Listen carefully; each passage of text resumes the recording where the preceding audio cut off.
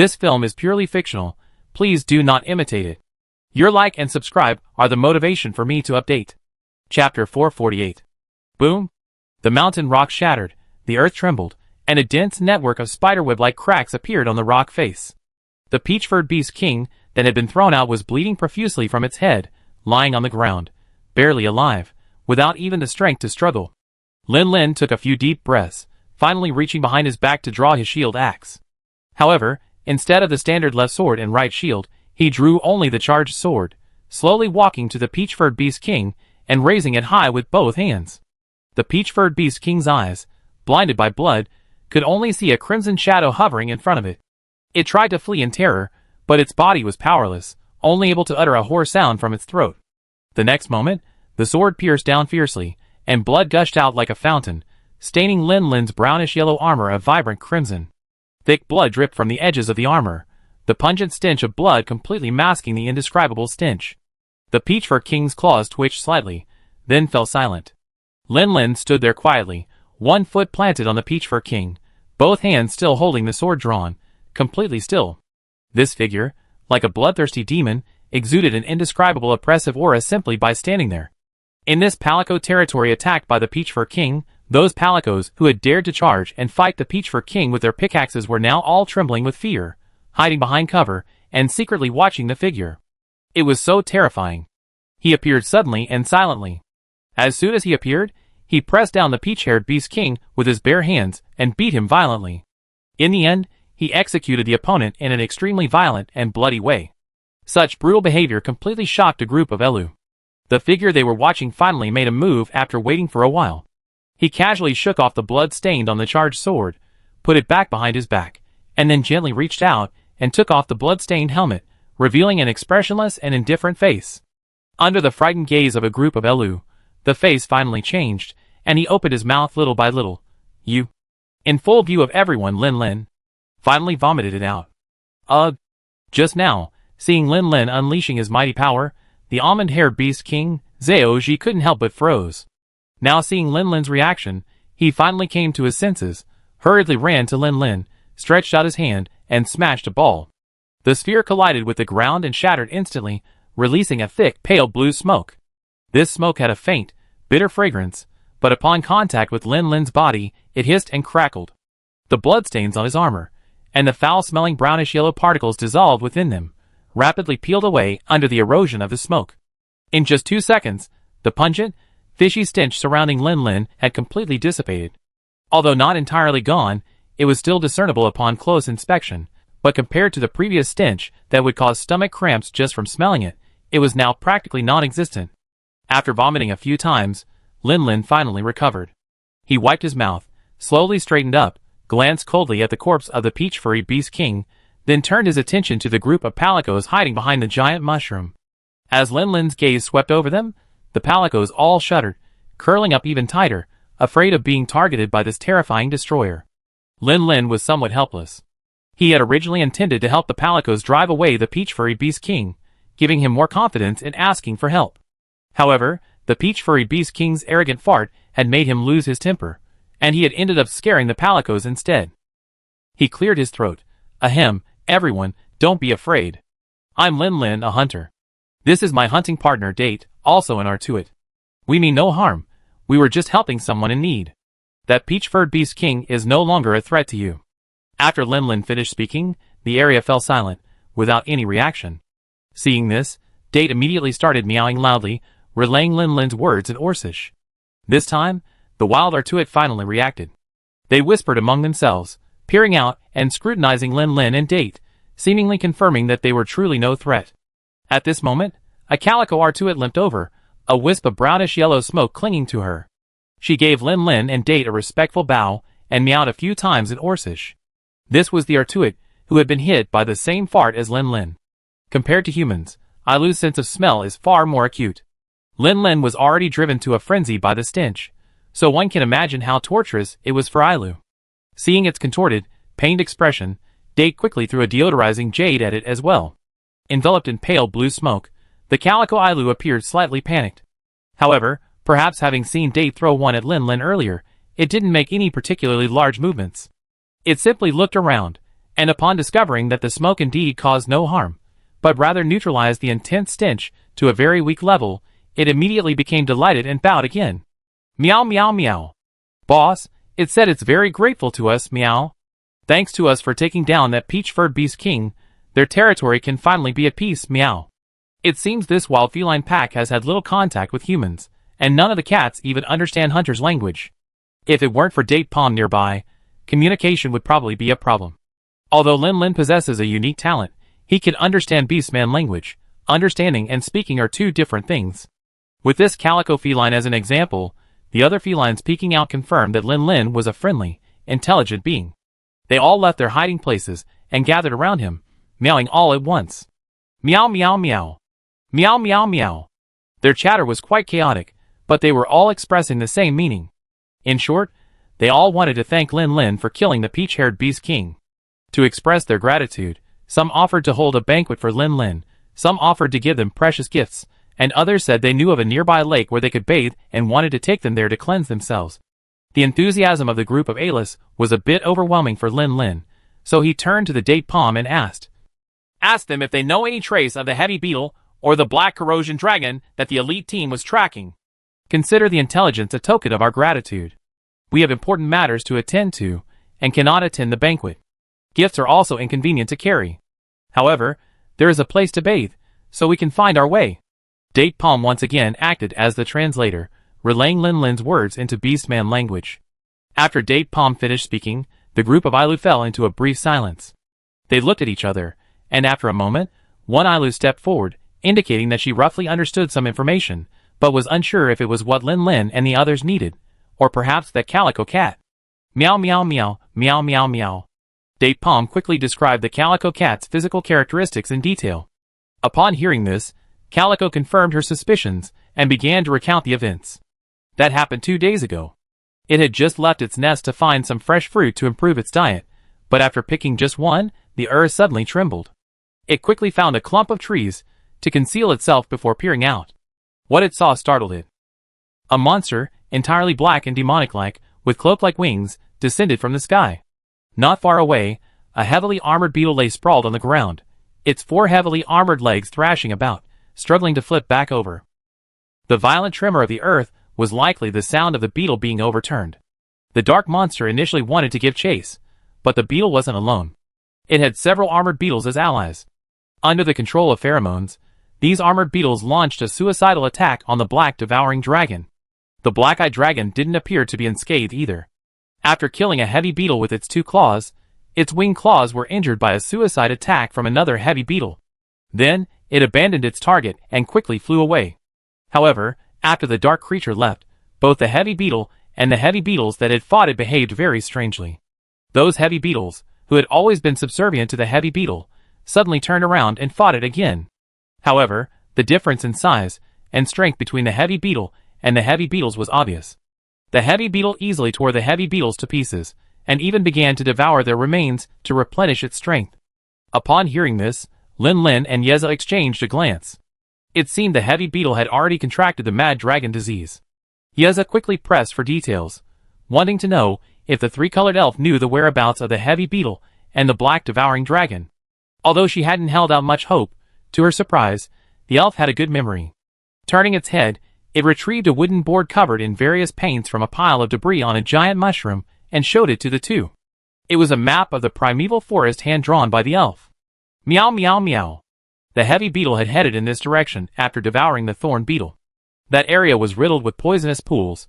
A slight misstep could lead to poisoning, making it a very dangerous place. If they insisted on going, they had a considerable supply of antidotes, which they could give Lin Lin and Yezo. The black-faced dragon flew off in the opposite direction, its approximate direction discernible from the ground, likely heading towards the highest peak of the primeval forest.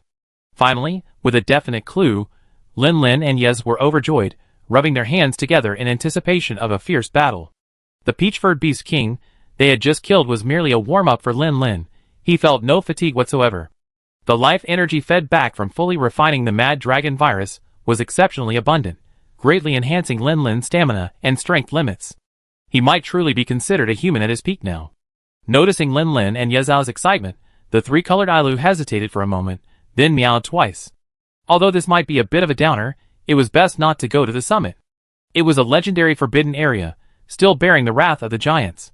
Rushing and could easily incur divine punishment, and that black creature was likely already dead. Without Lin Lin's reminder, Yizhao had already pressed for details about the giants and divine punishment. However, the Calico Cat didn't seem entirely clear on the matter either. To it, these things were merely vague, ancient legends passed down within its tribe. After much communication, they only confirmed one thing. The so-called giant god referred to the owner of the enormous skeleton that stretched across almost the entire primeval forest. Lin Lin naturally wouldn't back down because of some ambiguous legends. But to reassure the Calico Cat, he had reassure her that he would act cautiously, and wouldn't easily trespass into the forbidden area. Having obtained the information he sought, and achieved his purpose in visiting the Ailu, Lin Lin should take his leave. However, before leaving, he had asked the Ailu one more question. Where is the place where I can take a bath? Although the odor-eliminating jade made him less unbearably smelly, a certain amount of odor still lingered. Meow meow meow. Easy, I take you there, meow. Three Flower looked down at its body, instinctively wanting to lick its fur to clean itself, but remembering where the stench on its body came from, it forcibly suppressed the urge, instead slung its cat pick over its shoulder, and led the way for Lin Lin. The Ailu tribe had lived here for many years, carving out a network of tunnels. No matter where in the primeval forest one wanted to go, there was always a convenient passage.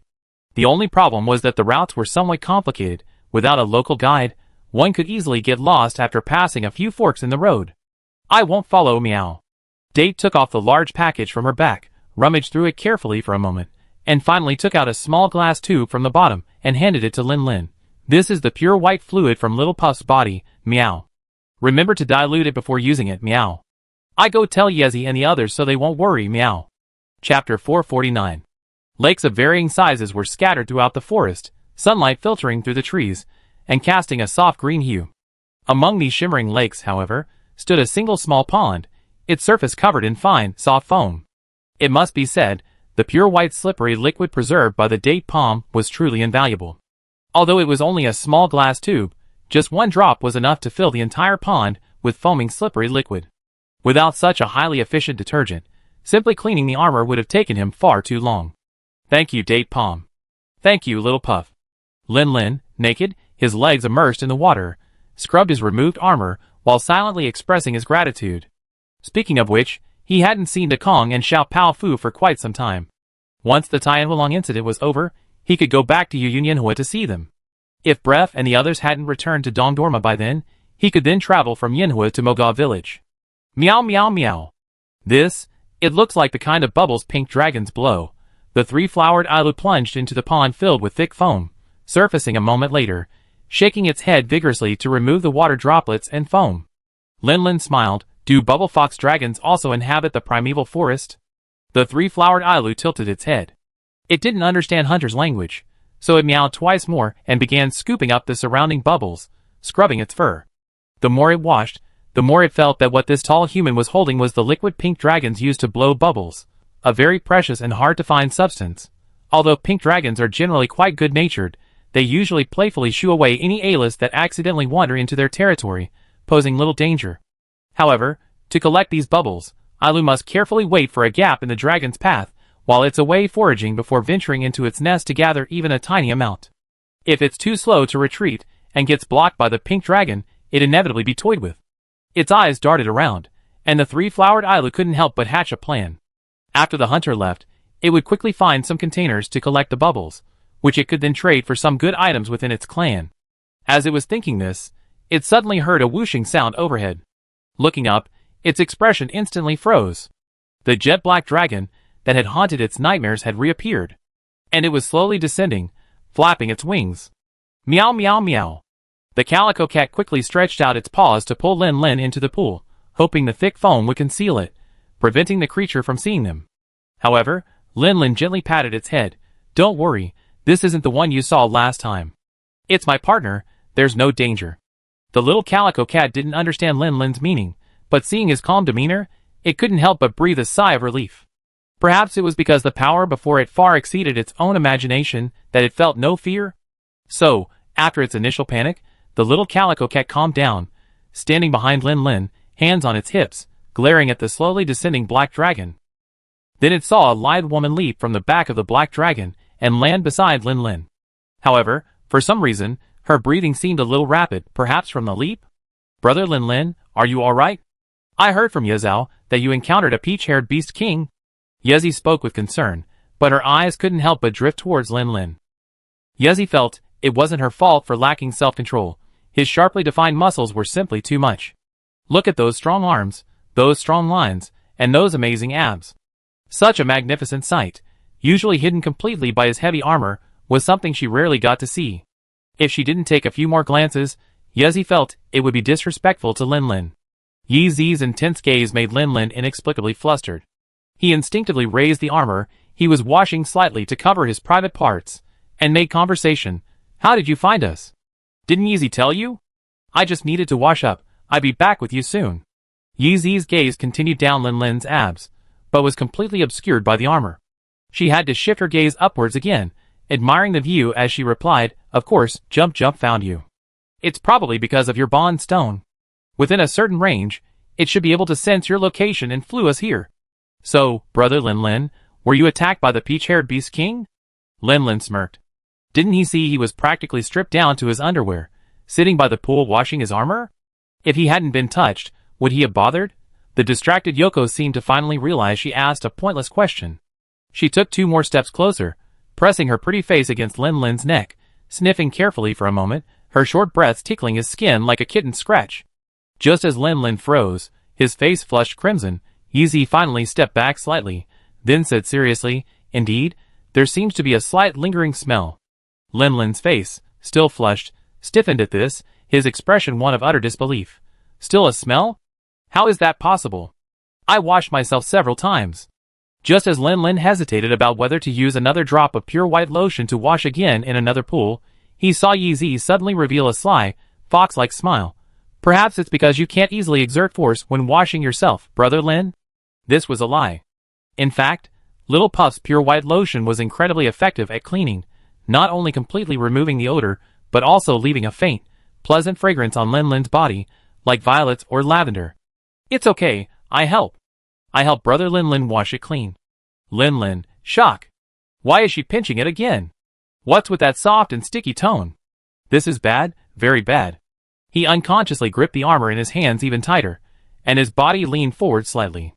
But then, he remembered that he was next to a pond, so he simply slipped and sat down in the water, letting the dense foam on the surface cover his lower body.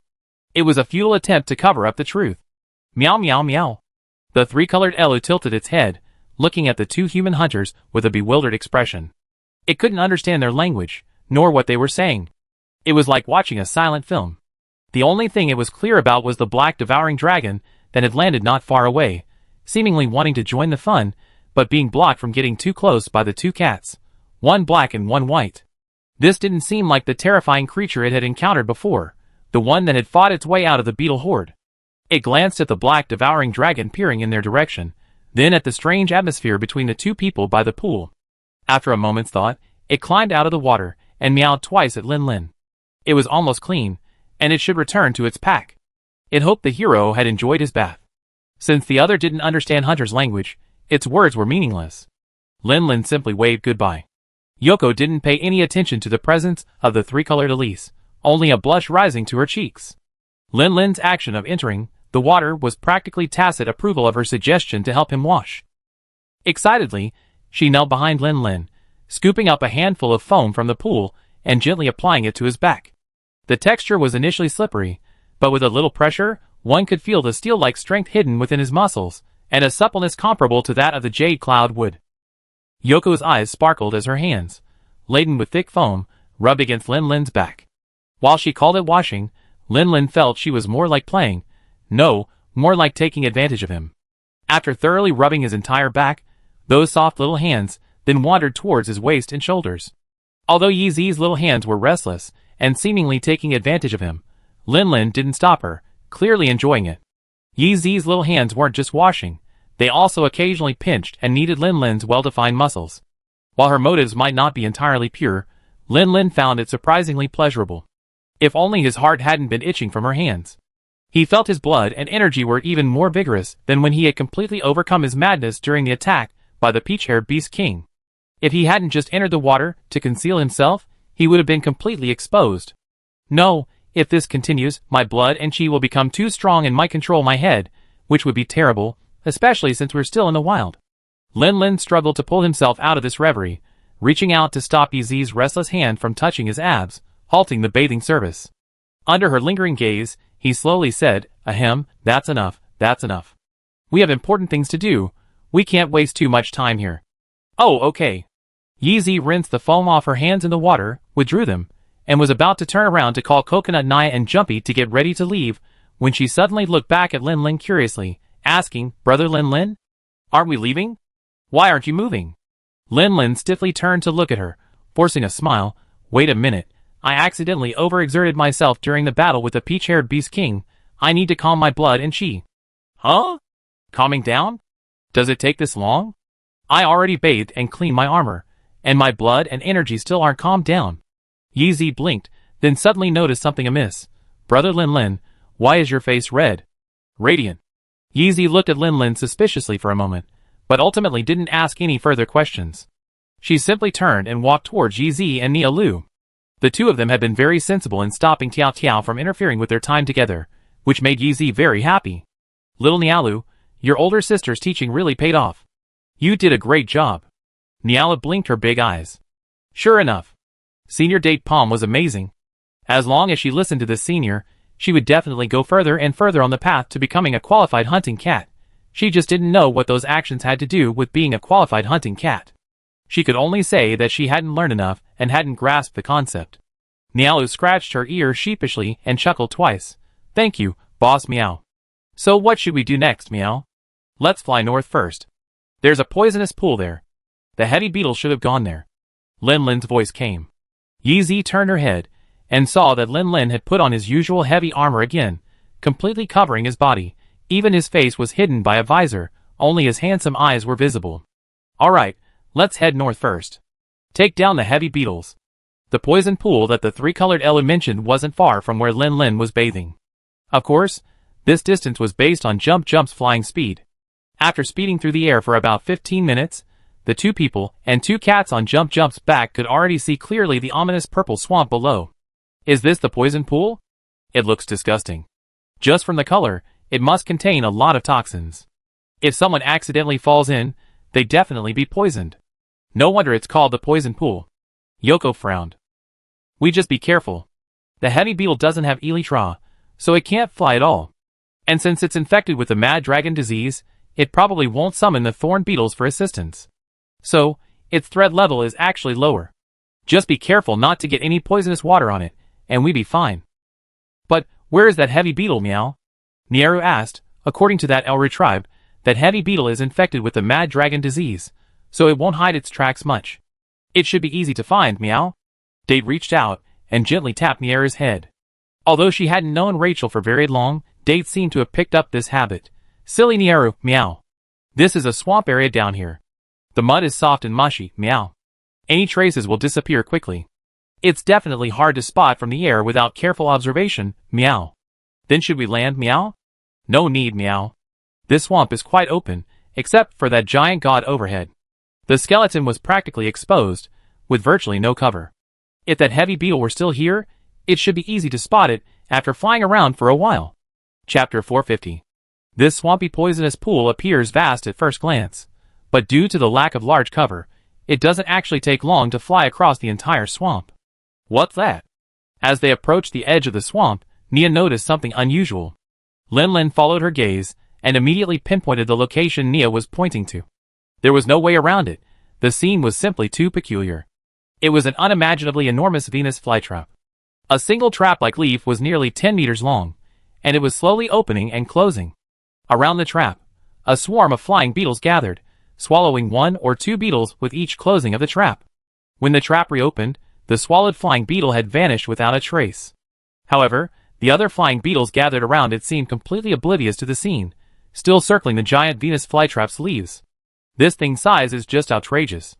Only because its roots were fixed in place could it not move. Otherwise, Lin Lin would have reason to suspect that this thing could have been listed as a hunting commission, becoming the first plant to be hunted by hunters. Brother Lin Lin, look next to that Venus flytrap. Yeezy glanced at the giant Venus flytrap with suspicion, then her eyes suddenly sharpened, and she pointed to its side. It was a huge, dark red, oval-shaped object, at least 10 meters in diameter, almost blending into the surrounding rocks. From the sky, it was difficult to notice its existence at first glance. Lin took a closer look. As the hops flew, and the angle of observation changed, he discovered that the oval object was not complete. It looked like only about half of it remained.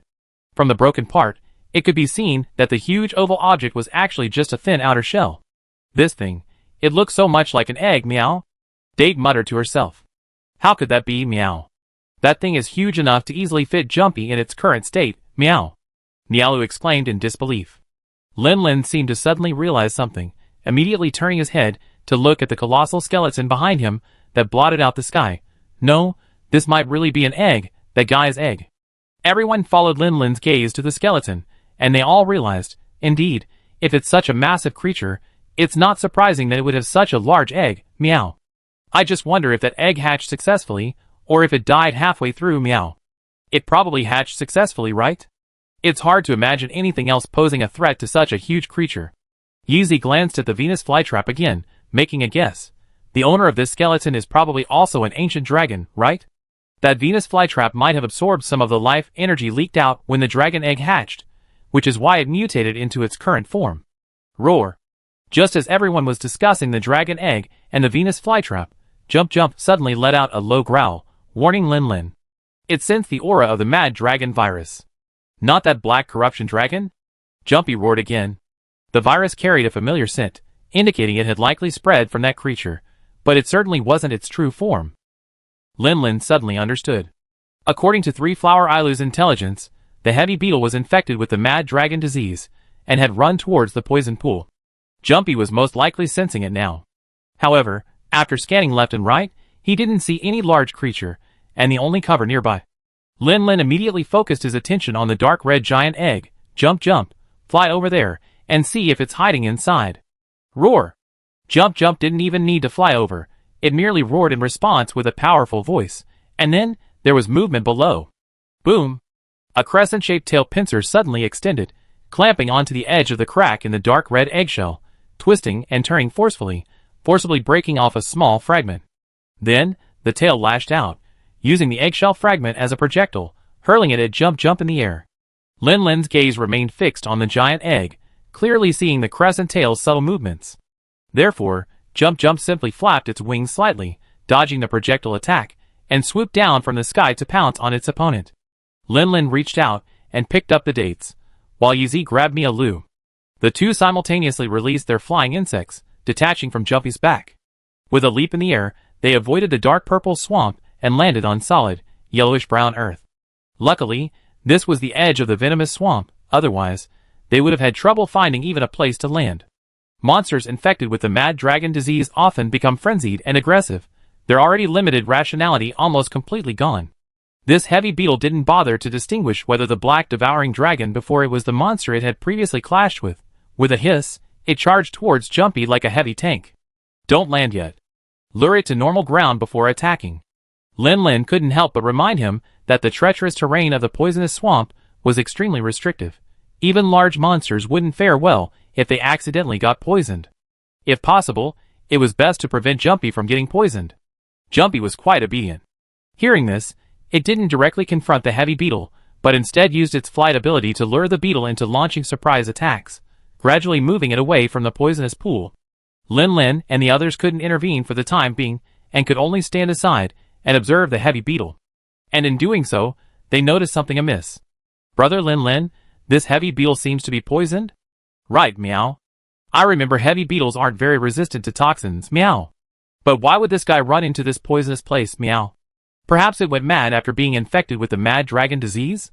I think that's possible too, meow. This heavy beetle clearly didn't have the ability to overcome the virus and reach its limit like the thousand-blade dragon from before. After being infected with the mad dragon disease, it was being eroded every day, not to mention running into this poisonous swamp. In just 2 or 3 days, it had become extremely weak. When Jumpy finally lured it onto land, no longer dodging but activating its mad dragon form to confront it head-on, the weakened Empress could no longer be so fierce, and was directly suppressed in a head-on collision. However, the beetle is covered in heavy armor.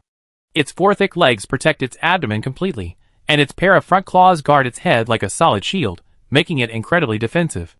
Although Jumpy can overpower it, it can't inflict any significant damage on it in the short term. Brother Lin, shouldn't we go for it? Yeezy drew her insect glaive. Nyala looked slightly nervous, but quickly followed suit, drawing her own cat sword.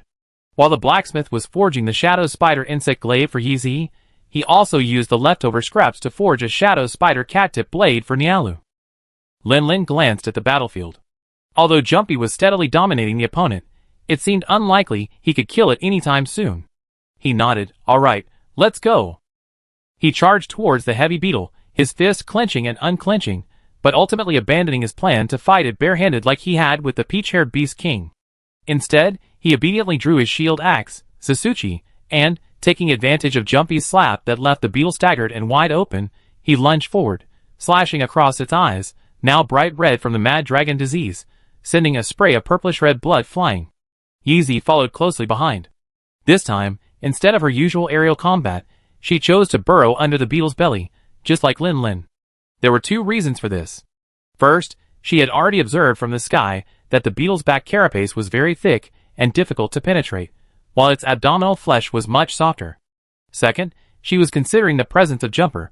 With Jumper involved in the battle, her hovering in midair might actually become a hindrance. Yizeo followed Yeezy's lead, also burrowing under the beetle's belly and brandishing her cat sword at it. Nyalu took a deep breath and mustered her courage to follow.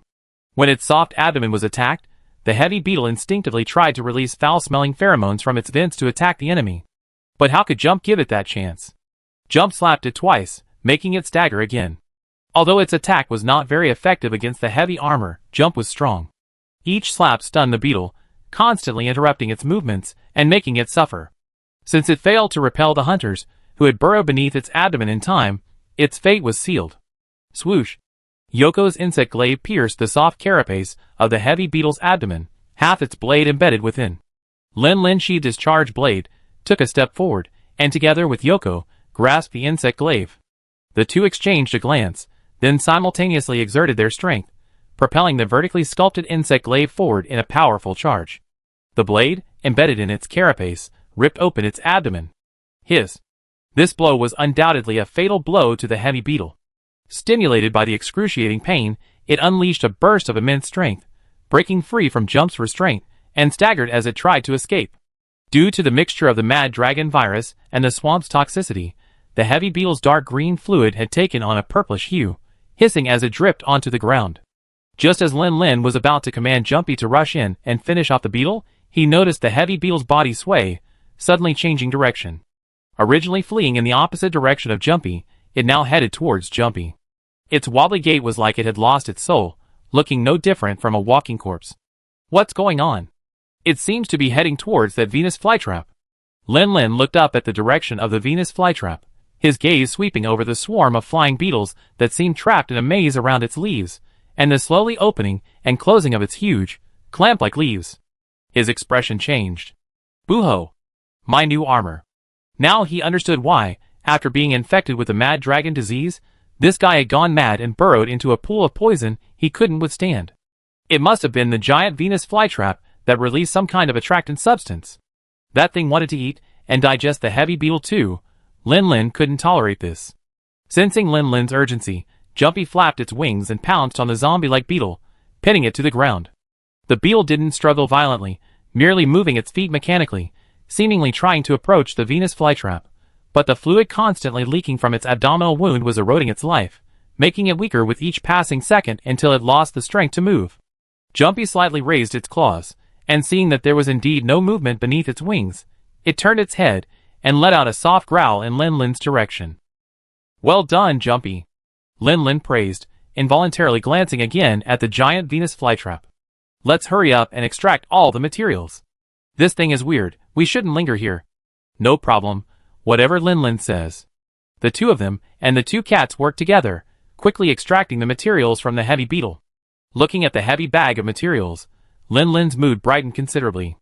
Let's take the materials back to the temporary camp first, then look towards the mountaintop. Maybe we can find traces of that black eclipse dragon. Just then, a bright green firework suddenly exploded in the distant sky, and Lin Lin's open mouth froze. It's a signal flare, meow. And it's not a distress signal. Green signal flares usually indicate safety, and they can also be used for location tracking, meow. Coconut casually explained some basic knowledge to Nia. Lin Lin, should we go take a look?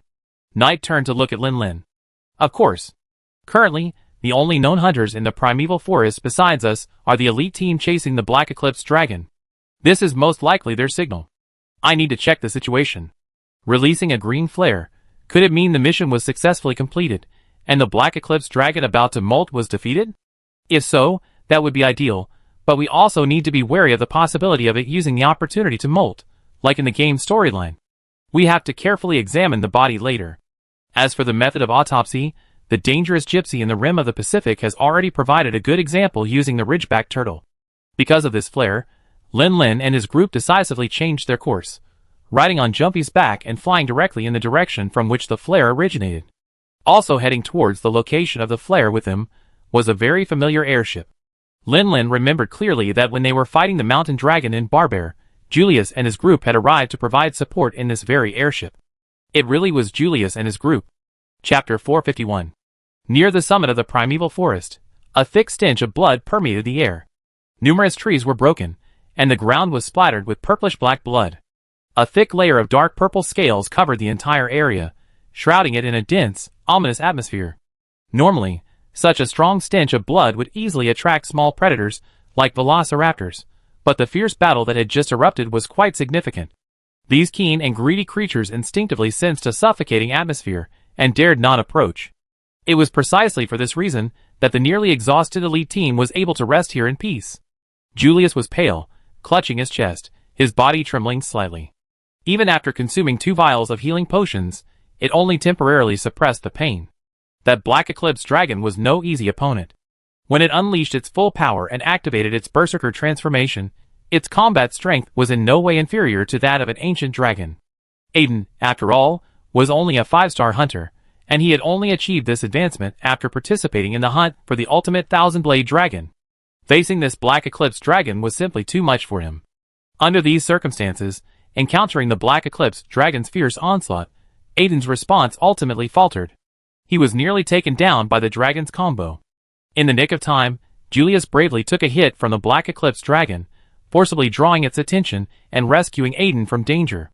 As the price, he now had at least 3 broken ribs, and that was after he had done his best to absorb the impact, and with the protection of his armor. He was almost completely incapacitated. He would probably have a lot in common with Kevin, who was currently in Jianghua village. The good news was that the Black Eclipse Dragon's attack wasn't as devastating as the Storm Dragon's water cannon. Having taken the hit, his injuries weren't severe enough to require 6 months of recovery. As a spearman, Fabius was already the main tank in the front line. With Julius and Aiden, the 2 melee swordsmen, injured and forced to withdraw from the battlefield, the pressure of the Black Eclipse Dragon fell almost entirely on his shoulders. Under the relentless onslaught, even with his heavy shield providing protection, Fabius still suffered significant shockwaves. Fortunately, they had already greatly depleted the Black Eclipse Dragon's strength. Relying on Nadia's continuous artillery support, before Fabius could completely break down, they finally managed to wear the Black Eclipse Dragon down.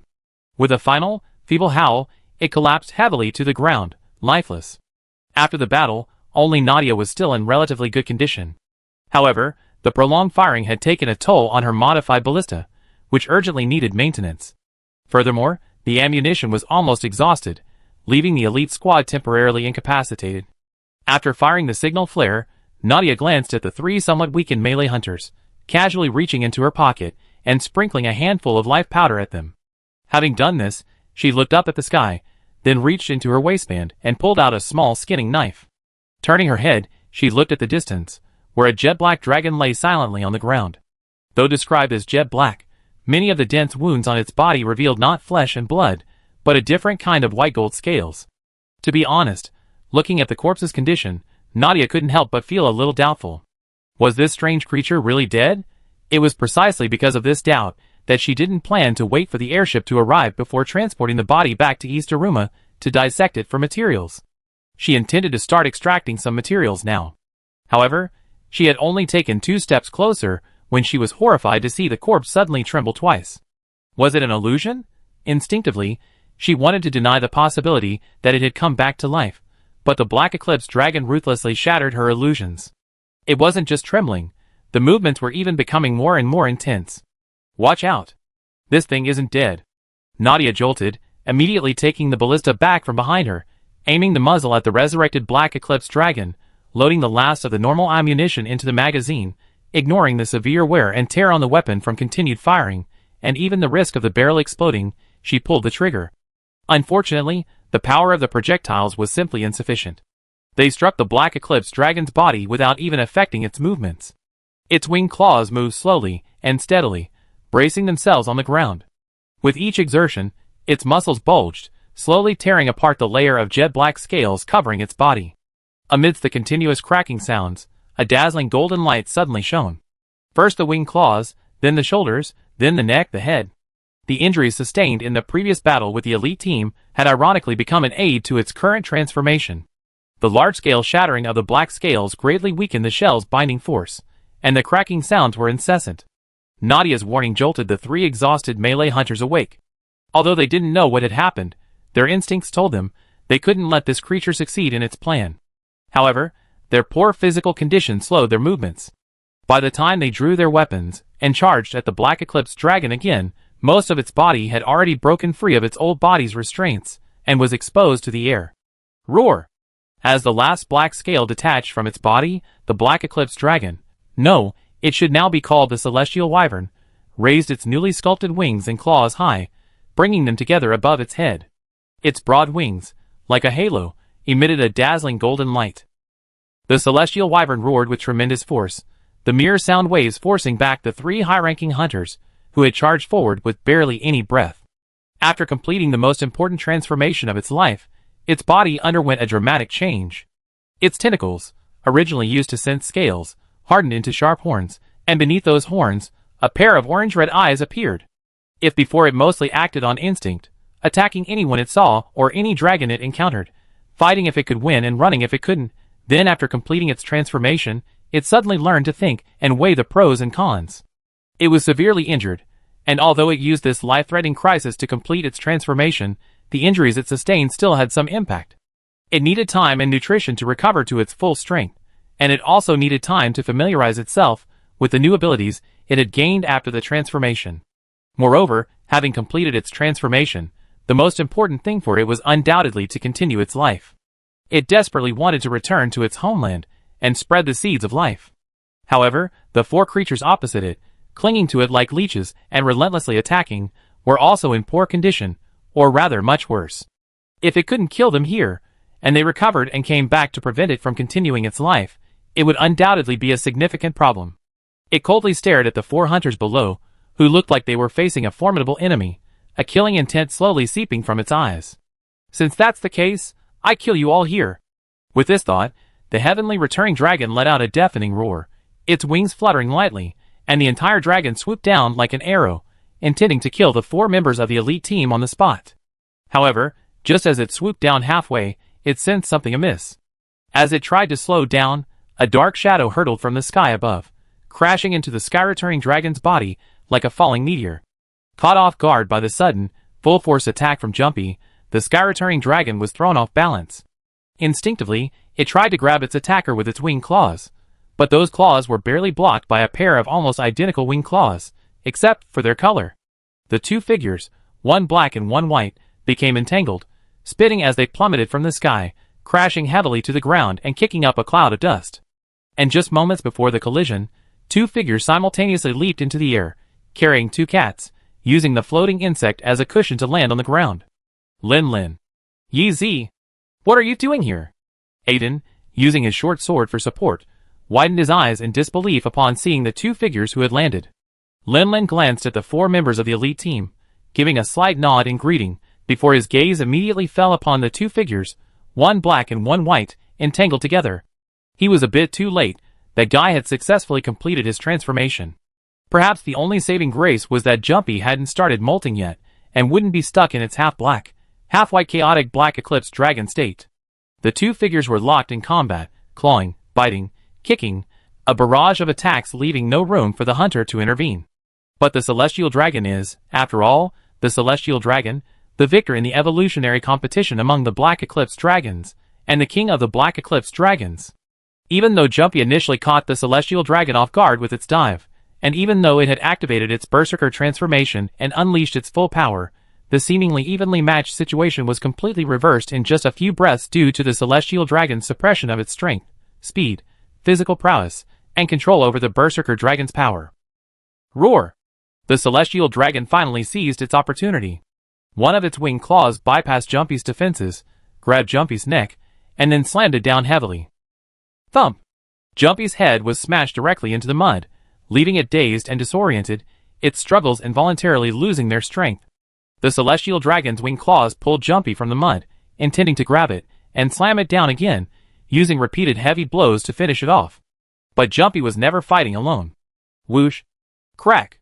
A blinding flash of light exploded, the intense light piercing through the Tien Wulong's orange-red eyes, stimulating its optic nerves and instantly stripping it of its recently regained vision. Logically, having evolved from the Black Eclipse Dragon, the Tien Wulong should be well adapted to this loss of sight.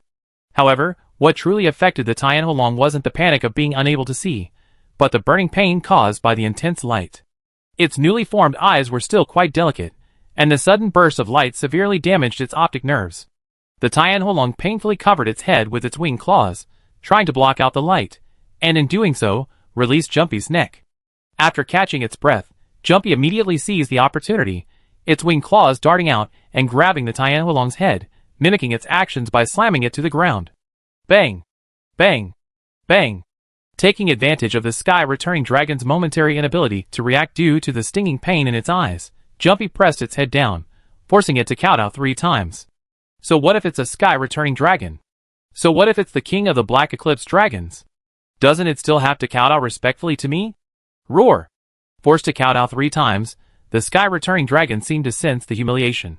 Ignoring its still stinging eyes, it swung its talons to swat Jumpy away.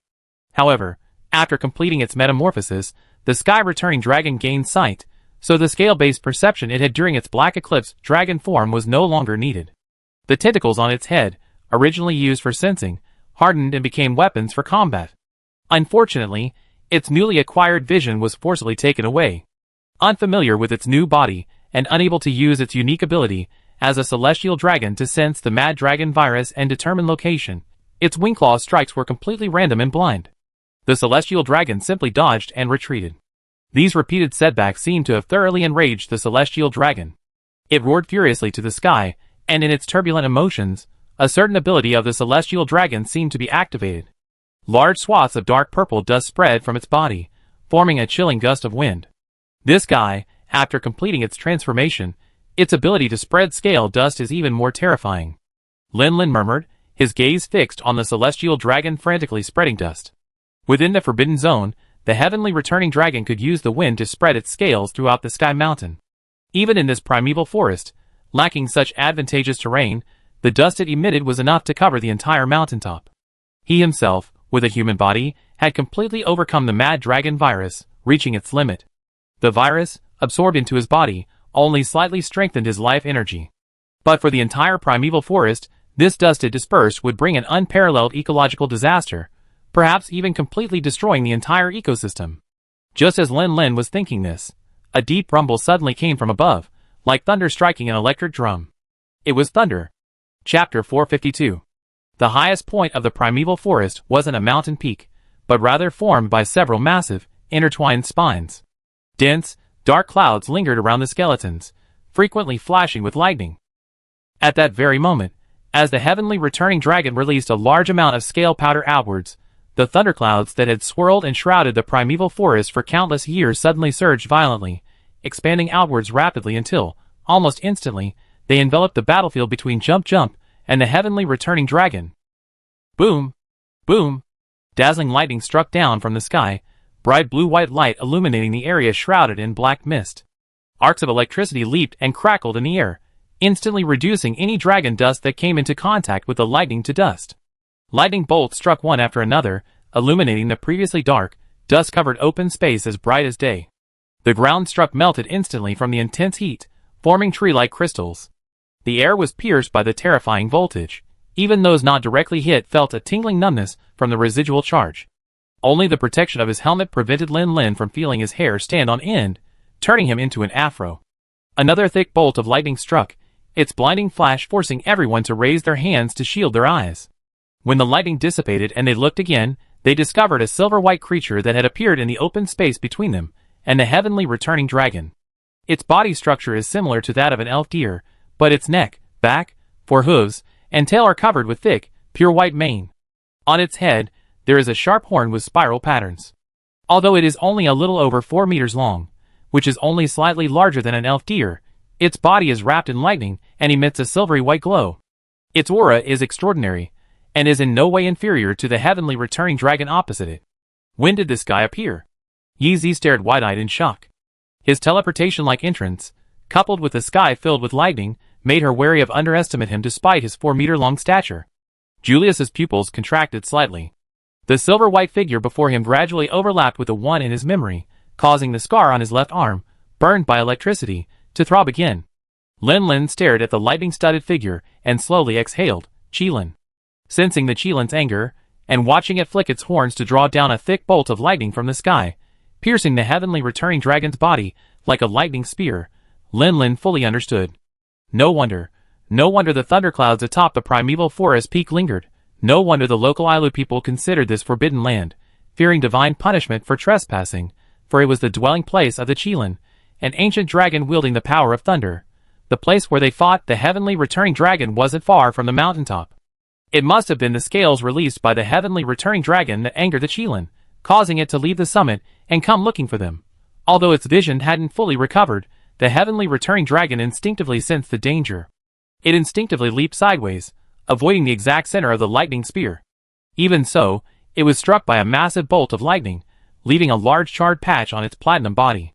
Intense electric current surged through its body, causing the muscles in its struck left wing to ache and numb, rendering it temporarily powerless. Roar!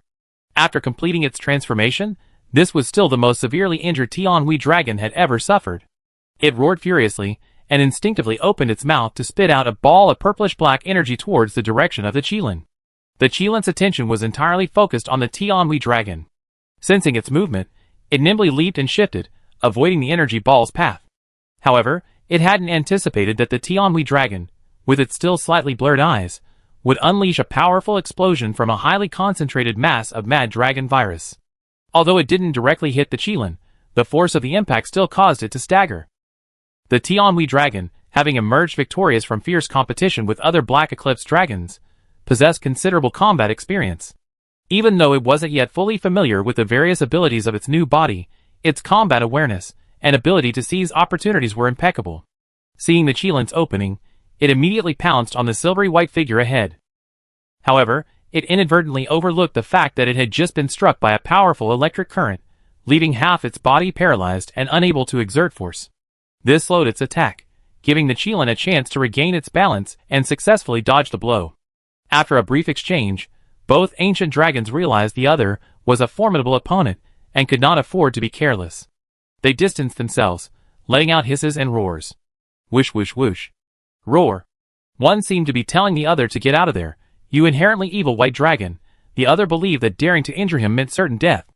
Although they couldn't understand each other's specific meanings, both sides could feel the tension in their roars. Negotiations naturally broke down, so let's fight. Let's see who's the best. Qilin, heavenly returning dragon, territorial battle. This was a clash between two ancient dragons. For a moment, lightning flashed across the sky, thick dragon dust swept in all directions, hisses and roars intertwined, muffled thunderclaps, and the thuds of exploding scales rose and fell, the earth trembled, the skies seemed to tilt. It was a battle between two supreme beings reaching the pinnacle of the heavens, even obliterating the great Tao itself. With the two ancient dragons locked in fierce combat, both Jump and the other hunters present became insignificant figures on the battlefield. Facing the incessant lightning strikes and the swirling dragon dust, they needed to concentrate entirely on dodging, unable to intervene in the battle and forced to retreat continuously. Only after moving hundreds of meters away from the center of the battlefield, using the dense forest for cover, did they barely escape the range of the aftershocks of the attacks. Julius's face was grim. I never expected a Qilin to inhabit the primeval forest. This mission has been a complete failure. Nadia sighed as well, rubbing her temples in exasperation. Not only did we fail to kill the Black Eclipse dragon, but we also caused it to mutate into that form. That enormous amount of scale dust, and the strength to fight a Qilin, this thing is undoubtedly an ancient dragon. Fabius remained silent, recalling the wings of the heavenly returning dragon from before, feeling that its scales shimmering with a white gold light looked strangely familiar. Aiden looked somewhat dejected. Even without Qilin's interference, that black devouring dragon had already completed its transformation. If Lin Lin and the others hadn't arrived in time with Jumpy, we probably wouldn't have even been able to escape its claws. Aiden's words reminded Julius, who stood up, clutching his chest, and bowed to Lin Lin's group of 2 cats, 2 dogs, and a dragon. On behalf of the entire elite team, I express my heartfelt gratitude for your assistance. When we return, I will truthfully report your achievements. Lin Lin didn't pay much attention to these words of thanks, simply nodding.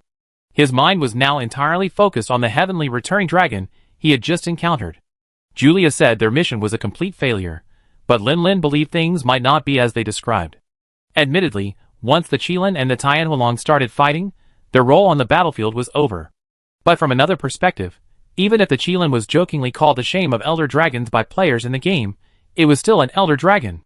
They had just experienced its lightning strikes up close, absolutely ridiculously powerful.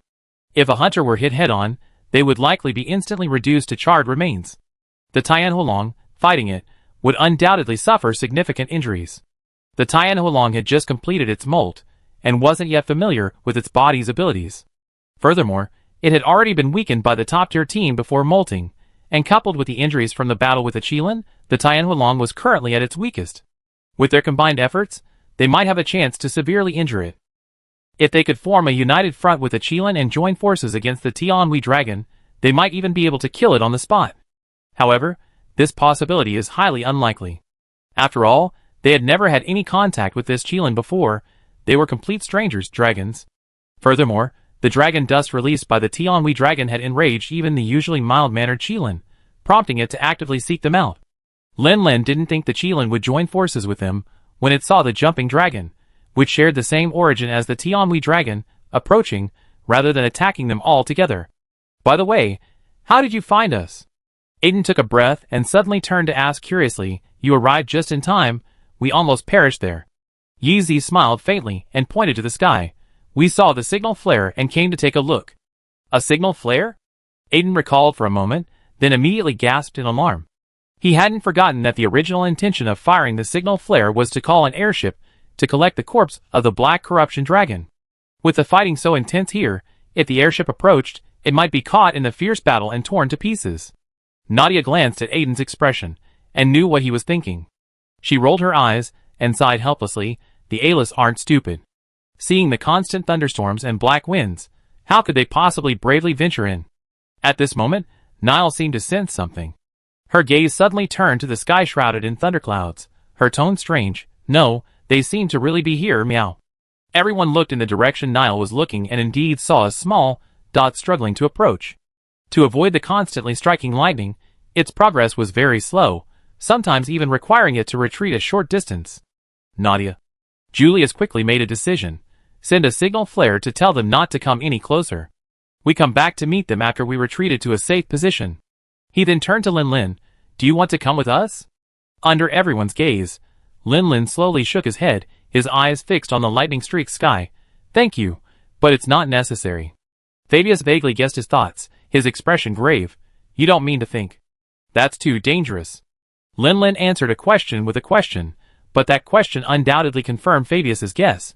That guy, even after completing his transformation, shouldn't be removed from the hunting commission, right? In that case, at most it would just be considered a failure to strictly follow the procedures. It shouldn't be considered poaching, right? This time, not only Fabius, but Julius, Nadia, and Aiden's expressions all changed. This is far too risky. There's no need to risk it so much. Quickly, persuade Lin Lin to be more rational. The last sentence was said by Aiden to Yi Zi, but Yi Zi only shook her head slightly, her gaze fixed on Lin Lin, her tone gentle yet firm. I believe in brother Lin Lin. I will be with him. You? Sigh. The 4 members of the elite team all had complex expressions. In their view, Lin Lin's decision was undoubtedly taking a huge risk to complete the mission they had failed to accomplish, to make up for their failures and mistakes.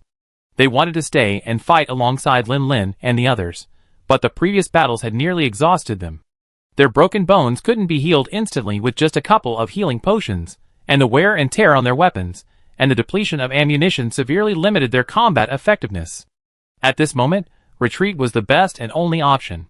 The guild hasn't fallen so low that it needs young people to shoulder the burden. If we fail, other high-ranking hunters will come to the rescue. Lin Lin sighed. I understand. I just wanted to try. Finally, Julius gave Lin Lin a deep look. Act within your capabilities. Retreat when necessary. Protect yourselves. You are the future of the guild. With that, he turned and waved his hand forcefully. Go!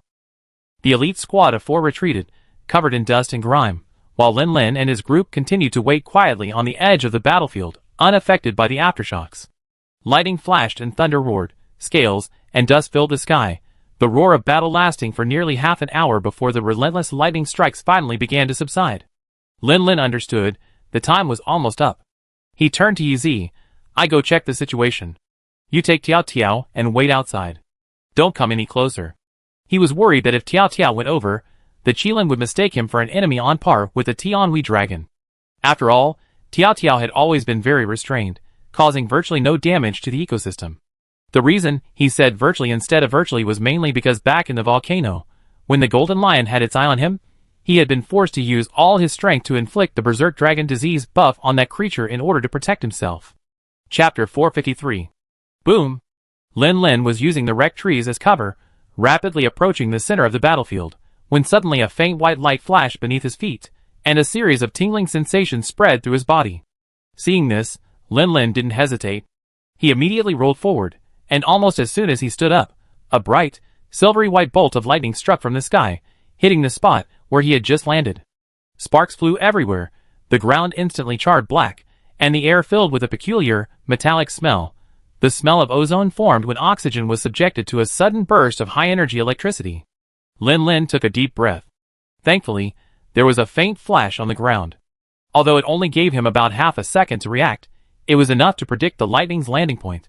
Otherwise, given the excellent conductivity of his transforming ice shark suit, if he were struck, he would have been turned to charcoal by this kindred spirit.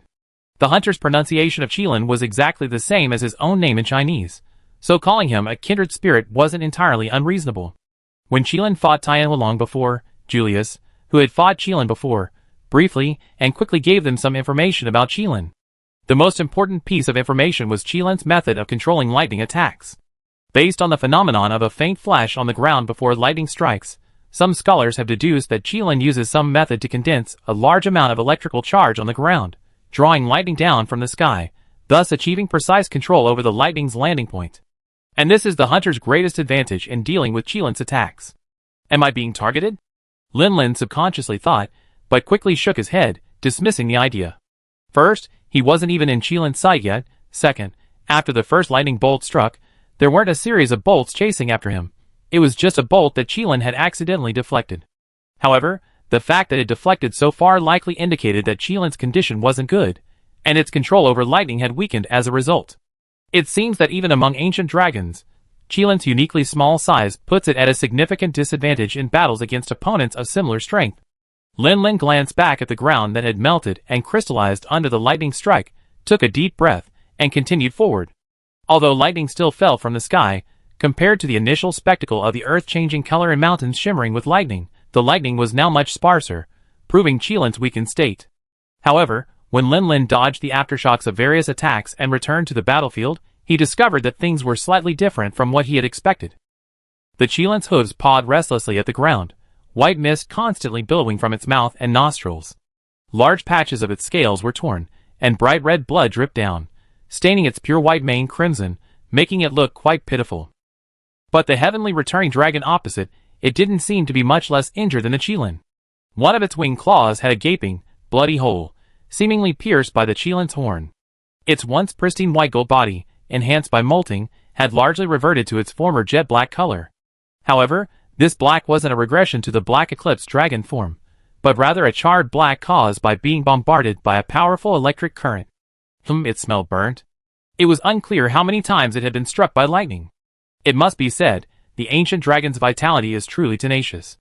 Baptized by lightning like this, most flying dragons would have succumbed to such severe injuries long ago, but this heavenly returning dragon could still stand upright, and let out a loud roar at the Qilin. A brief silence fell over the battlefield. The two ancient dragons silently sized each other up, reassessing the threat posed and considering whether the conflict was worth the heavy price of injury, whether to continue fighting, and whether to turn back, admit defeat, and surrender. After a long stare, it was the Qilin that first considered retreating. The continuous use of lightning in battle had severely depleted its stamina. Although the opposing Tianhui dragon was also in poor condition, rarely using its scale powder breath anymore, continuing the fight would force a physical confrontation. The Qilin was well aware of its own limitations. Its body was indeed weak among ancient dragons, and it knew it would be no match for its opponent. It had no choice but to abandon its habitat. The Qilin shook its head, snorted, and felt a pang of regret. Ultimately, it wasn't strong enough to repel this powerful invading enemy. If it allowed this creature to unleash its ominous scales, this place would soon become a wasteland. During its years living in the primeval forest, although it spent most of its time on the mountaintop, it often concealed its power and wandered freely throughout the area. Few particularly ferocious monsters roamed here. It was mostly peaceful. The Qilin loved this place, and didn't want it to become a lifeless wasteland.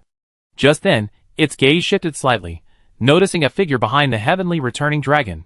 What was that? Daring to intrude into the battlefield of two ancient dragons? Wasn't it afraid of death? The Qilin didn't think that creature, smaller than itself, could be very strong. In nature, size often doesn't equate to strength, but small often represents weakness. The Qilin hesitated for a moment, not leaving immediately, but instead adopting a wary stance, its gaze subtly glancing at the figure. Its temperament was always good, and it preferred creatures with similarly gentle natures. It concealed its aura, preferring to mingle with smaller creatures when wandering the primeval forest, as smaller creatures were usually weaker, and weaker creatures were often more docile. It wanted to see what that figure was up to. If possible, it didn't want it to die a gruesome death before its eyes. The Tianhui dragon keenly sensed the change in the silver-white ancient dragon's gaze, but the creature before it was a formidable enemy, possessing considerable intelligence. It feared this was a trick to lure it back and observe, then launch a sneak attack. It kept its gaze fixed on the Qilin. Then, it heard a metallic scraping sound behind it. This somewhat familiar sound immediately brought back some ominous memories. It immediately turned its head, and saw a massive battle axe sweeping down in a crescent-shaped arc, crashing down squarely on its forehead because of its turn. If its hardened, steely horns hadn't blocked the axe blade, the blow would have severed its head, drawing blood. Even so, the immense force of the axe's attack still caused its head to slam downwards, leaving a small gash on one of its steely horns. The attacker from behind was Lin Lin. He cautiously approached the battlefield, carefully confirming that the Qilin, having discovered him, showed no hostility, before stealthily creeping behind the heavenly returning dragon and unleashing this powerful attack without the bottle's explosion. Since the charged blade wasn't refilled with energy flasks when the attack occurred, there was no need to immediately disassemble it to avoid overheating after the powerful release. Furthermore, with Lin Lin's current strength, he wouldn't be exhausted after using a powerful release. Therefore, instead of disassembling the charged blade as usual, Lin Lin stretched his body into a large bow, swinging the charged blade back to his right with even greater force, whistling through the air as it slammed heavily into Tenma's lowered head. Suddenly ambushed, Tenma was clearly caught off guard. Facing the returning golden axe, it only had time to turn its head, using its horns to block the attack. This attack, incorporating the residual force from the previous powerful release, contained 3 times the power of the release itself. If the flask explosion wasn't considered, it even approached the force of a super release swing. Clang! Crack! The heavy blow landed on the dragon's horn. The recoil was immense. Even with the protection of his armor, Lin Lin's hand instantly split open, the flowing blood soaking the handle of his shield axe crimson. However, a smile appeared on Lin Lin's lips, for he clearly saw a conspicuous crack on the horn the heavenly returning dragon had used to parry. This crack obviously caused the heavenly returning dragon considerable pain. It roared in agony, staggering backward, its orange-red eyes fixed intently on the attacker. Clad in full-body blue and white heavy armor, wielding a massive axe over 3 meters long, the figure was unfamiliar, yet the aura emanating from him, and the pain from the axe's fall, were all so familiar. Roar! The heavenly returning dragon roared in fury. Its winged claw, pierced through by the Qilin's horn, trembled involuntarily. Compared to its other winged claw, this one was missing a finger. It was precisely because of this missing finger that the Qilin had seized the opportunity to strike it hard with its horn during the recent battle, and the culprit that had severed its finger was none other than the very creature that had ambushed it. As the saying goes, enemies are especially hostile when they meet. The heavenly returning dragon roared again, its intact wing claw slamming down heavily towards Lin Lin. However, in that instant of overwhelming rage, it forgot that Lin Lin wasn't the only one fighting it. Boom! Another dazzling bolt of silver-white lightning struck, the intense current instantly interrupting the heavenly returning dragon's movements. Its wing claw, raised in midair, failed to fall, instead affecting its balance, causing it to stagger from the lightning strike. Lin Lin had been preparing to use his wire bug to create distance and dodge the attack, but unexpectedly, his own family member so perfectly timed their assist. Such a good opportunity couldn't be missed. He strode forward, wielding his shield axe in its axe form, and swung it down again, aiming for the Skywrath mighty dragon's head. Crack! A powerful electric current surged through its body, rendering the Skywrath mighty dragon unable to move. It could only close its eyes, and once again use its hard horn to take the blow head-on. Its horn, already cracked, widened considerably after being struck by the heavy axe, making the once hard horn appear precarious. The heavenly returning dragon finally realized the dire situation. A single Qilin was already a formidable opponent, and now, with the addition of the Lin Lin, which had once fought it to a standstill, it feared certain death if it stubbornly continued fighting. It had only just completed its metamorphosis. It hadn't even returned to its homeland to sow the seeds of life. How could it fall here? It immediately let out a low growl, a gesture of weakness towards the Qilin. Normally, unless it was a predator-prey relationship, monsters wouldn't fight to the death. A victor was enough. And now, by showing weakness, the Qilin indeed refrained from attacking. Well, it was possible the Qilin was simply too weak to continue attacking. It flapped its wings, trying to take flight and escape, but Lin Lin, having risked being caught in the crossfire of the two ancient dragons' battle to bring it here, was determined to keep it here, and refused to let it leave so easily. His hands moved swiftly, his shield axe swinging horizontally again towards the heavenly wyvern, its target still its head. Crack! The heavenly wyvern could have used its wing claws to block, but that would have interrupted its flight, so it could only endure the pain and use its horn to take the hit once more. Having suffered consecutive heavy blows, the newly grown ancient dragon horn could no longer withstand the strain. The crack widened suddenly, then split open, the entire horn breaking off cleanly at the root and spinning away. The heavenly wyvern, enduring excruciating pain, flapped its wings with all its might, its body soaring into the sky, rapidly shrinking in Lin Lin's vision. Unexpectedly, even the broken horn couldn't bring it down. By the time Lin Lin tried to pull out a flashbang to force it to come down, the heavenly returning dragon had already flown out of its range. Lin Lin could only helplessly watch it disappear into the distance. This guy, it's probably heading to Sky Mountain, right? Looks like I need to get the captain and the others moving as soon as we get back. I can't give it time to recover. Lin Lin's gaze fell on the disassembled shield axe, his eyes gleaming as he looked at the dark red bloodstains. Speaking of which, this is also Elder Dragon blood, isn't it? If I lick it, could I establish a resonance with that guy and then accurately sense its location? Just as Lin Lin's heart was pounding, and he was about to act, he suddenly felt a bright gaze upon him. It was the gaze of the Kirin. Chapter 454. Under the Qilin's gaze, Lin Lin felt a tiny bit nervous. He didn't want to fight this little electric scooter right after driving away the heavenly returning dragon. To avoid misunderstandings, Lin Lin suppressed the urge to lick the blood off his shield axe, sheathed the weapon behind his back, and showed the Qilin his empty hands to indicate he meant no harm.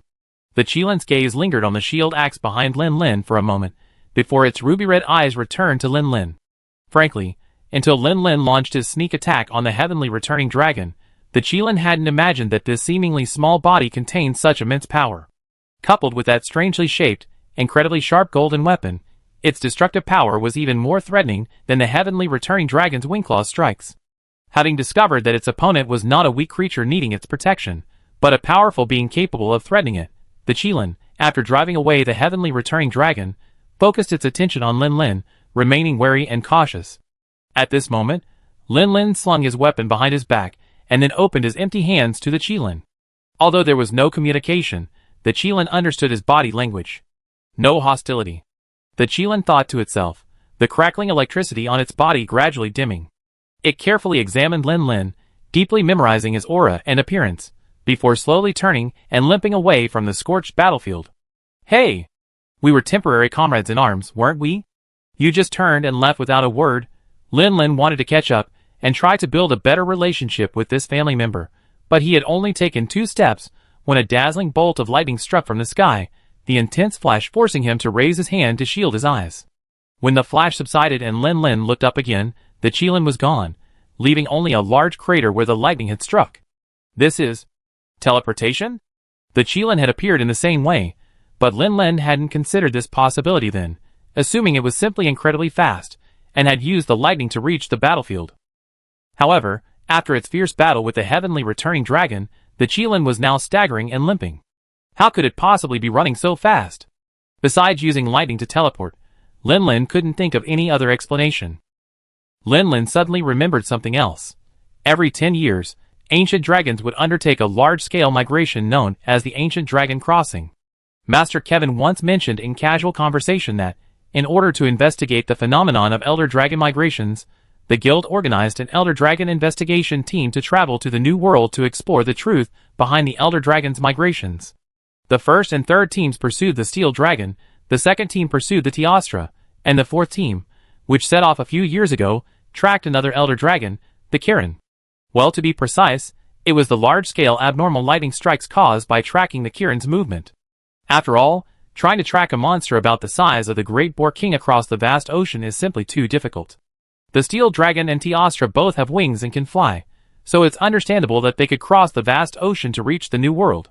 But the Kirin can't fly, and its body structure dictates that it's not a good swimmer. So how did it get to the New World? It couldn't have run across the sea, could it? But looking at the empty crater left by the lightning strike, Lin Lin felt he had found an explanation. Perhaps the Qilin crossed the sea by transforming into lightning and continuously teleporting. Shaking his head helplessly, Lin Lin turned to pick up the broken horn of the heavenly returning dragon, tucked it into his waistband, and was about to turn back to find Yi Zi and Tiao Tiao when his movements suddenly froze. He turned his head in surprise to look in the direction the Qilin had just left, where thunderclouds rolled in the sky and lightning continued to fall. Wait, wasn't the battle over? What's wrong with this guy? No, I sensed it just now. The Qilin's mental state was fine. It's fighting with something else again. Thinking of this, Lin Lin didn't hesitate and ran towards the direction where the lightning had struck. Fortunately, perhaps due to exhaustion, the distance the Qilin had teleported wasn't far. Lin Lin sprinted for less than a minute and arrived at the scene. As soon as he arrived, he saw the golden lion attacking the Qilin. The golden lion, its fur completely black, neither golden nor lion-like, roared, its thick forelimbs outstretched to the sides, revealing its strong, black-furred chest muscles. Its arms were spread wide, and its powerful hind legs pushed off the ground, lunging at the Qilin. Predation.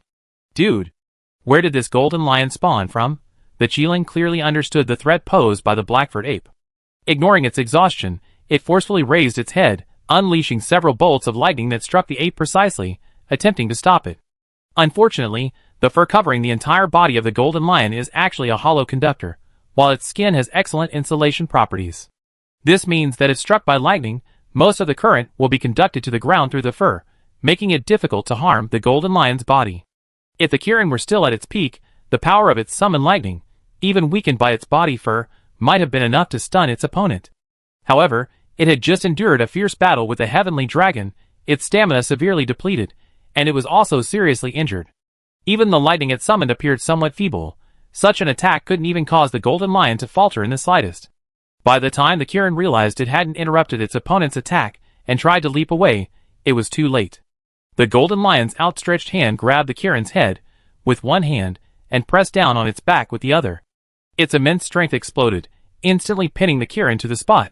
No matter how much it struggled, it couldn't break free. Just as the golden lion was about to change its posture, forcefully wrapping one arm around the Kirin's neck while its other hand, which had been gripping the Kirin's head, reached for the lightning-wrapped blue horn, Lin Lin, without even catching his breath, immediately hurled his flying insect, propelling his entire body towards the golden lion. Looking at the golden lion's scarlet eyes and the blackish-purple drool dripping from its mouth, Lin Lin felt a headache coming on. This was a golden lion infected with the mad dragon disease. Although he couldn't be sure if it was the same one he encountered on Mount Leisho, Lin Lin was absolutely certain of one thing. He absolutely couldn't let this guy get his hands on Doritos. The mad dragon transformed golden lion was already troublesome enough. If it were to activate its internal electricity, awaken its battle aura transformation, or even harden its battle aura, given its ferocious nature, attacking any living thing it saw, this creature would undoubtedly become an enormous threat. Crack! As the golden lion tightened its grip, small cracks gradually appeared on the azure horn atop the Chilin's head, growing larger with each increase in force. Just as the golden lion was about to apply even more pressure to completely break it off, Lin Lin finally arrived. Without the slightest hesitation, after releasing the iron silk of the flying insect, Lin Lin drew his shield axe, wielding his shield and delivering a powerful downward strike. Bang! The golden lion was renowned for its immense strength, but Lin Lin's strength was equally formidable. This heavy shield strike slightly tilted its head, loosening the grip on the Chilin's arm. Taking advantage of this opportunity, the Chilin propelled itself with all four hooves, twisting its body, and forcefully breaking free from the golden lion's control.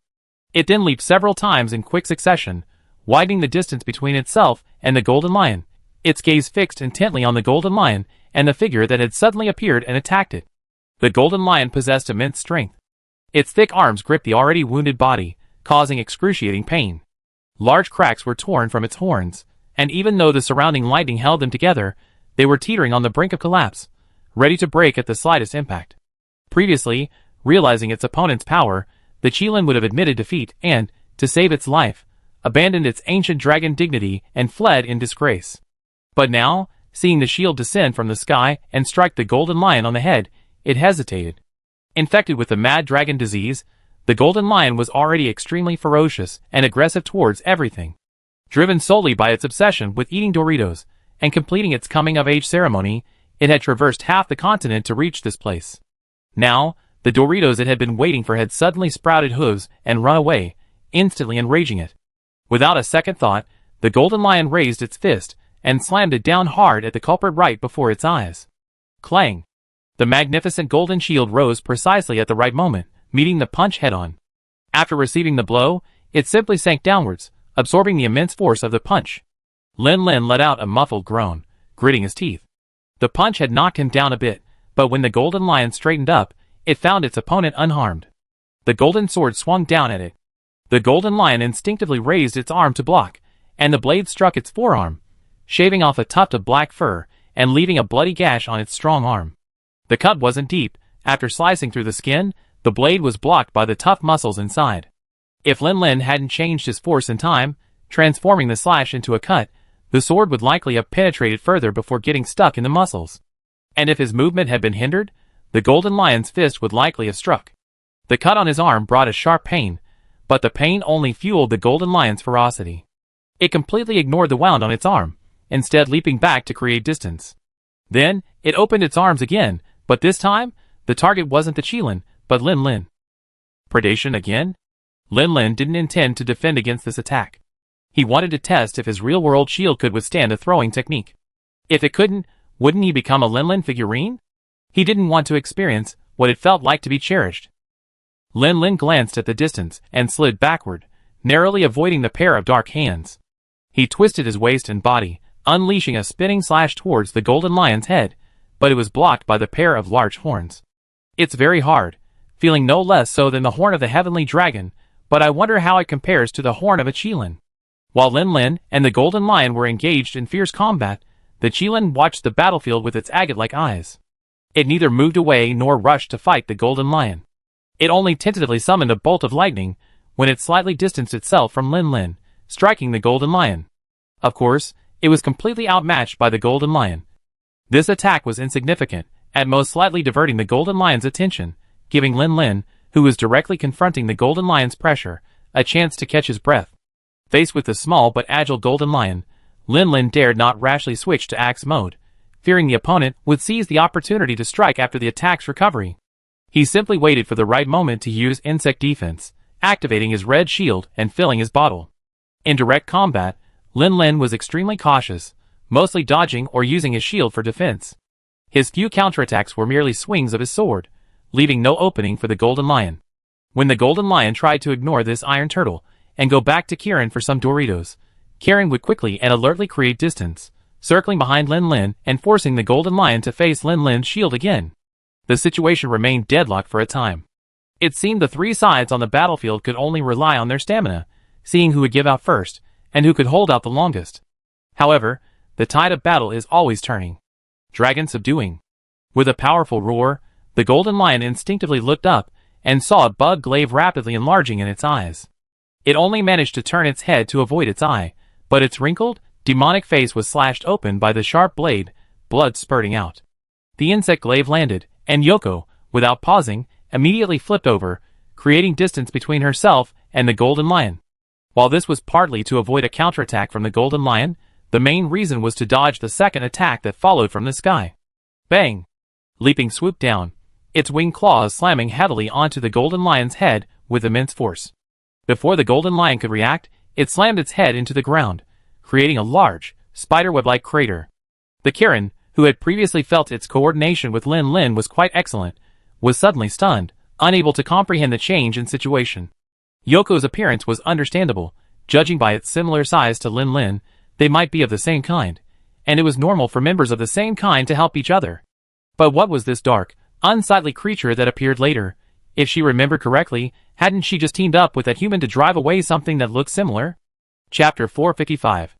The Qilin sensed an extreme resemblance between the black devouring dragon before it and the heavenly returning dragon it had just fought, both employing the same ominous black aura as their attack method, which it found utterly repulsive.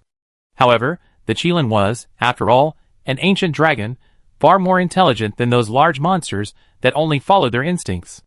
It understood how to assess the situation and weigh the pros and cons. Clearly, with the formidable threat of the mad dragon transforming into a golden lion looming before it, and the black devouring dragon showing no hostility, attacking it now and simultaneously provoking two powerful enemies would be extremely unwise. It refrained from attempting to summon lightning for a feeble attack, instead creating some distance and observing the situation from the edge of the battlefield. With Yi Zi and Tiao Tiao joining the battle as reinforcements, Lin Lin's pressure suddenly eased. He became increasingly adept at both offense and defense, even managing to spare some attention to the Qilin's movements. When Lin Lin discovered that Qilin had indeed shown hostility towards Jumpy as expected, his heart tightened. However, he immediately heard Qilin's rational analysis and judgment of the battle situation, and his tense breath relaxed. Thankfully, Gulong's brain was still quite sharp. He wouldn't make the kind of brain-dead decisions that some unknown vice-captain of the night raid team in the OOP made. Seeing the enemy fighting with someone of unknown allegiance, his first reaction was to fire a burst of bullets at Ultraman, who was fighting a monster. If it weren't for Ultraman, he would have directly provoked two powerful enemies at the same time. Clearly, Qilin wasn't that stupid. After Qilin chose to observe from the sidelines, the situation on the field became very clear. Lin Lin, who could withstand the Golden Lion's relentless onslaught head-on, was even more agile than the Golden Lion. Yi Zi, whose every step added a bloody gash to the Golden Lion's body, and Tiao Tiao, whose strength was growing daily and who, after activating his Berserker transformation, could even subtly surpass the Golden Lion in power, were all individually capable of contending with the Golden Lion. And now, these three were launching a combined attack on the Golden Lion. On the other hand, the Golden Lion's side was outnumbered and outmatched. He hadn't even gotten his hands on the Qilin horn, and he couldn't activate his Qi transformation or Qi hardening abilities. He could only rely on physical attacks, and he was also suffering from the Berserker disease, causing his stamina to deplete rapidly. Even the Golden Lion, feared by countless hunters, could only barely manage to fend off the combined attacks of two people and a dragon under such a vastly different enemy-ally ratio. His wounds were constantly increasing, and blood was continuously flowing from his wounds. Even so, the Golden Lion showed no intention of retreating or fleeing. Instead, it swung its fists even more wildly, completely disregarding life and death. After being infected with the mad dragon disease, the Golden Lion had long been driven to near madness, maintaining only a sliver of sanity through its obsession with completing its coming-of-age ceremony. Perhaps the moment the Doritos sprouted hooves and ran away, it would have completely lost its mind. However, Lin Lin's side, now in a dominant position, wouldn't engage in a life-or-death battle with the crazed Golden Lion. Ensuring the Golden Lion wouldn't escape the encirclement, they slowed their attacks and focused more on their own defense. Several bursts of attacks either missed, were blocked solidly by shields, or were interrupted by Jump's powerful attacks. The Golden Lion charged left and right within the encirclement, unable to break through or inflict any effective damage on any of Lin Lin's side. Infected with the mad dragon disease, Rajong already suffered from a stamina-depleting debuff. The continuous burst of attacks, instead of being effective, exacerbated his exhaustion, and he quickly became breathless. Seizing this opportunity, Lin Lin's team launched a series of attacks. Lin Lin's aerial super amped explosion cracked Rajong's skull, and Jumpy followed up with its wing claws, grabbing Rajong and slamming it to the ground.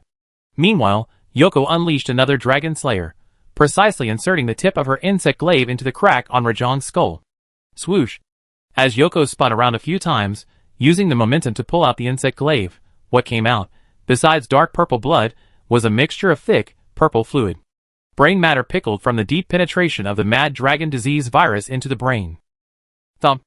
The golden lion's corpse crashed heavily to the ground, kicking up a cloud of dust. Lin Lin grimaced, stretching his shoulders, and looked around. This should be over now, right? Don't tell me the steel dragon from the forest came over too. Yi also breathed a sigh of relief, her eyes involuntarily glancing at the Qilin beside them, which was watching them warily. She replied to Lin Lin, how could that be? Wasn't that steel dragon being watched by Senior Rickrez and the others? It couldn't have come here silently. Jump didn't pay attention to their conversation, nor to the Qilin beside them that hadn't launched an attack. It simply brought its nose close to the golden lion's corpse, sniffing it repeatedly, thick drool unconsciously dripping from its mouth. Having fought fiercely against the mad dragon-transformed heavy beetle, the heavenly returning dragon, and the mad dragon-transformed golden lion, it had also consumed a great deal of its stamina. If it hadn't been spared any serious injuries, its condition would probably have been comparable to that of the Qilin.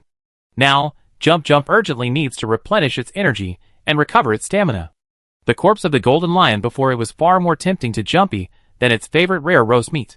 It had a gut feeling that eating this monster's carcass, soaked in the mad dragon virus, would be immensely beneficial. If the heavenly returning dragon hadn't preemptively completed its transformation, leaving it with scales that inhibited evolution during the battle, Jumpy felt it would have been able to complete the most important transformation of its life after digesting the golden lion's flesh. Noticing Jumpy's hungry look, Lin Lin quickly stopped it. Wait a minute, let me gather some materials. Although he said that, there wasn't much material to collect. The two horns on its head, the fangs in its mouth, the sharp claws on its hands, and the black hairs that had been hacked to pieces by concentrated fire, leaving hardly a single intact strand, meant that, given the golden lion's size, these materials, even when bundled together, wouldn't be half the size of the heavy beetle materials. Throughout Lin Lin's material gathering process, the Qilin stood quietly observing from a distance. At first, it thought the act of cutting off parts of a defeated opponent with a knife was simply a human act of venting anger or showing off victory. But after carefully examining the golden weapon on Lin Lin's back and the almost identical golden armor on Yi, it seemed to suddenly realize something. The great wild boar king wallows in mud, covering itself with a thick layer of mud to enhance its defense. The shadow spider hunts poisonous birds, using their skins to protect its weaknesses, and the armor worn by these two humans is clearly a similar protective measure. This golden weapon and armor might very well have originated from a golden monster. Having realized this, a look of understanding dawned on its eyes as it watched Lin Lin harvest materials. It seemed that humans used the bodies of other monsters to make weapons and armor. For the gentle, averse-to-kill Qilin, this method might seem cruel at first glance, but considering that the body being harvested belonged to the golden lion who had just severely beaten it, and that Lin Lin had helped it in many ways, the Qilin felt nothing but satisfaction at this act. Phew. All done. Lin Lin stretched. Brother Lin Lin, I remember reading in the book that the heart of the golden lion is a particularly precious material. Are we going to harvest it? Let's save it for Jumpy as a snack. The heart that can be used to make weapons and armor is the heart of the fierce golden lion. This golden lion hasn't even completed its coming-of-age ceremony, so it's probably useless. Coming-of-age ceremony? Yi's question reminded Lin Lin that, until he witnessed the territorial struggle between the Qilin and the golden lion on Azure Star in the Ice Plains, the ecology of the golden lion had always been a mystery. We talk about that later. Lin Lin looked up at the Qilin, which was keeping a distance from them, and unconsciously licked his lips. To be honest, he had long coveted the Qilin.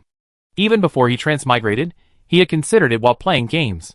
Strong, intelligent, and small in size, it wouldn't even be as conspicuous as a bobo in a town or village.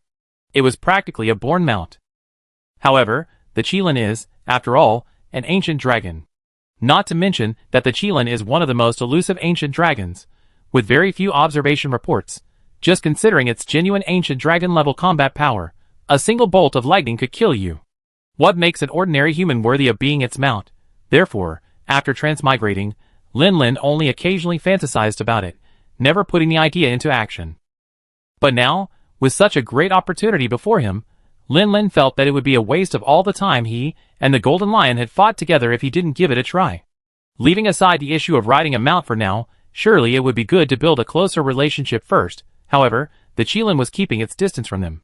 Lin Lin could tell at a glance that it was mainly wary of Jump, especially after they had defeated the Golden Lion. Its wariness had only increased. Lin Lin quietly tugged at Yi. I noticed that Date and Nia Lu didn't come with you. Why don't you take Jump and go find them? Brother Lin Lin, aren't you coming with us? Lin Lin gently shook his head. Yi glanced at Lin Lin, her gaze then falling on the Kirin not far away, a knowing look on her face. Alright then, Lin Lin, be careful. Don't worry, don't you know my abilities? It's not hostile towards me. Yi nodded, her gaze sweeping over the bloodstains on the Kirin. She reached into her item bag, pulled out some potions, and handed them to Lin Lin. Then, carrying a small bag of Golden Lion materials, she climbed onto Jumpy's back.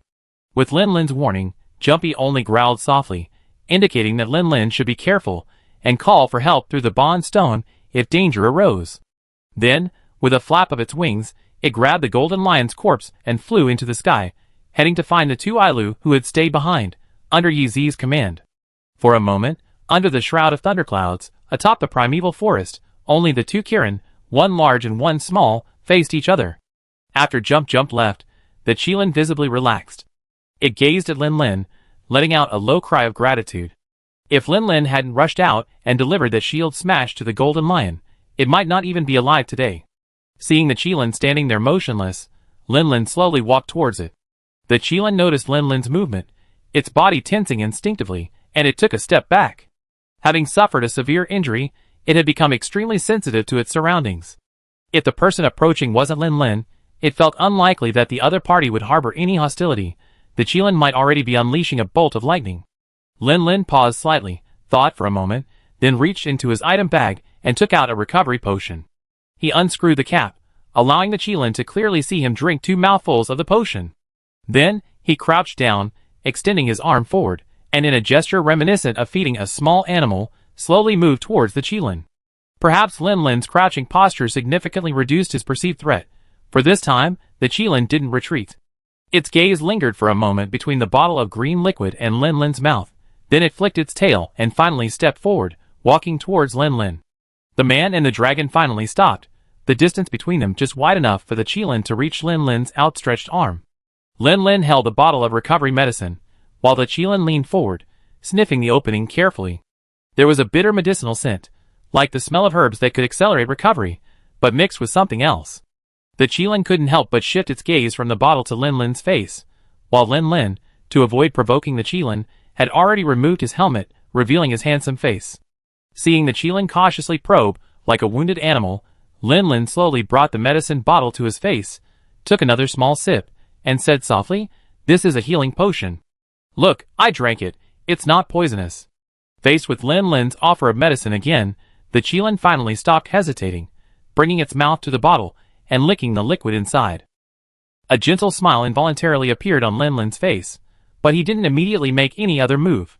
Instead, he quietly waited for the Qilin to drink the entire half bottle of recovery medicine before slowly straightening up, reaching into his item bag and pulling out a small pinch of life powder, showing it to the Qilin. What kind of strange little gadgets have humans made this time?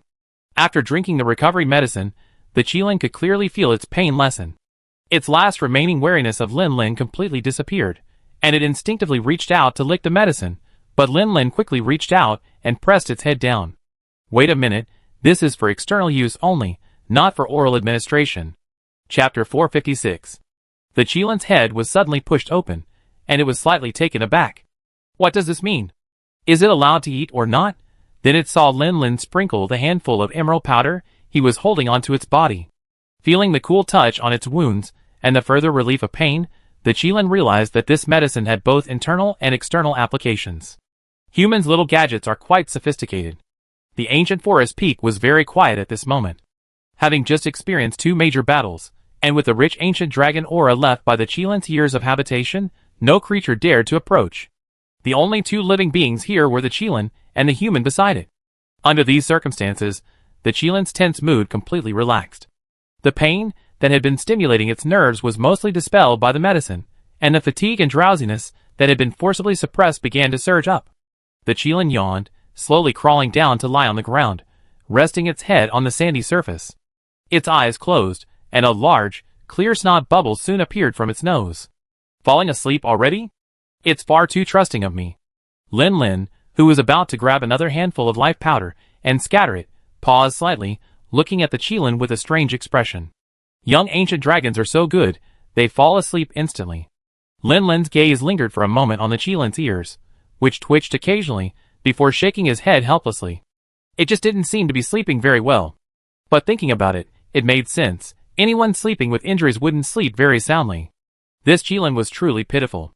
Judging from the size of the wound, it had most likely been severely injured by the heavenly returning dragon's wing claws, tearing off a large chunk of flesh.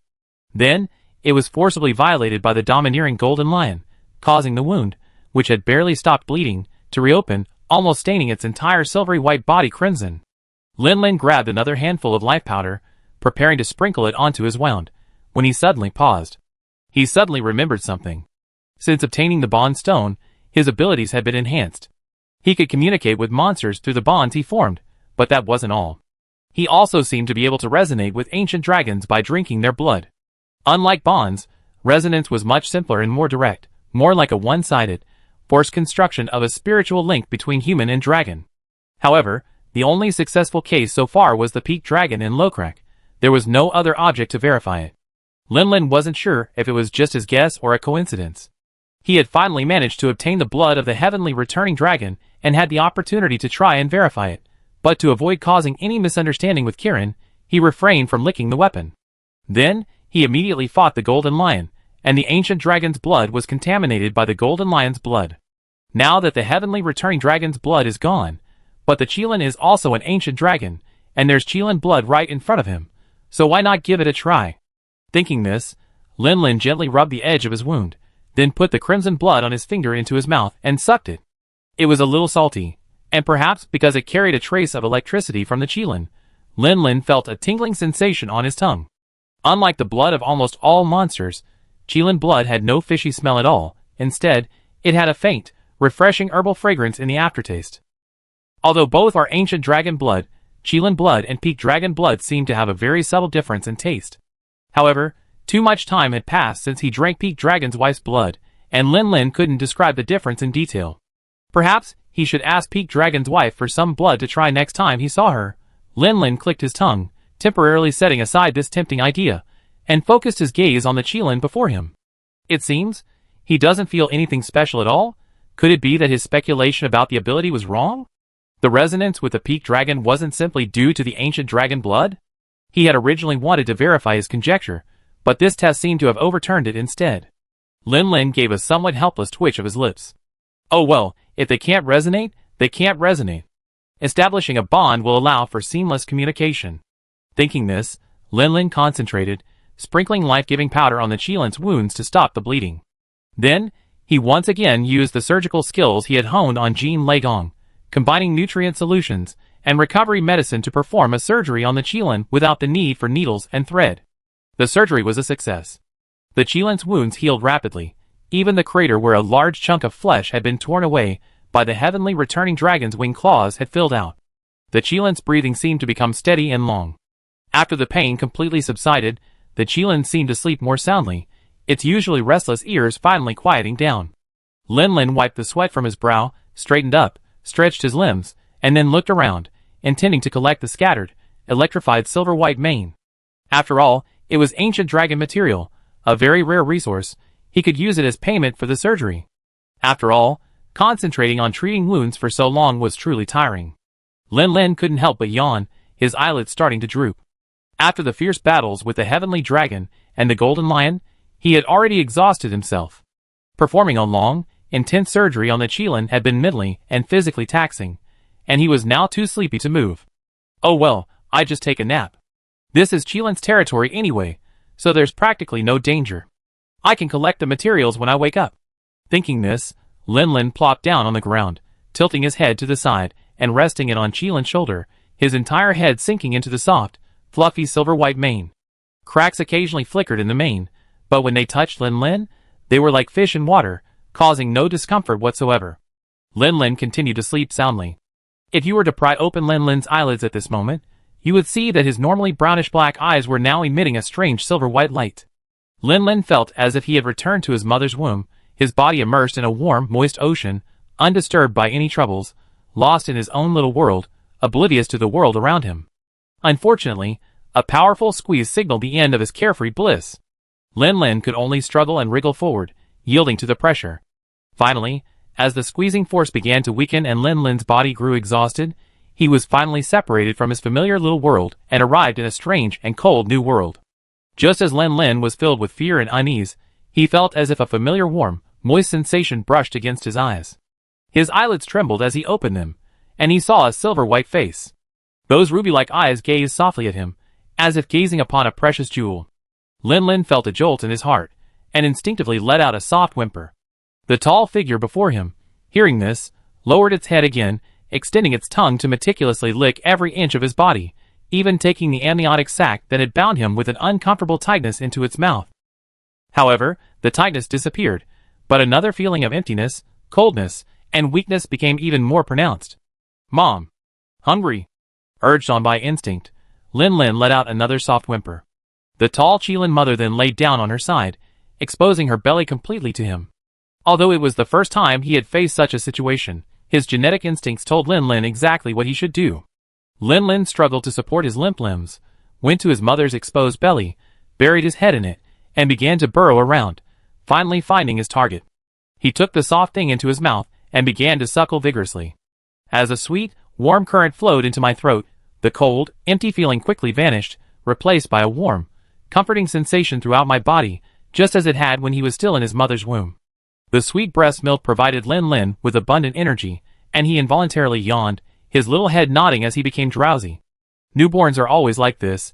To conserve energy for physical development, they spend most of their time eating and sleeping in the early stages of life. Even a Qilin is no exception. The mother's gaze gently fell upon the drowsy Lin Lin.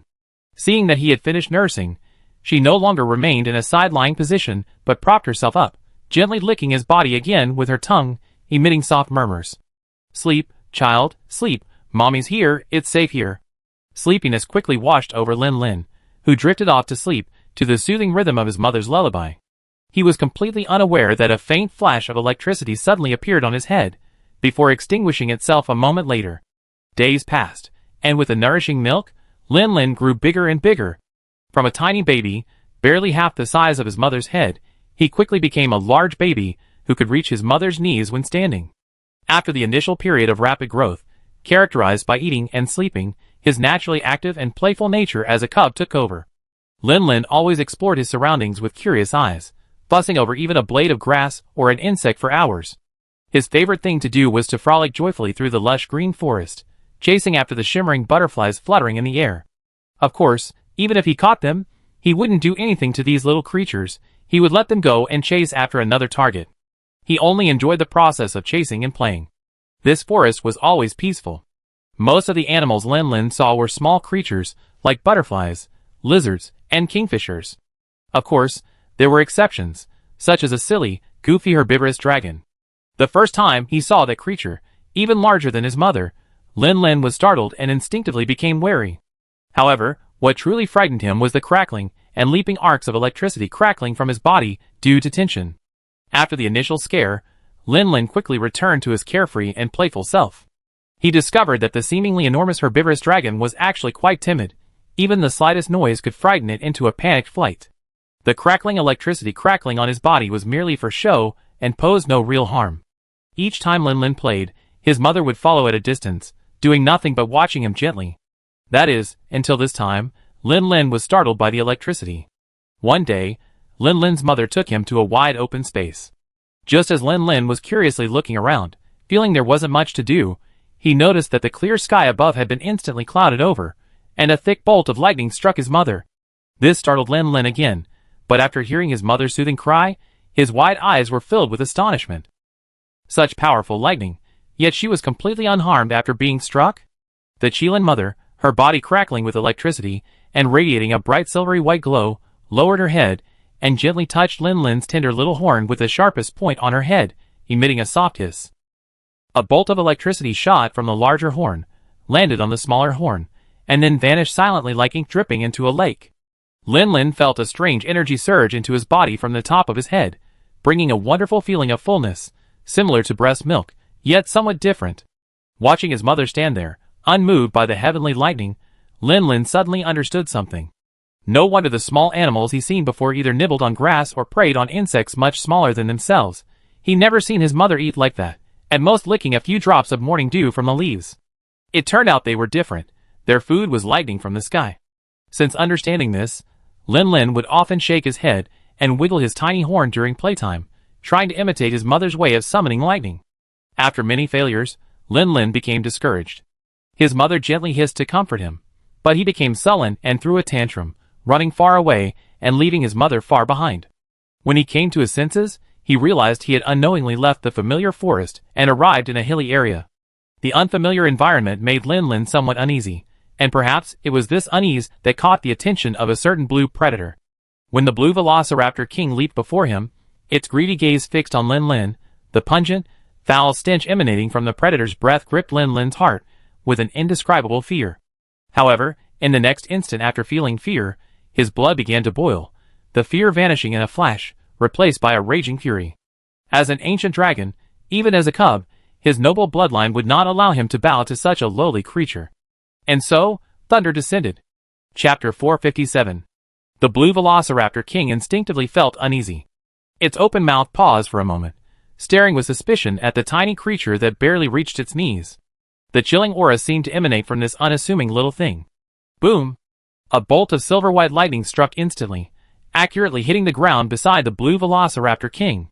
There was no way around it. The little Qilin had only just begun practicing, and wasn't yet fully proficient in controlling this talent. But it still startled the blue velociraptor king. Such overwhelming divine power had completely terrified the greedy predator. It dared not look again at the seemingly harmless white pony in front of it, turning and fleeing in panic, disappearing from the little Qilin's sight in a few breaths. However, at this moment, the little Qilin had no time to pay attention to the large blue creature. It stared at the charred ground ahead, filled with excitement. Bad news. This world doesn't seem to be as peaceful as it always appeared. Good news. It possesses the power to protect itself from those ferocious creatures. Boom! Another bolt of lightning struck, but this one was much thicker and brighter than the one the little Qilin had summoned earlier. Amidst the rumbling thunder, a faint wail seemed to be mixed in. The little Qilin was startled. It seemed it had only summoned one bolt of lightning, hadn't it? Whoosh! A hiss came from behind. The little Qilin turned its head, and saw that its mother had caught up without it noticing. Seeing the little Qilin turn around, the mother Qilin lowered her head, and gently touched the little Qilin's tender horn with a lightning horn on her head. Even among the ancient dragons, the Qilin is the most agile, with strong legs and excellent running ability. It can even transform into lightning and move instantly. How could it not catch its cub? It had already spotted the blue velociraptor king, but had remained hidden, not launching an immediate attack. After all, even ancient dragons are not entirely above the natural ecosystem. There are things that can threaten them. Overprotecting their cubs would only raise them into overgrown infants, defenseless against real danger. Now, it seems its cub has performed admirably, successfully awakening its racial talent as expected. Next, it needs consistent practice to master the control of lightning. Under its mother Qilin's tutelage, the little Qilin's control over lightning gradually strengthened, becoming increasingly proficient, while its size quietly increased day by day. Time stands still in the mountains, and the passing of years is unnoticed as the cold winter fades. Unbeknownst to many, the young Qilin has grown considerably, reaching near adulthood by Qilin standards. As the young Qilin matures, its mother's protectiveness gradually diminishes. She intentionally gives it space, allowing it to slowly leave her shelter and experience the harsh realities of nature. If all goes well, life will continue peacefully until the young Qilin reaches adulthood. Then, the mother Qilin will leave her child to continue her wanderings across the world. Unlike most ancient dragons, Qilin are considered by many anthropologists to be notoriously nomadic among ancient dragon species. This isn't due to their inherent nature, but rather a forced choice. What can they do? The world has a race like the golden lion, brimming with malice and targeting. Their superhuman resistance to lightning, their absurd strength, their arms and legs better suited for melee combat than their hooves, and despite not being large for a monster, they somehow manage to overpower a Kirin by a head. And this race, of all people, uses breaking a Kirin's lightning horn as a rite of passage to activate their inner power. Admittedly, there are strengths and weaknesses among the golden lions. Most of the time, the golden lions that target a Kirin aren't strong enough to break that horn. But the absolute elemental advantage also makes it difficult for the Kirin to find an opportunity to inflict a fatal wound on any daredevil who dares to offend the Elder Dragon's dignity. Winning brings no surprise, losing brings punishment. Kirins aren't stupid. After being harassed a few times, every Kirin will choose to avoid them if they can't afford to mess with them. However, the Rajang, a race with endless malice towards the Kirin, has another characteristic. These monsters, whose minds are consumed by nothing but fighting, eating, drinking, defecating, and sleeping, possess a tracking ability that surpasses even that of the scoutflies, only when searching for the Kirin. Despite their small size, the Kirin, with its powerful control over lightning, can hold its own against other Elder Dragons, including Elder Dragon-level creatures like the Deviljo. But against the Rajang's overwhelming advantage, it has no choice but to constantly run away. This is the fundamental reason why the Kirin is nomadic. If it stays in one place for too long, the persistent Rajang will often find it by its scent. This time, the reason the Kirin mother was able to raise her cub safely to its current state was entirely due to the habitat she chose. This forest where the cub grew up has a resounding name among hunters, Shuritzen Hill. And not far from Shuritzen Hill lies the ruins of a destroyed ancient kingdom, known as the Ancient Shurek Kingdom. The more powerful a creature is, the more it senses the terrifying, soul-chilling pressure permeating the air as it approaches this region, instinctively fleeing in fear. This aura is like a fated war. Mere contact evokes an endless sea of blood and a colossal evil capable of twisting the soul. When the Kirin mother, pregnant with her cub, unintentionally arrived here, upon sensing this aura, her first reaction was to flee. Coincidentally, she was targeted by a powerful golden lion at that moment.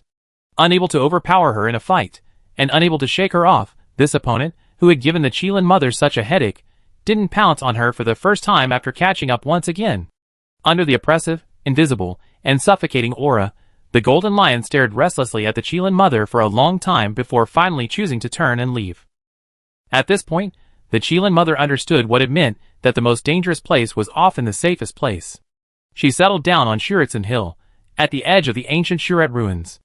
Although she could still feel that terrifying aura, it wasn't intense and was still tolerable. The strongest monster that lurked there was only the fire dragon known as the King of the Sky, Leorius. Without the endless harassment of the Golden Lion, these days were arguably the most peaceful time the Qilin mother had ever experienced. She could safely raise her cub, and barring any unforeseen circumstances, she and her child might settle here for life. But unforeseen events often occur unexpectedly. As the days passed, the Qilin mother felt an increasing unease. The oppressive aura she had become somewhat accustomed to seemed to be gradually intensifying. It was as if something slumbering within the ruins of ancient Shulet was slowly awakening. This feeling grew stronger, and the Qilin mother couldn't be sure whether it was because the terrifying being itself was gradually awakening, or because her neighbors were two ancient dragons, whose occasional flashes of lightning had stimulated her. Based on the fact that she always deliberately went to the other side of the forest hill, far away from the ruins of ancient Shulet, when absorbing lightning and training her cub's abilities, she believed it was more likely the former. In that case, she could no longer stay here. The mere aura emanating from that being carried such a terrifying sense of oppression made the mother Qilin acutely aware that it was not only powerful but also malevolent. Slaughter and death were its constant companions. It was definitely not someone to be trifled with. Once it completed its resurrection, all creatures in the surrounding area would likely perish. It had to leave. The little Qilin couldn't understand why its mother was suddenly leaving after such peaceful days. Based on its experience since birth, they were supposed to be the most powerful creatures in this region. Even the male fire dragons that always flew above the forest never dared to offend them in the slightest. What danger could there be? But no matter how unwilling it was, it couldn't change its mother's decision. Reluctantly, it could only glance back at the forest where it was born and raised before taking off on its own two legs.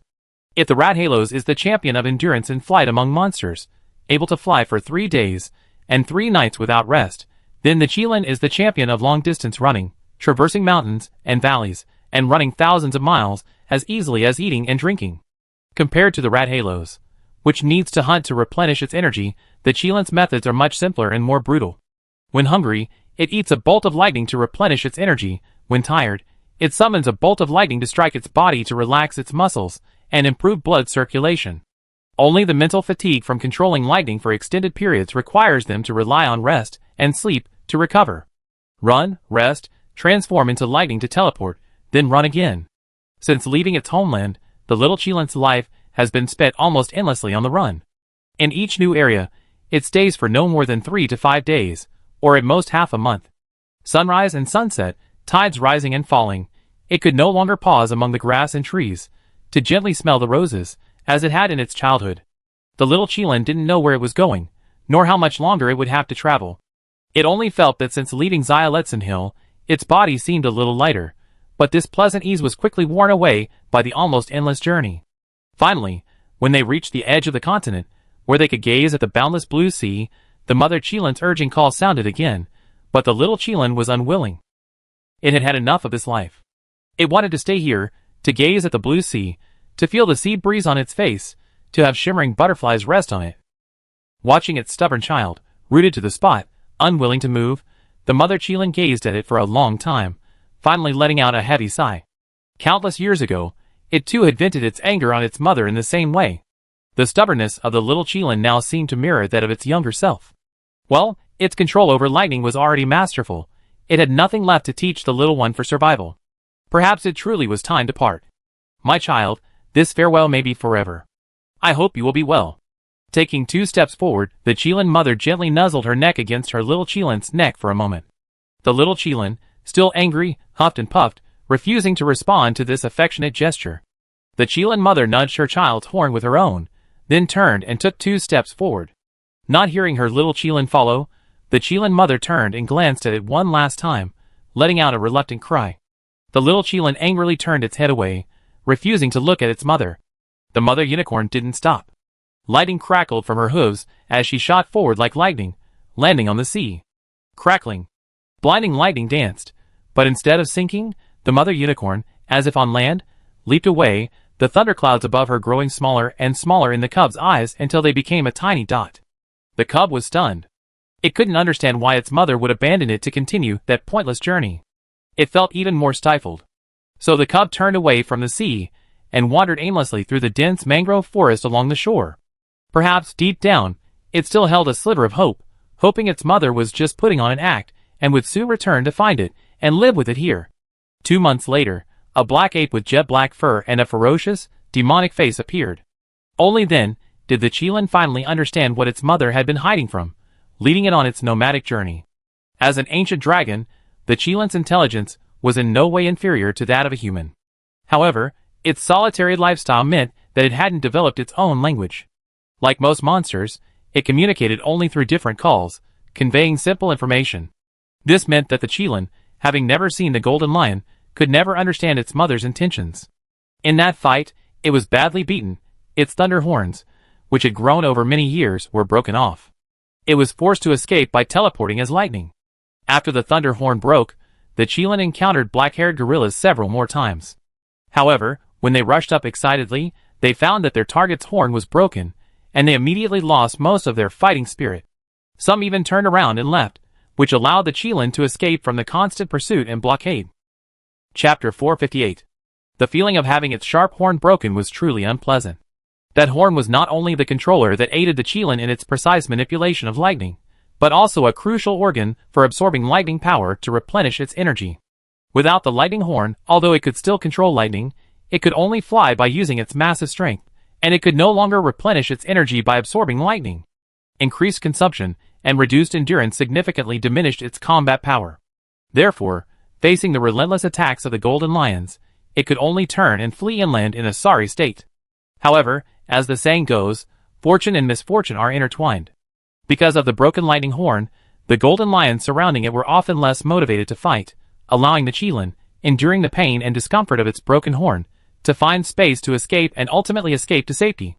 Having grown up in a peaceful and stable environment, the repeated attacks from the golden lions almost shattered its old worldview, leaving the Chillin feeling somewhat delirious for a long time, until it saw the azure sea again and finally came to its senses. Had it run in circles and ended up back here? If it had gone with its mother, perhaps it wouldn't be in so much pain. I really want to know where it went. What's on the other side of the sea? It's a good thing it hasn't seen a map of the Monster Hunter world drawn by humans, otherwise, it would know that it's actually going in the opposite direction, traversing an entire continent, running from the westernmost edge of the old world all the way to the easternmost edge. completely unaware of this, the Kirin subconsciously raised its hoof, lightly touched the water's surface, and then withdrew it. No, the thunder horn hasn't fully regenerated yet, and I can't control it with that precision. I need to find a place to rest. Thinking this, the Qilin turned its gaze to a massive mountain range in the distance, upon which lay a gigantic skeleton. It could sense an incredibly dense concentration of lightning power atop that mountain peak, enough to allow it to regenerate a new thunder horn. So, the Qilin chose to settle there. Of course, having learned its lesson once, it wouldn't stay in one place motionless again. Instead, every 10 days or so, it would wander around the surrounding areas, leaving its tracks throughout the primeval forest and even the surrounding dense woods. It had clearly learned from its previous escape experience that concealing its tracks was almost ineffective against the golden lion. So this time, it took a different approach. As long as it made its tracks cover the entire area and avoided staying on the mountaintop for too long, the golden lion would have a hard time catching up. The fact that it hadn't been disturbed by the golden lion during this period fully proved the effectiveness of Qilin's strategy. Absorbing the lightning power contained in the thunderclouds above its head every day allowed Qilin to quickly regrow an even stronger lightning horn than before. Qilin was confident that even if it encountered the golden lion again, this horn would not be so easily broken off. Without the golden lion's interference, Qilin's temperament quickly returned to its initial gentleness. It began to observe its newly chosen habitat and consciously drove away those ferocious monsters. Apart from special attackers, like the golden lion, which completely restrained them, it was not afraid at all even when a Deviljo appeared, manipulating lightning to strike. While wandering the mountains, Kirin would watch the palico diligently digging, the folio leisurely blowing bubbles, the comical struggle between the strange ape and the peach-furred beast king, and the clumsy leggy dragon wrestling for mating rights. But upon returning to the summit and absorbing the dense thunderous energy, Kirin inadvertently discovered something interesting. The thunderclouds shrouding the sky here appeared to be rootless, floating clouds, only a small cluster covering the peak, but this was not the case. Initially, fearing it might accidentally drain the thunderclouds, Kirin would activate its ability after each absorption, manipulating celestial phenomena to strengthen them. However, upon returning from its wanderings, it discovered that the thunderclouds hadn't shrunk at all. This piqued Kirin's interest. This time, after absorbing thunderous energy, it didn't immediately replenish the thunderclouds, but instead continuously sensed the state of the sky. It then discovered that even without its action, the thunderclouds above were slowly replenishing and growing until they returned to their initial size. This phenomenon intrigued the Qilin, so during the regeneration of its thunder horn, it repeatedly observed and sensed, trying to understand why thunderclouds had formed and what was replenishing its energy. Until recently, its thunder horn successfully regenerated, and it was considering whether to travel across the sea or stay and explore this mysterious thundercloud, when suddenly it noticed the thundercloud becoming restless, with silvery white lightning striking down repeatedly. After subconsciously controlling the thundercloud to stop its agitation, the Qilin finally realized that the source of the agitation was beneath its feet, within the enormous skeleton, the restless life energy remaining within that skeleton. This life energy, originally hidden deep within the bones, circulated endlessly, nourishing all the creatures that grew there, ultimately creating the unique ecosystem of this primeval forest. The thunderclouds on the mountaintop were because this was the core of the energy cycle, overflowing life energy gathered here, forming this unique natural landscape. What a powerful creature! Even in its extinction, its remaining energy was still enough to create such a vast and continuous mountain range. But why did it suddenly become restless? It felt as if it had encountered something unclean, instinctively resisting contamination. The Qilin slowly opened its eyes, smelling the faint evil scent in the air, its body blazing with lightning. Boom! When the lightning dissipated, the Qilin had left its original mountaintop and appeared before a monster with a white gold body. The creature's color seemed to carry a sacred aura, but the dense black wind surrounding it filled the Qilin with an instinctive aversion. Thus, a great battle was about to erupt. What happened next, Lin Lin knew very well. It was precisely because of this that, when he transformed into a Qilin and was being torn apart by the mad dragon-turned-golden lion, his head throbbing with excruciating pain, he finally snapped back to reality when he saw himself being struck by a shield from the sky, leaving the golden lion stunned. Before even opening his eyes, Lin Lin felt something furry covering his head and face, tickling him. "Human, you're awake?" Lin Lin sat up straight, his head still a little fuzzy, when he heard a crisp, clear voice, like that of an innocent young girl, full of naivety and whimsy. I accidentally fell asleep." Lin Lin rubbed his head, answering subconsciously, then suddenly realized something was wrong. Where did this girl come from in this desolate wilderness? Turning his head, he met a pair of clear, ruby-like eyes, those eyes sparkling with affection and curiosity. Thank you, human. I feel much better. The girl's voice still echoed in his mind. Lin blinked, finally coming to his senses. You're a Qilin? The Qilin tilted its head, its gaze fixed on Lin. Qilin? Is this what you humans call me? Lin took a deep breath. Having witnessed the Fengshan dragon's example before, he quickly grasped the situation. His guess about his ability was correct. The blood of the ancient dragon was indeed the key to forming resonance. However, this ability wasn't something that could be instantly refined simply by drinking blood. Before that, he would first experience the memories of the resonance object in the form of a dream, and only then would he form a stable resonance connection like with Mrs. Fengshan Dragon. To be precise, it's about your entire race. The Qilin's movements didn't change, but there seemed to be a hint of emotion in its voice. I just had a dream where I became you. Although it was fragmented, I felt like it was your memories. Lin showed no surprise. Although the resonance was a connection he had forcibly established unilaterally, it was still bidirectional after it was established. It wasn't surprising that the Qilin could dream of his own memories. Besides being called human, each of you has a name. I know your name is Lin. I also want a name, not just Qilin, which is used to refer to our race. Lin. You know that? Wait, what's with this strange focus? You just went through a major battle and barely recovered from your injuries. Why are you immediately concerned with this kind of thing? Shall I give you a name? The Qilin blinked, its eyes sparkling with excitement, its voice lightning. Okay. Let me think. In my hometown, the Qilin is considered a symbol of good fortune, a legendary sacred beast. The Lin in my name represents my hope that I can be as benevolent as the Qilin. Your name, how about? Xianlin. Oh no, this name would remind him of a woman who always kept saying, I'm so stupid, really. Suddenly, Lin seemed to have an idea, and clapped his hands forcefully. Lingrui. How about Lingrui? Ling sounds similar to Lin, which suits your agile movements and bright eyes. Rui represents auspiciousness, which also matches your preference for a peaceful and tranquil habitat. The Qilin blinked, and Lin could clearly feel its excitement. If Lin weren't still beside it, it probably would have jumped up and hissed, jumping around and shouting, I have a name. I have a name. After a short while of excitement, Lingrui turned its gaze back to Lin, and the girl's voice echoed in his heart. I'm really grateful for your help this time. I'd like to give you a small gift as a token of my gratitude. Lin waved his hand, intending to refuse. After all, even if you're an ancient dragon, a Qilin, what good stuff could you possibly have that he couldn't get? You can't exactly give me your own materials as a gift, can you? Then his jaw nearly dropped.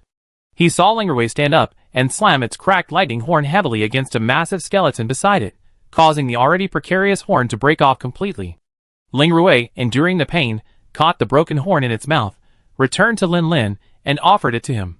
I know you humans use materials from other creatures' bodies to make weapons and armor, and the more powerful the creature, the more sophisticated the equipment. Take my horn, it should be able to help you. This. Lin was speechless, unable to utter a word for a long time. In his view, this gift of gratitude from the Qilin, given at the cost of injuring him, was far too heavy, its weight was unbearable. Seeing that Lin hesitated to take the gift, Lingrui tilted his head, his voice tinged with doubt. Do you think my horn isn't good enough? Don't be fooled by how that wretched golden lion almost broke it off. It's a crucial organ for controlling lightning and absorbing energy. Equipment made from it will definitely be of high quality. No, I just think this gift is too precious. I helped you not to take advantage of your kindness, and certainly not for your horn. He only wanted to build a good relationship with the other party. Maybe he could ride it in the future. The Qilin stared at Lin for 2 seconds, as if realizing something. I know, you're worried about me. Lin, huh? Right. Oh yes. It's alright, my horn can regenerate. This horn was structurally broken in the previous battle. Even if it's barely repaired, its strength will inevitably decrease. If I encounter the golden lion again and get caught, it will break again. My horn broke once before, and this one regenerated later. It's much stronger than the previous one, which is why the guy couldn't break it off and eat it on the spot. I believe the horn that regenerates later will be even stronger than this one. At that time, maybe the golden lion won't be able to do anything to me. Lin was silent for a moment, then finally sighed softly, reaching out to catch the lightning horn, whose surface still crackled with electricity from time to time, and tucked it into his waistband. Despite wearing the highly conductive transforming ice shark suit, Lin Lin didn't feel any discomfort when he received the horn, as if the horn itself had actively collected all its contained energy. Lin Lin gently stroked Ling Rui's head, combing its silver-white mane, his gaze falling on the broken part of the lightning horn, where electricity flickered. "Does it hurt?" Ling Rui shook its head, squinting its eyes, seemingly quite enjoying Lin Lin's grooming. "It's alright. It only hurt a little when it first broke, but it'd be much better after a while. Thanks to your medicine."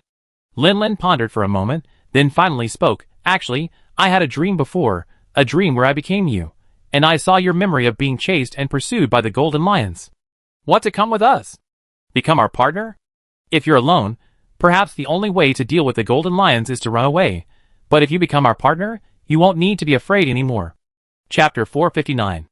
Ling Rui was visibly stunned, her large eyes filled with confusion. Partner? Yes, a partner. Considering the Qilin's solitary nature most of the time, Lin Lin rephrased it to make it understandable. A partner is someone you share food with when foraging, stay together for warmth when resting, help each other in battle, comfort each other when feeling down, and share good things when happy. Something like that. Now Ling Rui understood. So-called partners were actually like mothers caring for each other. And it was mutual. That meant she had to care for Lin Lin like a mother cared for her, and Lin Lin had to care for her like a mother. Ling Rui's ruby-like eyes carefully examined Lin Lin's body. Although he looked quite small, having witnessed his battle with the golden lion, Ling Rui knew very well how powerful this body was. "It's decided. Lin Lin is the man who can become my mother." Thinking this, Ling Rui's long, silvery white mane swayed from side to side, her voice filled with excitement. "Okay, Lin Lin. No, your understanding of partnership is definitely drastically flawed. Don't let Xiaoya mislead you." Lin Lin stretched out his hand, hesitating, his mouth opening and closing 3 times before finally saying nothing and letting out a deep sigh. "Forget it, let's leave it at that. It seems very difficult to correct Ling Rui's views. I explain it slowly later. So will you live here with me from now on?" Meeting Ling Rui's clear, unadulterated gaze, Lin Lin looked troubled. "We are hunters. Our actions are not for ourselves, but to protect all our kind. Until retirement, it's impossible for us to stay in one place for long. Besides, I have other companions. They need me too. I can't abandon them for you." "Oh, I see." Ling Rui's tail stopped swishing, hanging silently behind it, just like its lowered gaze. The innocent and young ancient dragon's emotions were almost entirely written on its face. Even without the ability to sense thoughts, Lin Lin could see the sudden despondency. Lin Lin raised his hand, gently stroking the silver-white mane on Ling Rui's neck, his tone gentle. "Perhaps after I retire, I can come here to keep you company every now and then. But Ling Rui, is this place really that important to you?" Ling Rui tilted its head slightly, looking at Lin Lin with a questioning gaze. "You can come with us, to see the scenery of our human cities and villages, a magnificent sight you can't see in the wild." Hearing this, Ling Rui's gaze shifted to the massive skeletons forming the surrounding mountain peaks, a hint of hesitation appearing in its eyes. The saying goes, it's hard to leave one's homeland. It had been forced to leave its birthplace, wandering for so long, unable to find its way back, unable to see the familiar grass and trees. This primeval forest was its second home. It had only just settled down. Was it really going to have to say goodbye again? Lin Lin listened to Ling Rui's thoughts, understanding the reason for its hesitation, and couldn't help but smile, saying, "It's not like you're never coming back. If you miss home, come back anytime. Treat this as a journey together, to see scenery you never seen before. When you're tired and weary, come back here to rest. Besides..." Lin Lin hesitated for a moment, carefully recalling the forest hills where Ling Rui was born in his dream. He felt the terrain there was somewhat familiar. It seemed that part of it overlapped with the Xiao Retsun hills he had visited before. "If I have the chance, I also like to visit the forest where you were born. Of course, that's assuming it doesn't disturb Miss Mira. He doesn't want to become Myra's master secret roast meat along with the Qilin. Or he could wait until the guild has gathered its strength and successfully defeated it." Lin Lin's words clearly touched Ling Rui's heart deeply. It suddenly raised its head, its crimson eyes meeting Lin Lin's. "Really? Really? I've been to that area before. Comparing it to my memories from the dream, it's easy to find the place." The ancient dragon girl's emotions were like a roller coaster ride. Hearing this good news, it felt as if it had soared to the highest heavens. The entire dragon was floating on air. Then, Lin Lin's next words pulled him back to reality. "Getting you there isn't difficult, but we have to wait for an opportunity." "Why?" "Because it's near the ancient kingdom of Zyriad, And within those ruins slumbers a forbidden being, a nightmare for all living beings in reality. Even ancient dragons fear its power. According to current intelligence, it has begun to awaken from its slumber, and perhaps it will fully awaken in a few years. That's why your mother insisted on taking you away back then. Hearing Lin Lin's words, Ling Rui subconsciously recalled the inexplicable ease and joy she felt at the beginning after her mother forcibly took her away from her homeland. Combined with the information Lin Lin had just revealed, she finally understood that the ease might not have been unfounded, but rather the release of the oppressive aura of the terrifying being that had weighed on her since birth. With such a terrifying being, will we still have a chance to go back? We will. Lin Lin's voice was firm. Even if we can't go before it awakens, we definitely have a chance after it's defeated. Ling Rui's eyes were filled with confusion. You said it yourself. It's a being that even ancient dragons fear. How could it possibly be defeated? Lin Lin smiled mysteriously. Because I read the script. A question mark formed by lightning appeared on Ling Rui's forehead. It remembered seeing similar scenes frequently in Lin Lin's dreams, knowing this was a way of expressing its confusion. In the ruins of the ancient city of Shurit, the guiding azure star faced its destined war, Miraborius. Under his leadership, the human alliance fought a bloody battle, suffering heavy casualties, and finally succeeded in defeating him. This is the inevitability of fate. The destined war will eventually meet its destined end. Lin Lin shook his finger like an old charlatan, his face full of certainty. A moment later, he suddenly asked, puzzled, wait a minute, since you saw my memories in the dream, how could you not know this? Ling Rui was completely bewildered. Should I know? I already said that memories and dreams are fragmented. You could only see the general outline. Besides, that dream was too absurd. It even had things like a running metal shell and a towering nest. If it weren't for some parts one could recognize, I would have really thought it was just a dream. However, Ling Rui didn't dwell on this topic too much. Seeing the certainty on Lin Lin's face, it felt much more at ease. Hopefully, that terrifying being can truly be defeated, so it can return to its homeland. So? Decided to come with me? Lin Lin tried again to seduce the naive ancient dragon girl. Aside from wanting a mount, he had another consideration.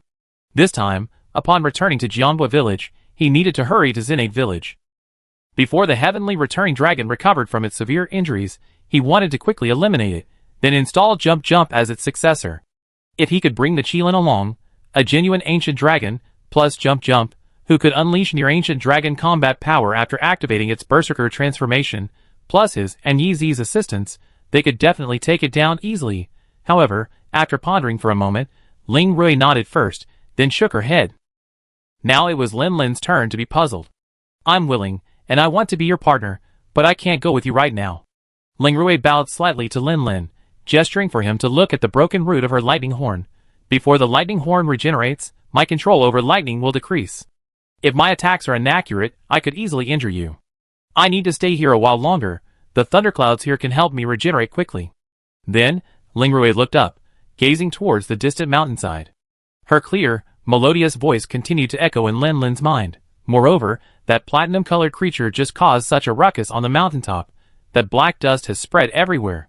Although it can't invade my body, those weaker creatures certainly can't withstand it and will be corrupted, becoming accomplices in the chaotic spread. I have to stay and clean up this filth. I don't want to see this place turn into a bloody and brutal killing field. Lin Lin was silent for a moment, then finally nodded. Although he still really wanted the ancient dragon's fighting power, Lin Lin didn't say anything like, what you're doing is just treating the symptoms, not the root cause. If you don't kill that sky-returning dragon, the same chaos will continue to occur everywhere. After all, with only a few hunters in Jianhua village, dealing with the steel dragons in the dense forest was already a headache. Without Qilin, it might not be long before the entire primeval forest turned into another sky mountain, becoming a new arena for the Black Eclipse Dragons Battle Royale. As a hunter, his duty also included maintaining the ecosystem, and the scenario described above was undoubtedly something he didn't want to see. Lin Lin smiled, and vigorously ruffled Ling Rui's silvery white mane. It's settled then. You stay here to contain the spread of the mad dragon virus. I go to Sky Mountain and take down the source. Once you finish your work here, I come pick you up, and we travel together. Ling Rui was about to nod when it suddenly felt something was amiss. If you already left, how will you know I finished my work? Lin Lin smiled but didn't speak. Instead, he pointed to his head. Did you think our communication relied on face-to-face interaction? Ling Rui's eyes widened instantly. Only now did it suddenly realize that this human, with whom it communicated more smoothly than its mother, spoke words directly into its mind. What it truly understood wasn't the language spoken, but the spiritual intent transmitted through it. Feel it carefully. Can you sense the invisible connection between us? When that time comes, just say it to me in your mind. I hear you. Whoa. Lingerway tilted its head back and let out a long hiss, indicating that it was a deal. In the forest a little further from the summit, Yezi paced back and forth anxiously, sometimes looking up at the thunderclouds gathering at the summit, sometimes turning to look at Jumpy, who was fast asleep beside her, and sighed helplessly. Don't worry about Boss Meow. Don't forget his abilities, Meow. Date scratched Yezi's shinbone, comforting her. Having listened to Yezi's account of the previous events, it now looked quite certain. Boss definitely wants to befriend that Qilin too, Meow. He's done this more than once before, and the same thing happened with the Mizuki dragon in the water forest, Meow. Besides, elder dragons aren't unintelligent, and Qilins are among the more docile of the elder dragons. Boss even fought the golden lion to save it, so it definitely doesn't harbor any hostility towards him, Meow. Otherwise, Boss wouldn't have specifically sent you all back. It's definitely because that Qilin is wary of Jumpy, Meow. Hearing this, Yezi sighed softly, stopped pacing, and found a rock to sit on. I hope so, but what about Jumpy? Her gaze fell on Jumpy again. Jumpy's head was resting on its winged claws, clearly fast asleep. Ever since bringing out the corpse of the mad dragon transformed golden lion, Jumpy has been very excited. As soon as it landed, it couldn't wait to open its mouth and start gnawing. The first thing it swallowed was the golden lion's heart, which was purplish black from being filled with the mad dragon virus. And the result? Jumpy's eating speed slowed down more and more. After finally swallowing most of the golden lion's flesh, its movements became somewhat unsteady, looking almost like it was drunk. A short while later, it collapsed to the ground and fell fast asleep. Perhaps for the black devouring dragon race, a high concentration of the mad dragon virus is a super supplement. Eating too much in a short time can cause symptoms similar to carbon dizziness? Don't worry, boss. Nia Lu scratched Yoko's shinbone from the other side. Jumpy's vital signs are stable, and according to my careful examination, its breathing is gradually becoming longer, and its heartbeat is gradually becoming stronger. In short, it's getting stronger quickly. Don't worry. Yoko nodded, but her expression didn't relax much. She was clearly not reassured. Are you worried that some monster might attack Jumpy, Meow? That's impossible. We're not far from that Qilin, and there was just a big battle nearby. How could any foolish monster dare to approach, Meow? That's true. Yezi sighed softly. Perhaps this was just worry blinding her. Unable to see Lin Lin's condition, she couldn't help but worry about this and that. Yezi! You're here? Hey! Why is Jumpy asleep? Chapter 460. Lin Lin cleaned up the battlefield, collecting the scattered ancient dragon materials, before bidding farewell to Qilin Lingerwei and finding Yi Zi and Tiao Tiao. So, it ate too much nourishing food and fell into a deep sleep to digest the energy. Hearing Yi Zi and the two cats explaining the situation, Lin Lin understood what had happened and fell silent, looking at the soundly sleeping Tiao Tiao. TSK, if that heavenly returning dragon hadn't molted first, Tiao Tiao might have already evolved into a heavenly returning dragon.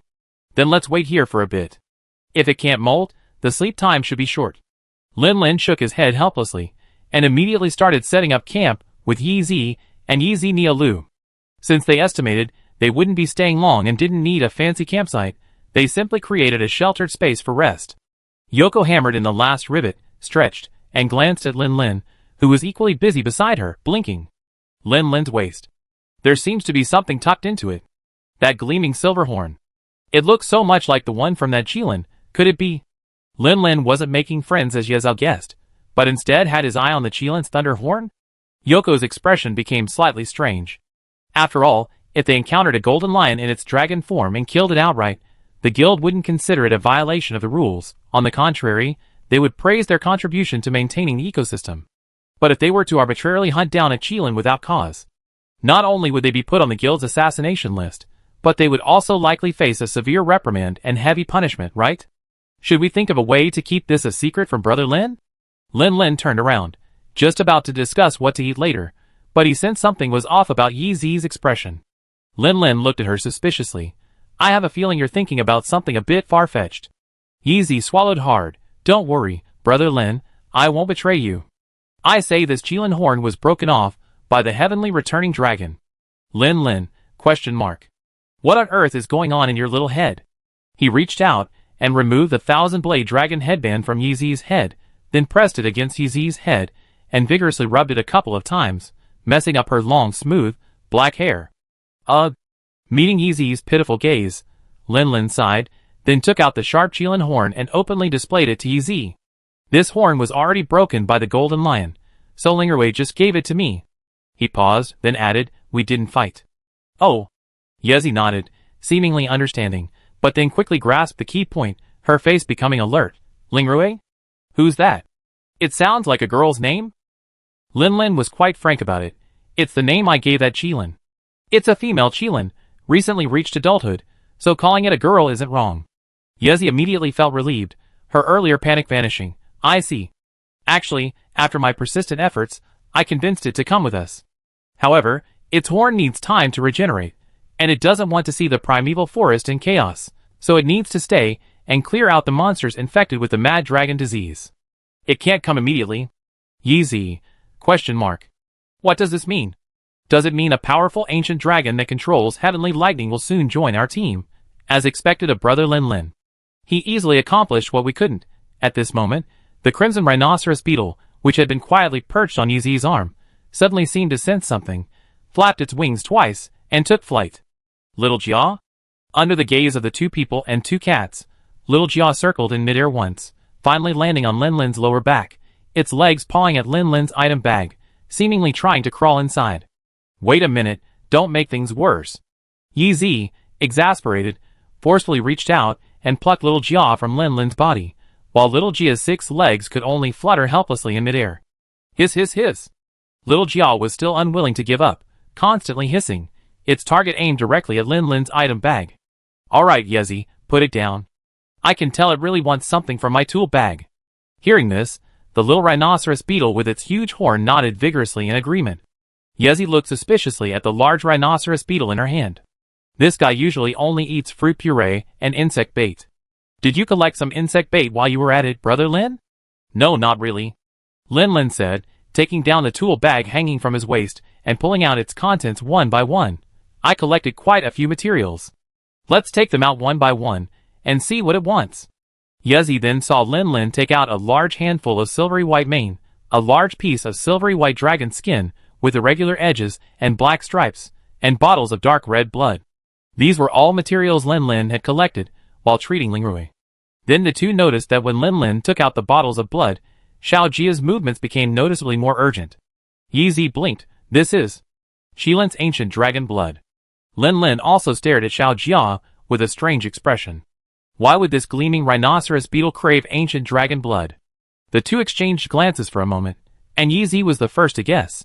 If we're talking about ancient dragon blood, then it's only from the battle at Lingfeng last time, right? Back then, Xiao Jia helped me collect essence, biting the Longlong several times. And after that, I noticed that when Xiao Jia attacked with me, it sometimes absorbed some water attribute energy. Could it be because it drank the Longlong's ancient dragon blood, causing some unknown changes in its body? Lin didn't mince words. Why don't we try and see? He directly unscrewed a small bottle of Qilin blood and held it to Xiao Jia's lips.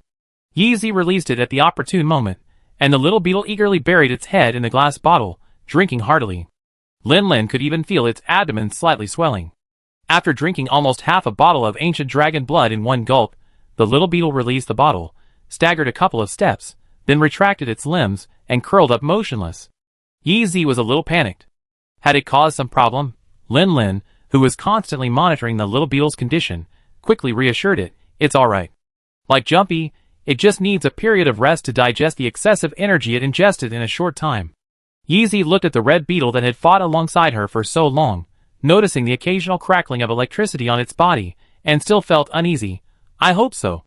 The next day, just as dawn was breaking, still immersed in a sweet dream, Jumpy felt a faint itch all over its body. Although the sensation was very weak and lasted only a moment, like a hallucination, it still unconsciously scratched its head with its wing claws. Awake? Lin patted Jumpy's head. This guy was really reckless in scratching. Didn't it know how strong his claws were? It had even scratched white marks on its scales. Roar? Jumpy was still a little sleepy, looking groggy. Now that you're awake, let's get moving and hurry to Zinard Village. Once we take down the guy, and you complete your transformation, you can sleep in as much as you want. Reminded by Lin Lin's words, Jumpy's mind flashed back to the gleaming white gold body in the black wind, and the frustration of being forcibly suppressed in a direct confrontation. Roar! It perked up almost instantly, raising its head and letting out a loud roar as it aggressively rose to its feet. Are kings and nobles born with a special destiny? It can sit on the throne of the heavenly dragon, but I can't? Kill! As Jump roared, the crimson rhinoceros beetle lying quietly on the ground in the makeshift camp nearby seemed startled. Its body suddenly trembled, followed by a bright arc of electricity that struck the windproof canvas, cleaving a small gash in it. Buzz! This burst of electricity released some of the excess energy within its body, and little armor seemed to awaken as well, its wings rapidly flapping, emitting a deep, resonant buzz. Little stag beetle, how are you? Are you alright? Yeezy asked anxiously, circling the crimson beetle and looking it over. Buzz? Little stag beetle continued to respond with a buzzing sound. Yeezy wasn't sure if it was just her imagination, but after the battle at Spirit Peak, little stag beetle seemed much smarter than before, able to understand most commands. And now, after drinking half a bottle of ancient dragon blood, the insect seemed even more intelligent. As if to prove itself, or perhaps to show off its newly acquired power to its master, little stag beetle hovered in midair, aimed at a flat rock not far away, and then darted towards it. Clang! A sound like metal clashing rang out, and a dent appeared on the hard rock surface, the surface of which was also damp. Little stag beetle paused briefly in the air, its crimson horn undamaged, before immediately swooping down again and crashing into the same dent in the rock. Crack! A burst of silvery white electricity erupted from the small insect's body, exploding into dazzling sparks upon contact with the wet stone slab. The flat slab, surprisingly, developed a large crack from the impact. Yoko's mouth practically formed an O, sug. The combat power of an insect glaive user is mainly divided into two parts, the hunter's own fighting ability and the support insect glaive. Before today, Yoko's battles almost entirely relied on her own strength against monsters. The small insect primarily served a functional support role, absorbing essence to strengthen Yoko, transporting items, triggering traps and mechanisms inaccessible to Yoko, and firing signal flares for help when Yoko was on the verge of collapse. After all, with such a small insect, the meager physical damage from its impacts and bites was hardly enough to effectively kill a massive monster. However, after drinking the blood of two different ancient dragons, Xiao Jia simultaneously gained the ability to control water and lightning energy. Although its strength was vastly different from the original ancient dragon, as Xiao Jia had just demonstrated, the combined power of these two elements allowed it to unleash far greater destructive power than before. I wonder if feeding Xiao Jia the blood of other ancient dragons of different elements would allow it to master the remaining three elements. Yeezy couldn't help but daydream. If that day ever came, perhaps Xiao Jia alone would be enough to defeat some ordinary large monsters? Mighty Insect Daddy. The leaping roar not only startled the sleeping Xiao Jia, but also Ling Rui, who was resting on a nearby mountaintop. As the sound waves spread, a bolt of lightning suddenly struck the sky. After the lightning subsided, an ancient dragon radiating silver-white lightning appeared beside the temporary camp. Sensing the appearance of the Qilin, Tayo tensed up immediately, looking warily in its direction, ready for battle. Lin Lin placed a hand on Tayo's head, using minimal force, yet easily subduing it. Alright, relax a bit, Ling Rui isn't the enemy. Ling Rui's gaze lingered on Tayo for a moment before landing on Lin Lin, its clear voice echoing in Lin Lin's mind. I thought you left yesterday. A small accident happened, causing a slight delay. I'm about to leave now. Yezi and the two cats were momentarily stunned by Lin Lin's abrupt words, but quickly realized that the Qilin, which had teleported in, seemed to be merely watching them silently, but in reality, it was already communicating with Lin Lin in their minds. Are you leaving this time to chase after that evil platinum dragon? Yes, judging from its indiscriminate release of scales in the primeval forest, this thing will wreak havoc on the ecosystem wherever it goes. We are hunters who protect the ecosystem. How can we stand idly by? Ling Rui's red eyes fixed on Lin Lin, then swept over Jump, Yezi, Date, and Nile. I believe in you. You will succeed. I'd be waiting for you here. Don't forget our promise to travel together as partners.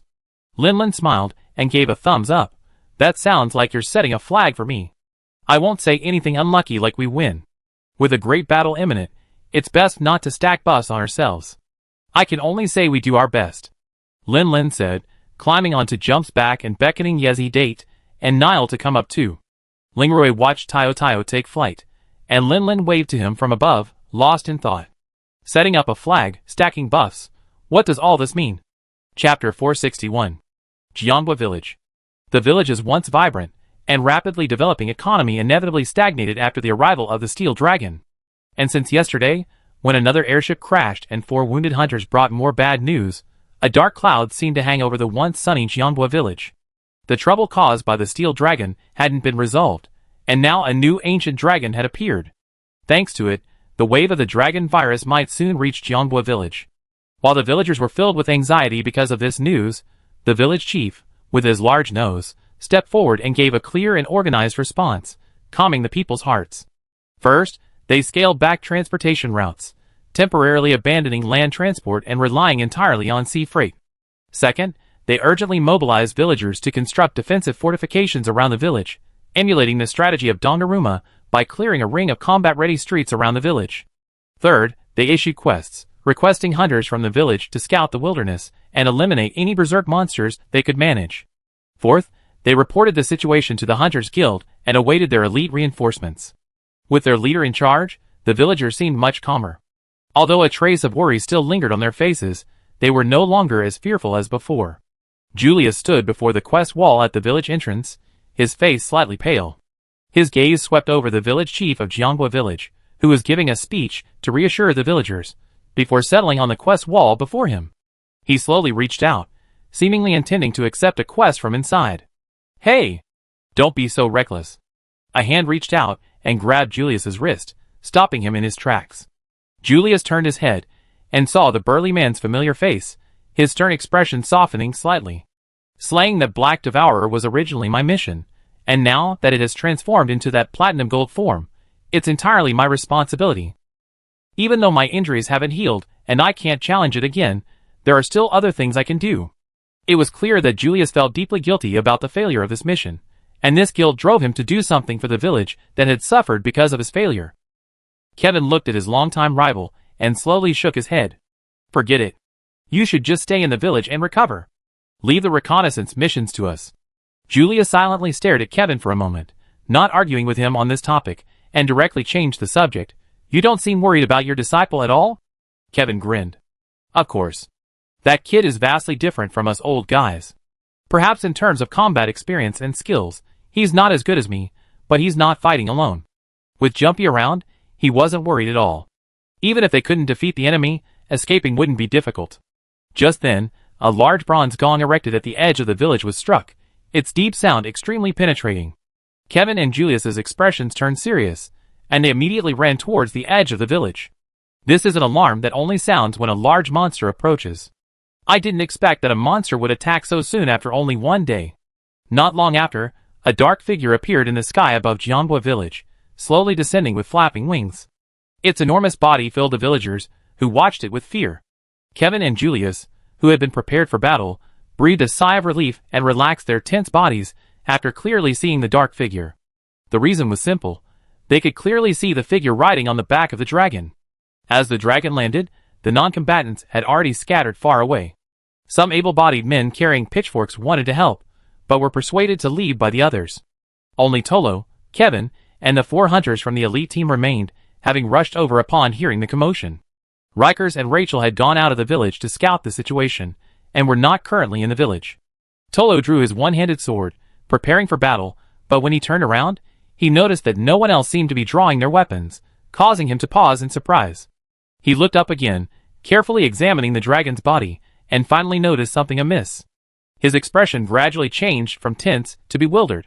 "Am I hallucinating? Why do I see 2 people and 2 cats riding on the back of this black corrosive dragon?" Phew. Landing back on the ground, Lin flipped off and looked around at the lavish welcome he received. A slight twitch appeared on his lips. "Sorry, I was in a bit of a rush and accidentally made a grand entrance, startling the villagers." Julius immediately stepped forward and cut to the chase. "How is it? What's the situation? Can you confirm the whereabouts of the black corrosive dragon and the Qilin?" Lin nodded and looked around. "Well, it's still good news, I suppose." Julius visibly breathed a sigh of relief, and not only him, but the other 3 members of the elite team did as well. Thankfully, nothing irreparable had happened, otherwise, this defeat would have been a permanent wound in their hearts. They were evenly matched, but I intervened in the battle, and the result was that the heavenly returning dragon was driven back from the primeval forest, while the Qilin was also seriously injured. Heavenly returning dragon? Aiden murmured the name. Lin Lin, knowing that the heavenly returning dragon was appearing in the guild site for the first time and didn't yet have a name, added, "Remember that ancient book I mentioned before? I named the Black Eclipse Dragon after its transformation based on information from that book." Kevin, confused, was about to ask when Julius pulled him back, whispering, "I tell you later. Let's understand the situation first." Then, taking advantage of the Qilin's injury and weakness, a mad dragon transformed into a golden lion appeared on the battlefield, attempting to forcibly break off the Qilin's horn. Based on the mad dragon's size and some chaotic thoughts, Lin Lin could basically confirm that this was the same golden lion that attacked them at Mount Eld. Its mad dragon disease was most likely caused by Jump, but there was no need to reveal this less important information. The guild has given special permission that any monster that has transformed into a berserk dragon must be hunted down immediately upon discovery. The procedure can be supplemented later, so I dealt with a golden lion and incidentally rescued the Qilin. Kevin frowned. He felt that Lin Lin's words were somewhat euphemistic, and it seemed as if the kid had attacked the golden lion to save the Qilin. However, thinking back to the associations he had when he first found Lin Lin and heard his name, Kevin suddenly felt relieved. Legend has it that Qilins raise abandoned human orphans, and the method of crafting one-handed swords using Qilin materials was said to have been passed down from a Qilin child. Is there a problem with a child raised by a Qilin rescuing it when it's in danger? No, it's perfectly reasonable. There's no need to go into the details of the battle. In short, the result was that the mad dragon transforming golden lion was successfully defeated, and I also managed to build a good relationship with that Qilin. It will clear out the monsters infected with mad dragon disease from the scales scattered by the heavenly returning dragon in the primeval forest, so there's no need to worry about any ecological disruption there. Thaddeus was about to ask Lin Lin how he knew the Qilin would do this, but after glancing at Jumpy, who stood behind Lin Lin like a guardian angel, he fell silent. Even such a massive monster can become a partner, so what's so strange about this kid knowing this? Just then, Lin Lin noticed Toro, who looked dazed and seemed quite distressed, and couldn't help but ask with concern, "Brother Toro, are you alright?" Called by name, Toro seemed to finally come to his senses, snapping back to reality. He glanced at Lin Lin, then at Jumpy. What's going on? Isn't this supposed to be a captured monster?"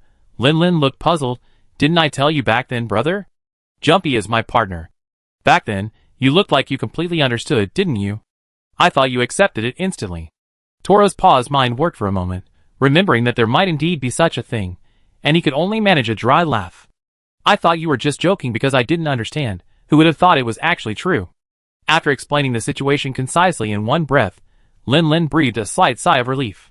He had noticed while he was on Tiao Tiao's back that Jianghua village now seemed much more tense than when he first arrived, mostly because of the news of the heavenly returning dragon brought back by Julius and his group.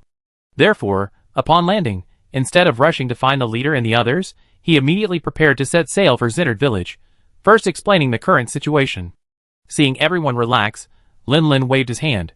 "That's the situation. There shouldn't be any major problems in the primeval forest right now. The only thing to watch out for is the heavenly returning dragon." He continued, using a fictitious ancient text as an excuse to reveal information. According to that ancient text, after the heavenly returning dragon molts, it scatters scales far larger than those of the Black Eclipse dragon. New Black Eclipse dragons will be born from the bodies of monsters that die from the heavenly returning dragon's disease, completely reshaping the ecosystem where the heavenly returning dragon is located. Even putting that aside, our numerous battles and chases have already made that guy. It's filled with hatred for humans. Once it spots them, it will attack without hesitation. Therefore, for both personal and professional reasons, we must eliminate that guy as soon as possible. Kevin shook his head. "You kid.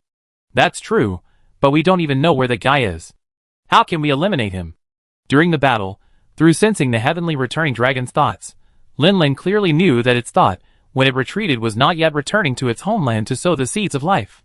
Therefore, it could be basically confirmed that its destination was, as in the original story, the forbidden area of Sky Mountain.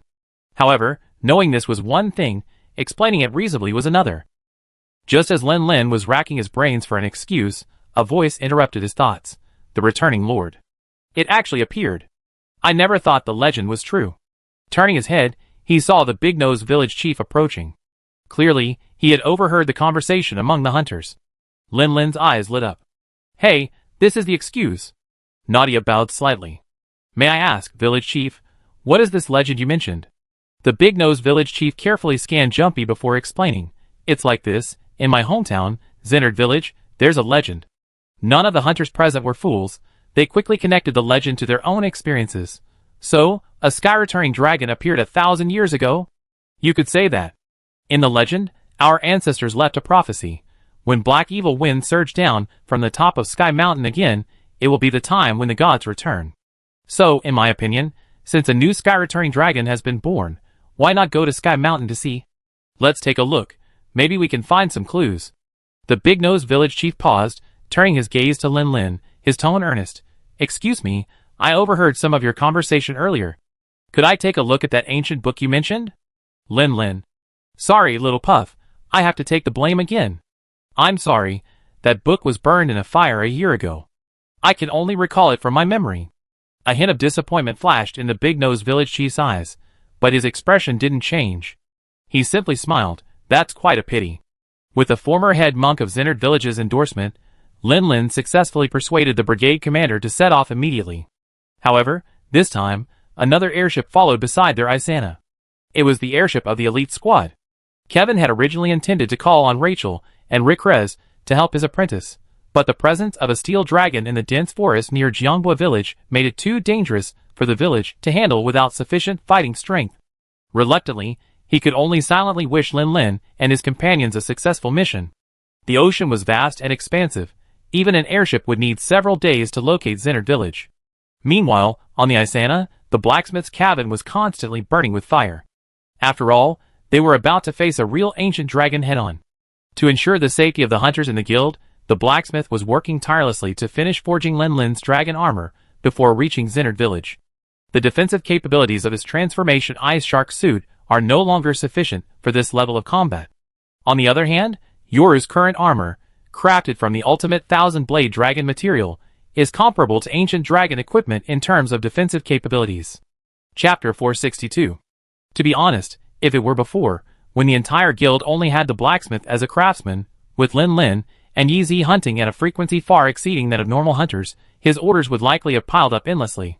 Fortunately, now that he had taken on a little apprentice, Gemma, who could help out, his work efficiency had improved considerably. However, even so, when the blacksmith took a break from work, thinking about the ever-increasing number of orders he had since Lin Lin and Yi Zi joined the guild, he would sigh with melancholy. In just 2 or 3 months, the orders he handled included the already completed ultimate thousand-blade dragon shield axe and armor, the armored dragon armor and shadow spider insect glaive that were now in their final stages, the heavy beetle armor and Kirin armor that came in after returning from the primal forest, and even some equipment for Jumpy, which he was working on with date. Well, given Jumpy's current size, a full set of armor like it did when it was a Velocidrome is out of the question. However, there are some amazing tools that will be used in later battles. At first glance, the workload might not seem too large, but the materials used are at least weak against boss-level monsters. The difficulty in processing them is completely different from basic ores, or even monsters like Jagras and Velocidrome. The total transaction value from these orders alone is enough to keep most blacksmith shops in East Dorma closed for an entire year. Among the newly added orders, the heavy beetle armor was one of Lin Lin's goals for this trip to the primal forest. Its inherent protective effects include artillery, sharp edge, and defensive performance, as well as Hero's Shield, which can completely ignore some weak attacks due to the strength of the materials.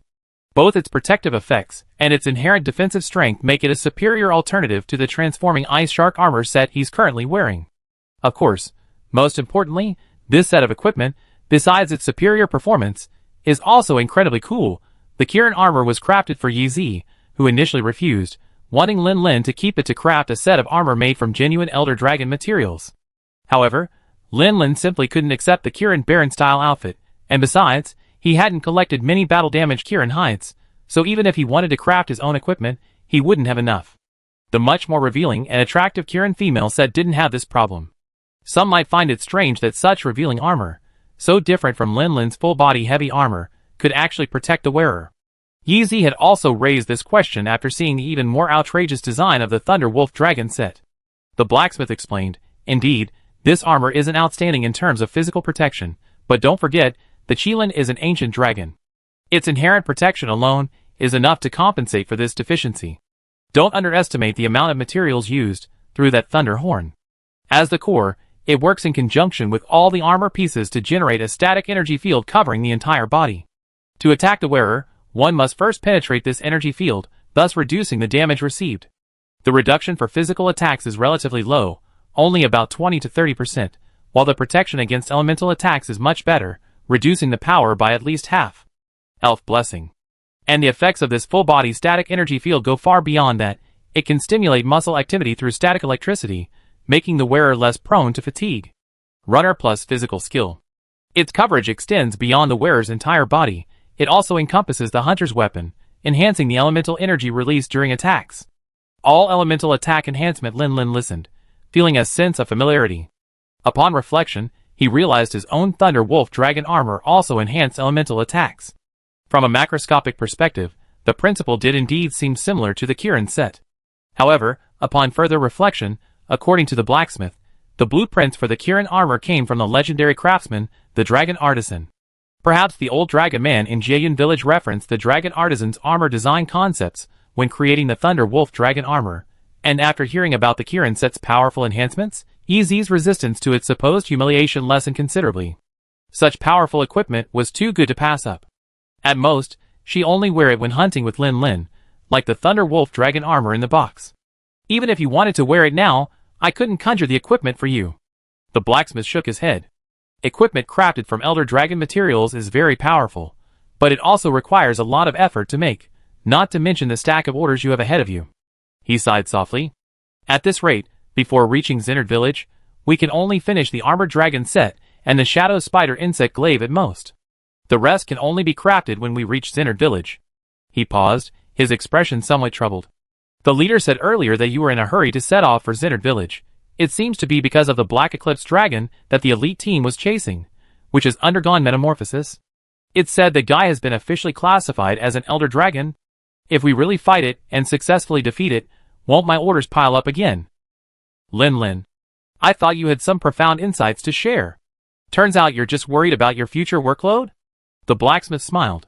However, if that monster, renamed the Heavenly Return Dragon, escapes, it will cause unimaginable disaster, won't it? In that case, compared to my own little bit of fatigue, your success is definitely more important. You must win, as humans. After sailing for 3 days and 3 nights on the vast ocean, finally, after breaking through a thick sea of clouds, they found the small village. Above the endless sea of clouds, countless mountain peaks pierced the sky like sharp swords, and on the edge of these mountains, between several more slender, cone-shaped peaks, a relatively flat area was where the village of Zenard was located. Looking down from the air, one could see farmland cultivated within the village, lush with crops. Small groups of villagers worked in the fields, while children ran around playing with windmills. The whole village appeared peaceful and serene. Huh? It seems all the villagers here are dragon people? Sophia peered out for a moment, then exclaimed in surprise. She actually wanted to bring Bao Bao over so it could also enjoy the magnificent view from above the sea of clouds, but the little dragon seemed to have a slight fear of heights. Ever since it had glanced down from the airship, it refused to come aboard the deck while in flight. After all, the kingdom of Shichi is the land of dragon people, and Zenard Village is located within its borders. It's not surprising that it's all dragon people. The brigade leader casually replied. He clutched an envelope in his hand, a letter entrusted to him by the big-nosed village chief of Jiangbua Village to be delivered to his relatives. Shichi Kingdom. The blacksmith murmured, then, as if remembering something, said, I remember, there's a legend that mentions the legendary Dragon Artisan, who seems to have originated from Shichi Kingdom? That's right. The dragon-human merchant nodded with a smile. In fact, a considerable number of dragon humans hail from Shichi Kingdom. I see, meow. The cat chef also joined the group. It remembered when it asked its master about the origin of its culinary skills. The master only said the distant east. Now, it seemed, could this be referring to this place? The airship slowly descended, allowing everyone to take in the scenery of Zenard Village more clearly. Brother Lin Lin, look, there are so many windmills here. Yi Zi gently tugged at Lin Lin's arm. The unique local customs and culture were truly eye-opening for her. Since traveling the world with Brother Lin Lin, the experiences and insights gained have far surpassed anything I had while staying in the village. Lin Lin nodded. Indeed, besides windmills, ribbons tied high in the air fluttered in the wind everywhere. That's because, In our culture and beliefs, the wind is sacred, and the turning windmills are our way of praying for blessings. The arrival of the two airships had already attracted the attention of the villagers in this secluded little village. One young man, who had just finished his farm work, approached and overheard Yeezy's exclamation, so he explained, "Welcome, distinguished guests from afar, to Centered Village." The dragon-human merchant explained in a low voice to the group. Centered means wind howls in the dragon-human language. Centered Village is, in essence, the village of wind howls. The entire village is named after the wind, so it's easy to understand the unique significance of wind to them. While Lin Lin and his companions were whispering amongst themselves, the leaders of their respective groups, the brigade leader and Julius, stepped forward to speak with the surrounding villagers. Although Centered Village is a village high in the sky, and its villagers live a secluded life, this doesn't mean they are xenophobic. On the contrary, the simple and honest villagers showed great welcome to the visitors. So the entire guild, along with members of the elite squad, set foot on the land of Centered Village, each dispersing to speak with the local villagers and inquire about matters of interest.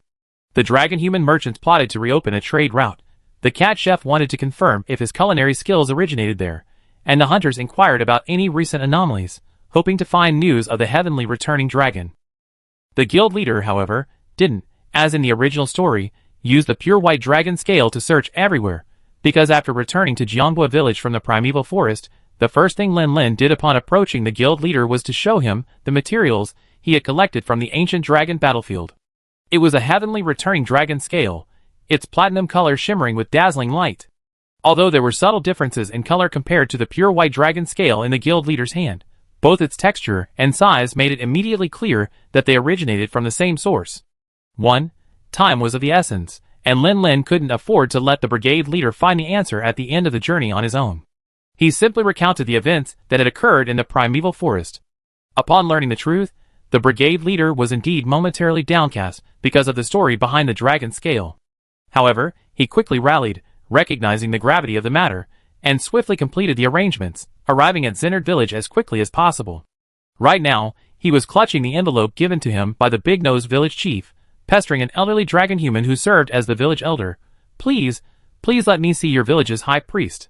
The dragon human elder glanced discreetly at the amiable young dragon human beside him, his face showing reluctance. "I'm sorry, the high priest usually resides in the temple.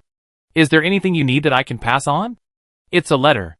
I promised someone I would personally deliver it to the high priest of Zenade village." The amiable young dragon human looked puzzled.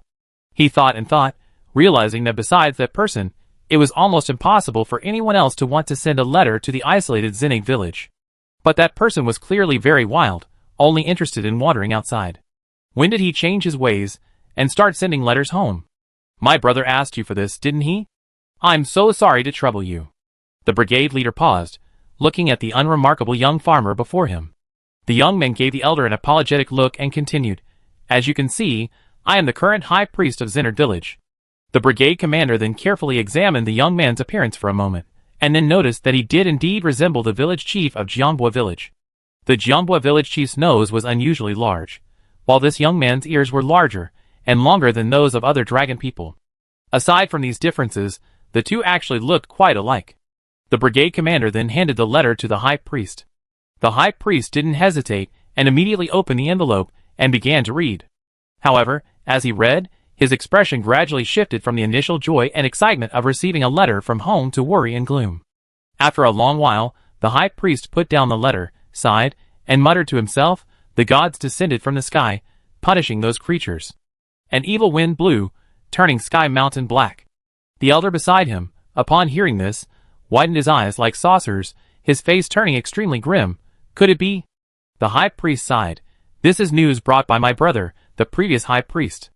The evil wind is about to sweep across Sky Mountain once more. History will repeat itself, but I no longer possess the power to seal the gods like our ancestors did." Chapter 463. While the brigade leader watched the high monk's worry expression, the hunters on the other side were also busy chatting with the villagers, hoping to glean some information. Meanwhile, Lin Lin and Yi, having found no news about the heavenly returning dragon, discovered an unexpected delight. Considering Yi's patience with children, Lin Lin entrusted her with interacting with the dragon people children. Yi lived up to his expectations, showcasing her rabid dumpling-making skills, which were almost as good as AI Chow's, and easily won over the dragon people children. The Sky Mountain environment was isolated, and the children rarely had access to new things from the outside world.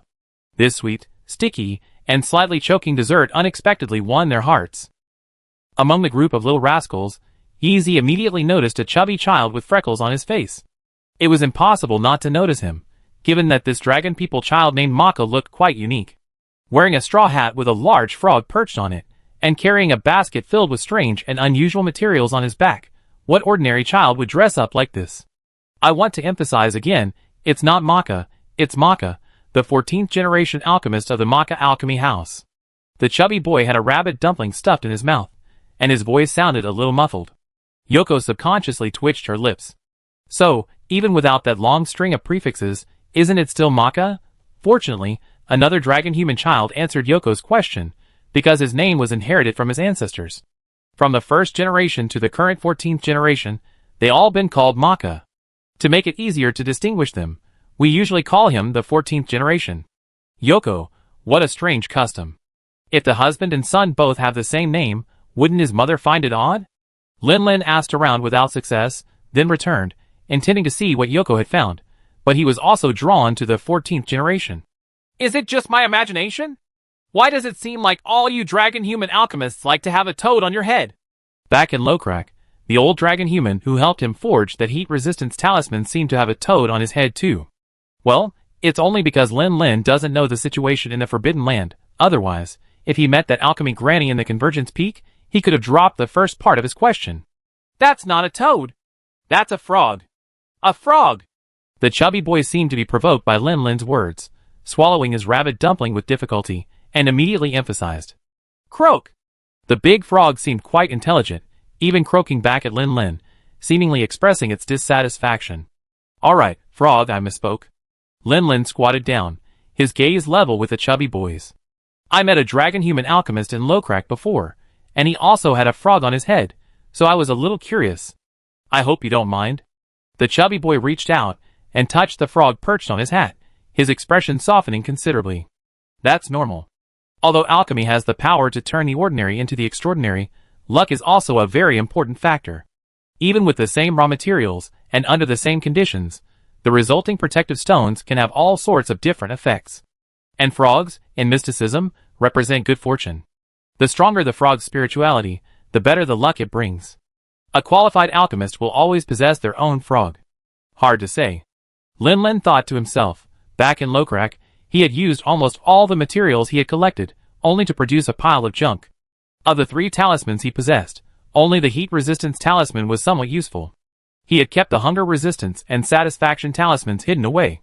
And after obtaining the Queen Grade high-speed transformation and concentration talismans, he was already considering whether to, oh no, to sell these useless little pieces of junk on the second-hand talisman market for some pocket money. Yoko blinked. She remembered that Uncle Yongyan seemed to know alchemy, so why had she never seen a frog with him? Could it be that Grandpa Suafengren's baby ghost frog also counted? Curious, she took out her talisman, which possessed both heat resistance and cold resistance buffs, wanting to see if this chubby boy was truly the unparalleled alchemy master he boasted about. Please, Master Maka, take a look at my talisman. What do you think? Yoko's respectful attitude clearly pleased the chubby boy, whose expression immediately became smug. He took the talisman, grinning with his missing front tooth, and said, no problem. However, after examining it carefully for a while, his smug expression gradually turned serious. He then took out various small tools from his basket, and began fiddling with the talisman. Finally, the chubby boy gasped, how did you get this talisman? What's wrong, master? Is there something wrong with this talisman? This is a huge problem. This talisman can't be classified according to the current standards of king level, queen level, hero level, and city tournament level, and... The chubby boy examined the talisman for a moment, completely baffled. How did 2 completely different buffs, cold resistance and heat resistance, merge into one talisman? And the fusion is so perfect, it doesn't even interfere with the energy flow of other talismans. He suddenly looked up at Yezi, blinking his eyes, and acting cute. Big sister. Sister, I'm an alchemist. Can I have this talisman? Yezi. ? Lin, even if you were born you couldn't. The chubby boy sighed. So, he really couldn't get something for free, but he really wanted this special talisman. Even if he couldn't figure out how it was formed, having it as a collectible would be nice. I can trade it with my collection of talismans. The chubby boy gritted his teeth, thinking about his collection of excellent talismans. He really couldn't bear to give any of them away, but unfortunately, Yi Zi's talisman was just too tempting. At this moment, Lin Lin also turned his gaze to Yi Zi, seemingly curious about her answer. After all, although this talisman was special, it wasn't irreplaceable. It only saved him the need for hot and cold drinks. If he could exchange it for a talisman with excellent effects, such as critical strike or challenger, it wouldn't be unacceptable. However, Yi Zi resolutely and firmly shook her head in refusal. I'm sorry, this talisman has special meaning to me, and I really don't want to exchange it. Previously, when hunting the Ice Fang dragon in the Frozen Islands, Yi Zi had told Lin Lin and the others about the origin of this talisman. However, at that time, she only briefly mentioned that she had accidentally dug it up when she was young, but in reality, the context was very special. At that time, although Flamefire Village had survived the largest 100-dragon night raid, subsequent small-scale attacks never ceased. Yi Zi's parents were unfortunately severely injured during an attack on Jade Leaf Fortress. The two elders were extremely wounded, but their hearts were filled with longing for their daughter, and they stubbornly held on until they were sent back to the village. Yi Zi, left behind in the village, was devastated and ran out to dig for herbs to treat her parents' injuries. She had just dug up this talisman when she was found by village chief Pu Xian and taken back to see her parents for the last time. Yoko can still clearly remember the words her mother said on her deathbed, when she saw her hands covered in dirt, and the protective stone clutched in her hand. Yoko, your father and mother aren't gone. They just changed their way of being with you. Don't be sad, take care of yourself. After the funeral, village chief Pu Xian examined Yoko's protective stone, and was astonished by its unique effect. To comfort young Yoko, he explained the stone's effect, echoing her mother's last words, saying that her parents' spirits were accompanying her in this way, protecting their daughter. At that time, Yi Zi firmly believed this explanation, and naturally valued the amulet immensely. Although as she grew older and understood more, she gradually realized that the village chief was only comforting her. The amulet still held great significance for her. With a soft sigh, under the chubby boy's expectant gaze, Yi Zi put the amulet back on her wrist and covered it with her gauntlet. Lin Lin was unaware of the details, but he could see that Yi Zi's expression was unusual, likely recalling something painful. After hesitating for a moment, he walked to Yi Zi's side, gently reaching out to embrace the girl. You can lean on my shoulder for a while. If you're feeling down, you can cry for a bit. Yi Zi was indeed not in a good mood at the moment, and showed no shyness. She simply rested her head on Lin Lin's shoulder, and shook her head slightly. It's been so long. I cried all my tears back then. I can't cry anymore. Lin Lin didn't say much, only gently patting her twice with the hand that was holding her, like comforting a child. After all, a considerable amount of time had passed, and the low mood didn't last long. Yi Zi quickly realized the intimacy between them, and, somewhat embarrassed, lightly pushed Lin Lin away, saying, I'm not a child anymore, I'm not that fragile. Lin Lin took a step back. All right, our Yi Zi is a grown-up now, no need to coax her. This completely turned Yi Zi's mood around, and she burst out laughing. Ugh, I already said I'm not a child anymore, why are you using such a childish tone? The alchemist Maka, standing nearby. The adult world is so complicated, I don't understand. Lin Lin then changed the subject. By the way, Yi Zi, we just happened to run into an alchemy master. How about we ask him to help us refine some protective stones? Since Yoko's special protective stone doesn't conflict with other protective stones, as long as a decent one can be crafted, Yoko's combat power will be significantly enhanced. Lin Lin's address of alchemy master immediately silenced the boy's attempt to understand the adult world. He proudly put his hands on his hips and declared, Want me to craft amulets? Of course, no problem. Come with me. My skills are based on ancient alchemical secrets, far superior to those Dragonman alchemists out there. Oh right, while my method can recraft already identified amulets, it's still alchemy, and luck plays a significant role. It might strengthen the amulet, or it might create some random junk. Of course, I'm also very skilled at crafting amulets from materials, just like those Dragonman alchemists out there. Which one do you prefer? Yi Zi didn't have any amulets that needed recrafting, so she naturally suggested using the monster materials she had accumulated. Lin Lin, thinking he happened to have two useless amulets, agreed to let her recraft them. Any alchemy takes time. Lin Lin had made the deal, and needed to patiently wait for the little fat boy's results. Meanwhile, the elite team completed their investigation and regrouped in the village center to confirm their findings. The villagers haven't noticed anything unusual, Julius summarized. Perhaps we're wrong. The heavenly returning dragon didn't come to Sky Mountain. Nadia pondered for a moment, then said helplessly, No, according to the high priest's description, 1,000 years ago, a heavenly returning dragon did indeed descend upon Sky Mountain, causing chaos. I think it's very likely it did come here, but for some reason, it hasn't taken any action? Fabius frowned. As a former guild hunter, he had just visited the guild leader and learned of this information. Perhaps it's recuperating? After all, it fought with the Kirin after our battle. It's quite possible it's hiding to heal, Aiden speculated. If that's the case, we need to act even faster. If we let an ancient dragon heal its wounds, it will be much harder to deal with it later. Julius frowned. In any case, we probably won't find any more clues in the village. I think the focus should be on investigating the ecology of Sky Mountain. If the heavenly returning dragon really came here, then there will inevitably be berserk monsters appearing. I have a more direct idea. Lin suddenly interrupted Julius. Let's start the investigation from the Forbidden Grounds. The High Priest mentioned that 1,000 years ago, the heavenly returning dragon that descended upon Sky Mountain once destroyed its ecology. It was eventually sealed away by the first High Priest, and the place where it was sealed, the very place where the heavenly returning dragon first descended, is now the Forbidden Grounds. If the heavenly returning dragon descends again now, it's very likely that it will still target the Forbidden Grounds. Chapter 464. Sky Mountain. Although there were no hunters in Centered Village, some occasionally needed to venture into the mountains to gather herbs and fruits. Therefore, a sufficiently secluded and safe campsite had already been established at the foot of the mountain, requiring no further effort from the hunters. Sky Mountain was not far from Centered Village. No airship was needed. Several locked bridges connected the area to enter.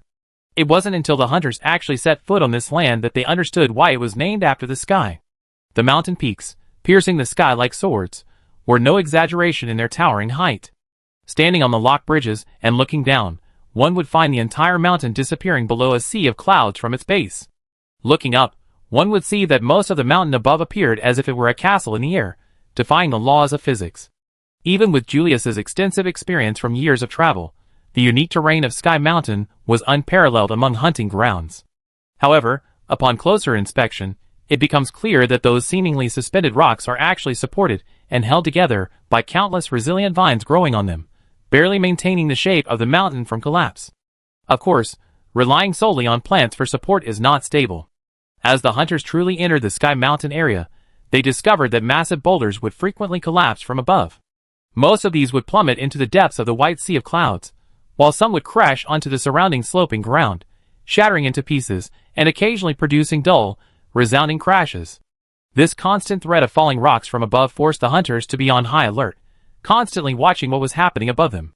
After all, even with high-strength armor, being hit on the head by such a large rock could easily result in a concussion and knock them unconscious. The senior monk who volunteered to lead the hunters into the mountains seemed quite used to this. As he calmly climbed the rope bridge, which had an inclination of over 60 degrees, he explained to the group, "It is said that a long, long time ago, Sky Mountain was no different from other mountains in the area, and its height was not particularly outstanding. However, a particularly violent geological change occurred in a short period of time, causing the mountain to be uplifted rapidly. It was only thanks to a large number of tough vines that the main structure was maintained and did not collapse, which is why it is what it is today." The high monk smiled. The specific cause of that geological change is long lost to history. Only a legend passed down orally has survived. One day, a wounded serpent coiled itself around the mountain, painfully squeezing and thrashing upwards, ultimately triggering a violent geological shift. Another legend? Fabius frowned instinctively, carefully placing his feet lightly on the planks of the suspension bridge, afraid that the weight of his heavy armor and spear might collapse this ancient bridge. Fortunately, the planks seemed quite sturdy. The imagined scene of the planks breaking and the bridge plunging into the clouds remained just that, an imagined scenario. He composed himself and said, "The previous legend you mentioned has already caused quite a bit of trouble in the primeval forest across the sea. I think we should treat ancient legends with more reverence." The high monk chuckled and nodded, "You're right. Legends are often based on historical evolution. However, even in my opinion, this legend is far too outrageous. If such a gigantic creature truly existed, I think it would be worthy of being called a deity, wouldn't it?" Lin, carefully avoiding being hit by a falling boulder, thought, "A giant crab, a gigantic snake? Geological changes? Isn't this our eternal king, the immortal emperor, the symbol of life and death, the great being capable of regenerating planets, the Serpent King, Emperor Dragon. Sky Mountain was born because of the Serpent King Dragon. As for its injuries and pain, is it fighting against some equally powerful being? It's hard to imagine what other being in this world, besides taboos like the Black Dragon, could threaten the Serpent King Dragon's existence. Could it be the Earth-Crying Dragon? Or is its pain not due to the battle, but simply because it's in the molting stage? Damn, I've taken over the role of the 4th-generation protagonist. Am I going to have to fight this kind of guy in the future? With the Serpent King Dragon's size, one super-amped elemental discharge might not even be enough to break its skin. Such a being is truly invincible.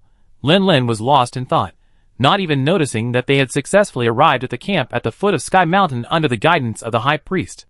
Alright, we arrived. The High Priest wiped the fine sweat from his brow, and pointed in a direction that appeared to be an ancient ruin.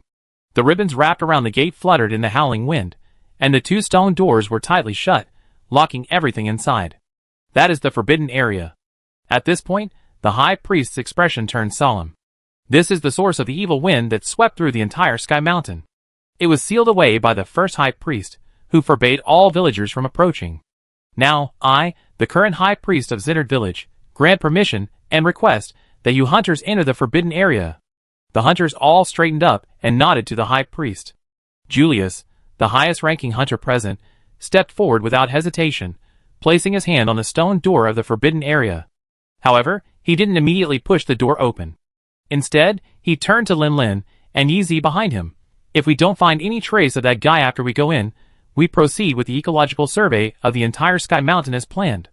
If that guy is indeed in the forbidden area, we go first, weakening it as much as possible to create conditions for your subsequent battle. Yes, go first. Since the heavenly returning dragon completed its metamorphosis and became a genuine ancient dragon, Julius had never imagined that he could complete the hunt with just his 4-person team. If it weren't for the immense threat posed by the heavenly returning dragon, the ecological disaster would have expanded to an unimaginable scale if action had been slowed, forcing the entire village of Zinard to evacuate, and if Lin Lin hadn't had the powerful ally Jumpy on his side, and if Lin Lin hadn't personally fought the heavenly returning dragon and severed one of its horns, giving him a glimmer of hope. He wouldn't have adopted such an aggressive strategy. Nadia looked around, trying to ease the tense atmosphere. These are all just our speculations, after all. Maybe that guy isn't even here? Lin Lin took 2 steps forward, standing before the stone door as well, his gaze fixed on the door that had been sealed for 1,000 years. He took a deep breath, feeling the power within his body subtly stirring. Since completely refining the Mad Dragon virus in the primeval forest and becoming a near-extreme human, Lin Lin's immune system had also been activated. Any further influx of the Mad Dragon virus would be instantly refined, providing him with even greater power. At this moment, the surge of power within their bodies indicated only one thing. The concentration of the Mad Dragon virus in the air is low, but not zero. That thing is probably inside. Then proceed according to plan, eliminate it. Julius no longer hesitated, forcefully pushing open the stone door that had been sealed for millennia. As the gap in the stone door widened enough for airflow, a black wind eagerly rushed out, blowing upon everyone present. Through the gap in the stone door, one could vaguely see that the interior space was almost pitch black, sunlight seemingly completely blocked, appearing extremely dim. It was a deluge of Mad Dragon virus, floating in the air, carried by the ever-burning winds of the high mountains, blowing to every corner of Sky Mountain, and the open stone door provided another channel for the spread of this Mad Dragon virus. This scene left the hunters exchanging bewildered glances. Now, without even going inside, they were certain that their target had indeed arrived here. Julius raised his hand, fired a signal flare into the sky, nodded to Lin Lin and Yi Zi, and strode into the restricted area. Following closely behind him, the 3 hunters from the elite team stepped forward one after another, their eyes showing no sign of hesitation. The last one, Aiden, gently patted Lin Lin on the shoulder, revealing his signature sunny smile. "Don't be so serious. Look on the bright side. Maybe we won't even need you two to lift a finger, we can handle the guy ourselves." The 4 members of the elite team entered the restricted area, their figures quickly disappearing into the dense darkness formed by the Mad Dragon virus, becoming unseen. Only Lin Lin, Yi Zi, and the High Priest remained in the camp. Lin Lin remained composed amidst the black wind, while Yi Zi, as one of the first hunters infected with the Mad Dragon disease after Lin Lin, had already developed astonishing resistance through her constant struggle against the virus. This small amount of mad dragon dust had almost no effect on her. Only the head monk of Zinard village, contracting the disease for the first time, quickly turned pale, his body soon appearing unsteady. Lin Lin kindly took out a dispelling fruit from his item bag and handed it to the head monk. "Eat this, it make you feel better. Julius and the others should still have plenty of medicine to cure the mad dragon disease on their airship, so don't worry too much.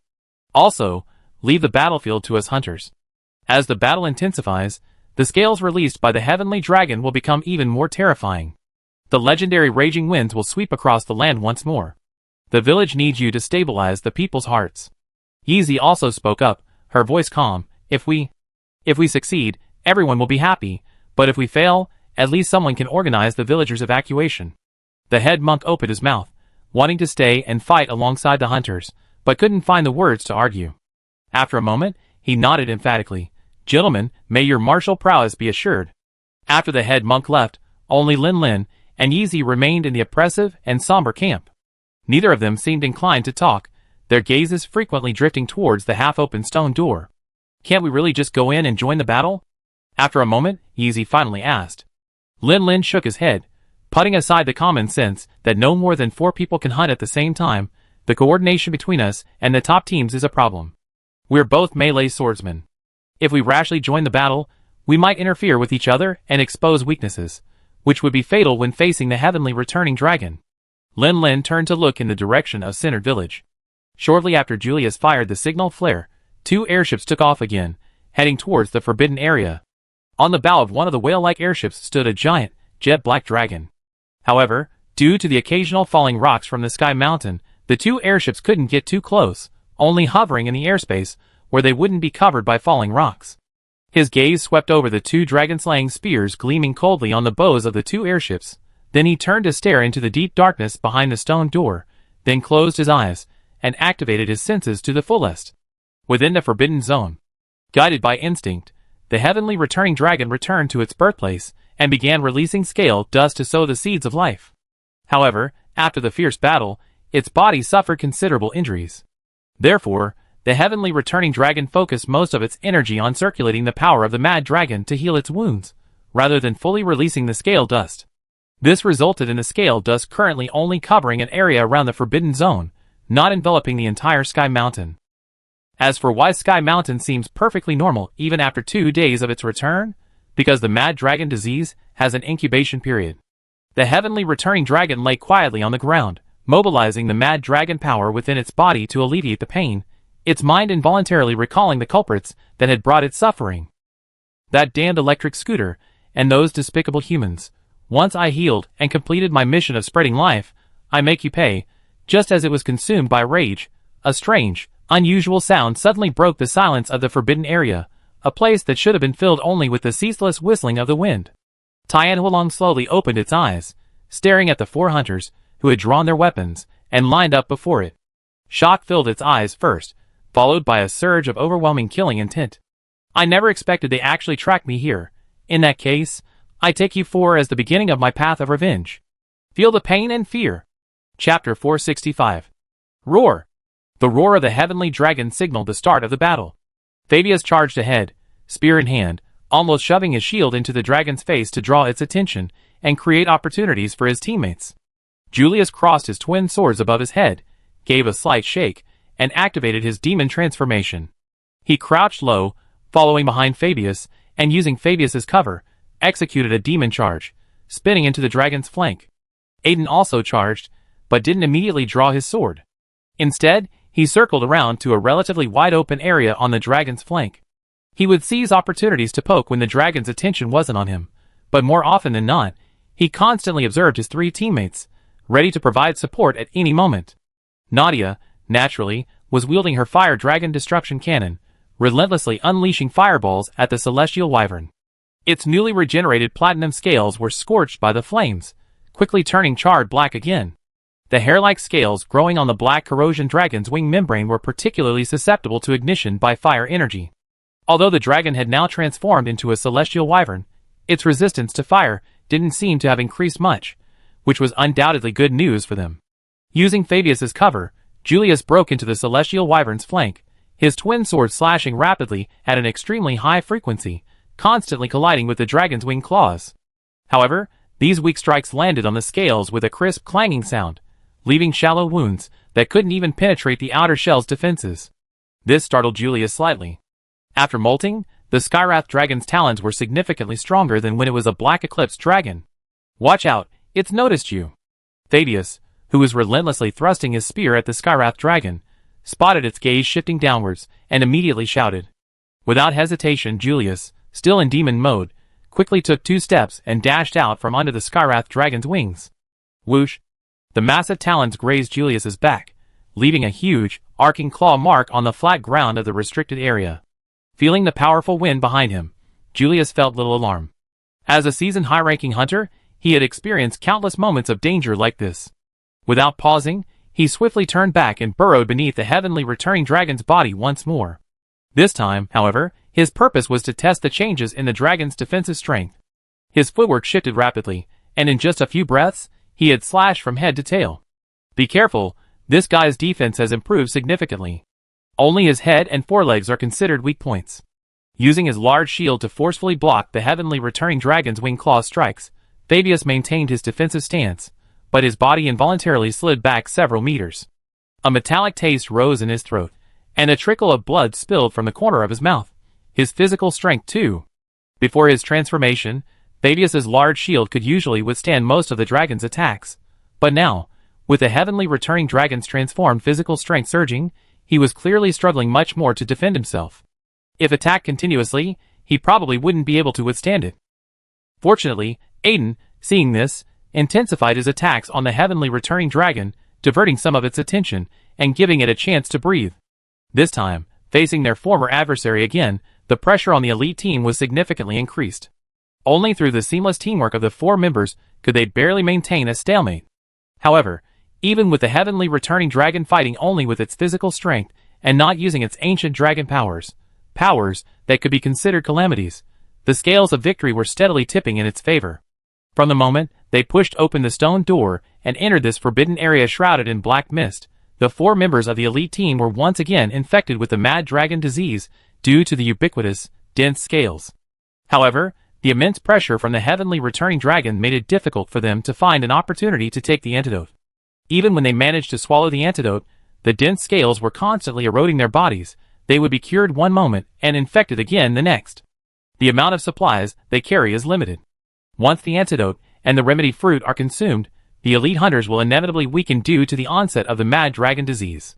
At that point, any semblance of strength they have gained in their struggle against it will quickly crumble.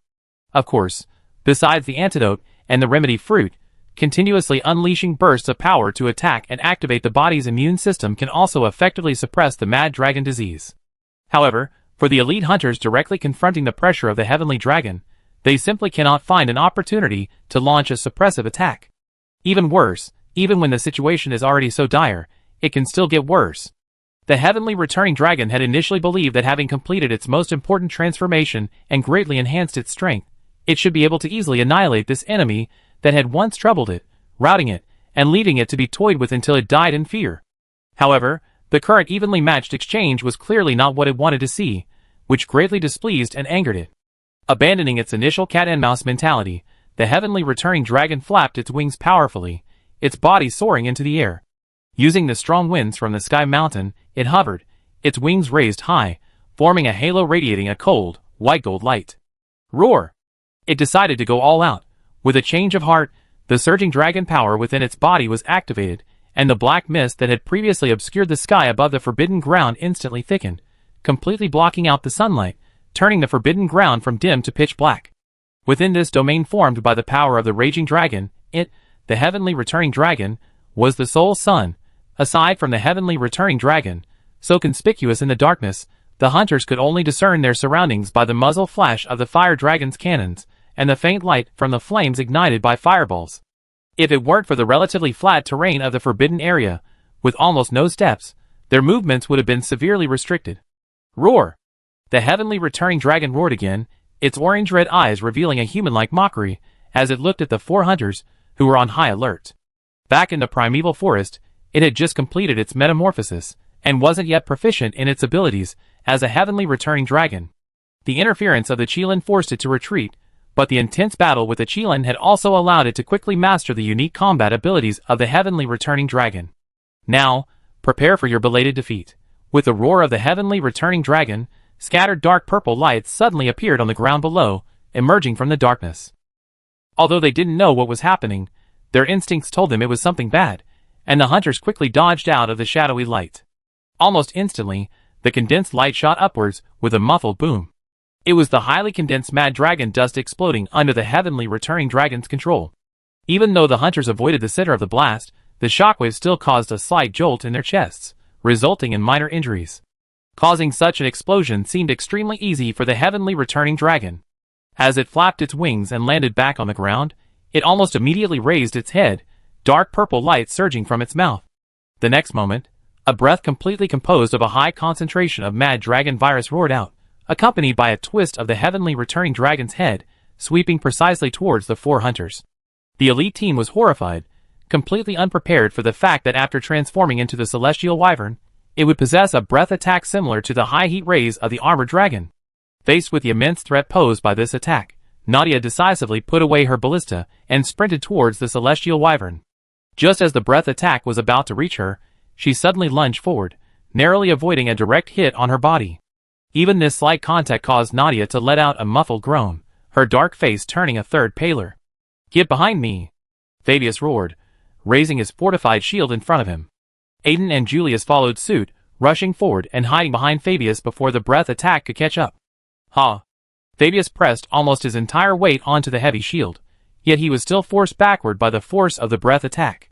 The impact of the collision caused the already severely injured Fabius to cough up blood. Seeing that Fabius was about to give up, Aiden swiftly grabbed a handful of life powder and a handful of hardening powder, simultaneously scattering them at Fabius. With this support, Fabius, who was nearing his limit, managed to hold on until the terrifying breath attack from the heavenly dragon ended. The instant he sensed the breath attack cease, Julius drew his twin swords again, activated his demon transformation, and charged towards the heavenly dragon once more, determined not to give it another chance to unleash such a powerful breath attack. However, once the heavenly dragon took flight, the distance between them had increased significantly. Before Julius could even close the gap, the heavenly dragon had already adjusted its stance, its mouth opening again, aimed at the charging twin sword wielder. Julius's pupils contracted slightly, his adrenaline surged, and his gaze was fixed on the heavenly dragon's mouth. Seeing a purple light shoot out, he didn't hesitate to gather his strength and lunge forward with 2 consecutive sliding steps. Seeing the purple light flash behind him out of the corner of his eye, Julius felt a surge of relief. He had finally dodged it. In those few short seconds, Julius had successfully closed the distance. Without hesitation, he focused his mind, spun around, and swung his twin swords like a top, aiming for the heavenly dragon's head. Feeling the blade slicing through scales and tearing flesh, Julius thought to himself, "At this rate, maybe it will work. Watch out behind you." Nadia's voice rang out, and Julius's pupils constricted sharply. How could this be? The heavenly dragon had just exhaled another breath attack. How could it be attacking again so quickly? Without time to think, he tried to dodge to the side. However, demon transformation consumed a great deal of stamina. Even though he had drunk a stamina-boosting potion before the fight, the repeated dodges and long-distance sprints had still drained his energy. Now, trying to dodge again, his legs were a fraction too slow. Bang! Struck hard from behind, Julius's vision went black, and the powerful impact propelled him several meters forward. Julius! Fabius! Aiden! A cry of alarm followed, and the sound of ballistic firing rang out in quick succession. Nadia gritted her teeth, enduring the dull pain within her body, trying to draw the heavenly dragon's attention and prevent it from pursuing her teammates. Having barely dodged the breath attack and just gotten to her feet, she saw the heavenly returning dragon exhale another breath. Strangely, this time the heavenly returning dragon's aim seemed much worse. The dark purple energy ball landed far behind Julius, Fabius, and Aiden. The next moment, she saw the high-concentration mad dragon virus burst into several smaller energy balls, and as if summoned by the heavenly returning dragon, they charged back towards it. Between the energy balls and the heavenly returning dragon lay 3 unsuspecting melee hunters behind them. None of them had expected the heavenly returning dragon's attack to be so insidious. They had to concentrate on fighting it head-on, while also guarding against a guided, delayed attack from behind. Enduring the searing pain of the flames, the heavenly returning dragon paid no attention to Nadia. It knew this was an opportunity it had painstakingly created. If it could eliminate the 3 melee hunters now, only the archer remained, whom it could easily handle. To ensure its hit, it had deliberately dispersed a ball of energy into several smaller ones. While this had successfully knocked down all 3 simultaneously, their armor prevented the attack from being fatal. The heavenly returning dragon opened its mouth again, gathering purplish-black dust, ready to unleash a powerful breath. Once this breath was released, the hunters, now powerless to resist, would have no chance of survival. But at that very moment, a golden flash suddenly exploded within the dark, forbidden area. Having spent so long in this dim environment, Tian Hualong's pupils were dilated to their maximum to see his enemies clearly, allowing his eyes to capture as much light as possible. However, precisely because of this, when the golden flash exploded, the intense light poured directly into Tian Hualong's eyes, bringing with it a familiar, searing pain to his retina. Phew, brother Lin Lin, thankfully we made it in time. Yes, seniors, leave the rest of the battle to us. Chapter 466. Inside the restricted area, Lin Lin rushed as fast as he could, finally arriving at the battlefield just before the last minute. He threw the crucial flashbang, interrupting the heavenly returning dragon's attack. Without bothering to exchange pleasantries with the top hunters, Lin Lin immediately hurled a flying insect, propelling himself towards the heavenly returning dragon. While in midair, Lin Lin's sword and shield merged, transforming into a giant axe that slashed down at the heavenly returning dragon's head. Faced with this powerful blow, the heavenly returning dragon, blinded by the flashbang, had no way to dodge. It took the full force of the attack, its head, now only bearing a single horn, sinking slightly downwards. But what tormented the heavenly wanderer most was the crimson-black smoke that exploded with the giant axe's attack. Dark red electricity crackled within the smoke, frantically corroding the wounds inflicted by the sharp serrated edges. Even the powerful, all-powerful dragon energy within its body seemed sluggish. For the heavenly wanderer, and indeed most elder dragons, their greatest weakness is often the dragon attribute. Sufficiently powerful dragon attribute energy can not only harm them, but also interfere with their ability to control natural disasters. If accumulated to a certain degree, it can even weaken or seal their abilities to some extent. Scholars have given this characteristic a particularly apt name, dragon sealing power. This is also why Lin Lin didn't bring the thousand-blade dragon shield axe betrayal shield axe Zasuchi, which surpasses it in both sharpness and attack power, but instead chose the Deviljo shield axe Destinietta. Instead of immediately entering her usual area of aerial combat, Yoko directed Shujia to absorb essence from the Ainkai Ryu while rushing to Julius, who was closest to the dragon, and showering him with life powder. Struggling to his feet, Julius felt the pain in his chest ease somewhat. He nodded slightly to Yoko and Lin Lin, then, without a word, mustered his strength and quickly retreated off the battlefield. Slightly behind, Nadia also swiftly reached Fabius and Aiden, covering their retreat. Lin Lin, keeping an eye on the movements of the 4 members of the elite team, felt a slight sense of relief seeing them retreat swiftly without hesitation. He then focused all his attention on dealing with the Ainkai Ryu. The dragon's vision didn't recover quickly. Sensing Lin Lin's repeated attacks, its winged claws instinctively lashed out in the direction from which the attacks came. Bang! Sword and shield clashed, insect silk swirls, and combined with Lin Lin's heavy armor, his body remained unshaken after the wingclaws struck. Instead, he used the opportunity to activate his red shield. Meanwhile, Xiao Jia successfully extracted the necessary essence from the high-concentration mad dragon virus blood, transforming it into insect powder, and transferring it to Yi. This allowed her to unleash greater power, speed, and defense. Now, as an insect glaive user, she was at her strongest. The two joined forces, each unleashing their full power, launching a fierce attack on the Tenkai dragon. A charged double slash was unleashed. The heavy force combined with the serrated edge of the sword cleaved 2 bloody gashes into the Tenkai dragon's jaw, red and black lightning seeping inwards from the wounds. The spinning charge slash collided with the winged claws of the Ainkai Ryu, the force propelling Yoko into the air.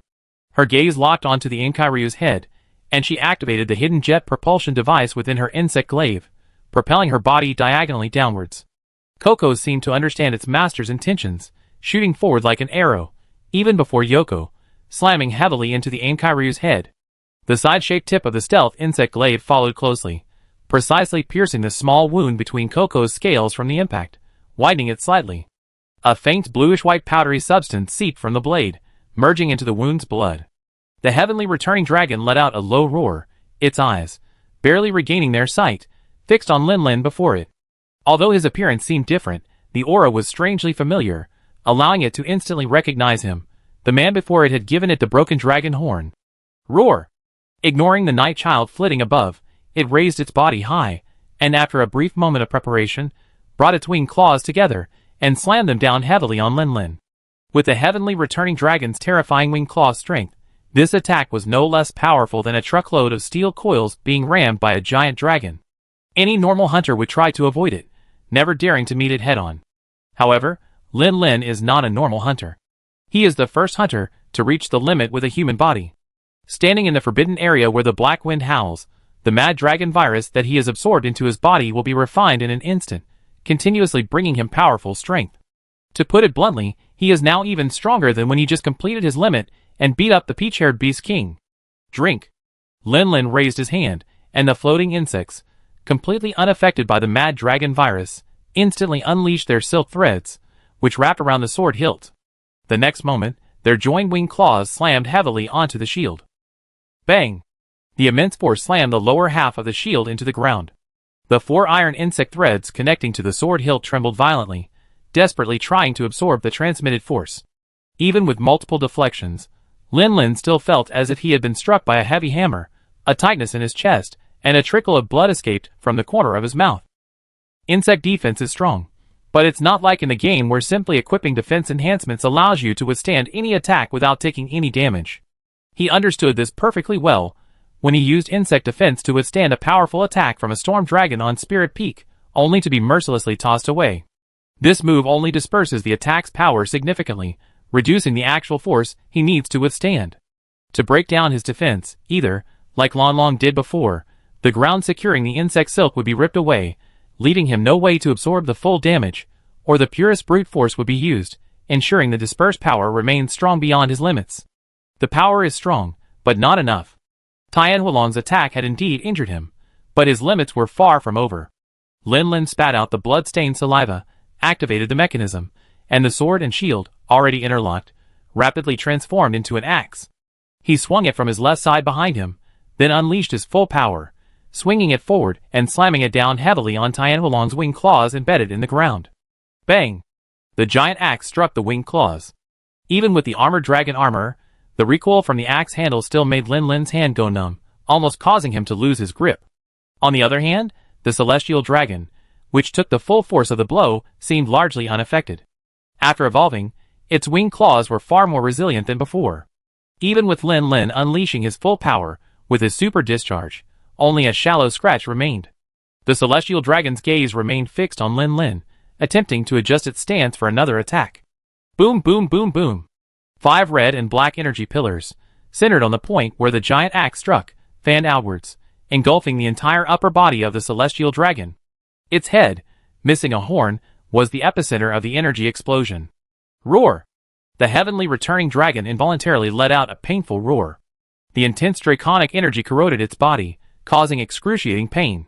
Even its berserker dragon power had subsided considerably, becoming somewhat sluggish, much like its black eclipse dragon form. But this didn't immediately defeat it. The heavenly returning dragon endured the agony, its winged claws sweeping out with all its might, sending the panting Lin Lin and the giant axe he was disassembling flying. Brother Lin Lin. Having worked with Lin Lin for so long, Yi Zi had developed an extraordinary understanding.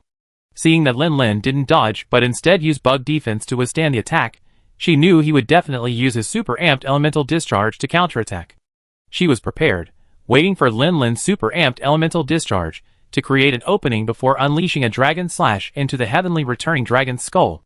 But none of them expected that the true Elder Dragon's vitality could be so tenacious. Even after taking a full dragon-type super amped elemental discharge, it could still fight back despite the excruciating pain. In the past, monsters that were not Elder Dragons would have been severely injured after taking a super amped elemental discharge, even if they didn't die. At the very least, they would have had their actions interrupted and become stunned. Even without the anticipated opportunity, Yoko didn't hesitate for a moment, raising her hand and hurling a flying insect, propelling her body downwards at high speed. Dragon Slayer. Since the start of their fight, the Tenkai Dragon's attention had been almost entirely focused on Lin Lin, the hunter, who had repeatedly inflicted humiliation and trauma upon it.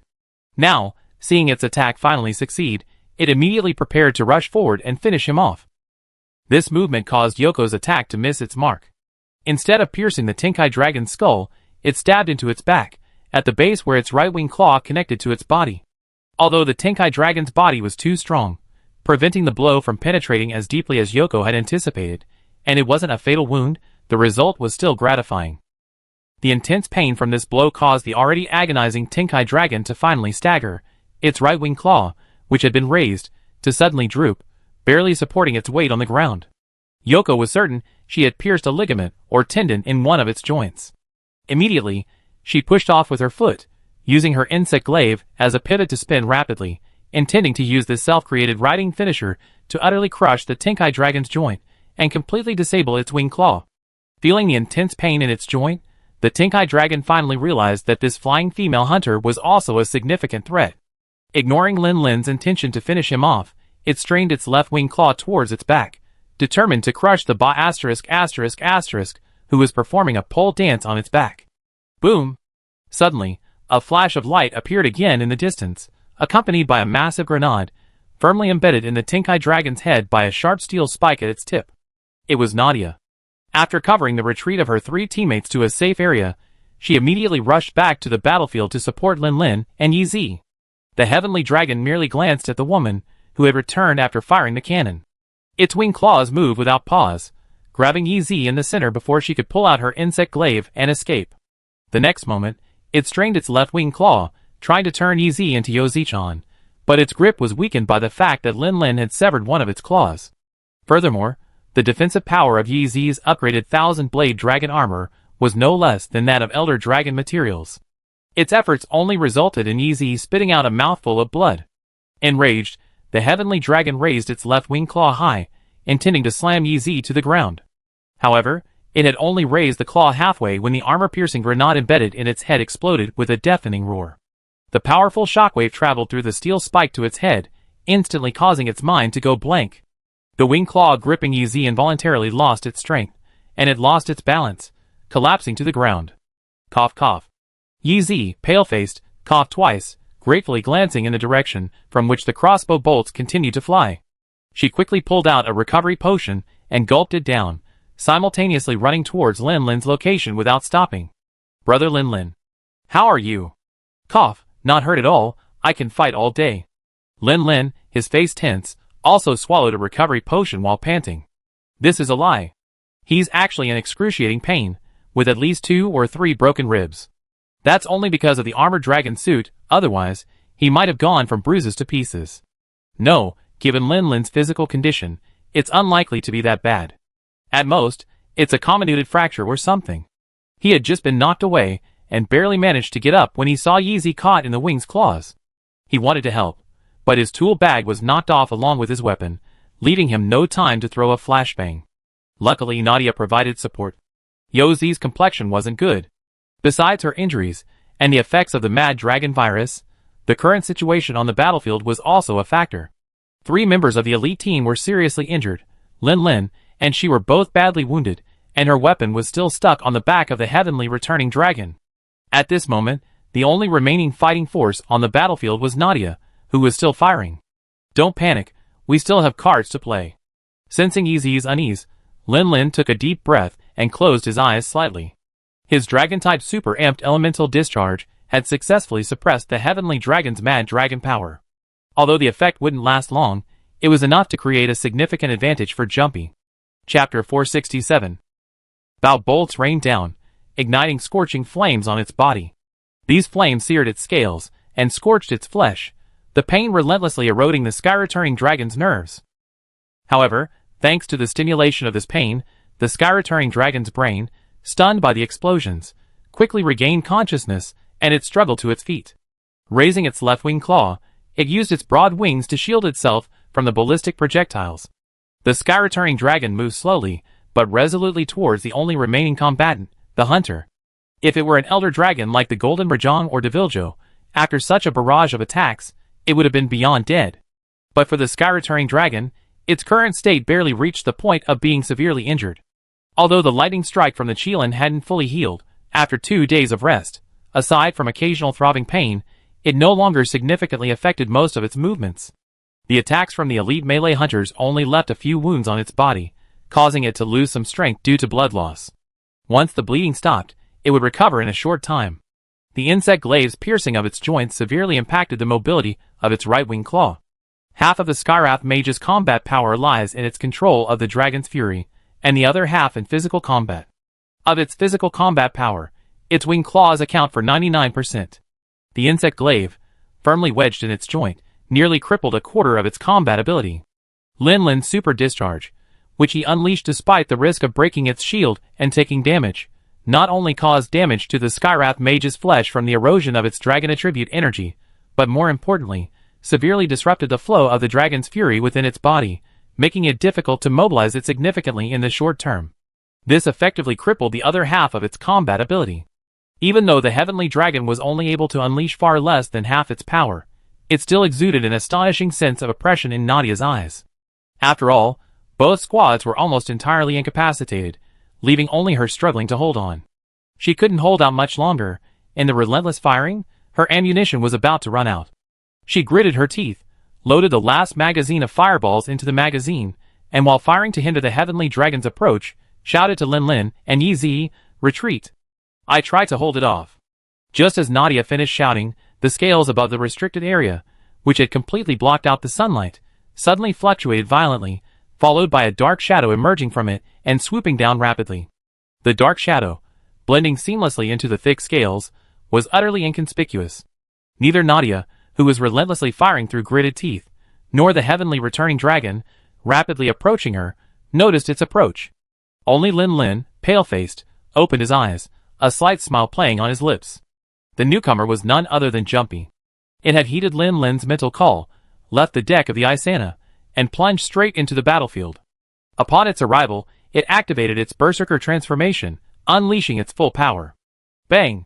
Jumpy swooped down, like a falcon, landing on the heavenly returning dragon's back. Its talons extended, gripping the dragon's head, and with the force of its dive, slammed the dragon's head heavily into the ground, creating a large crater in the otherwise smooth, solid earth, riddled with spiderweb-like cracks. Roar! Old and new grudges settled today. Jumpy roared furiously, its winged claws gripping the sky-returning dragon's head, now bearing only a single horn, and pulling it from the ground. Then, with its other winged claw clenched into a fist, it delivered a powerful left hook to the sky-returning dragon's right jawbone, a faint cracking sound echoing through the air. The sky-returning dragon roared in pain, its head jerked to the left by the force. Before it could straighten, Jumpy, with a sudden twist of its body, lashed its left cheek with its whipped tail, causing its head to tilt back to the right. But that wasn't all. Jumpy straightened itself, taking advantage of the sky-returning dragon's weakened state and stunned by its sudden attack. Before it could react, it raised its body high, its winged claws meeting above its head.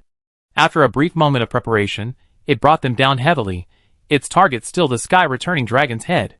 This attack was almost identical to the one used when the celestial dragon struck Lin Lin earlier. It was the move that allowed them to unleash their full physical strength. After consuming the Golden Lion Heart, Jumper's strength had directly increased to the limit achievable in its Black Eclipse dragon state, not much weaker than the celestial dragon. The power of this attack would likely be difficult even for the celestial dragon's hard ancient dragon bones to withstand.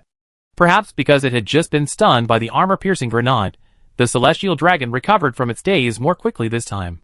Before Jumper's heavy blow hit its head, it finally regained its senses, and instinctively extended its left wing claw to protect its head. Bang! Dust billowed.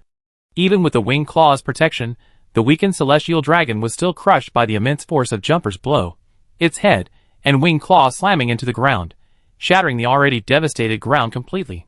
Well done! I almost forgot we had this reinforcement. The turn of events was too fast.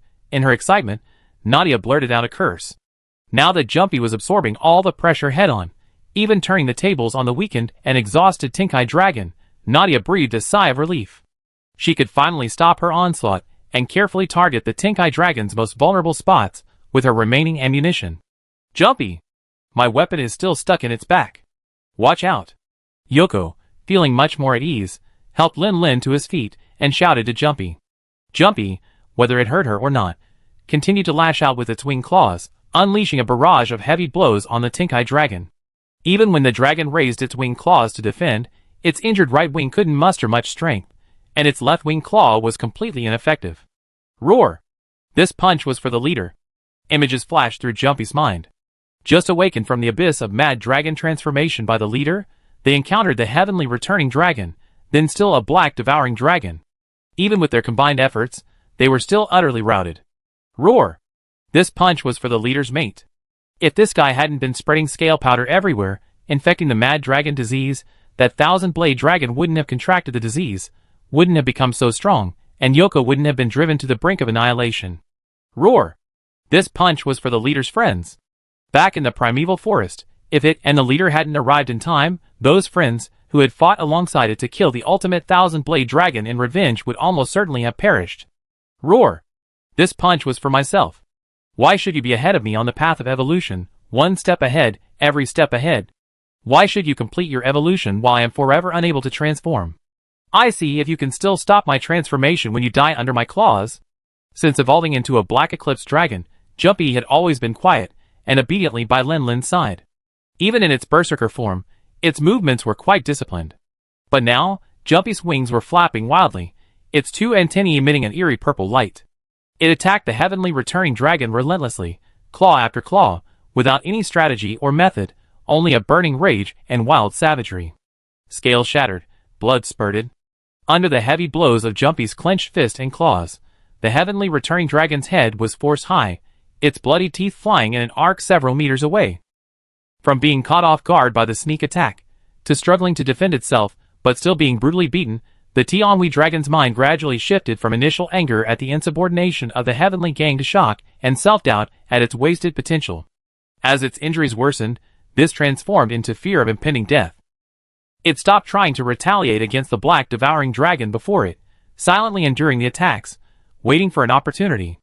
Be careful, it's trying, cough cough cough. Lin hurriedly warned, but the exhalation aggravated his injuries, the intense pain forcing him to swallow the rest of his words. Bang! Finally, the Tianhui dragon got its chance. With its left wing claw protecting its head, and using the force of another punch from Jump, it twisted its body dramatically, leaping into the air, and not forgetting to lash Jump's head with its tail to hinder its pursuit. This was the first successful counterattack by the celestial dragon since Jump entered the arena. Although its injuries limited its strength, a tail swipe only caused its head to tilt heavily, but it did halt Jump's pursuit. By the time Jump tried to flap its wings and give chase, its figure had already disappeared into the shower of scales. The scales emanating from the celestial dragon diluted Jump's scales considerably, and almost instantly Jump lost all sense of the celestial dragon's location. Jump, let's go together.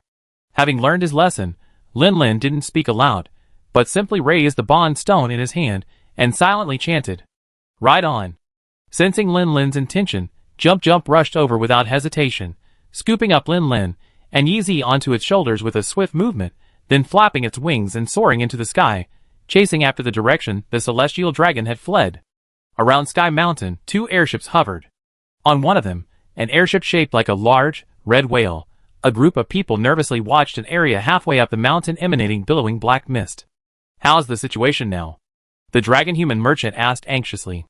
Sophia, holding a telescope, strained to observe the dark area, extremely anxious yet helpless. "No, the scale powder is too thick, I can't see anything at all." "Don't be too nervous, meow. Since Jumpy just rushed down, everything should be going according to plan, meow."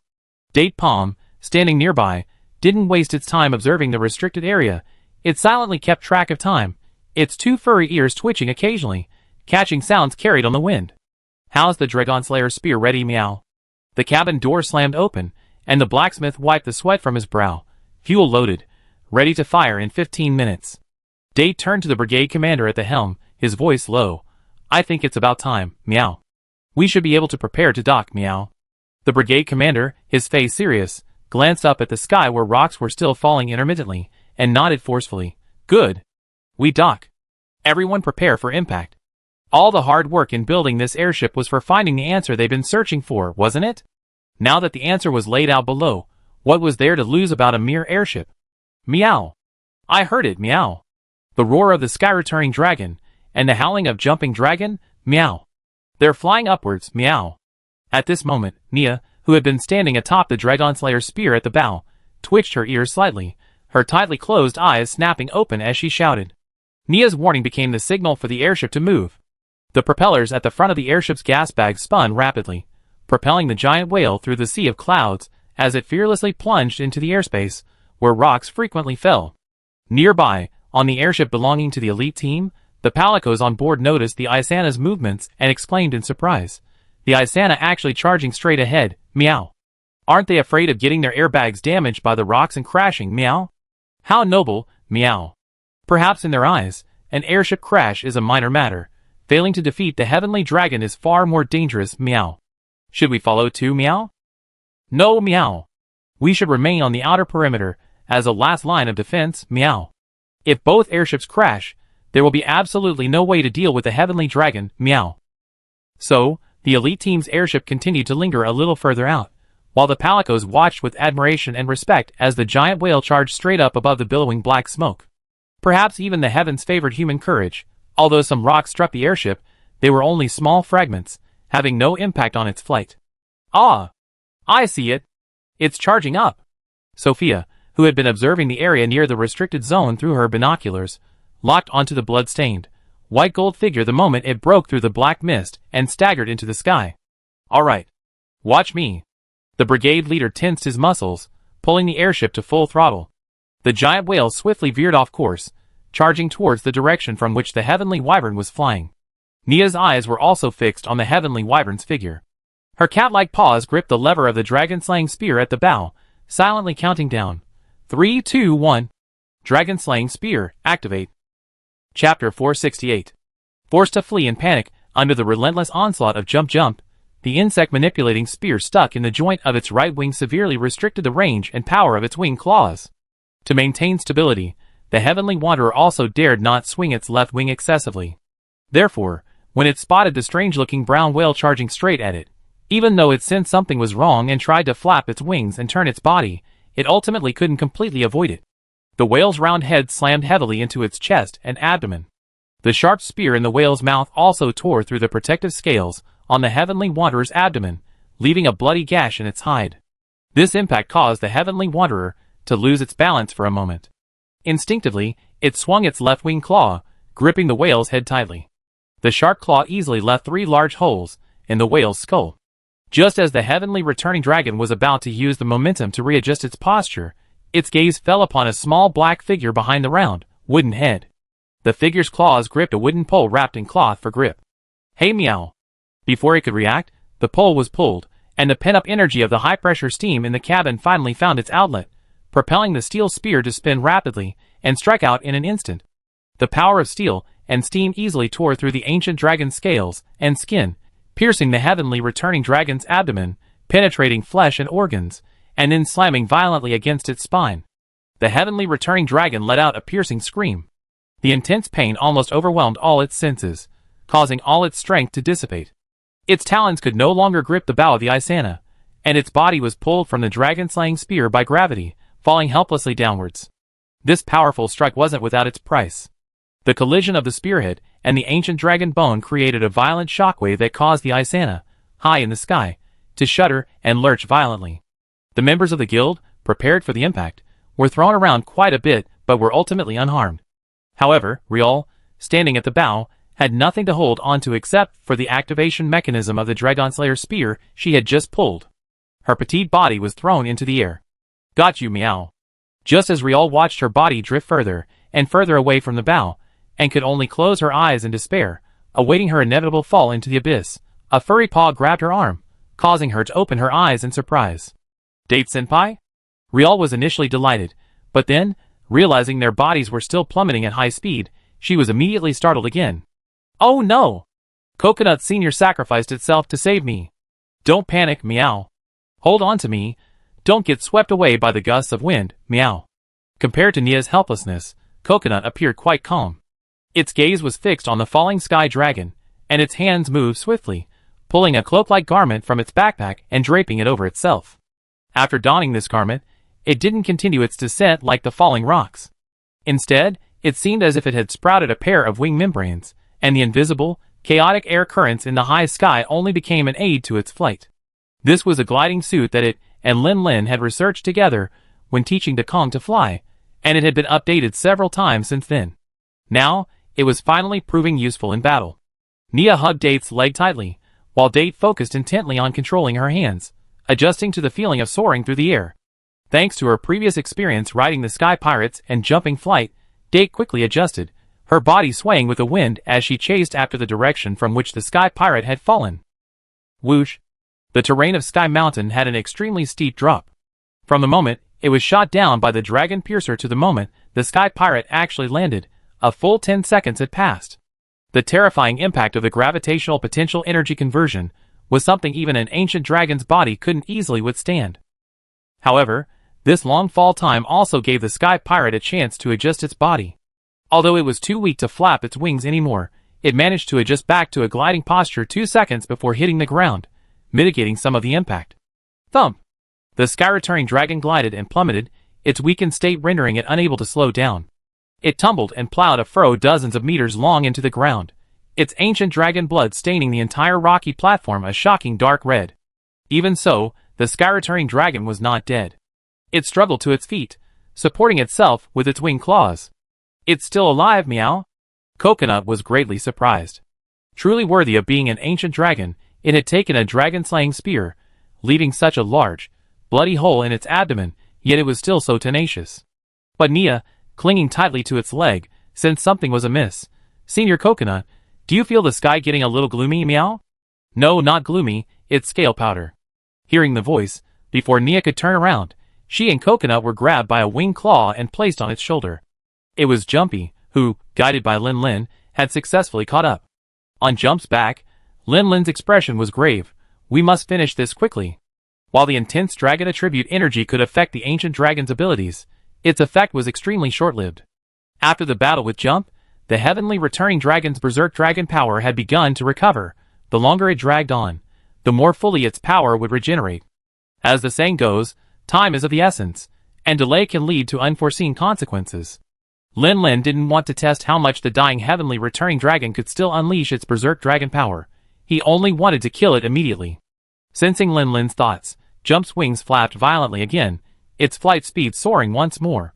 Like a meteor, it descended from the sky, and before the heavenly returning dragon could struggle to its feet, a devastating meteorite-like strike pinned down its left wing claw supporting its body.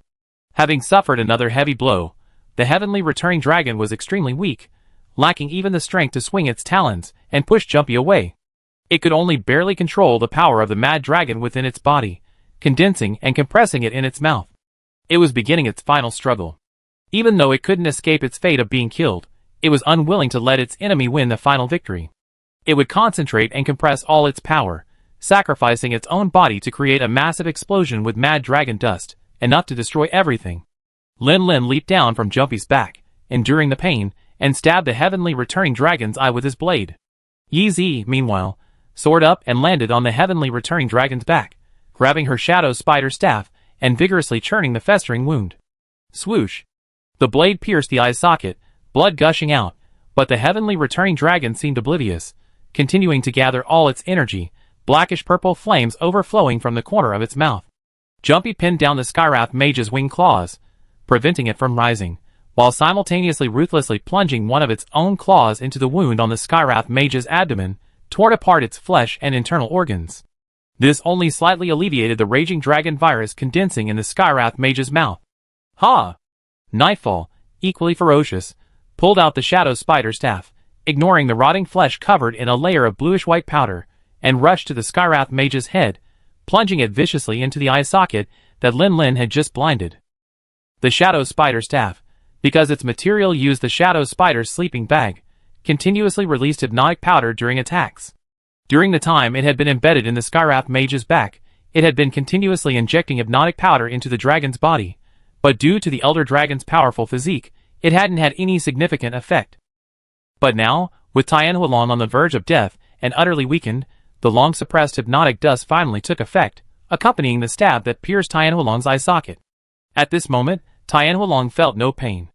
Its body felt light, as if it were lying in a cloud, as if the powerful enemy that had been relentlessly pursuing it had never existed, as if it had been living a carefree life in the mountains since its transformation.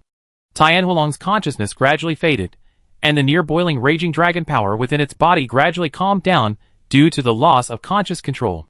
Even the highly condensed and compressed dust in its mouth began to dissipate as Tian Hualong's control weakened, plunging the surrounding world into darkness. In its final moments, it fell asleep. Yoko released the insect glaive and took 2 steps back, thinking, "It's finally dead, isn't it?" However, Jumpy extended its bright red claws, grabbed the insect glaive still embedded in the Tenkai Dragon's eye socket, paused for a moment, and then slammed it downwards. Crack! Under the immense force, the insect glaive, which Yoko had only forged 2 days prior, emitted an ominous cracking sound.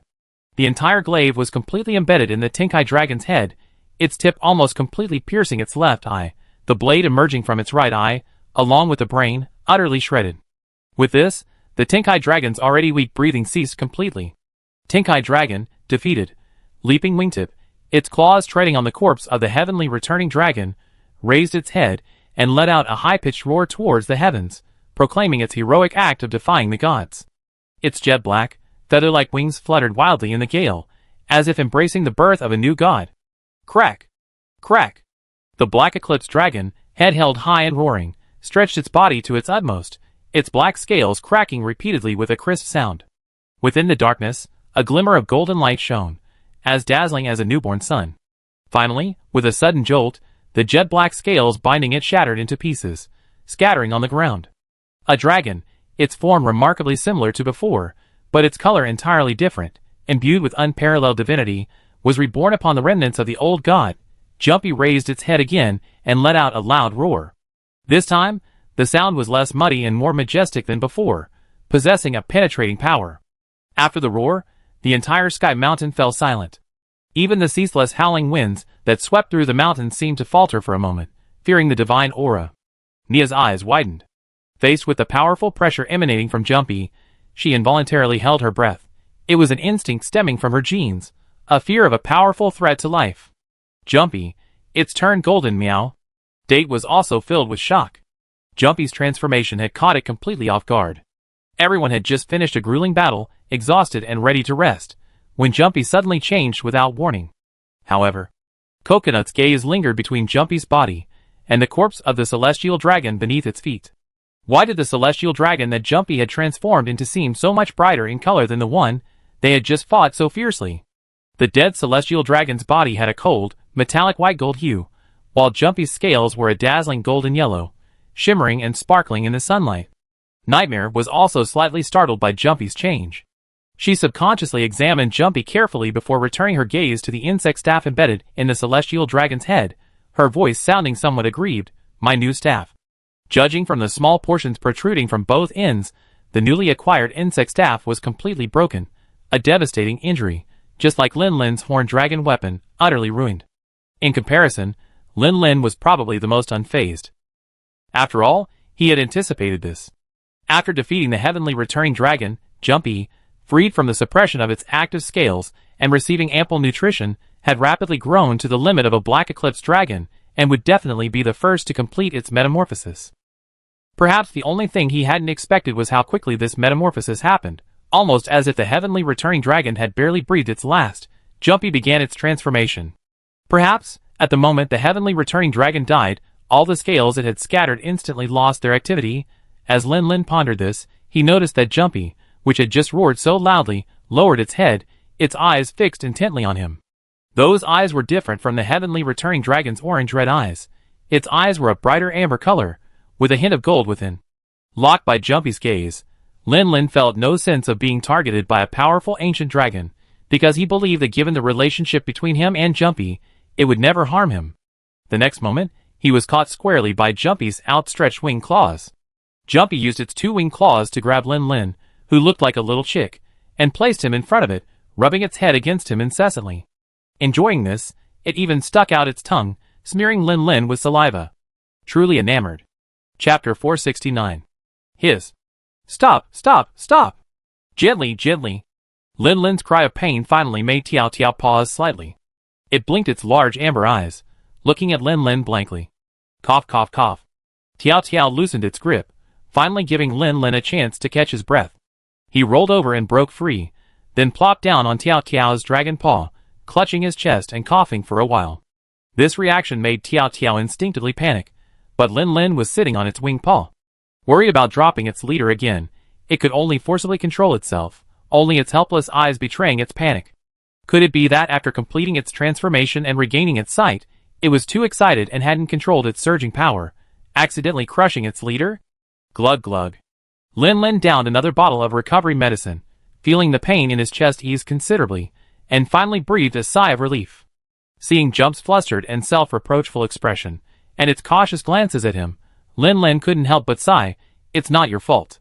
I was injured by that guy in the battle earlier. Jump let out a heavy sigh of relief.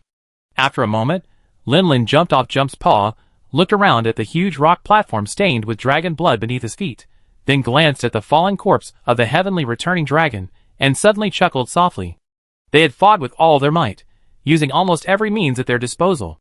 The battle plan was meticulously executed, and they had finally lived up to expectations, successfully defeating the creature.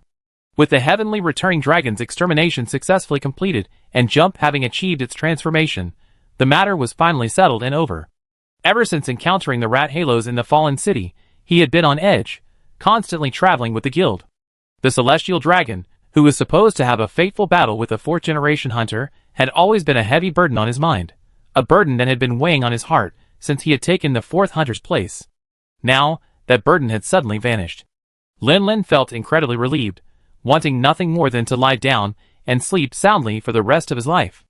As for the cleanup work after the hunt, he could leave that to the top-tier team. Lin Lin yawned, preparing to lie down, when Jumpy cautiously tapped his shoulder with its wing claw. Huh? Lin Lin was now overcome with drowsiness, his sleepy expression no different from Zhang Huaimin being woken up by Su Zi for a midnight stroll. Jumpy growled softly, the meaning of which jolted Lin Lin awake instantly. What? Spread scale powder? No, no, no, this won't do. The corpse of the heavenly returning dragon beside him had died from spreading scale powder everywhere, which had attracted the Hunters Guild's attack. Jumpy, you're already a member of the guild, don't let a moment of foolishness ruin your promising future. Roar. Jumpy growled again. Having followed Lin Lin for a long time, living in human society, its mind had become sharper after its transformation. Even its way of thinking had been influenced, becoming closer to humans than to the survival of the fittest monsters. Therefore, it naturally understood Lin Lin's concerns. However, after completing its transformation, its genetic instincts were constantly being awakened, reminding it to spread the seeds of life and seize the time to nip the possibility of other Black Eclipse dragons transforming, lest its dominant position be shaken. This restlessness and unease, stemming from his genetic instincts, quickly amplified in Jump's mind. It was the influence of being around Lin Lin that taught him to consider the pros and cons. Otherwise, he would likely have acted impulsively like the heavenly returning dragon they had killed, rushing into the forbidden area to scatter powder. Indeed, there can only be one heavenly returning dragon among a group of Black Eclipse dragons. Even if Jump restrained his instincts from scattering powder, once one of the other Black Eclipse dragons completed its metamorphosis, it certainly wouldn't consult him like Jump had. Instead, it would rush into the forbidden area to spread scale powder, hindering the metamorphosis of the other Black Eclipse dragons. That would still trigger an ecological disaster like the one on the corpse beside them, and might even lead to a fight with Jump, the predecessor, who had already metamorphosed. Therefore, while spreading scale powder certainly carries the risk of causing an ecological disaster, it also has its necessity. Is there any way to achieve the best of both worlds? Lin Lin pondered for a moment, then slowly said, It's not that we can't spread scale powder, but rather that it needs to be spread systematically, and in a planned manner. To avoid the widespread transmission of the mad dragon disease, and to prevent ecological disasters, we must avoid large-scale, overwhelming spreading of scale powder. We can't blindly spread it by relying on mountain winds, just for the sake of creating a stir. To prevent disasters, while simultaneously curbing the transformation of other Black Eclipse dragons, we need to achieve precise, point-to-point, face-to-face dissemination, accurately targeting the specific monsters. Lin Lin paused, then continued, In that case, we probably can only rely on the guild's intelligence network to locate all Black Eclipse dragons that appear in people's sight, and then have Jump go and deal with them. This might be less efficient, and it won't be able to pinpoint any Black Eclipse dragons that haven't yet been observed by humans. However, the number of these individuals won't be large. Even if one of them manages to emerge victorious and spread scale dust in the forbidden area, we can still hunt them down again. Jumpy has now completed its transformation, and the heavenly returning dragon has a characteristic. Its wings and claws become stronger year by year. At that time, Jumpy, as a senior, should have an advantage in a direct confrontation of strength. Even if we have to fight again, it will definitely be much easier than this time. Lin Lin's previous long explanation had left Jumpy a little dizzy and confused, but it finally understood this last sentence. Yes, if we can't directly spread scale dust over a large area, then we go find them one by one and register them. Jumpy was immediately overjoyed, and as this thought arose, it felt a subtle stirring within its surging dragon power, giving it a strange new sense of awareness. This is... Jumpy sensed for a moment, then let out an excited roar. Roar! Leader, no need for all the trouble. I can sense the location of the nearby black devouring dragon right now. Lin Lin was initially delighted, but then hesitated. How close is nearby? If it's not beyond his line of sight, then it doesn't seem to make much sense, right? In the end, Jumpy itself couldn't say for sure, as it was just an instinctive perception. It didn't bother to explain further, simply lying down and gesturing for Lin Lin to climb onto its back, intending to fly him there to confirm the distance. I want to go too, meow. After Lin Lin briefly recounted his conversation with Jumpy to his companions, Nia Lu jumped up, her eyes sparkling. Riding an ancient dragon. What Mei-La Lu could refuse something so cool? However, she was immediately pulled back by Date. Jumpy has carried us so many times, meow. There will be plenty of opportunities in the future. We need to finish things here first, meow. Brother Lin Lin, you go first.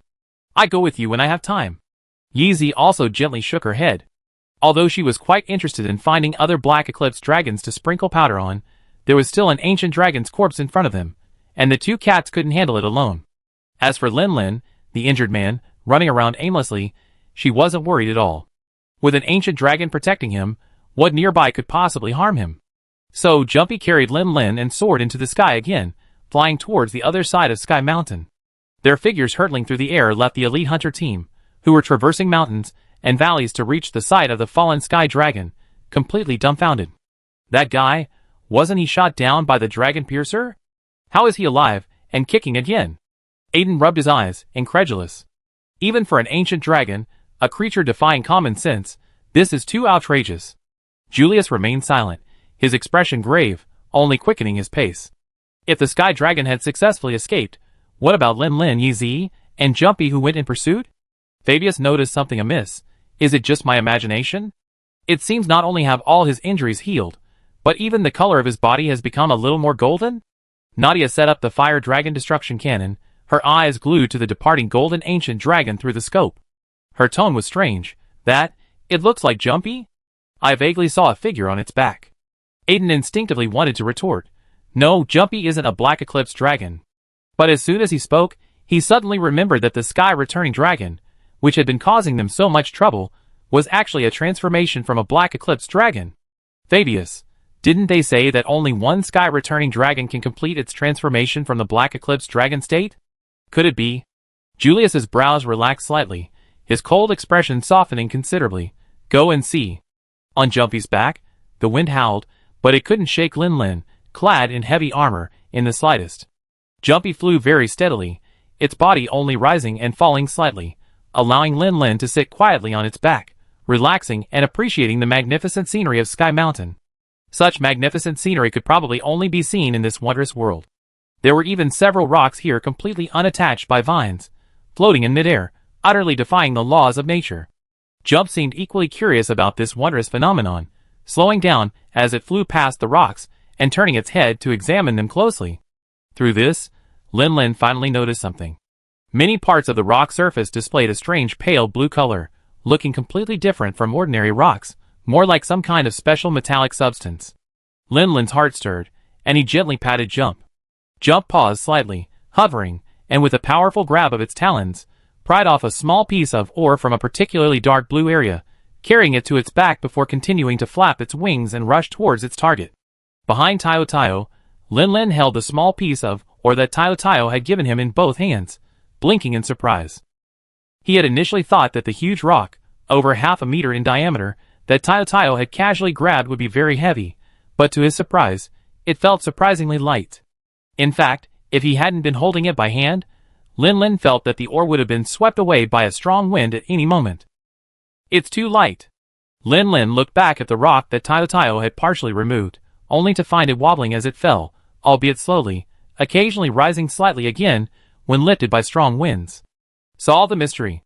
This magical floating phenomenon was caused by the substance in the ore in his hand. Its unique lightness meant that the density of the rock mixed with this ore was extremely low, almost indistinguishable from air. Perhaps the fact that the entire sky mountain and sea, held together by vines and maintaining its mountain shape, is largely due to its relationship with this mineral. Otherwise, it's hard to imagine that vines clinging to the rocks could possess such immense power. Holding the massive rock, Lin carefully recalled for a moment, finally retrieving information about this unique mineral from the corner of his memory. Sky Flash Stone, described in the item description as a mineral with a mysterious structure, although metallic, it is exceptionally light and hard, is a unique mineral that can only be collected from Sky Mountain and Thousand Sword Mountain. At this moment, both the location of Sky Mountain and its lightness, as if it could be blown away by the wind if held in his arms, seemed to correspond perfectly with this mineral. At this moment, Lin recalled the legend the Grand Monk had mentioned earlier. The unique geographical features of Sky Mountain, so different from other mountain ranges, seemed to be a gift from the Serpent King Dragon. And since this mineral could be mined in both Sky Mountain and Thousand Sword Mountain, where the Serpent King Dragon lived, it inevitably led to associations with the Serpent King Dragon. Was it the Serpent King Dragon's activity that caused the formation of this ore, or did the Serpent King Dragon only inhabit areas where this ore existed? Lin personally leaned towards the former. However, the Serpent King Dragon's ecology in the game was almost entirely shrouded in mystery.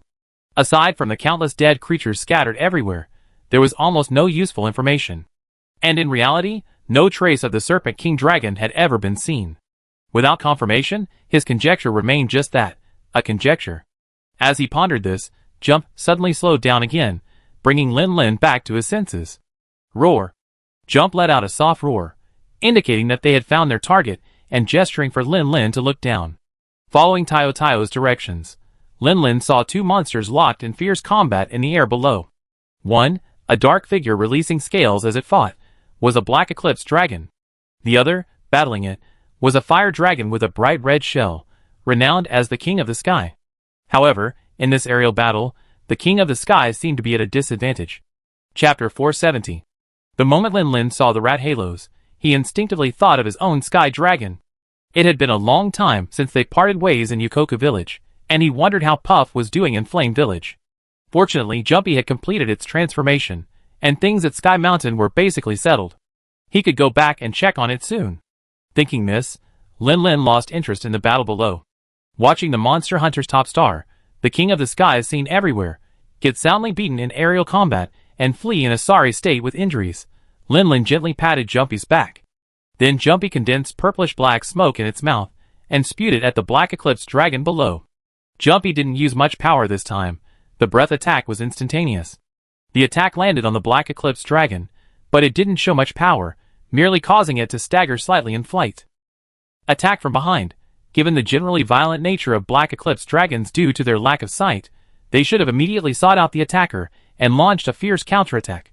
However, in the instant the cloud of scales exploded, this black eclipse dragon seemed to sense some immense fear, instinctively jolting and emitting a series of whimpers, expressing submission to the deity above. It seems that not all black eclipse dragons possess the courage and strength to resist the heavenly returning dragon. Lin glanced at this very sensible black eclipse dragon. Since the goal of suppressing evolution had been achieved, he didn't have Jump exterminate them. The proliferation of black eclipse dragons would indeed cause a large-scale ecological disaster, but if their activity range didn't extend beyond Sky Mountain, it wouldn't actually cause much impact. He vaguely remembered seeing online speculation that the black eclipse dragon and the heavenly return dragon were actually part of the ecosystem, not purely destructive, but only appearing when the carrying capacity of a local ecosystem reached its limit, spreading scales to reset the ecosystem. Although this was just a wildly imaginative speculation, upon closer examination, it didn't lack some merit. After all, they were species that had existed for thousands of years. Since they had survived to this day, there must be a reason for their existence. Rashly launching a large-scale extermination campaign might actually damage the ecosystem. Such matters needed to be studied by scholars before a decision was made. Therefore, Lin simply had Jumpy growl at the black eclipse dragon, warning it not to wander off and to stay put. After the black devouring dragon obediently lowered its head in submission, Lin didn't pay it much attention. Instead, he asked Jumpy another question. That male fire dragon was scratched by the black devouring dragon, and it's most likely going to get infected with the mad dragon disease. Do you have any way to cure it? Jumpy rolled its eyes in a very human-like way. Please, my dear chieftain, I just shed my skin, I didn't become a wish-granting machine. How could I possibly do that? Lin Lin couldn't help but ponder. Since there was no cure, should he try to subdue it? After hesitating for a moment, he shook his head. There was no need. After all, the heavenly returning dragon had already stayed in the restricted area for 2 days. Although it hadn't covered the entire Sky Mountain with scales, it had still affected a considerable area. Many monsters must have already been infected with the Mad Dragon disease.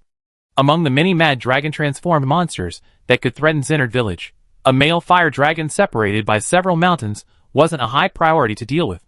Let's talk about it later. Anyway, Jumpy is a genuine ancient dragon now. As long as he doesn't encounter those monsters that have been unlocked in previous generations, he can basically roam freely.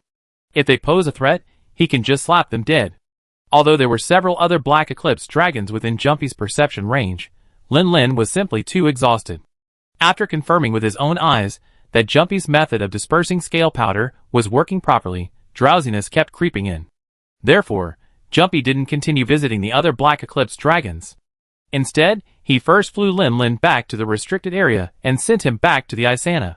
At this time, on the deck of the Isana, besides Jumpy slowly landing with Lin Lin, there was also a platinum-colored dragon corpse. During the time Lin Lin and Jumpy were visiting the Black Eclipse dragons, Julius and the others had also found Yoko and the others, and together they had moved the heavenly returning dragon's corpse onto the deck of the Isana. Even setting aside the precious Elder Dragon materials, the corpse of a completely unknown Elder Dragon possesses immense research value. Given the current circumstances, it's essential to transport it back for scholars to study. Of course, before sending it for research, the blacksmith will oversee the extraction of materials, striving to obtain all materials in the best possible condition. Following established practice, these materials will be distributed to every hunter who participated in the operation. Even those who didn't need the materials to craft equipment, but who contributed to this hunt, such as the members of the guild and the palicos on the airship, received a Skywrath dragon scale as a memento. When Lin Lin awoke from his slumber and, having recovered somewhat, stepped out of the cabin, he saw Julius and the others gathered around the blacksmith, seemingly discussing something. What's wrong? What are you discussing? Lin Lin asked curiously, approaching the blacksmith. He noticed a table in front of him, upon which lay several platinum-colored objects.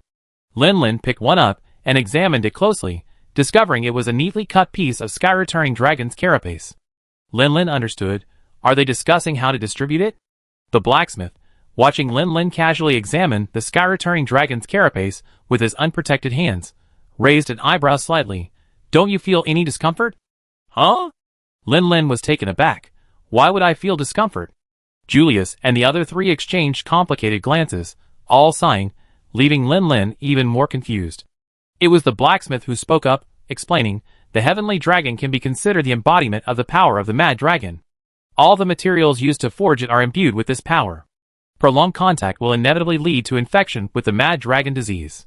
I devised several solutions, but I haven't been able to find a way to eliminate this characteristic. This means that whether we're forging weapons or armor, the user will be infected. Perhaps only hunters completely unaffected by the Mad Dragon disease are worthy of using equipment made with this power.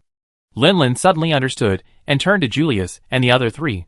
So, that's what you were discussing? Julius nodded slightly. Yes, the feeling of being infected with the Mad Dragon disease is truly unpleasant. It seems we're destined to miss out on the new equipment. However, his expression didn't seem to show much regret. Julius knew very well that while their elite team had participated to the best of their ability in the successful battle against the Heavenly Dragon, their contribution wasn't particularly outstanding.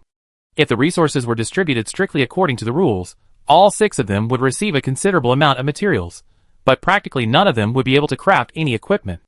Moreover, even if they successfully crafted equipment, such equipment, which would cause infection upon prolonged contact, would be a complete negative improvement for them. It was better to give more materials to those who could withstand the power. This made Lin Lin quite embarrassed. After all, the elite team had indeed contributed a lot to the battle, and it would be unfair if they didn't reap any rewards. Julius rarely showed a clear smile. He patted Lin Lin's shoulder forcefully. There's nothing to be embarrassed about. Such precious materials are only meaningful when given to those capable of wielding them. For us, obtaining these materials is only for keeping as souvenirs. They serve no other purpose. But you don't need to feel bad. We won't participate in the distribution of the materials, but we take the lion's share of the mission reward. Lin Lin naturally had no objection. He wouldn't mind taking the lion's share, or even taking it all. After all, in terms of value, the materials from an ancient dragon are far more valuable than a mere tens of thousands of Z. Alright, I'm relieved to see you're alright. We still have to hurry to go hunting. Lin Lin, huh? Nadia shook her head helplessly. Although we killed that heavenly returning dragon, the scales it scattered have still caused many monsters to go berserk. According to the guild's instructions, we still have to stay here to deal with these monsters, lest they threaten Centered Village. I understand that. I just don't understand. We were all injured, so why am I not fully recovered yet? But you guys are already out hunting again, full of energy. Fabius coughed lightly. After all, we were injured by the mad dragon's breath. The antidote made recovery easy, unlike you and Yezi who were injured by the winged claws.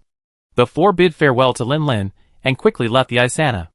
However, Aiden, walking at the back, seemed to suddenly remember something and looked hesitant to speak.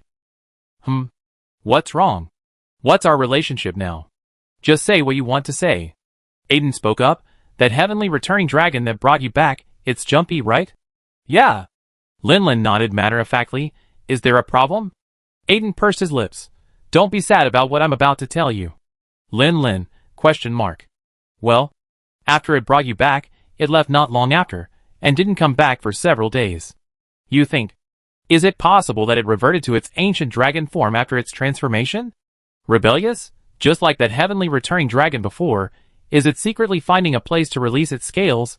Lin Lin. Hey, that's it. He didn't even need to think to guess what Jumpy was up to. It was probably going door to door registering Black Eclipse dragons. But then again, did he really sleep for this long? Several days have passed? It's okay, don't worry, I know what I'm doing. Jumpy will be back in a while. Seeing Lin Lin's confident expression, Aiden's doubts dissipated somewhat. He nodded, said no more, and left the cabin. Lin Lin pondered for a moment, then reached out, and touched the bond stone on his wrist, his thoughts drifting far away along the invisible, intangible connection. Leisurely and relaxed, his mood was completely languid and carefree, even tinged with a hint of joy. This is a cream puff. Looks like it's doing quite well in Flamefire Village. Shy, flustered, at a loss, bewildered, excited. Such complex emotions. What happened to Dekong? Huh? Courtship? No, Dekong is still a child. What kind of wife is so indiscriminate in her tastes? Excitement, excitement, and more excitement. Xiongnier, you with your thick eyebrows and big eyes, are being so lewd in broad daylight. Doesn't the mighty overlord have anything else to do? Calm, peaceful, focused, and a little hungry. Jean Lei Gong seems to be hunting? It seems even the leader of the tribe can't directly enjoy the fruits of other members' labor. Novelty, tension, suppressing my emotions to remain calm, and a little worry. Guga seems to be preparing to provide backup? It was taken to Mogaw village by Bref and Cheyenne, so it must be worried about them. I just don't know who the opponent is. Utterly bored, so incredibly bored, desperately wanting to find some fun. Oh, this is a chameleon. The life of an elder dragon is so simple, unadorned, and monotonous. Joy, anticipation for the future, pink bubbles seem to be floating in my mind. Mrs. Peak Dragon seems to be immersed in the joy of becoming a mother. Irritability, impatience, and a bit of annoyance. It seems Lingrui hasn't finished clearing out all the berserk monsters in the primal forest yet. It feels like you just cleared one out, only to find another one. Oh! I got it! This is it. Let me see what Jumpy's doing. Excitement, pride, feigned composure, and a hidden flutter of joy. No, Jumpy, what did you do? Such rich emotions. Lin Lin's thoughts transcended space, reaching Jumpy. Without relying on the ancient dragon blood to create resonance, Jumpy's answer resounded directly from the depths of his heart. Leader, leader. I'm being worshipped and made offerings as a god. Lin Lin, ? Wait, huh? 1,000 years ago, the heavenly returning dragon was regarded as a god by the villagers of Zinade village to punish the creatures of the mountains. What did you do to be worshipped? What exactly happened? Tell me quickly. Well, these past few days, I found several Black Eclipse dragons, but it seems this has alerted the remaining ones, and they're all running away. I chased after one of them into a dense forest. This black devouring dragon was a real troublemaker. As it ran, it scattered scales, causing many monsters to go berserk. I happened to encounter one that was about to attack a human, so I killed it and rescued the person. But the humans here seem so strange. They're unlike any I've seen before. Their language seems different from what you, Chief, speak. However, I can sense their genuine respect for me, hee. Chapter 471. Different? How so? Lin couldn't help but be curious. Jumpy had been following him everywhere, and he's seen humans, dragons, and earth dragons. Could there be a master among them? The armor is different. Jumpy seemed particularly intrigued by this as well. It knew very well that the equipment worn by hunters, like its leader, was mostly made from various ores, and the scales and hides of monsters. But the armor worn by the person it had encountered felt more like it was alive. Not the kind of life that caused mental effects like the Deviljo shield axe, but life in a biological sense. Besides a small amount of leather, most of the armor was made from a relatively flexible local leaf, a vibrant green that looked full of vitality. A strange white slime mold, of course, it wouldn't explode, was wrapped around the wrists and ankles. The most bizarre part was the main body of the armor, which was actually made of honeycomb. Jumpy could even see small bees going in and out of the honeycomb. Lin frowned and pondered for a long time, but he couldn't recall where he had seen the strange plant armor that Tayo had described. However, something Tayo added next finally gave him a clue. Speaking of which, this monster that was affected by the black corrosion dragon scale powder and turned into a berserk dragon is also pitch black. Only its eyes glow red, and it's incredibly sinister, hiding in the shadows of trees to ambush. If I hadn't spotted it in time, it would be dead. This characteristic immediately identified it as the swift dragon Naruga, his master's wife Rachel's favorite. Her weapons and armor were all derived from swift dragons. Generally speaking, velociraptors inhabit densely wooded environments that provide ample cover for ambushes, such as the Batuptum Tree Sea in the Fonglong region, the dense forest between Jianbua village and the primeval forest, and the waterless forest far to the west of the continent. The village of Zinade, where they are currently located, is within the territory of the Shichi Kingdom. The closest densely wooded area is the Batuptum Tree Sea, and it is said that velociraptors were first discovered here.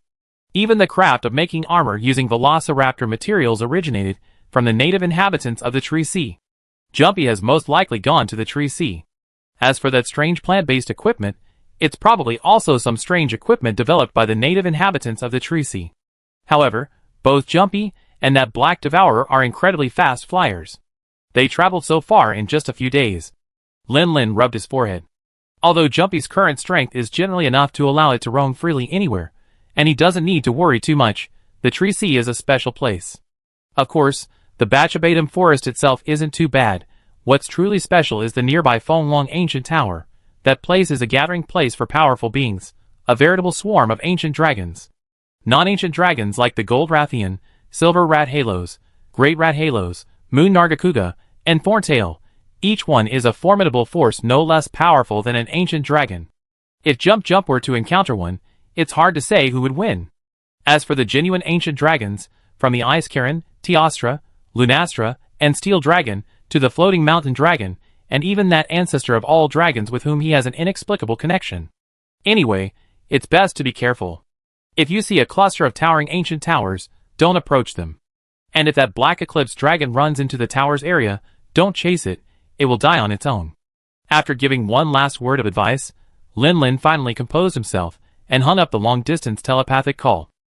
It seemed that Jumpy wouldn't be back anytime soon. These black devouring dragons were running rampant, spreading the mad dragon virus along the way. The one Jumpy was chasing had gone to the Tree Sea, and the whereabouts of the others were unknown. It felt like Jumpy was going to be quite busy for the next while. Lin rubbed his temples.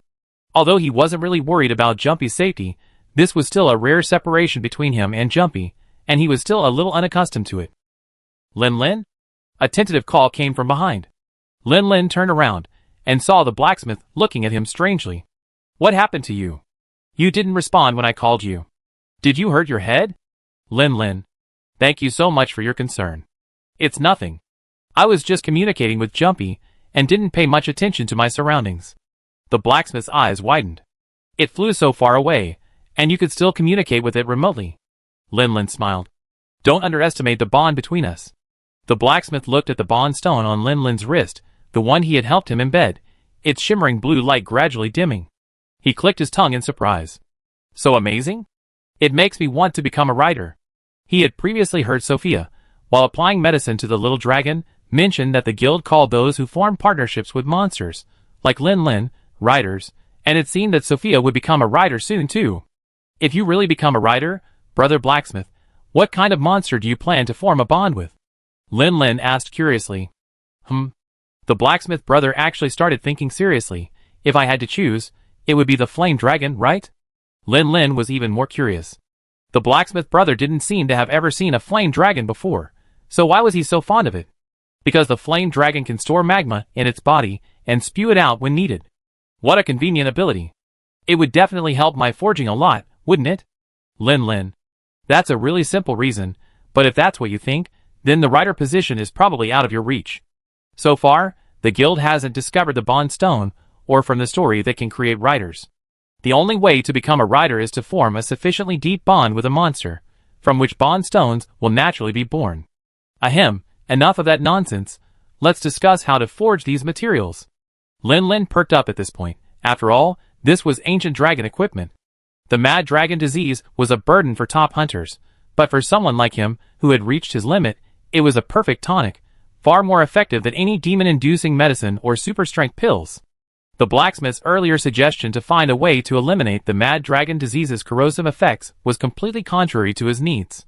Please be sure to design it according to the principle of strengthening against the mad dragon virus's corrosive effects. I can handle it. Chapter 472. Enhancing the mad dragon disease? The blacksmith looked at Lin Lin with suspicion. Although he couldn't see any negative effects from the mad dragon disease on him at the moment, was it really necessary to do this? Trust me, no problem. Lin Lin gave a thumbs up, smiled confidently, revealing his gleaming teeth. In a direct battle, even its mad dragon dust can't harm me, let alone mere materials after it dies. The blacksmith thought about it, and realized it made sense, so he nodded, agreeing to the request and preparing to redesign the equipment with a new approach. Hey! Brother Lin Lin, you're awake. I was wondering why you weren't in your room. Lin Lin turned his head, and saw Yi Zi walking over, curiously peeking in. What's up? What are you discussing? Lin Lin. Why does this question feel so familiar? Then he saw Yi Zi casually pick up a platinum dragon scale from the table, examine it in her hand, and then exclaim with a sudden realization, Are you discussing the design of new equipment? The blacksmith's gaze lingered on Yi Zi's hand holding the dragon scale for a moment, before shifting to Lin Lin, his expression somewhat strange. Truly worthy of being a hunter in our guild, easily achieving what even top hunters can't. Lin Lin wasn't particularly surprised.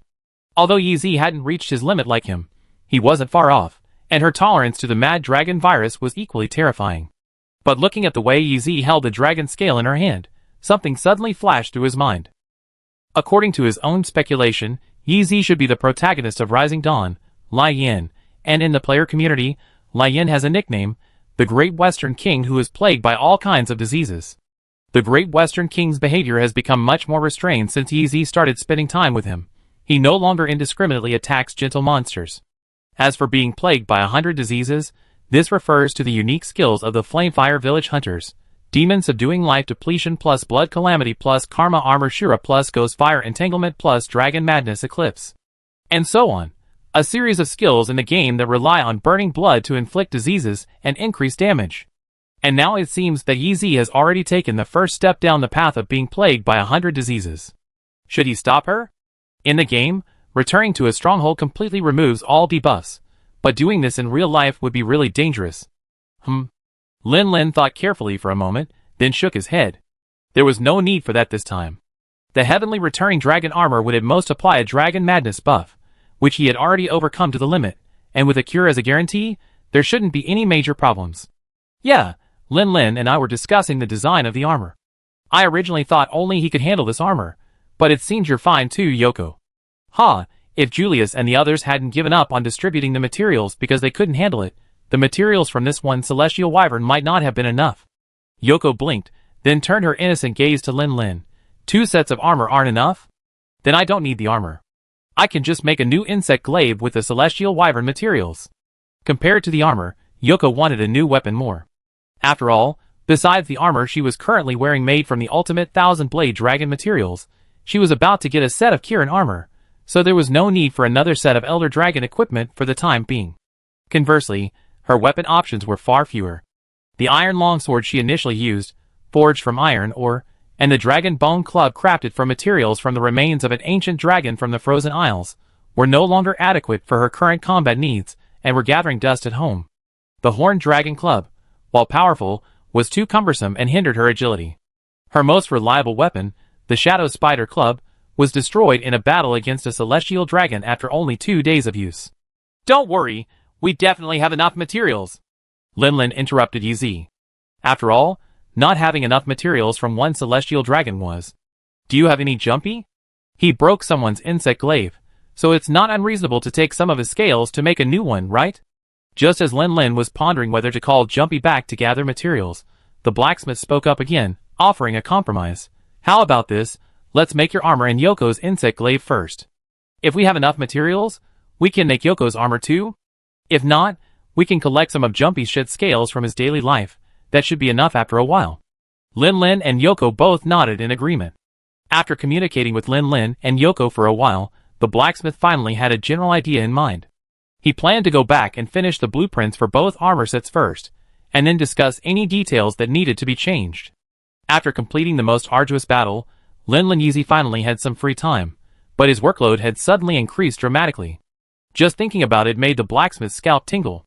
A set of heavy beetle armor of Map King level, a set of ancient dragon Qilin armor, blueprints for one set of ancient dragon Tianhuolong armor for both men and women, and a Tianhuolong insect glaive design from scratch.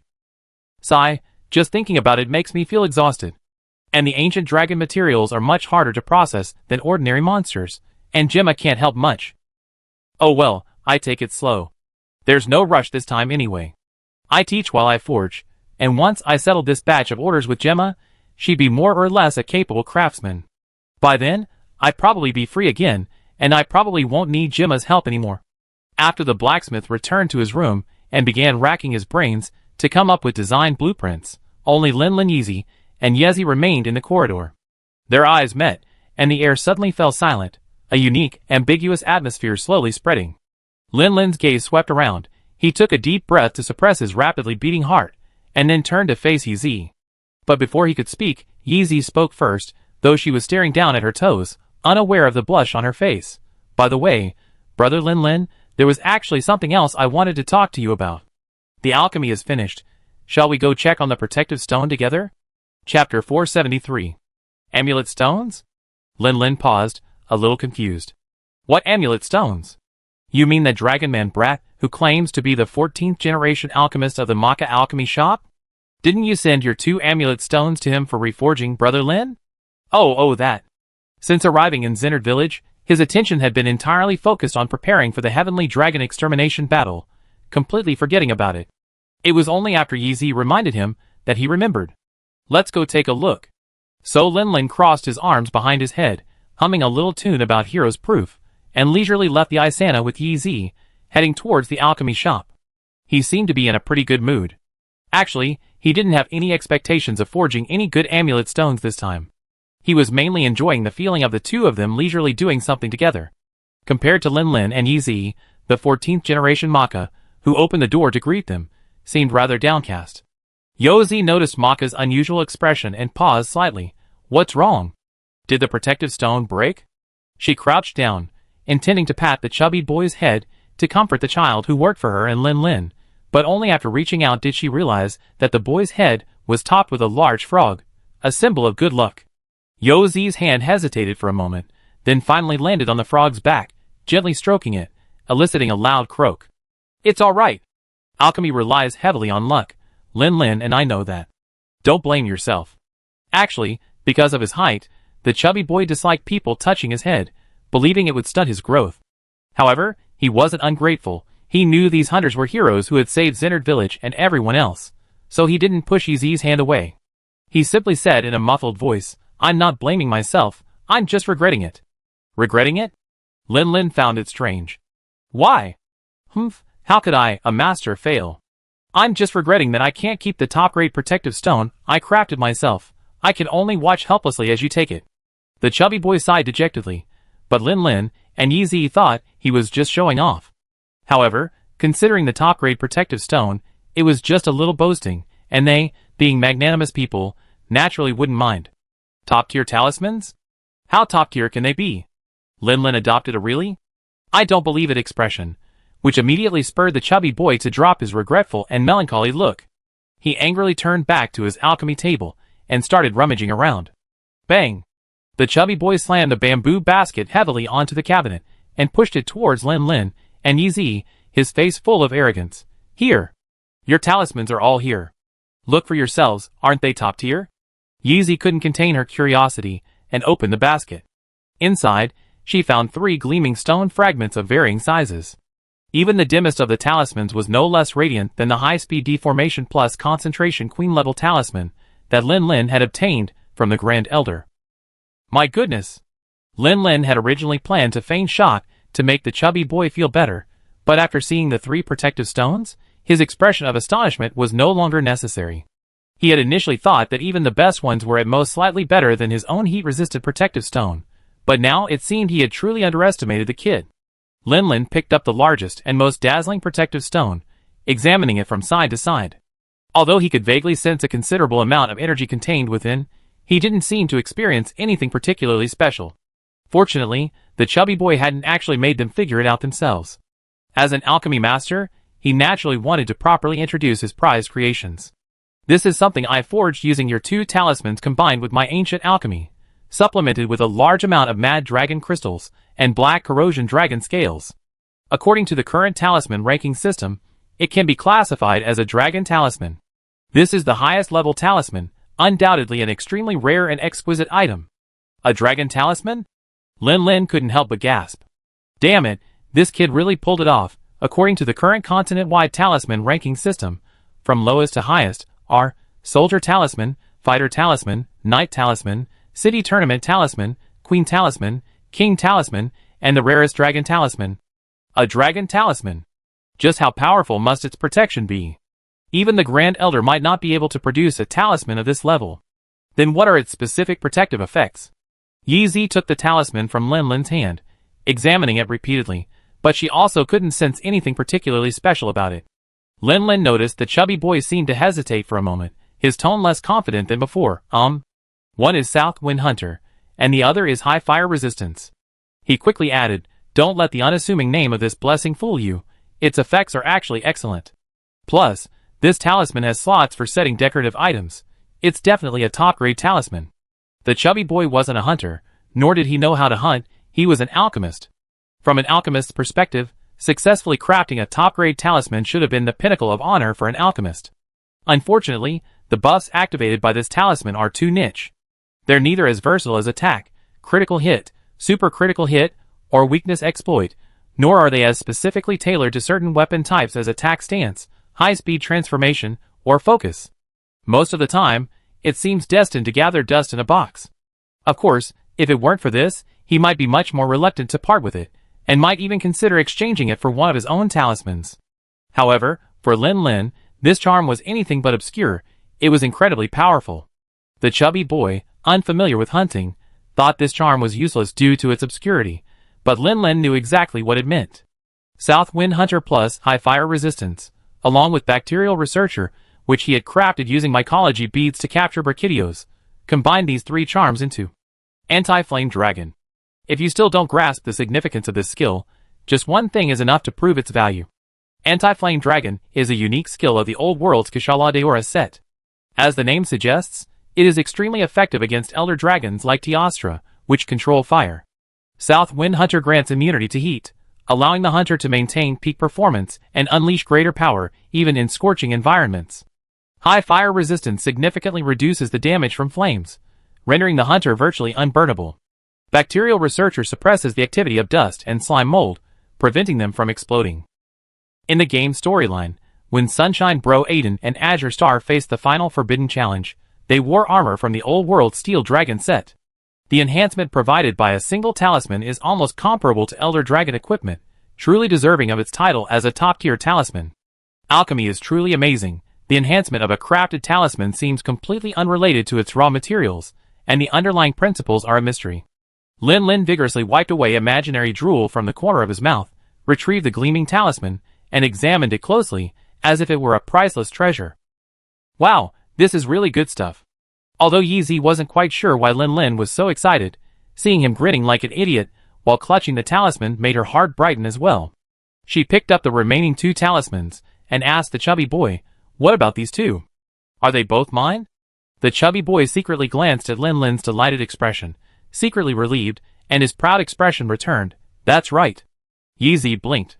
She had used almost all her stored materials, plus some black corrosion dragon materials left over from Jump's molting that Lin Lin had provided, and she had only managed to refine 2 talismans in total. However, considering the level of this talisman, it seems acceptable. Could you please explain?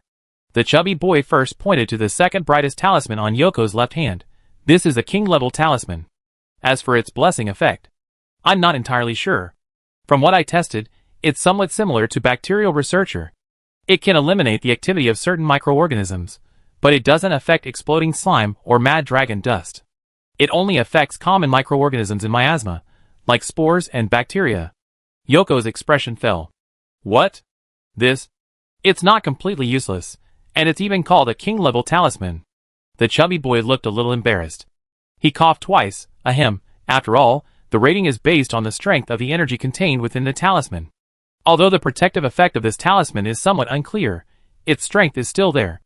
Based on my testing, it's very effective at killing microorganisms common in miasma. It should be useful when hunting in areas prone to miasma. Where would you find such a place? Yeezy muttered, casually reaching to put the talisman away, but Lin Lin suddenly grabbed her hand. Huh? Yeezy was slightly taken aback, her face flushed, and she whispered, let go, let go. There are people watching here. Lin Lin, girl, promise me you won't be shy in such an inappropriate situation, okay? Lin Lin didn't let go, but instead held Yeezy's hand and lifted the protective stone, miasma resistance. It's still quite useful under certain conditions. Yoko, huh? It might not be very useful in the old world, but I heard my master mention it before. Apparently, in the distant new world, there's a monster graveyard, piled high with monster bones, filled with miasma, making it impossible to explore. Yoko finally shifted her attention from her hand being held to the talisman. Then, should I hand the talisman over to the guild and send it to the New World research team? Lin Lin. If you really do that, won't I be exposed? It's only been 4 or 5 years since the 4th fleet set off. The 5th fleet probably hasn't even been formed yet. Most of the research team members are still stuck outside the Great Canyon in the ancient forest and the Anthill Wasteland. It's estimated that only a very few people, like the Grand Master and Master Wilderness, who are extremely skilled in wilderness exploration, will be able to reach the Coral Highlands. If I send this talisman over now, how am I supposed to explain my knowledge of the Rotten Vale? I can't just blame it on that ancient book that little puff burned, can I? That's unnecessary. Lin Lin composed himself. The Ancient Dragon Survey Team operates on a 10-year cycle. The first team conducts initial exploration, while subsequent teams focus on craftsmen, scholars, and logistics. If I'm not mistaken, the 5th team will likely be primarily composed of hunters, gathering a large number of combat personnel to formally advance the survey of the New World. And by then, Lin Lin and Yeezy exchanged glances. We'd probably be high-ranking hunters by then, and will most likely be dispatched to the New World. Actually, there was no need to estimate. The Grand Elder had previously considered promoting Lin Lin to high-ranking hunter, but Kevin and Lin Lin themselves declined. In this Heavenly Dragon extermination operation, the roles he and Yeezy played far exceeded those of a normal 5-star hunter. With the Elder's shrewdness, Lin Lin was certain that it wouldn't be long before the guild sent a letter asking him and Yeezy to return to complete the advancement ceremony and officially advance to 6 stars. Oh, I see. Yeezy's mind wandered as she listened to Lin Lin's words. Traveling across oceans with her beloved to explore the ends of the earth. How romantic, however. The problem of the 100 Dragons' night journey still hadn't been resolved. If they went to the New World like this, she felt there would be a lot of worry about the village. Oh well, there's no need to think about it too much now. There's still plenty of time. She consider it carefully when the time comes. Meeting Lin Lin's gaze, Yeezy nodded vigorously, then carefully put away the protective stone in her hand. Then when we go to the New World, we must remember to bring this talisman with us. The 14th generation of the Maca alchemist, standing nearby, thought. Suddenly, he felt a bit bloated. Do you guys have some kind of pig? The chubby boy sighed, pointing weakly to the remaining talisman, which was comparatively the dimmest. This last one is a queen-level talisman. Its effect is blessing in disguise. If you're attacked and fall into a poisoned, dizzy, or burning status ailment while wearing it, it will absorb a portion of the energy from the attack. Once the hunter recovers, this energy will be converted into life energy and fed back to the hunter, thus strengthening their physical abilities. Well, that's all. Goodbye, both of you. Chapter 474. Although they were kicked out by the chubby boy, both Lin Lin and Yi Zi were in excellent spirits. Neither of them had high expectations for this protective stone alchemy, but the results gave them an unexpected surprise. Lin Lin's Dragon Protector and Yi Zi's Miasma Resistance Protector, while effective, were highly targeted and not very versatile. They were usually kept in their boxes, and didn't bring any significant boost to their combat power. However, the Queen Grade Protector that turned misfortune into fortune truly gave Yi Zi a considerable improvement. After all, being infected with the Mad Dragon disease was a type of abnormal status. Therefore, once Yi Zi's Tenkai Dragon Insect Glaive was completed, given the Tenkai Dragon material's ability to infect with Mad Dragon disease after a period of contact, even if she hadn't reached her limit like him, she could still draw power from the Mad Dragon disease with the help of this protector. Yi Zi didn't think as much as Lin Lin did. She simply felt that since her brother Lin Lin was happy after getting the new talisman, she should be happy too. The chubby boy's alchemy workshop wouldn't let them in, but the two didn't mind. They just strolled around aimlessly shoulder to shoulder. Not only in the village, but also in the cloud-covered mountains connected to Zinard village by rope bridges. It must be said that finding a secluded corner, sitting on a flat rock, quietly watching the clouds drift by, feeling the breeze, and listening to the birds chirping in the mountain streams, had a unique charm. As hunters, they had witnessed natural wonders far beyond what ordinary people could imagine. But most of the time, they had to focus on fighting monsters, leaving no time to appreciate the surrounding scenery. Now, they were able to calm down and admire the view together. They saw a cloud that resembled a majestic fire dragon with its head held high and wings outstretched, and a rock that looked like a daimyo hermitor holding its claws to its face. There was no particularly intimate interaction. Everything they did was just like any other day. Only the bright moon and the dazzling starlight witnessed the moment when their eyes met unintentionally, and their breaths slowly drew closer. No words were needed. Their feelings for each other were already understood through their daily interactions. Lin Lin gazed at Yi Zi's face. The moonlight, like a silver veil, fell upon her slightly trembling eyelashes, making her eyes sparkle. Yi Zi's breath hitched slightly, then became rapid. A blush crept onto her fair face. She unconsciously tilted her head back slightly, closed her eyes, and pursed her lips, seemingly to focus more intently on the burning heat, or perhaps to send some kind of signal. Lin Lin's breathing also became heavier. He closed his eyes as well, leaning closer little by little, but he had never felt his muscles so stiff. The distance that should have been covered in the blink of an eye felt incredibly long. Finally, their lips met. Warm, soft, and sweet, the touch sent a tingling, electric sensation through his entire body. This was a completely different feeling from the one in the unknown tree sea, to the point that Lin Lin felt almost incapable of thinking. His mind went blank, and his body froze. Time seemed to stand still at that moment, as if it were an instant, yet also as if an eternity had passed. Lin Lin was stunned, but Yi Zi, who had been waiting with her eyes closed, was not. Feeling that hot breath getting closer and closer, until she touched that soft touch, she felt a mix of joy, shyness, and anticipation, a bittersweet feeling like she had eaten candied fruit. But then Lin Lin suddenly became still, and in Yi Zi's complex emotions, anxiety instantly took over.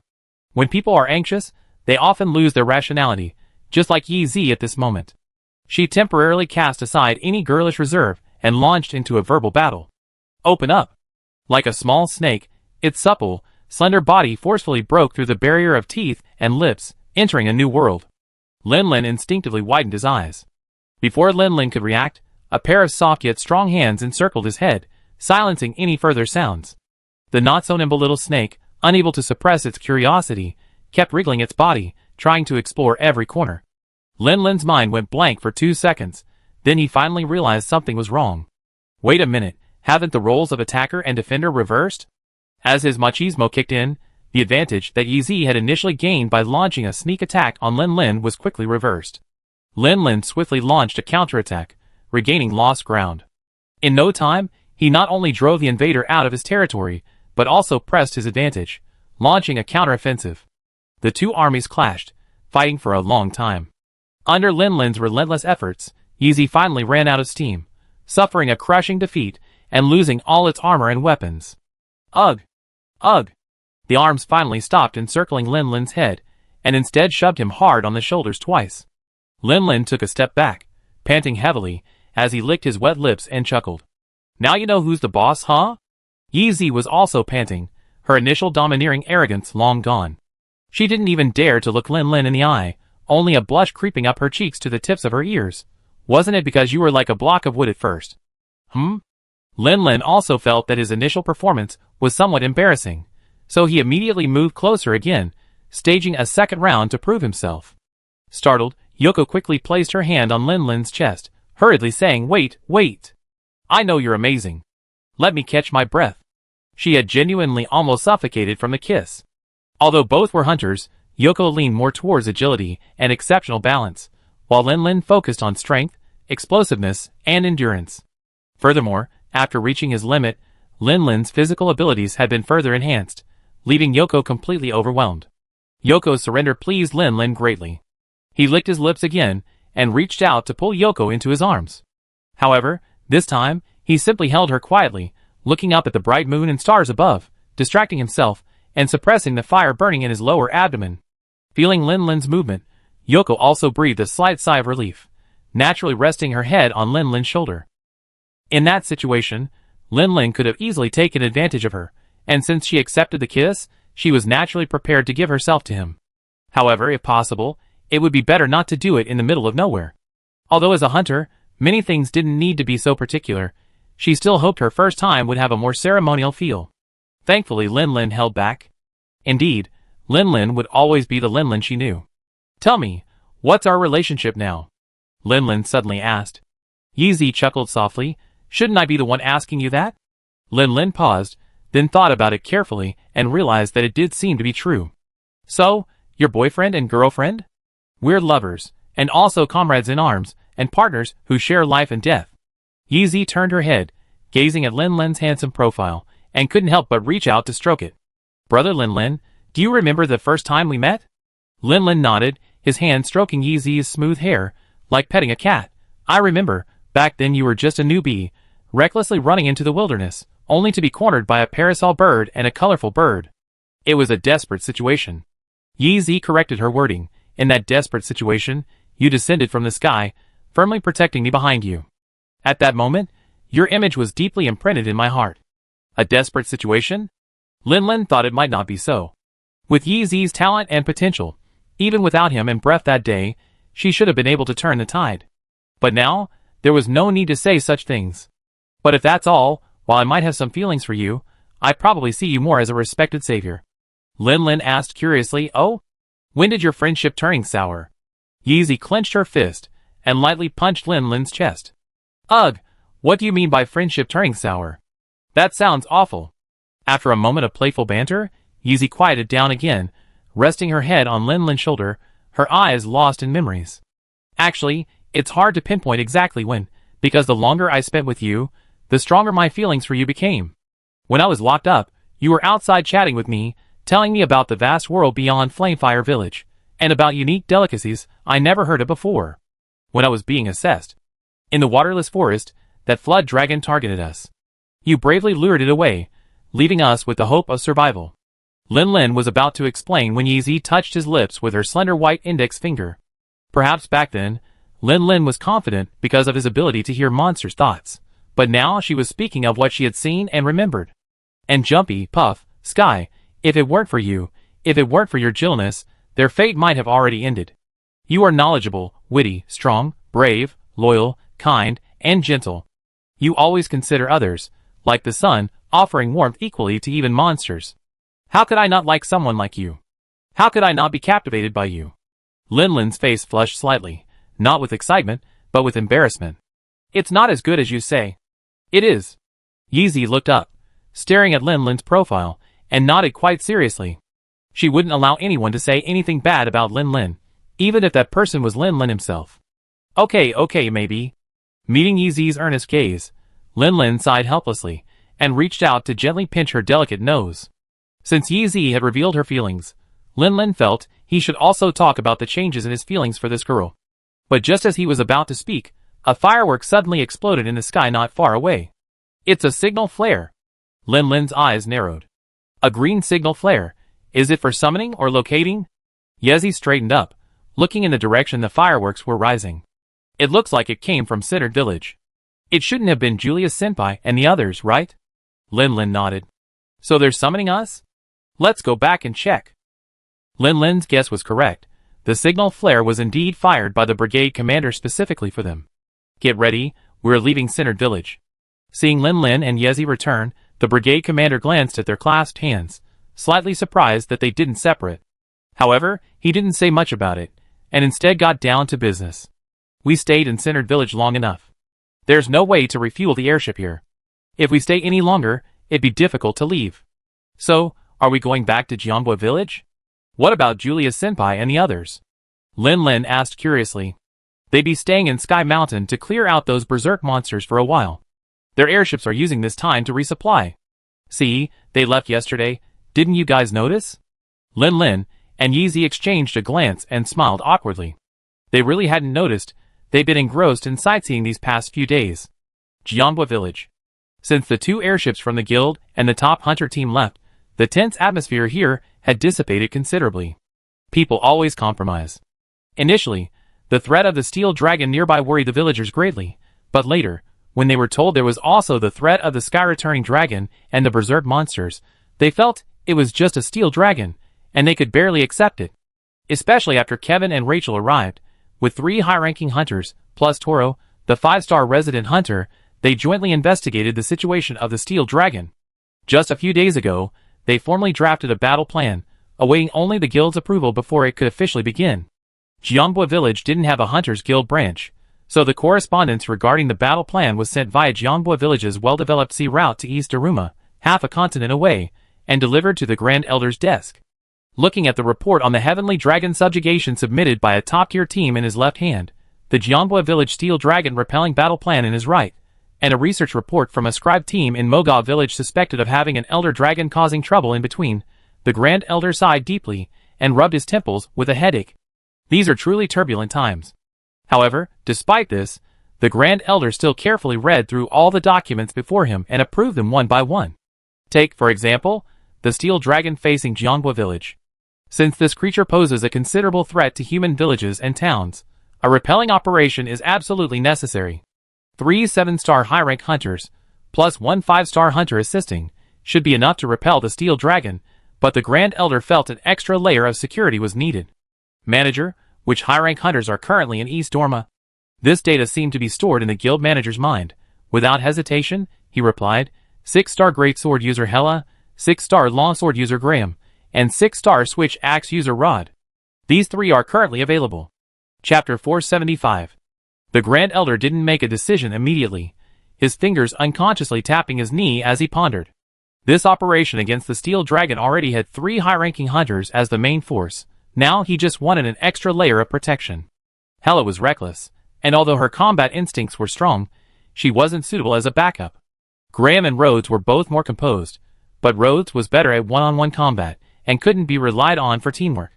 As for Graham, although the boy occasionally had a moment of madness, he was reliable most of the time. In these turbulent times, he couldn't ask for more. The Grand Elder nodded slightly, preparing to finalize Graham's name, but a hurried footstep interrupted him. Turning his head, he saw a thin, small, withered old dragon man in purple robes striding in. This is the director of the Ancient Dragon Observation Bureau. When the Mad Dragon Virus Research Institute was established, a significant portion of its staff was drawn from his ranks, resulting in a slight shortage of manpower at the Bureau. Under the Grand Elder's watchful gaze, the director, his face tense, pulled a large, rolled-up letter from his sleeve and quickly stepped forward, placing it on the Grand Elder's desk. As the Grand Elder picked up the letter and began to read it carefully, the director finally spoke, explaining the situation to the guild leader beside him. The latest news from the Minigard branch indicates an unusual gathering of large numbers of pteranodons, raising suspicions of an ancient dragon's presence. Again? And again? First, the sky-returning dragon caused chaos in the Barbear territory, then the steel dragon threatened the residents of Jianbo Village, and now they received reports of creatures suspected to be ancient dragons appearing in Moga Village. And now Minigard is facing a new ancient dragon threat. What's wrong with this world? The Elder Dragon threat, which used to occur only once every few years or even decades, is suddenly erupting all at once. The guild leader's face was grim, as was the Grand Elder's after reading the letter. Can you confirm the target's identity? The director of the Elder Dragon Observation Bureau shook his head slightly. There are too many winged serpents. The observation balloons can't get close. However, after receiving the news, the Minigard Guild branch has already dispatched high-ranking hunters to investigate. We expect to get concrete intelligence in about half a month. The Grand Elder rubbed his temples and sighed wearily. Then, does the Elder Dragon Observation Bureau have any speculations? And its route of movement, threat assessment? The director of the Elder Dragon Observation Bureau seemed to have already prepared a response to the Grand Elder's questions. Without hesitation, he replied, based on past experience, the creatures that attract large numbers of pteranodons are mainly super-large elder dragons, like Lao Shan Lung, Peak Lung, and Hao Shan Lung. However, Peak Lung and Hao Shan Lung are super-large elder dragons with specialized body structures adapted specifically to sandy environments, and there are no sandy environments around the Midgard region that can accommodate them. And the Lao Shan Lung subspecies, Rock Lung, also called Old Lao Shan Lung, has invariably appeared around volcanic areas in past observations. There are no volcanic areas near the Midgard region, so the probability of it being Rock Lung is not high. After eliminating other options, unless a new unknown super-large monster has appeared, we can only assume that it is a Lao Shan Lung. However, what? The guild leader was genuinely getting impatient. The situation was urgent. Why was this guy still being so secretive? However, within our observation bureau, quite a few scholars actually believe it should be a completely new elder dragon. The Elder Dragon Observation Bureau was established specifically to deal with various elder dragons, and those who had the most contact with them, and the most extensive information about them were naturally the Lao Shan Lung, which had appeared in people's sights for a very, very long time. Based on past records and analysis of Lao Shan Lung, it can be basically concluded that Lao Shan Lung is a colossal elder dragon that travels along a fixed route every few decades. However, less than 10 years have passed since the last recorded observation of Lao Shan Lung. The director of the Elder Dragon Observation Bureau adjusted his round glasses and summarized, either it was a completely unknown elder dragon, or it was Lao Shan Lung, but for unknown reasons, it changed its migration cycle.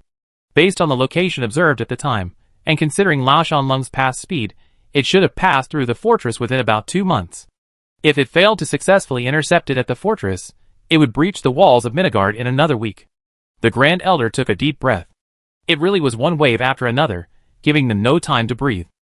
Well, the 3 high-ranking hunters we were just picking and choosing are now useless. They all have to be sent to Midgard to organize the defense at the fortress. Even so, the Grand Elder still felt it was far from enough.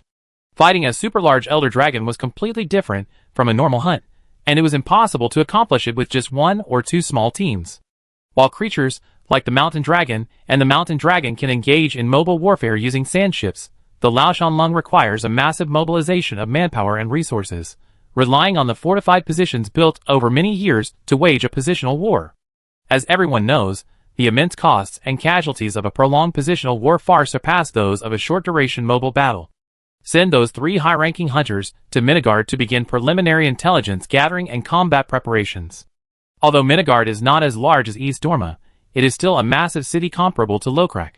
Naturally, the number of active hunters there is considerable. In fact, the number of lower-ranking hunters might even exceed that of East Dorma. Only high-level combatants, like high-ranking hunters, are significantly fewer in number. Therefore, the Elder only mobilized all currently available high-ranking hunters to provide relief, rather than directly launching a large-scale mobilization of lower-ranking hunters from East Dorma. However, in Midgard, the entire city's high-ranking hunters combined wouldn't exceed 5. Even with 3 more sent from here, the Grand Elder still felt it wasn't safe enough. He was constantly thinking, trying to find any usable combat forces he had overlooked. Then, his gaze inadvertently swept over the report submitted by Julius, pausing briefly on the names of Lin Lin and Yi Zi. I almost forgot about these 2 youngsters. They were able to inflict heavy damage on the ancient dragon in a direct confrontation. Promoting them to 7 stars wouldn't be unreasonable. Send another message to the guild, asking Lin Lin and Yi Zi to come to the Grand Elder's hall. The guild leader opened his mouth, but then swallowed his words, silently nodding. He had read the report and knew very well why the Grand Elder had summoned them back at this time. He had initially thought that these 2 young men, having just gone through a difficult battle and been injured, needed to recuperate, but considering the changing situation across the continent, he ultimately suppressed that soft-hearted feeling. The Grand Elder then let out a sigh of relief, waved his hand to indicate that the 2 should go about their business, and closed his eyes, leaning back on the bench, continuing to ponder deeply. Once Lin Lin and Yi Zi return and complete their advancement, should they be sent to Midgard for the massive Elder Dragon defense battle, or to Mogov village to investigate the true nature of the unknown Elder Dragon? Speaking of which, The other two members of the hunting party with these two children are currently in Mogov village. They contributed to the intelligence from Mogov village on my desk. The elder pondered, reaching for Julius's mission report again and reviewing it. However, this time, his gaze wasn't focused on Lin Lin and the others' combat performance, but rather on a specially marked name. After successfully defeating the heavenly returning dragon, Jumpy immediately underwent a metamorphosis and transformed into a new heavenly returning dragon. After sending Lin Lin back to the Isana, it flew away and has not been seen since. Based on the accounts of Yi Zi and Nia Lu, it is speculated that it may have gone to search for the location of other Black Eclipse dragons. Below this is ecological information summarized by Sophia based on her interactions with Jumpy, indicating that the heavenly returning dragon's scale powder might have the ability to suppress the metamorphosis of other Black Eclipse dragons, thus providing the basis for their speculation. A new heavenly returning dragon. Phew. Thankfully Lin Lin is here. No need to create new enemies. Killing one only to have another pop up, it's truly terrifying. I wonder where it flew off to. Let's ask Lin Lin when he returns. When Jumpy stayed overnight at the Grand Elder's Hall, the Grand Elder had quite a bit of contact with it when it was still the Black Eclipse dragon. He knew this creature was quite intelligent and had consciously restrained its scale powder release ability. Coupled with Julius's report, he believed Jumpy could control itself and wasn't worried it would spread the virus indiscriminately like the previous heavenly returning dragon. The main reason he wanted to know Jumpy's whereabouts was that if an ancient dragon could become an asset in the defense, the crisis in Minigard should be easily resolved. Lin Lin and Yi Zi, far away in the skies above the ocean, naturally had no way of knowing about the conversation taking place in the Grand Elder's Hall. After 3 days of flight, the airship was finally approaching its destination, and the outline of Jianbua village could already be seen in the distance. Perhaps for the blacksmith, who had been busy with his orders, the 3-day flight was quite tedious, but for this newly confirmed couple, 3 days was just the right amount of time to spend together. However, being hunters, and having known each other for a long time before confirming their relationship, they weren't as clingy and affectionate as teenagers in big cities. Their daily routines remained largely unchanged, except that they were spending significantly more time together. Aside from occasional eye contact and playful kisses, they continued with their usual routines, sharpening weapons and carving knives, maintaining armor, organizing their toolboxes, occasionally browsing the books on the shelf, feeding their kinsects, and feeding their wire bugs with magatama honey. These were all mundane and uneventful daily activities, but their mindset had changed, their distance had shifted, and with each other's company, these seemingly mundane tasks seemed to have taken on a new kind of enjoyment. We're almost there. Jianbua village is just ahead. Lin Lin pushed open the door and peeked inside, only to find Yi Zi seemingly rummaging through something. Hearing the door open, she straightened up. Huh? Brother Lin Lin, what did you just say? I said we're almost there. The airship has already started landing. Eh? So fast? That's great. Yi Zi's face showed obvious joy, which made Lin Lin slightly puzzled. Why are you so happy? Yi Zi pulled out the insect box from under her gauntlet and showed Lin Lin the winged insects inside, which resembled magatama. I've been away from home for too long, and the magatama grass honey I brought is almost gone. Brother Lin, you're probably in a similar situation, right? The shipping from Jianbua village is quite efficient, so I'm planning to go back to Yanhua village. Let's go together. Yi Zi's reminder made Lin Lin belatedly realize, oh right, he and Yi Zi left Yanhua village together. Yi Zi's magatama grass honey was almost gone, so his was probably almost too. Damn it, he'd been too engrossed in eating these past 2 days, and hadn't even noticed his precious winged insects were running out of food. This won't do. The winged insects have helped him so much in battle, they're even more important than his insect father, the insect glaive. He can't let them go hungry. Great. I was thinking of going back to Jiayan village too. Lin Lin readily agreed, but after a pause, his gaze returned to the Isana beneath his feet. The battle against the celestial dragon was over, and the initial goal of the guild leader organizing our guild had been achieved. Not only had they uncovered the truth, but they had also obtained another dragon scale as a souvenir. Logically, this journey should have come to an end, and everyone should part ways amicably. He and Yoko could simply leave to visit their families. That would be perfectly fine. However, for the past few days, no one had mentioned it. The guild members seemed to be back to normal, interacting as before. Emotionally, the mutual care and concern they had shown each other during this time had made them feel like they were part of the group, and naturally, they were reluctant to separate. Rationally, while the celestial dragon incident was over, there were still the rusty steel dragon and the giant trident dragon to deal with. Lin Lin knew the guild story wasn't over yet, and he couldn't just leave like that. Although Lin Lin didn't speak, Yoko subtly sensed what he was thinking. She gracefully moved to Lin Lin's side and took his large hand. "What are you thinking? We're just going home to visit family.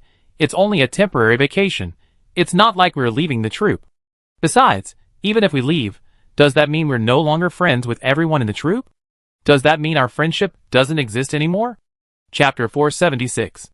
Lin Lin thought Yi Zi's words made a lot of sense. However, he had a slight objection to the mode of transportation. Taking a boat is too slow. From Jianhua village to Donnarumma, wouldn't it take at least 2 or 3 months? I think we can choose a faster way. A faster way? Yi Zi blinked. Just sail the Isana back? Wouldn't that be a bit inappropriate? Lin Lin. It doesn't seem impossible? But that wasn't what he initially thought. Lin Lin closed his eyes, his fingers touching the bond stone on his wrist. As the gem gradually emitted a deep blue light, Lin Lin's will extended outward along the bond once more. Let me see what Jump is doing first. Hey. Are you there? What's up? What's the situation with that Black Eclipse dragon we were chasing last time? Oh, I see. Lin Lin clicked his tongue. Jumpy had already caught up with the Black Eclipse dragon, but not wanting to overly disrupt the surrounding environment, it didn't immediately unleash a large-scale scale powder attack, instead using its spherical breath attack with the smallest impact range. However, the Black Eclipse dragon seemed to possess extraordinary talent, dodging all its attacks with several flight maneuvers, finally venturing into the ancient tower's area. Jumpy remembered Lin Lin's instructions, and didn't follow into the ancient tower. It planned to first clear out the monsters in the Tree Sea region that had been affected and turned into berserk dragons, and then go find the Black Eclipse dragons that had run in other directions. But the Black Eclipse dragon seemed to be quite intelligent. After realizing that Jumpy wasn't continuing the chase, it decisively didn't venture any deeper, only lingering on the outer perimeter of the ancient tower. This left Jumpy in a dilemma, unsure whether to pursue or not. Let's not let a small matter cause a bigger problem. Although this Black Eclipse dragon has caused quite a bit of trouble, once it's inside the ancient tower, even if it doesn't die, it won't be able to make much of a splash. It's not just this one Black Eclipse dragon that escaped. We need to capture them all before the others cause trouble. Upon hearing this, Jump suddenly felt enlightened, and the question he had been hesitating about for several days was suddenly resolved. Just as Lin Lin was about to ask Jump for a ride, Jump casually brought up another matter, directly interrupting him. Lin Lin was genuinely astonished. This Jumpy fellow had actually become the totem of the Tree Sea's native inhabitants in just half a month? Believe it or not, these natives didn't just perform ancient and mysterious sacrificial rituals. The actual offerings they provided were substantial. Aside from fruits and delicacies, they even used bioalchemy to create a super soft bed out of leaves for Jumpy to rest on. They were truly treating Jumpy like a guardian deity. But thinking about it carefully, in this perilous world, even creatures like giant beasts, merely gentle in nature, driving away other ferocious monsters from their territory, and occasionally even gnawing on villagers' houses when food is scarce, are given the title of mountain god in the snowstorm. Jumpy, influenced by Lin Lin, consciously and proactively protects humans, and as an ancient dragon possessing immense power, being regarded as a guardian deity is perfectly normal. Over in the unknown forest, a large number of monsters have become berserk and more dangerous due to the black devouring dragon. The survival of the native inhabitants has deteriorated rapidly, and they can only maintain stability by clearing out the berserk monsters and protecting them. Therefore, Lin Lin abandoned his idea of traveling with Jumpy. After instructing it to take good care of itself and not get hurt, Lin Lin hung up the telepathic call. Since Jumpy can't help, let's check on Sky. When Lin Lin first contracted the mad dragon disease, Sky sensed his predicament and flew directly towards him. However, Lin Lin, worried that Sky might also be infected, remotely stopped it, making it stay obediently in Yukoku until the mad dragon virus problem was resolved. Now that Jumpy has become a celestial dragon, and the guild has even established a mad dragon virus research institute, while the mad dragon virus problem can't be said to be completely solved, its threat level has been greatly reduced. Sky no longer needs to obediently stay in Yukoku. Although he had a legitimate reason and genuinely wanted what was best for Dekong, it had been so long since they'd last seen each other, and he hoped the child wouldn't be angry. The bond stone in Lin Lin's hand was born from the bond between him and Dekong. It seemed that this was why their connection was exceptionally easy, even separated by half a continent. Communication was no different than if they were together. In this respect, even Jump, an ancient dragon, was somewhat inferior to Dekong. Sensing Lin Lin's call, Dekong was first overjoyed, then followed by a hint of resentment. Mommy finally remembered me. Although Lin Lin often used the bond stone to connect with it in his spare time after their separation in Jieyun, he always ruthlessly rejected it whenever it tried to fly over to him. Not to mention, after the battle against the heavenly dragon ended, Lin Lin was immersed in his time with Yoko, his only thought being food and drink, and he hadn't contacted her for over half a month. Lin Lin felt a little embarrassed and subconsciously coughed. Even though Dekong couldn't see it, he still maintained a serious expression. "You're someone I raised with my own hands. How could I forget you? I already explained it many times before. The reason I didn't let you come to me is because the heavenly dragon is spreading the mad dragon virus everywhere. It's very dangerous. If Mom can overcome it, then I can definitely overcome it too. I can also reach my limit." Lin Lin had previously explained the mad dragon virus to Dekong clearly and carefully to appease it, and with Dekong's intelligence, which was different from ordinary male rat halos, it would definitely understand. However, Dekong's understanding was giving Lin Lin a real headache. Reaching the limit isn't something that can be achieved casually. Currently, only 3 creatures are known to have achieved this. One is the ultimate thousand-blade dragon, the chosen one who achieved this in the original story and became the cover monster. Another is the jumping dragon, which was then the yellow velociraptor king, and has now become the new heavenly returning dragon. And the third is Lin Lin himself. As the first person on the entire continent to be infected with the mad dragon disease, he endured it without using the antidote, and only through a series of coincidences did he achieve what even the true protagonist, Yi couldn't. Moreover, even disregarding the extremely low success rate and the arduous process of achieving the limit, the initial pain of being infected with the mad dragon disease and not yet adapting is truly excruciating. Lin Lin had personally experienced the agony of being woken 5 or 6 times a night by burning pain, only able to get a few moments of peaceful sleep by canceling the fruit. Therefore, even though Dekong was confident it could reach its limit and gain even greater power, Lin Lin still firmly disagreed with its decision. After all, the pain was just too much. Dekong didn't understand Lin Lin's concerns. Like a child, it stubbornly believed this was a sign that its parents didn't believe it. Of course, it was indeed still a child. By the standards of a male rat halos, it was still quite a distance from being a subadult. This made Lin Lin even more troubled. Not knowing how to make Dekong understand his good intentions in a short time, he had no choice but to change the subject. This tactic was indeed very effective with children. Dekong's attention was quickly diverted by Lin Lin, and it escaped its resentment at being distrusted. "After that battle, your brother Jump successfully transformed into a new celestial dragon. Although Jumpy has now become a celestial dragon that reproduces through scales and powder, and strictly speaking shouldn't have a gender, when Jumpy was still the yellow velociraptor, it was undisputed male, so Lin Lin still called it older brother. With its help in curbing the spread of the mad dragon virus, the situation isn't as dire as it was at the beginning. In Dekong's heart, Jumpy's image is still that of the yellow velociraptor who, when Dekong was first born, would look at him with disdain, but still patiently play with him. To Dekong, this is the older brother in the family, who takes care of his younger brother when his parents are busy. Although Lin Lin had described Tiao Tiao's changes, Dekong still couldn't quite picture it.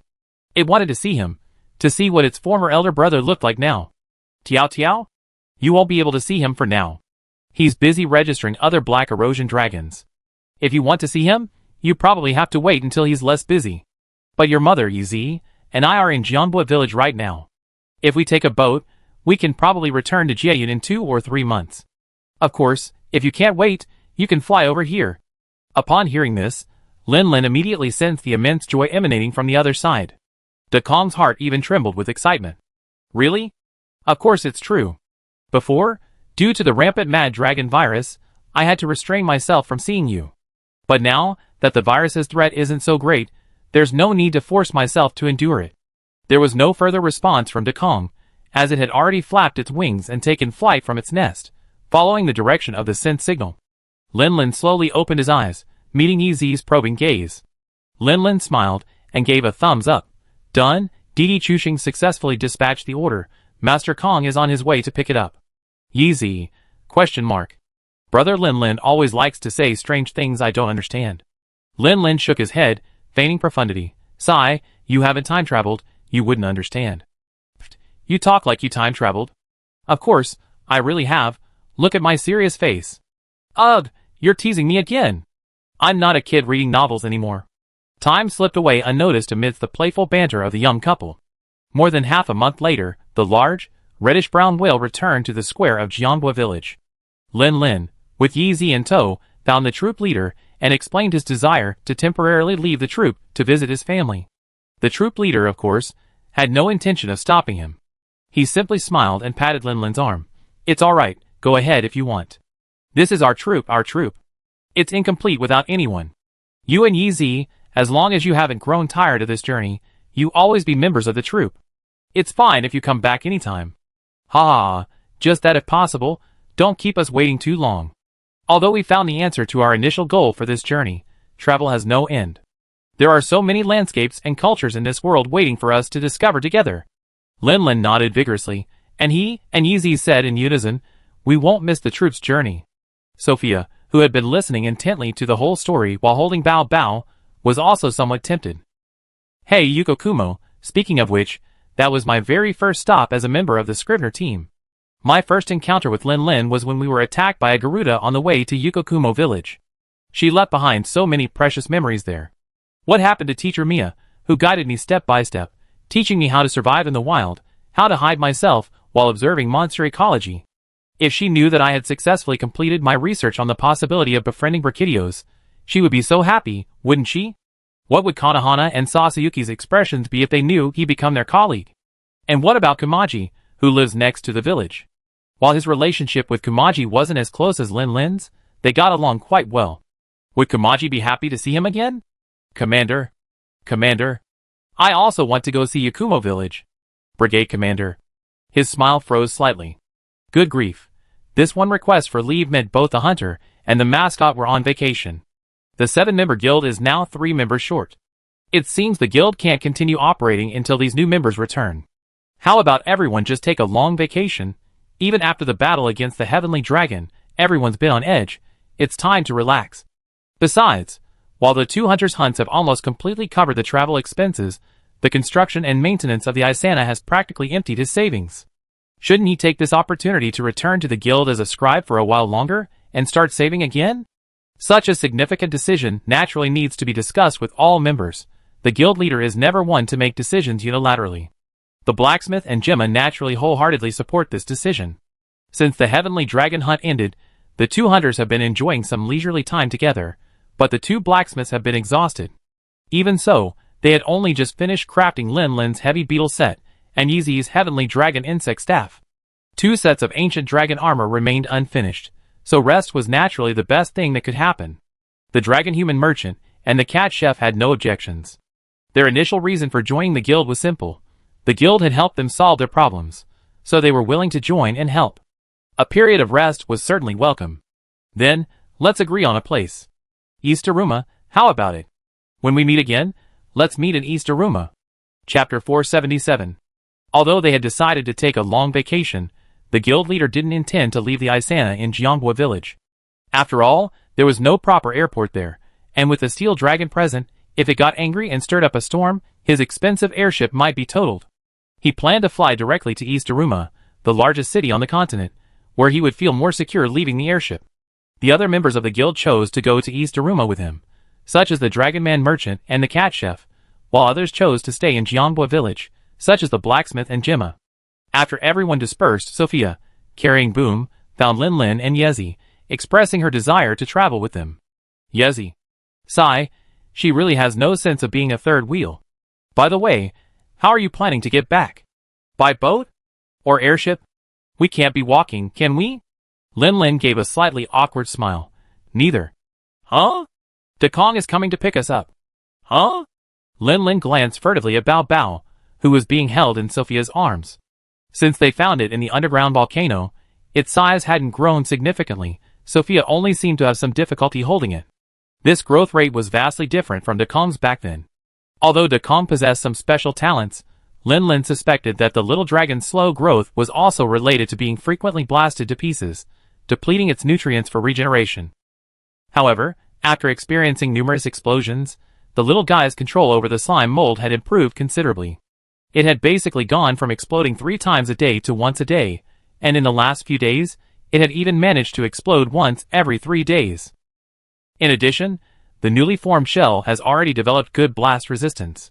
With fewer injuries, more nutrients can be used for body growth, so the growth rate should be faster in the future. But that's a matter for later. Right now, Boom's weight is about the same as Date's, and even lighter than his own shield and axe. With the Sky King's stamina and carrying capacity, transporting the 3 people, 2 cats, and a small Brachydios would be no problem at all. Even with a few rest stops along the way, it would still be much faster than by boat. The only issue is the seating arrangement. Considering Sky's size when he left Yukumi, it seems a little cramped. They have to redistribute the seats, letting Sky hold the 2 cats with its paws. That's how Date was carried before, after all.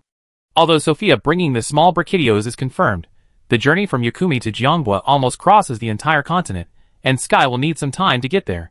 Before that, they can do some pre-departure preparations. For example, they can remove their bulky and heavy armored dragon armor and return it to their room on the Isana, then change into the heavy beetle armor that the blacksmith had given them a few days ago. While this set of equipment isn't as defensively strong as the armored dragon set, the artillery and sharp blade buffs make it far more offensively powerful. Defensively, it also has defensive performance and hero shield, so the difference isn't significant. Furthermore, this super robot-like design is much cooler than the bulky, canned armored dragon set. He's decided to wear this set for everyday use from now on, unless facing monsters particularly skilled with fire. Otherwise, the armored dragon set will basically be gathering dust in its chest. Well, considering he plans to visit Moga village to find Bref and Ziyuan later, Lin specifically asked the blacksmith to help him embed the swamp crossing beads he previously crafted into the heavy beetle set. Yoko's heavenly dragon insect glaive the tracker had just been crafted.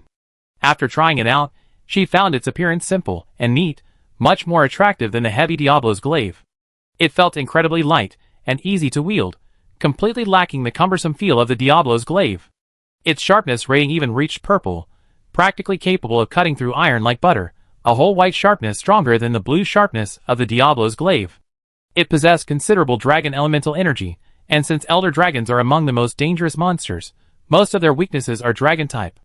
This made it far superior to the Diablo's glaive, which only dealt physical damage and had no elemental affinity. After using it for a while, she would contract dragon fever, but this was nothing to Yoko, who had extensive experience overcoming it. The burning pain during the infection stimulated her to unleash even greater power. After overcoming it, she could focus more intently in battle, keenly sensing the monster's weaknesses. Now, with the turning misfortune into fortune charm, she also gained a portion of enhanced life energy. Dragon Madness Erosion. The only drawback is that its lightness results in a significantly weaker swing force compared to the heavier Diablo's staff. However, the insect glaive isn't a weapon like the charge blade, which relies on sheer power. Strength doesn't greatly affect its lethality. These minor flaws didn't stop this platinum-colored insect glaive from becoming Yoko's favorite, and like Lin's shelled armored dragon set, the Diablo's staff ended up gathering dust in a box. Of course, during the time waiting for the Sky to arrive, besides changing equipment, Lin did have other things to do. For example, he might go to visit his master and mistress, boasting about his great contributions in the recently concluded Elder Dragon hunt, and casually ask if they could help with the battle against the Steel Dragon. However, the moment he uttered the last sentence, the 2 elders, who had been looking worried about the fierce battle, immediately changed their expressions and impatiently started to shoo him away. Get out of here! Addicted to fighting Elder Dragons? Do you enjoy the feeling of dancing on the edge of a knife? You just risked your life once, and now you want to do it again? Your master and I, and Rickrez, 3 7-star hunters are here. It's not your turn, youngsters. Lin, bewildered, was kicked out. He was truly looked down upon. The power of the ultimate form is limitless. Wait, why does this feel so familiar? Oh right, when he stopped a Kong from coming to find him because of the mad dragon virus outbreak, that kid seemed to have a similar reaction. So I become the Great Void Master? This can be passed down from generation to generation? Lin twitched his lips, never before understanding his master and mistress's good intentions so profoundly. Fine, since that's how it is, there's no need to force himself on them, lest he upset them. However, although he couldn't help, he had other ways to secure this battle. Lin closed his eyes again, his consciousness resonating with the being on the other side through an invisible and intangible channel. Hello? Can you hear me? Chapter 478. Hello? Can you hear me? Soon, in Lin's perception, a silver-white question mark formed of lightning slowly floated by. Immediately afterward, Ling Rui's unique, clear voice rang out in his mind. What do you want? Linlin smiled. Can't I just chat with you if there's nothing wrong? On the other end, Ling Rui was silent for a moment, her voice filled with confusion. Chat? The simple-minded ancient dragon didn't quite understand this word. After all, the concept of chatting is based on language, and clearly, the Qilin didn't have a systematic language. We just chat, talk about anything and everything, like our experiences, hobbies, opinions on certain things. Things like that. Oh, I see. Human life is really rich. Ling Rui's voice became a little lighter. So how have you been lately? You said you were going to chase that annoying guy. How did it go? Pretty good. This period has been a completely new experience, unlike anything I had in the past 20 years. Linlin subconsciously pursed his lips, but then realized he'd gone off topic and quickly steered the conversation back. As for that heavenly returning dragon, we successfully taken it down. Ling Rui had been quite curious about what Linlin meant by this new experience, but Linlin's next words successfully captured its attention, and its inner thoughts were filled with surprise and joy. Amazing! They actually took down that troublesome guy. This way, the chaotic situation like in the primeval forest won't happen elsewhere, right? Linlin was undeniably flattered by Ling Rui's undisguised admiration and surprise. Showing off was indeed pleasurable, especially when the target wasn't just some ordinary passerby, but a genuine ancient dragon. The thrill was amplified exponentially. After a moment of smug satisfaction, Linlin replied, It's still possible, but it won't be as severe as in the primeval forest.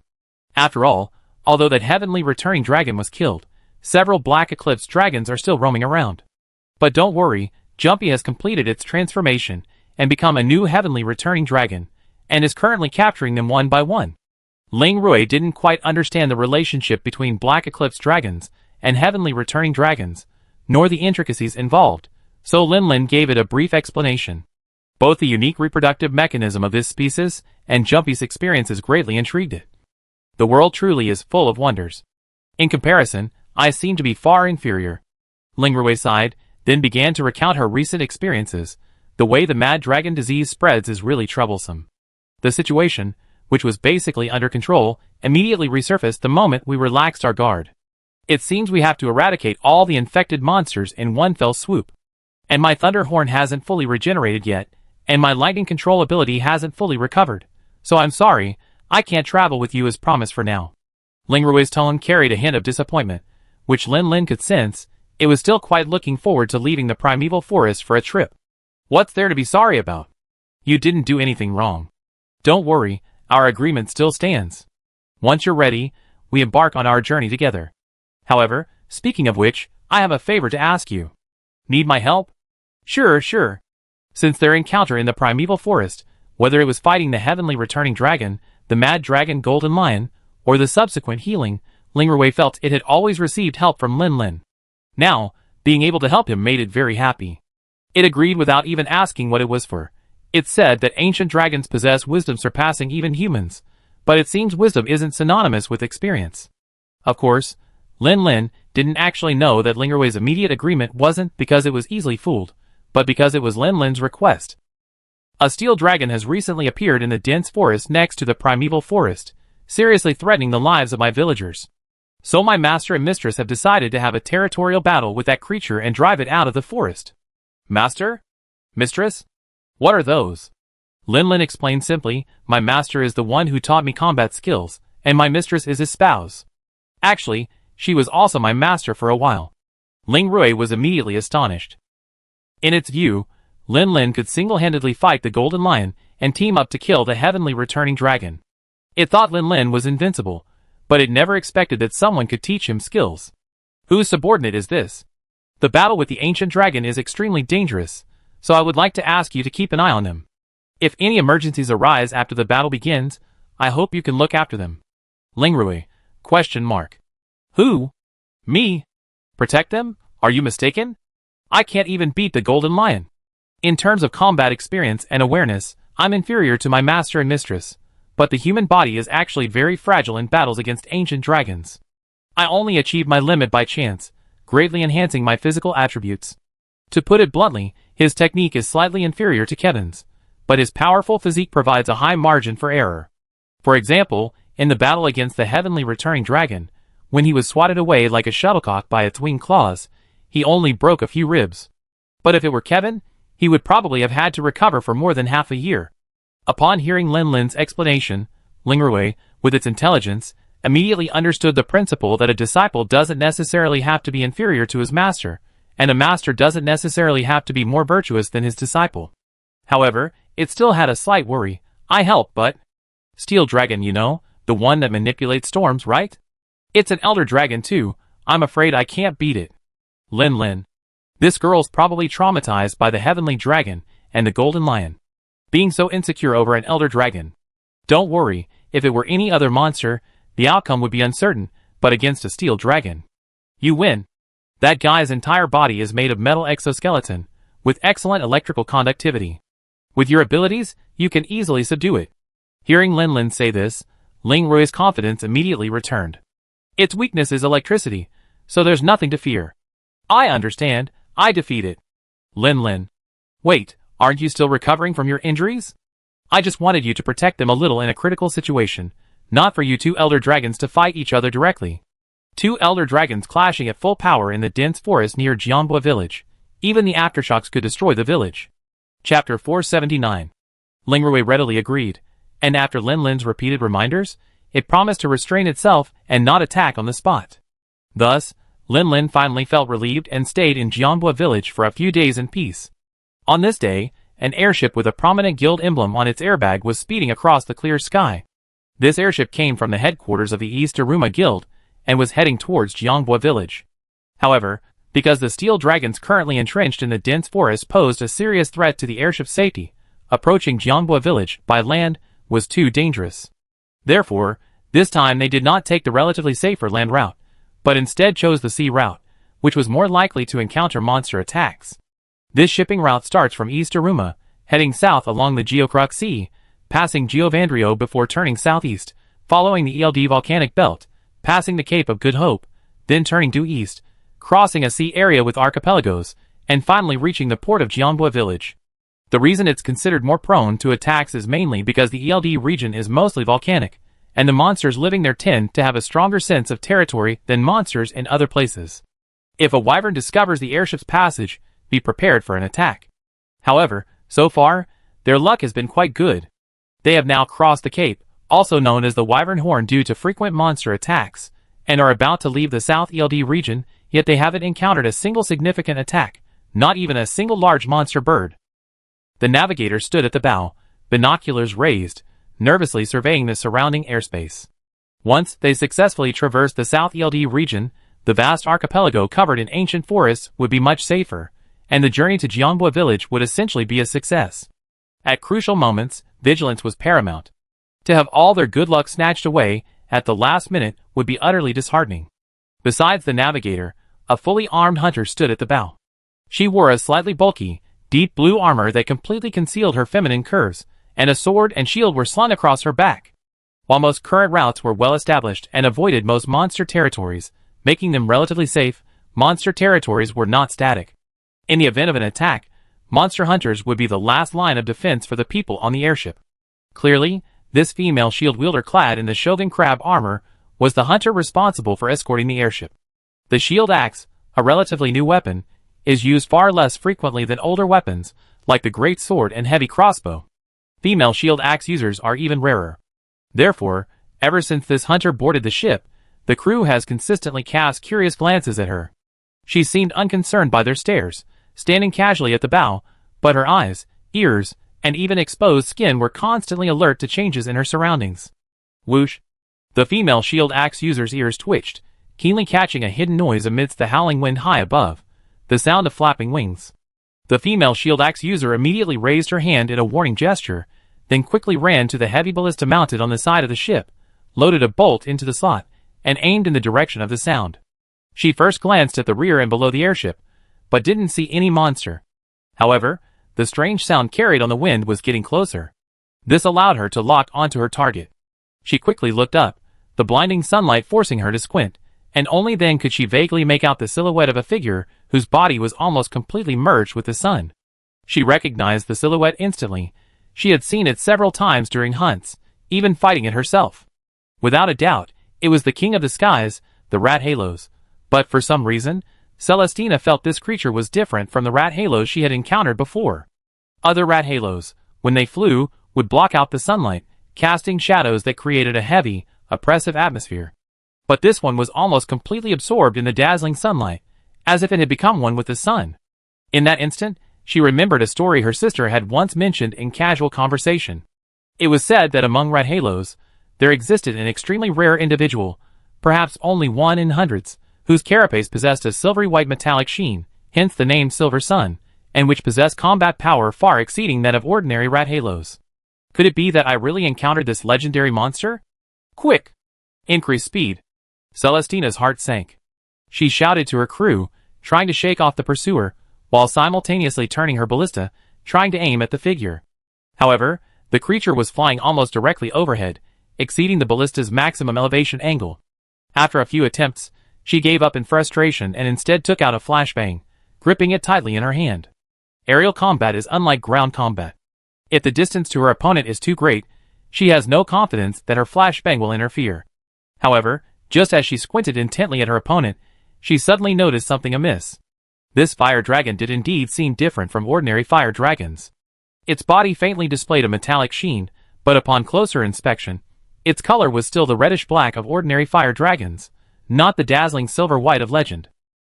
Moreover, the male fire dragon's ability to control the sky relies not only on its powerful flight, but also on its sharp venomous claws and scorching flames. Given the airship's size and agility, it should be practically a sitting duck against the male fire dragon's breath, yet this creature didn't even attempt to attack? Did it feel it hadn't entered effective attack range yet?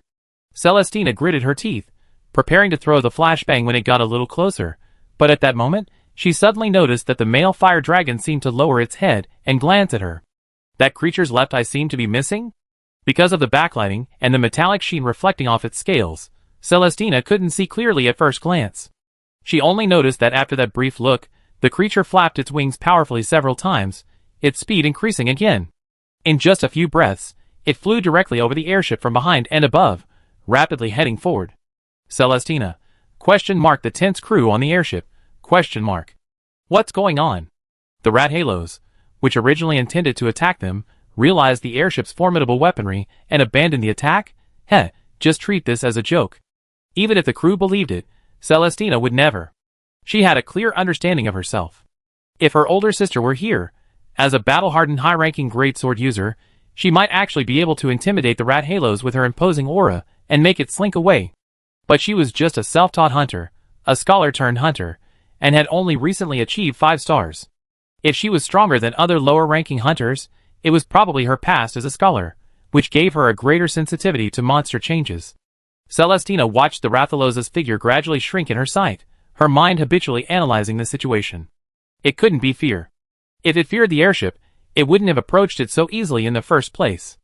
It didn't seem to have any intention to attack either. Its attitude towards them was more like indifference or disregard. However, that didn't quite seem right. If they truly didn't care, they should have treated the airship as if it were nothing, maintaining their speed and slowly passing over them overhead, instead of suddenly accelerating after glancing at them like this. So why accelerate suddenly, of all times, right after glancing at them? Perhaps they simply noticed her wary reaction and the panicked behavior of the crew. Thinking this, Celestina had an idea that she herself found absurd. Could it be that the fire dragon was afraid of scaring them, so it chose to accelerate away? Could this be the kind of thinking a monster would have? And a rat halo's known for its strong territorial instincts and high aggression? Is this right, Miss Celestina? The navigator's voice came, trembling with a hint of doubt. Celestina sighed and waved casually danger over.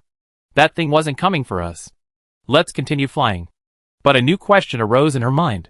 Why was that rat halos flying straight ahead?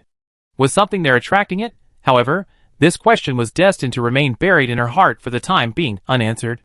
On the outskirts of Jianhua village, in a clearing near the edge of the dense forest, Lin Lin wore a heavy beetle armor set and carried a 1,000-blade dragon shield axe.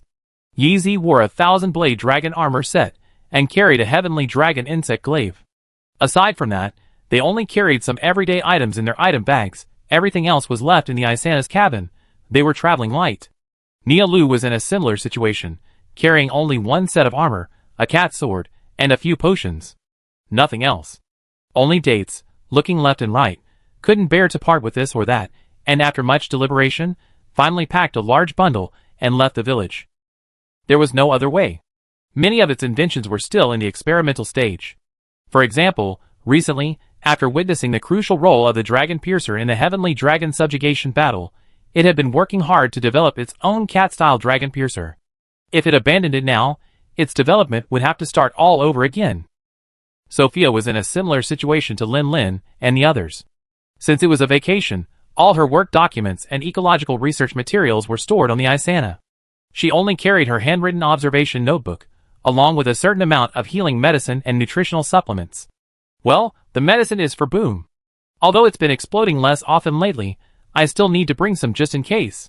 Lin Lin sensed that the distance between Dekong and them was rapidly decreasing. To avoid causing panic among the villagers, after saying goodbye, he led them to a quiet spot on the outskirts of the village to wait.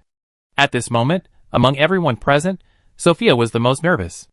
After all, back in Jiayin village, Lin Lin had entrusted Dekong, still in its egg form, to her care for quite some time. In a way, she could be considered Dekong's half-mother. Now, finally seeing her child whom she had never met before, she couldn't help but feel excited. But beyond excitement, she was mostly nervous. After all, Dekong is her child, and Bao Bao is the child she raised herself. If the two children don't get along when they meet, what should she do caught in the middle? It's only because Lin Lin can't understand human thoughts. Otherwise, if he knew what Sophia was thinking, he would definitely give a sharp retort. Does Dekong know you're its mother? Back in Jiayin village, you took care of Dekong when it was still in its egg for quite a while, that's true. But why did Dekong hatch and run out of its egg the moment you left Jiayin? Was it really just a coincidence? Lin Lin had every reason to suspect that Dekong was actually afraid of this dragon-like creature, which was why it had remained hidden inside its egg. Whoosh! The sound of wings flapping filled the air.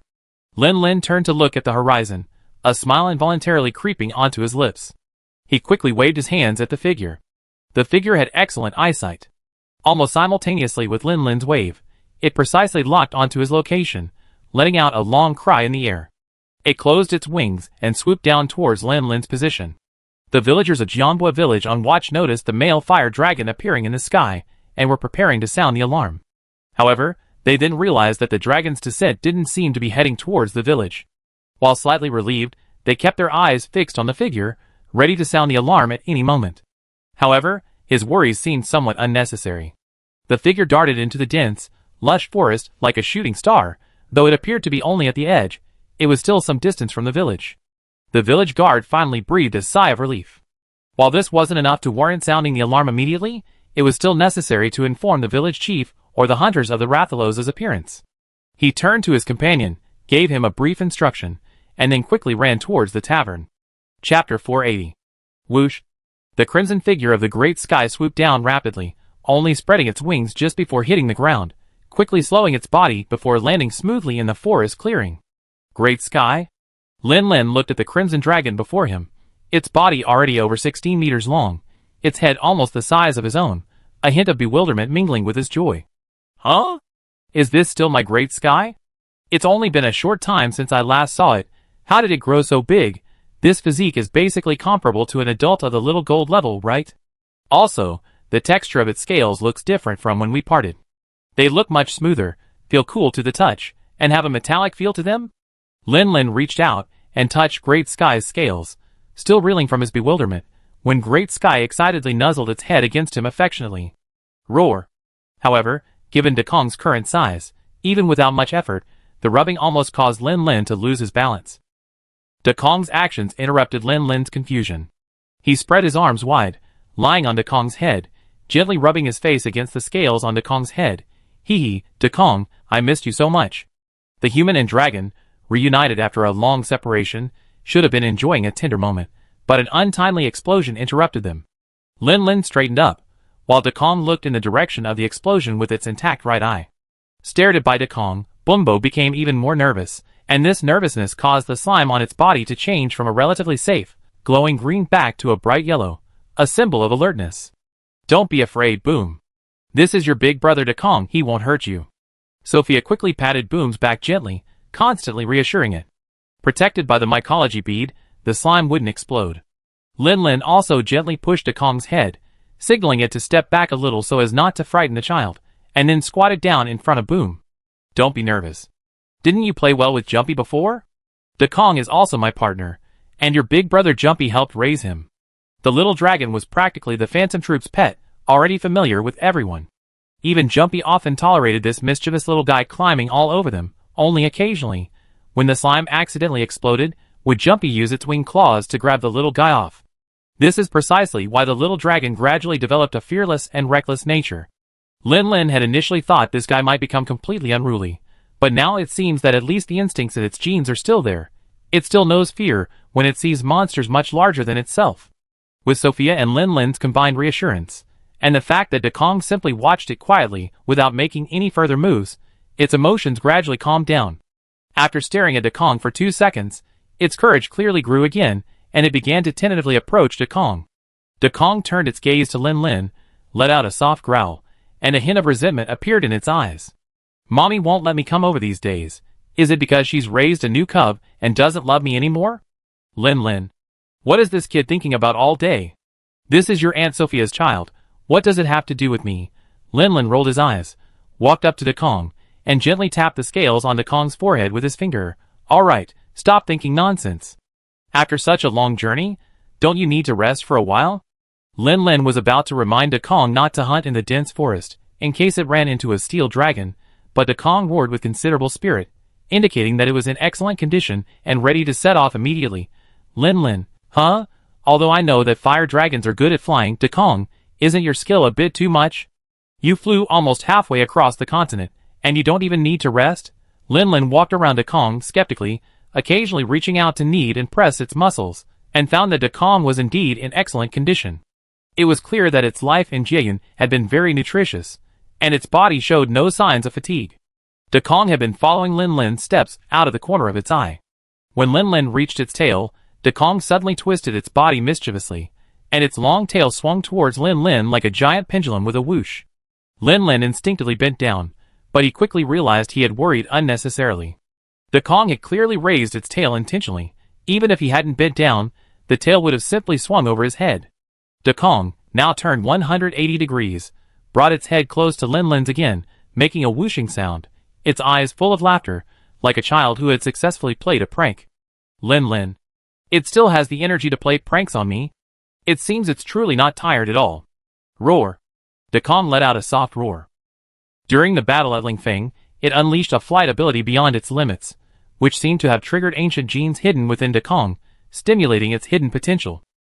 Since then, its scales and carapace, initially indistinguishable from ordinary fire dragons, gradually acquired a metallic sheen, and its flight ability and muscle endurance have significantly improved compared to before the battle at Lingfeng. This is why it could travel such a vast distance to reach Jiangbua village with such ease. I see. Lin Lin nodded seriously, but in reality, he didn't understand the connection between the two at all, only assuming that the battle at Lingfeng had brought Dekong immense benefits. Alright, since you don't need to rest, let's set off. Back to Jieyun first. Roar! The growth of Dekong's body completely exceeded Lin Lin's expectations. Therefore, his initial plan to have the two cats ride on Dekong's paws was no longer necessary. Dekong's broad, long back could easily carry all of them. Dekong's broad wings suddenly flapped, whipping up gusts of wind and propelling its body straight into the sky, leaving the dense forest and flying towards the shimmering sea reflecting the golden light of the sun. When the village chief of Jiangbua village received the news from the village guards and stood on the lookout tower to observe the situation, he happened to see the flying dragon's figure gradually disappearing into the distance. After carefully observing through binoculars and confirming that there were indeed several figures on the dragon's back, the village chief of Jiangbua village slowly smiled, waved gently in the direction they had gone, and murmured, "Good luck, hunters." Half a day later, after Dekong and Lin Lin's group had flown away, an airship bearing the guild emblem on its gas bag sailed in from the sea. After circling above Jiangbua village once, it slowly landed in the central square of the village. However, because a large whale-shaped airship was already docked in the center of the square, this guild airship had to carefully adjust its direction and position during landing, requiring considerable effort from the pilot to complete the descent. Meanwhile, the big-nosed village chief received the news and rushed to the small square. Watching the airship slowly descend, the big-nosed village chief rubbed his nose. Well, it seems we have to build an airport near the village in addition to the seaport. Of course, even if they were to build an airport, they have to eliminate the threat of the steel dragon first. Otherwise, If the airport were to be completed today, and the airship was torn apart by a sudden storm tomorrow, that would be disastrous. Finally, the airship landed, and a female hunter dressed in a bulky General Scythe crab suit jumped off first. The big-nosed village chief immediately went to greet her. Presumably, this is the hunter sent by the guild to provide support? But the female hunter shook her head. No, I only accepted a mission to guard the airship. You have to ask that big-coated cat for details. It's the one sent by the guild. She wasn't a high-ranking hunter. Normally, the guild wouldn't force lower-ranking hunters to take on missions. Phew. This journey has been quite thrilling, but thankfully without any major incidents. I need a drink to calm my nerves. By the way, you must be the village chief of Jianbua village, right? Could you tell me how to get to the tavern? A question mark slowly appeared on the Jianbua village chief's forehead. Unsure of his expression, he could only force a smile and point the girl in the right direction. Thanks. Despite his inner doubts, the Jianbua village chief nodded, waved to the girl, and then turned his attention back to the people disembarking from the guild airship. To be precise, it should be people and Ailu. The Jianbua village chief immediately noticed an Ailu in the center of the group. It wore a large coat that almost completely enveloped its body, forming a cylinder. Upon closer inspection, it became apparent that this Ailu had no beard. Its whiskers were simply part of the coat's collar. Such a unique aura. Undoubtedly, this was the coat cat that the carefree young girl had mentioned earlier. You must be the village chief of Jianbua village? The big-coated cat had already seen the village chief's information in the guild's archives, so it naturally had a very strong impression of the big-nosed dragon man in the portrait. It spotted the village chief among the onlookers at a glance, and quickly walked over. The big-nosed village chief composed himself and stepped forward to greet him. Yes, it's me. Are you the guild's messenger? His gaze swept left and right behind the big-coated cat, but he didn't see another person dressed as a hunter. He basically knew what was going on, and his eyes showed slight disappointment. It seems the guild really hasn't sent any more reinforcements. Yes, I come as a messenger to deliver the guild's orders. Please speak. The guild is fully aware of the situation reported by Jianbua village. However, the entire continent is currently unstable, and even the guild has no resources left to mobilize for support. The guild has approved the operational plan submitted by 7-star Hunter's Flute envoy Rikers, authorizing the operation to repel the Steel Dragon. However, at the same time, Jianbua village needs to prepare for a complete evacuation. If the Hunter's operation fails, the village must be abandoned immediately for relocation to ensure the safety of all personnel.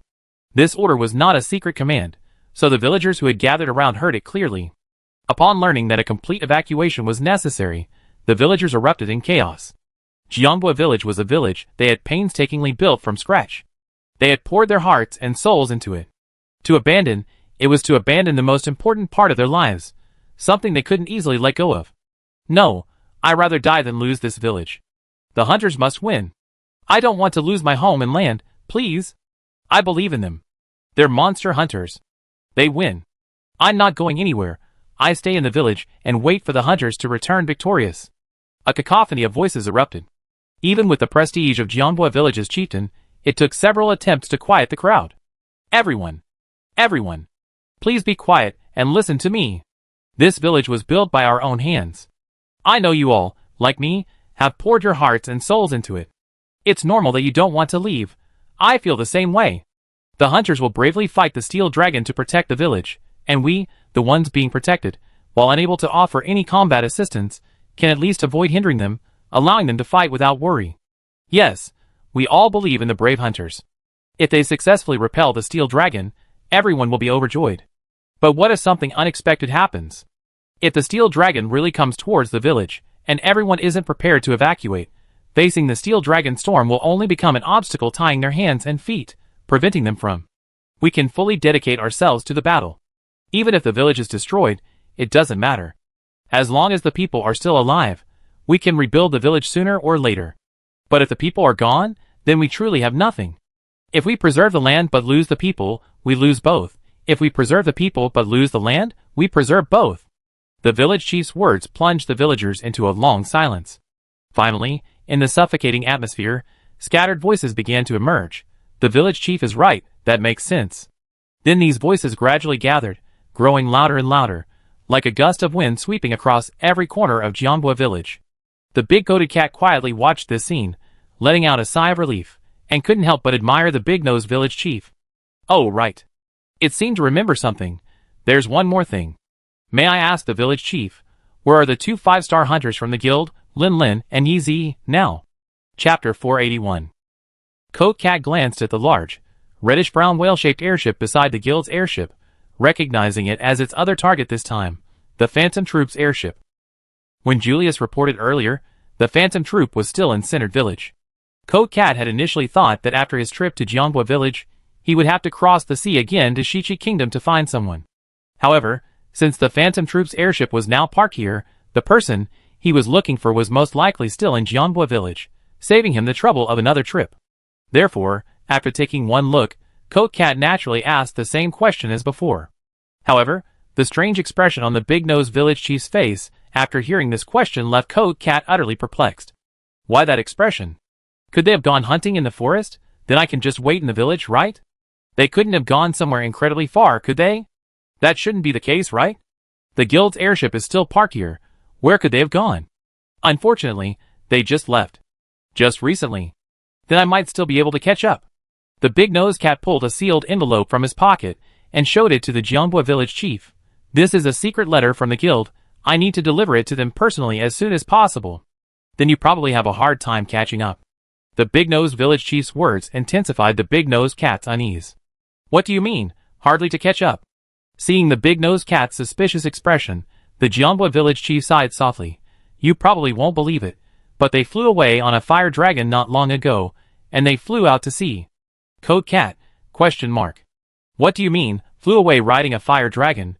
Wait, if I remember correctly. Coat Cat is, after all, a guild envoy, and it knows a lot of confidential information. It quickly recalled a piece of information about the storm dragon's defeat that had been strictly controlled about a year ago. It seemed to mention that a fire dragon participated in the battle, and inexplicably sided with the hunters, helping to delay the storm dragon for a considerable amount of time. Moreover, the 2 hunters it was looking for seemed to have participated in that battle. It suddenly remembered a strange incident the crew had mentioned. Their airship encountered a peculiar male fire dragon while passing through the South ELD volcanic zone. That creature chased after them from behind, making the crew very tense, thinking they were about to be attacked. They were even prepared for a plane crash, but the creature simply overtook the airship and headed straight ahead, quickly leaving the airship behind. If the rat halos that encountered the guild airship was the same rat halos that appeared during the Battle of Spirit Peak, then its seemingly illogical actions would actually be quite understandable.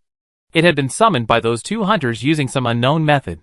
Its purpose was to take them away from Jianghua village. The Great Coat Cat, having seen it all, quickly sorted out her thoughts and politely bowed to the big-nosed village chief in thanks. Although it was still unclear where the rat halos was taking the 2 hunters, since it had been summoned by Lin Lin and his companion, it would presumably obey their commands. Therefore, it was worth asking someone if they had mentioned their next destination. As expected of a guild envoy, her mind worked quickly, and her thinking was clear. She soon found the brigade leader, and learned Lin Lin's destination from him. Yakumo village, meow. While the Coat Cat was anxiously waiting for the airship to finish resupplying so they could hurry to Yakumo village, Lin Lin and the others had already crossed the Azure Sea and arrived above an archipelago. To accommodate the passengers on its back, the airship flew very fast, but without any bumps, remaining remarkably stable. Therefore, Lin Lin and the others didn't need to cling tightly to the airship's scales, freeing their hands to quietly admire the magnificent scenery below. Sophia pulled out a map, unfurled it against the strong wind, and her gaze lingered between the map and the scenery below, comparing them. A moment later, Sophia closed the map and stuffed it back into her backpack. If my calculations are correct, if we move a little further south, we reach the ancient forest. These islands extend from the edge of the ancient forest. The ancient forest? Yoko seemed to remember something and turned to ask, I think I heard the villager say that Petty was picked up from this place by the village chief of Jianghua village, right? Sophia nodded vigorously. She remembered Petty's story vividly. That's right. Petty's hometown was an unknown village located inside the ancient forest. Unfortunately, it was targeted by some monster. Except for her, who escaped because she got lost, no living creature in the village survived. It was a Deviljo, wasn't it? Yoko guessed. As far as she knew, only a monster like a Deviljo, known as the destroyer of the food chain, seemed to have such a voracious appetite, capable of devouring an entire village without leaving a trace. Even if it were any other monster, even a ferocious one like the golden lion, which would violently kill any living thing within its sight, It wouldn't have such a voracious appetite as to leave an entire village without a single corpse, would it? I'm not sure, but I asked the village chief before. When he brought Petty to the village, he carefully examined the scene, and he thought it was unlikely to be a Deviljo.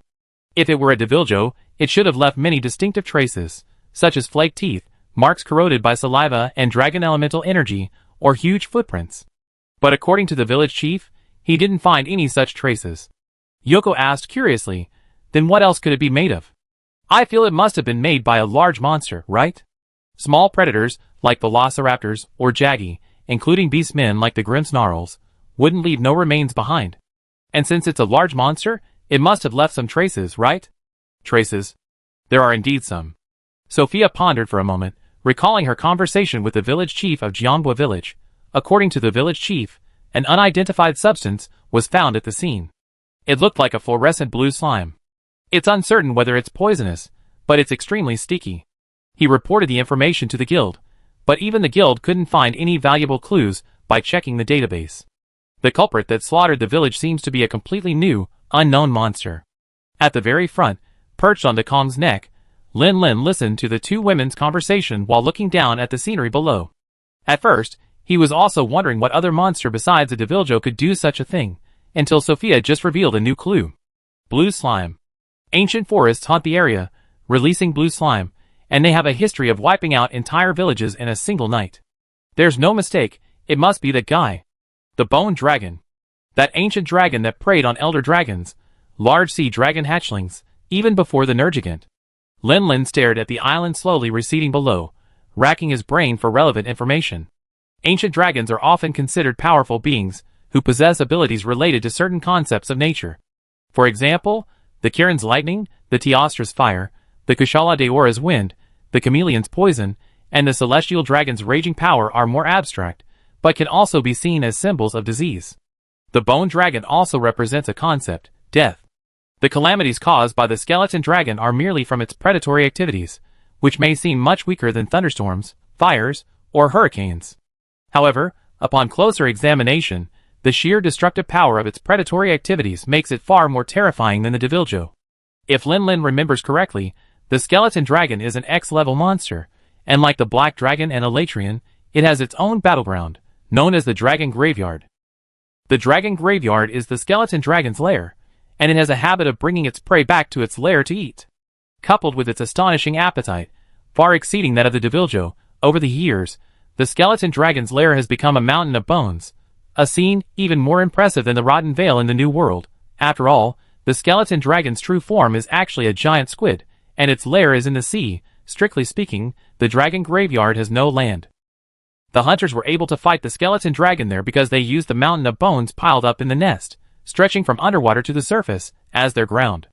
The density of the bones buried there was unimaginable. Wait! The Dragon Graveyard is underwater. Lin Lin was startled and turned to look at the continuous primeval forest to the south, which resembled a single landmass more than an island. He then looked down at the islands that radiated from the primeval forest. Holy crap! Quick! Dekong! Fly! Get away from this area. Those skeleton dragons are unleashed monsters. Our small bodies can't handle them. Run, run. Although Dekong didn't understand, it changed its previously energy-efficient flight mode in response to Lin Lin's urging, increasing the frequency of its wing flapping. With Dekong's increased speed, Lin Lin and the others could no longer sit steadily on its back. To stabilize themselves, they quickly grabbed the scales on its back with both hands. As for claws, they couldn't grip like humans or cats. For safety, Lin Lin and Sophia had initially decided that Dekong would use its claws to carry it, so as not to worry about it being thrown off. After a short while of getting used to it, this mischievous little guy quickly grew to like the feeling of the strong airflow blowing against his body. Perhaps every wingless monster harbors a dream of flying. Boss! What's going on, Meow? Why did you suddenly accelerate the sky, Meow?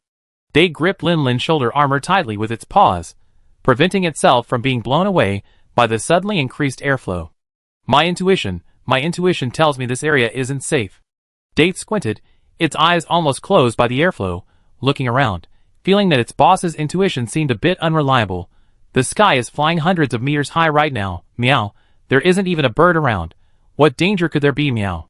Upon hearing this, Lin Lin suddenly realized that the seabirds he had been seeing all around since leaving Jianghua village had vanished without a trace. His bad premonition grew stronger. This is bad? De Kong is the only flying creature in this airspace. Could the dragon graveyard really be nearby? Hopefully, that creature is asleep right now, and hasn't noticed them. Just as Lin Lin's unease intensified, Nia Lu suddenly spoke up. Boss, and Lin Lin senpai, meow. I feel a little unwell, meow. Yi Zi, always concerned for her hunting cat, quickly asked, what's wrong? What's wrong? It's very oppressive, meow, like I'm being watched by something, meow.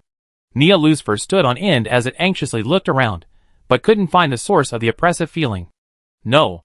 Lin Lin inwardly groaned. Niera's senses were incredibly sharp. Even if it didn't consciously notice, its subconscious would pick up on the danger signals its senses received. Since joining the team, it had been a great help in reconnaissance and monitoring the surroundings.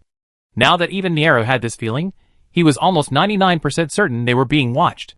Niera was the first to sense it, and a few seconds later, Yezi's heart skipped a beat for no reason, and she felt a chill run down her spine. She quickly called out to Lin Lin, Niera wasn't wrong, I felt it too. Something's watching us. Without hesitation, Lin Lin forcefully slapped De Kong's body, changed direction. Fly higher. De Kong had been listening to the conversation behind them, a faint unease also creeping into its heart. Hearing this, it didn't hesitate for a moment, suddenly flapping its wings, instantly changing its forward momentum to upward, gaining nearly 100 meters in just a second or two. The immense load made both it and the person on its back feel a tightness in their chests. Almost instantly after De Kong changed direction, a dark red beam of light shot into the sky, piercing the clouds at an angle. Its terrifying energy surge sent a chill down everyone's spine. If De Kong hadn't abruptly changed course and continued at its previous speed, that beam of light would have easily engulfed them all. It had been calculated with lead time. Looking at the clouds torn open by the beam of light, Lin Lin had no doubt that if they had been hit, not even a bone fragment would have remained. It was terrifying. Without a doubt, it was the attack unleashed by the skeleton dragon. A Genesis attack with what was touted as the strongest single target attack in terms of attack power. Chapter 482. Damn it! Lin Lin gripped De Kong's back armor tightly, cursing inwardly. This skeleton dragon poet? Even a bull demon flying hundreds of meters in the air can be targeted? And he comes out with a Genesis attack like that? Does he think energy is free? What's the difference between this and using a cannon to kill a mosquito? Despite his near-furious state, Lin Lin hadn't lost his basic rationality. He knew that even a monster of the skeleton dragon's level couldn't just unleash a Genesis attack so easily. Taking advantage of the fact that the opponent had missed its target, there would be a window of opportunity before it could unleash another attack, and this was their best chance to escape. Hurry! De Kong! Hurry! Lin Lin clenched his left hand, the azure bond stone on his wrist shining brightly. Through the bond connection, Lin Lin's power was amplified by De Kong, further increasing its already impressive flight speed. Meanwhile, he and Yoko, Nia, and the others looked back down at the islands embedded in the sea, searching for the exact location from which the laser breath had been emitted. However, the sky soaring was incredibly fast, and in just a few breaths, it had already left that area of sea far behind. That oppressive feeling has dissipated, meow. Nia took a deep breath before speaking. I can't feel that guy's malicious gaze anymore, meow. It seems they've given up on pursuing them? Both Sophia and the two hunters breathed a sigh of relief, only to realize their backs were soaked with cold sweat as they relaxed. What kind of monster was that? Sophia, still shaken, frequently glanced back at the archipelago that had shrunk considerably in her view, her voice tinged with unspeakable terror. Whatever that monster was, it clearly couldn't fly. Lin Lin took a deep breath to calm his turbulent emotions. Even though they were temporarily out of danger, he didn't withdraw the buff he given to the great sky through the bond stone, maintaining his supersonic flight. Back in Yukoku, we need to remind the guild that there's still this extremely dangerous monster lurking in the vicinity of the ancient forest. Ordinary airships are far less agile than the great sky. We were lucky enough to dodge its attacks, but if the airship were to unwittingly enter its attack range. Yuruko paused there, but everyone knew what she meant. Given the airship's limited maneuverability, there was virtually no other possibility than destruction. The only uncertainty was whether the entire ship would be vaporized by the blast, or whether Genesis would merely destroy the airship's larger gas bag, preserving the ship's structure and allowing for more survivors. That's right, we need to inform the guild as soon as possible. Hopefully no airship's flight path will pass over that area. So, After escaping danger, Oatori didn't slow down. Instead, she increased the frequency of her wing beats and flew directly towards Yakumo village. This time, thanks to the Bond Stone, although she carried a much heavier load than before, Oatori traveled much faster, taking less than a day and a night, and could already see the red leaf peaks of Yakumo village in the distance. In the past, to avoid causing panic among the villagers, Dekong never openly approached the village from the sky. But this time, it showed no hesitation, landing directly on the mountaintop hot spring bath. Amidst panicked screams, Lin Lin and his group jumped off Dekong's back. Dekong, after releasing Bao Bao with its claws, let out a soft roar and spread its wings again, soaring into the clouds. Continuous flight was quite exhausting. Now that Lin Lin and the others had important matters to attend to, it could use this time to wander around and see if it could find any wild raw meat to roast and eat. Dekong's arrival was completely unexpected, and its departure was even more surprising to the villagers, who had seen the male fire dragon land from afar. The chaotic scream suddenly fell silent. What's going on? Could it be that it landed right near the gathering place, and was repelled by the hunters? There were indeed a few hunters soaking in the hot springs at the gathering place, but currently, the most dominant creature in the Yakumo region is the Overlord, the Azure Bear Beast, which lives peacefully next to the village and coexists peacefully with the villagers. Xenova avoids stream areas, and this rat halos just now didn't harm the villagers at all. The highest level requests they receive are only from aquatic beasts that occasionally come ashore.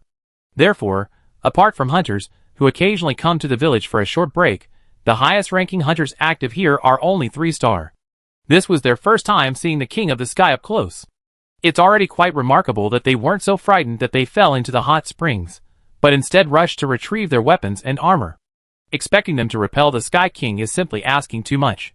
Ignoring the hunters, who were watching his worldview crumble and questioning his existence, Lin Lin strode into the gathering hall, rushing to the quest counter and slamming his hands heavily on it. At that moment, only a blue-clad female guild leader was working on documents at the counter, while a red-clad guild leader was slumped over it, fast asleep, like the old dragon man sitting cross-legged beside her. Startled by the noise Lin Lin made, Sihua jolted awake. Before even opening her eyes, she straightened up and exclaimed, "I wasn't slacking off." However, she immediately realized the figure before her was far too tall, clearly not the guild leader. While relieved, a surge of anger rose within her. Where did this brat come from, causing such a commotion in the meeting place? He's completely ignorant of his place. Doesn't he take me seriously at all? Lin Lin? When did you get back? Sasayuki was initially startled by the voice, thinking some low-class hunter was trying to cause trouble. But when she saw the towering figure remove his helmet, her anger instantly turned into delight. Kanahana was taken aback by the voice, her anger quickly dissipating. She quickly rubbed her face, wanting to exchange pleasantries, but Lin Lin didn't give her the chance. He spoke directly to Sasayuki in a deep voice. "We can catch up later. I have to report some very urgent and important information." Sasayuki was slightly taken aback, but her excellent professionalism allowed her to quickly adjust her mindset, switch to work mode, and immediately pull out a piece of parchment to start taking notes. "We flew directly back to Yukoka from Jianbua village, passing through the ancient forest, the submerged forest, and the isolated island. At the edge of the ancient forest, we were attacked by an unknown monster. Just then, Yoko and Sophia approached. Lin Lin gestured to Sophia, took a map from her, and pushed it to Sasayuki. Sasayuki quickly unfolded it, revealing a slightly curved line connecting Yukoku village and Jianbua village. Above this curve was a circle drawn in red. Clearly, this was the location of their attack. At the time, we were riding on the back of the great sky, flying hundreds of meters in the sky. The attacker couldn't fly, but its breath could easily pierce through clouds thousands of meters high. If we hadn't noticed something was wrong, and if the great sky hadn't been so agile, we would have been reduced to ashes. Based on my years of hunting experience, that was definitely an ancient dragon, and one whose strength was not much inferior to the storm dragon." This flower, still wide-eyed and bewildered, hadn't yet grasped what was happening when Sasayuki quickly jotted down the information Lin Lin had provided. "You flew back on the great sky?" "Yes, if it were an ordinary airship, even if we sensed that thing was about to attack, given the airship's reaction speed, there would be absolutely no way to avoid it. That thing even calculated the lead time. If we hadn't turned, we would have charged straight into that breath attack." Lin Lin had already said that, and Sasayuki quickly realized that the being that attacked Lin Lin and his group posed a huge threat to all airships passing through that area. They had to report the information immediately. They needed to quickly investigate the true form of the monster that attacked Lin Lin and his group and decide whether to launch a campaign of subjugation. Furthermore, they also needed to simultaneously notify all major cities across the continent, instructing their airports to relay the message and ensure that airships changed their routes to avoid this area of the ancient forest. What happened? The elderly dragon man, still hungover, was slightly awakened by the noise, but judging from his dazed appearance, he was clearly only slightly awake. It's none of your business, go back to sleep. Sasayuki understood that this involved an ancient dragon, and the situation was urgent. The faster the information was relayed, the fewer potential casualties there would be. There was no need to explain to the drunken guild leader and waste more time. This flower helped me transcribe the secret letters. Sasayuki stacked the map Lin Lin had given her, and the intelligence she had just recorded together, and handed it to this flower. Then, she pulled out several maps from under the counter, and marked each one meticulously, before beginning to write her own intelligence report. This one is for the guild headquarters in East Aruma, this one for the Lokrak Guild, this one for the Minigard Guild, this one for Tangia Port, this one for Barbear. Oh right, there are quite a few airships at the Dragon Academy. This one needs to be sent to Berna Village. Sasayuki, as expected of the experienced guild leader responsible for entertaining high-ranking hunters, acted decisively. She trusted Lin Lin, the hunter who had once saved Jieyun from dire straits, without hesitation, and within minutes had transcribed several secret letters. She also casually took the guild seal from the drunken guild master, and left her mark on the sealing wax. After a flurry of activity, Kanahana and Sasayuki released almost all the peregrine falcons kept at the Yukoku Guild Hall, before returning to the counter with mixed feelings. Lin Lin let out a long sigh, as if a heavy burden had been lifted from his shoulders. Thank you. Sasayuki shook her head. We should be thanking you. Such important information was delivered to the guild so quickly. Kanahana then pulled out a map, carefully examining the location of the ancient forest for a while. Suddenly, she turned and opened another cabinet specifically for storing documents, rummaging through something inside. Kanahana-chan, what are you doing? Yoko asked, somewhat puzzled. Siwa's head was buried in the cabinet, her voice sounding somewhat muffled. The location you marked looks familiar. I remember when I was curious about airships, I looked through a lot of information, and I recall that many airships disappeared over the area near the ancient forest in the past. Phew, found it. She finally pulled her head out of the cabinet, placed a thick stack of documents on the counter, and began flipping through the pages. Let me see. Silver Star Transport Airship, April 15th, 337 AD, disappeared en route to the Kingdom of Stro, its route passing through the ancient forest region. Albatross Cargo Airship, September 3rd, 315 AD, disappeared en route from Tangia Port to the Kingdom of Siki, its route passing through the ancient forest region. Eagle, the royal steed of the Kingdom of Westshire, disappeared on June 21st, 324 AD, en route from the Kingdom of Stro, its route passing through the ancient forest region. This flower perused the list of crashed airships. Almost from the very beginning of airships' invention until today, over a decade has passed, with airships continuously crashing. Overlapping the flight paths of these crashes reveals that the vast majority passed through the area circled by Sophia on the map. Each crash is truly shocking.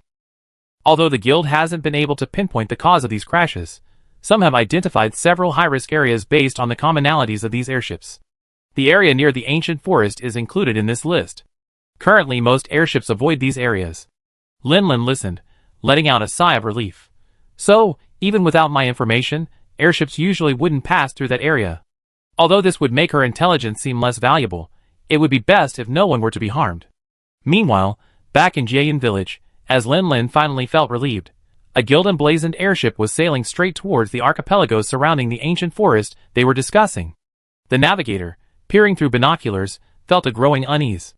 He turned to the man in the coat behind him. According to the records, this area seems to be classified as a high-risk zone. Should we avoid it? Chapter 483. Coat Cat frowned, gazing at the islands below. The emerald green islands were set against a backdrop of azure blue, a truly beautiful sight. The sea was calm and peaceful, there seemed to be no danger whatsoever. Moreover, the situation across the entire continent was tense, and there was a severe shortage of hunters available to provide support. Recalling those 2 hunters sooner would ease the situation somewhat. If we take a detour, how much longer will it take us? Coat Cat turned to the navigator. Conservatively speaking, it will add about 1 or 2 days to the journey. Coat Cat looked away. Then let's not detour. We don't have much time. The navigator opened his mouth, wanting to persuade him further, but meeting Coat Cat's anxious gaze, he reluctantly closed his mouth. All right, then let's speed up and get through this area as quickly as possible. At the navigator's signal, the airship's fuel tanks rumbled, propelling the vessel forward with increased power. The Coat Cat didn't return to its cabin, but stood at the bow, constantly surveying its surroundings. It wasn't acting arbitrarily. Since the navigator had indicated the area might be dangerous, preparations were necessary. So, it called Celestina, who was resting in the cabin.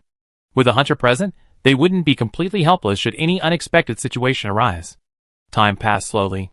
The journey was calm. The crew, initially tense and vigilant, gradually relaxed as the uneventful journey began. Even Celestina, whom the Coat Cat had called out to oversee things, couldn't help but yawn. Looks like another false alarm. The Coat Cat disagreed, scanning its surroundings. Something feels off. Maybe taking a detour is a better option? The navigator had warned of the dangers of this area, and it had anticipated numerous monster attacks, even preparing for successive attacks by wyverns. But the current calm, far exceeding the previously known safe routes, filled it with unease.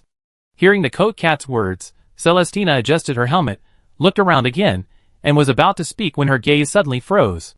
Her longhorn hunting instincts alerted her to something amiss.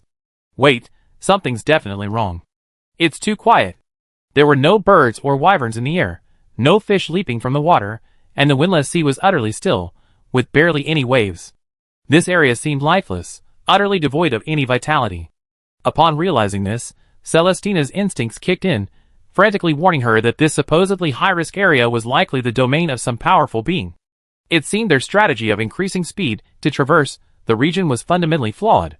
The roar of the engines was more likely to attract the attention of that unknown entity. Slow down. Gain altitude? Celestina's shout initially puzzled the navigator, but the urgency and seriousness in her voice clearly indicated she wasn't joking, and the navigator immediately relayed her command. Did you find anything? Having done all this, he turned to the ship's only hunter. Celestina nodded, preparing to voice her speculation, when suddenly her heart skipped a beat, her hair stood on end, and almost without thinking, she lunged forward, knocking the navigator and the cat in the coat to the ground. Almost simultaneously, a thick beam of crimson light shot out from below, grazing the bottom of the airship before piercing through the clouds ahead. Almost the exact same scene, played out again in this area of water after a day and a night. Feeling the airship violently shaking, Celestina scrambled to her feet, shouting at the top of her lungs, "We've been spotted. Slowing down is useless. Speed up and get out of this area." The violent shaking of the airship did cause a moment of panic among the crew, but Celestina's subsequent shout instantly gave them a sense of security, letting them know what to do. "Quick, back in the cabin. Prepare for impact." Celestina shouted to the cat in the coat and the navigator, then rushed to the ship's side, peering down. Based on the angle of the thick laser beam, she quickly pinpointed the approximate location of the attack. It was an empty sea surface. The attacker was most likely lurking beneath the water. It seemed to be quiet now. That terrifying attack must have taken a toll on it. It probably wouldn't be able to launch another attack anytime soon. Celestina thought to herself, just about to breathe a sigh of relief, when her pupils constricted, and she blurted out, "Again? Change direction." However, given the airship's clumsiness, waiting until the attack was launched to maneuver and evade was clearly too late. The crimson laser pierced straight through the airship's hull and the gas bag on its roof. Celestina, watching the laser hurtle towards her, had already resigned herself to death until she saw the airship, after being pierced, drifting diagonally downwards. Only then did she react. The airship couldn't continuously fire lasers of the same terrifying intensity as the first one, thick enough to pulverize an airship in a short time. But after missing one shot, it wasn't without other means of attack, such as the much thinner, but still powerful laser that easily pierced the airship. The airship began to tilt uncontrollably. Celestina gritted her teeth, scrambling to the heavy ballista's anchor point, took out a flashbang, strapped it to the bolt, pressed the bolt into the groove, aimed at the area where the laser had been fired, and pulled the trigger. Whoosh! The hinge loosened, and the immense power propelled the crossbow bolt, sending it hurtling towards the sea from which the attack had originated. Celestina's eyes were glued to the bolt's movement, praying it would be effective and stop the attack on the airship. While this penetrating wound was a significant blow to an airship, a skilled pilot could still make an emergency landing. But another hit would likely shatter the airship into pieces, sending everyone crashing into the sea to become fish food, or perhaps, food for the very creature that had launched the attack. In the blink of an eye, the crossbow bolt arrived at a distance of nearly a kilometer. Celestina's eyes widened, her gaze fixed on the water's surface. The next moment, a dragon's head, entirely composed of skeletons, emerged from the water, easily severing the bolt's final momentum with a gentle headbutt. Snap! The impact triggered the flashbang attached to the bolt, unleashing a blinding flash of light. It worked! Celestina swung her hand forcefully. She clearly saw the skeletal dragon's head caught in the flash. It had definitely worked. However, her smile froze instantly. The dragon's head seemed completely unaffected, merely glancing in the direction the airship had crashed before diving back into the water, seemingly searching for the fallen bolt, appearing quite curious about the source of the flash. Almost simultaneously with the first dragon head submerging in the water, another dragon head, also made of skeleton, emerged beside it, its crimson eyes fixed on the airship, its mouth slightly open. After a brief pause, a thin laser beam shot out again, accurately striking the teetering airship. Two intersecting penetrating wounds completely destroyed the airship structure, causing it to disintegrate in midair, turning into a firework display, with rags, planks, and debris flying everywhere. Perhaps, in a stroke of luck, these two attacks only destroyed one airship. None of the crew members were directly hit. Celestina felt her body plummeting downwards, unable to find support. The only thing she could do was cling desperately to the heavy ballista in front of her, which had detached from its base as the airship crumbled. Splash! Splash! Splash! The calm water suddenly splashed, and a wet head popped out. She reached into her mouth and took something out, panting heavily. It took a full 2 minutes for her breathing to return to normal. TSK, this thing is actually quite useful. Ziyuan shook the thing vigorously, put it back in her mouth, and was about to dive back into the water. Check! Check! Besides Ziyuan, a small creature with tea-green skin and a chestnut mask on its head seemed to have discovered something. It suddenly tugged excitedly at Ziyuan's arm, uttering a series of unintelligible syllables. What's wrong, Cha-Cha? Ziyuan had to interrupt herself, taking the thing out of her mouth again, and looked at the little one with confusion. This little guy was a member of the gigantic race, and a boy at that. A few months ago, Shine and Bref had just arrived on the island where Moga village was located by boat, and were each familiarizing themselves with the surroundings when they encountered Cha-Cha being chased by several small dragons in a place called Moga Forest. Initially, Shine was just watching with amusement as the little guy was being chased and struggled by several small dragons. But unexpectedly, as he ran, he suddenly noticed Shine and dashed to her feet, clinging to her leg and babbling incessantly.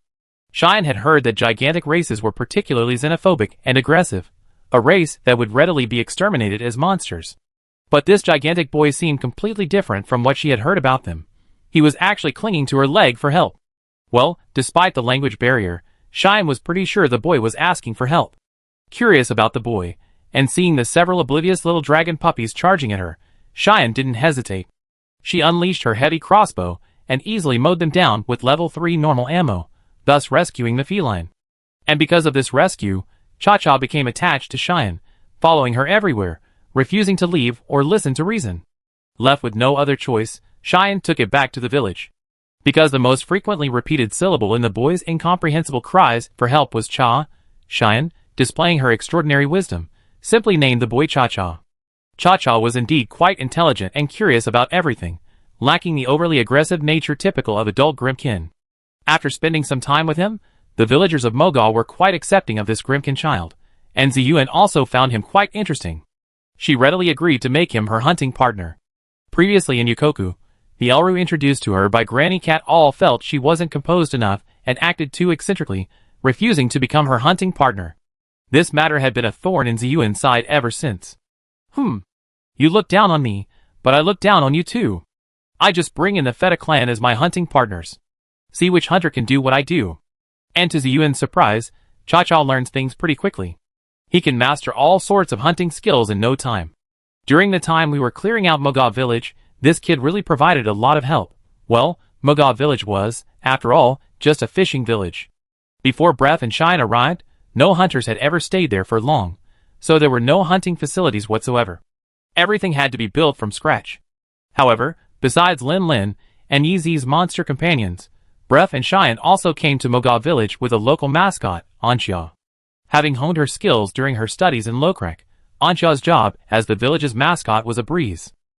Because of her, Breath and Cheyenne only needed to accept pre-prepared commissions from her.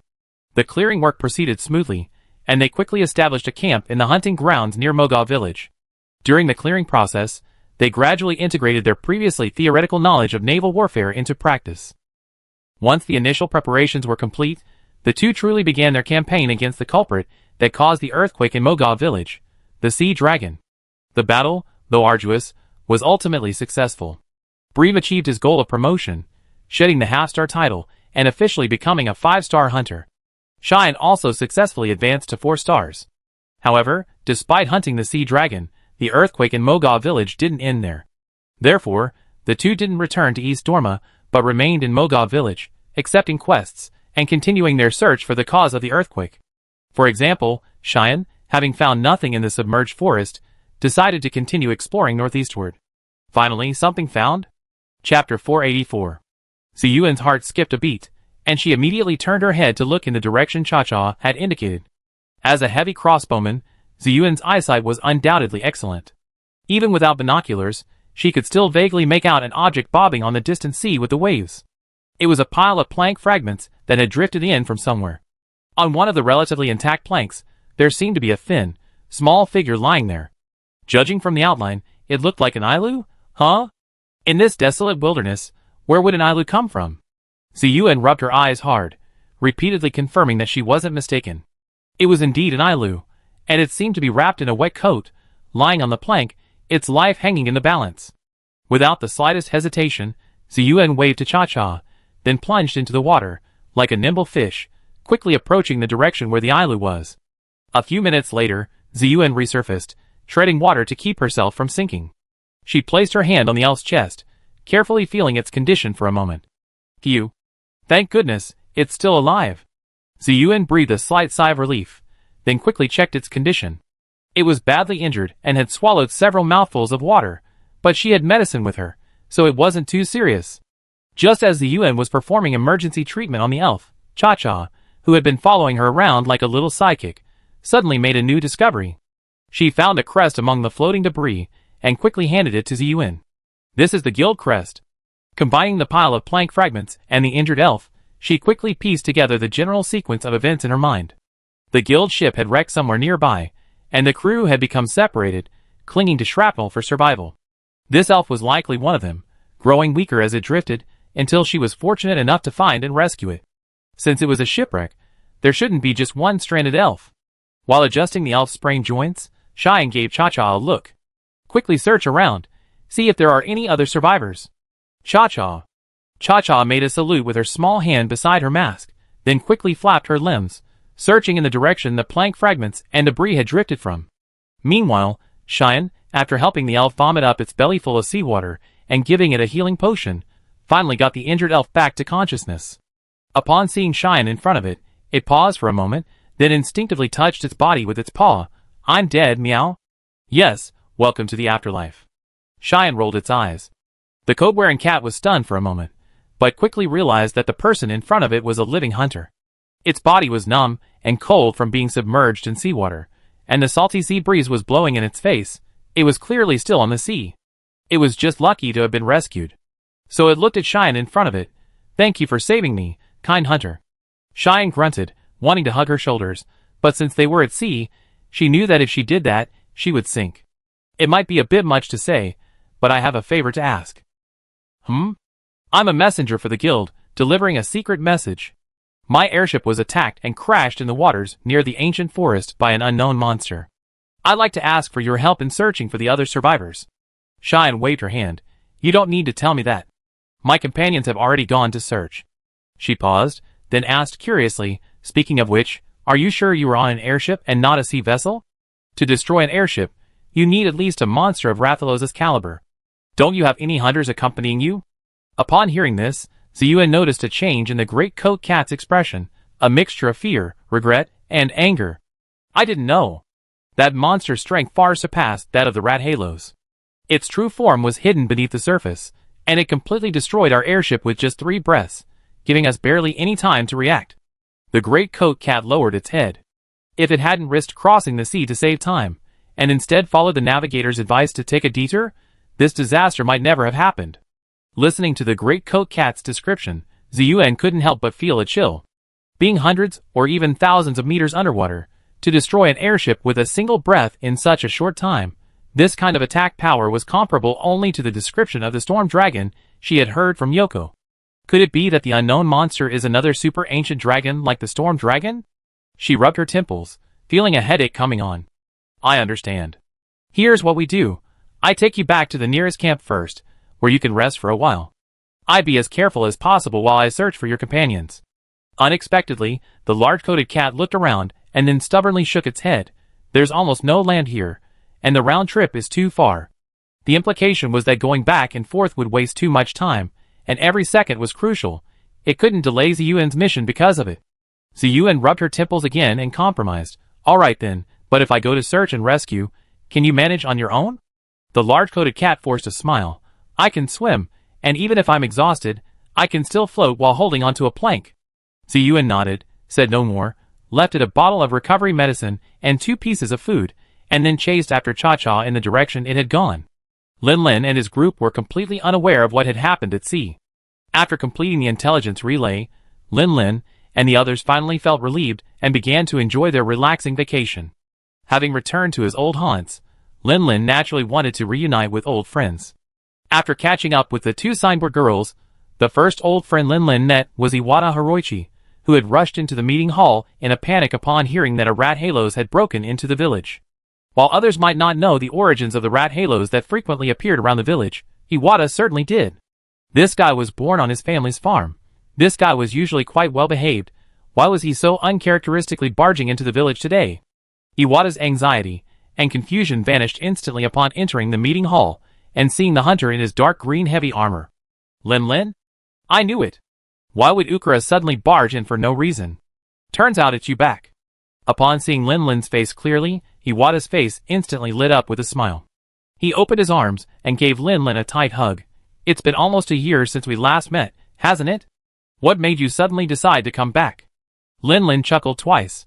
I was a little homesick after being away for so long, and my work there was finally winding down, so I took this opportunity to come back and visit. Besides, it's not just me coming back. Lin Lin released Iwata, took 2 steps back, revealing Yoko, Sophia, and the 2 cats standing behind him.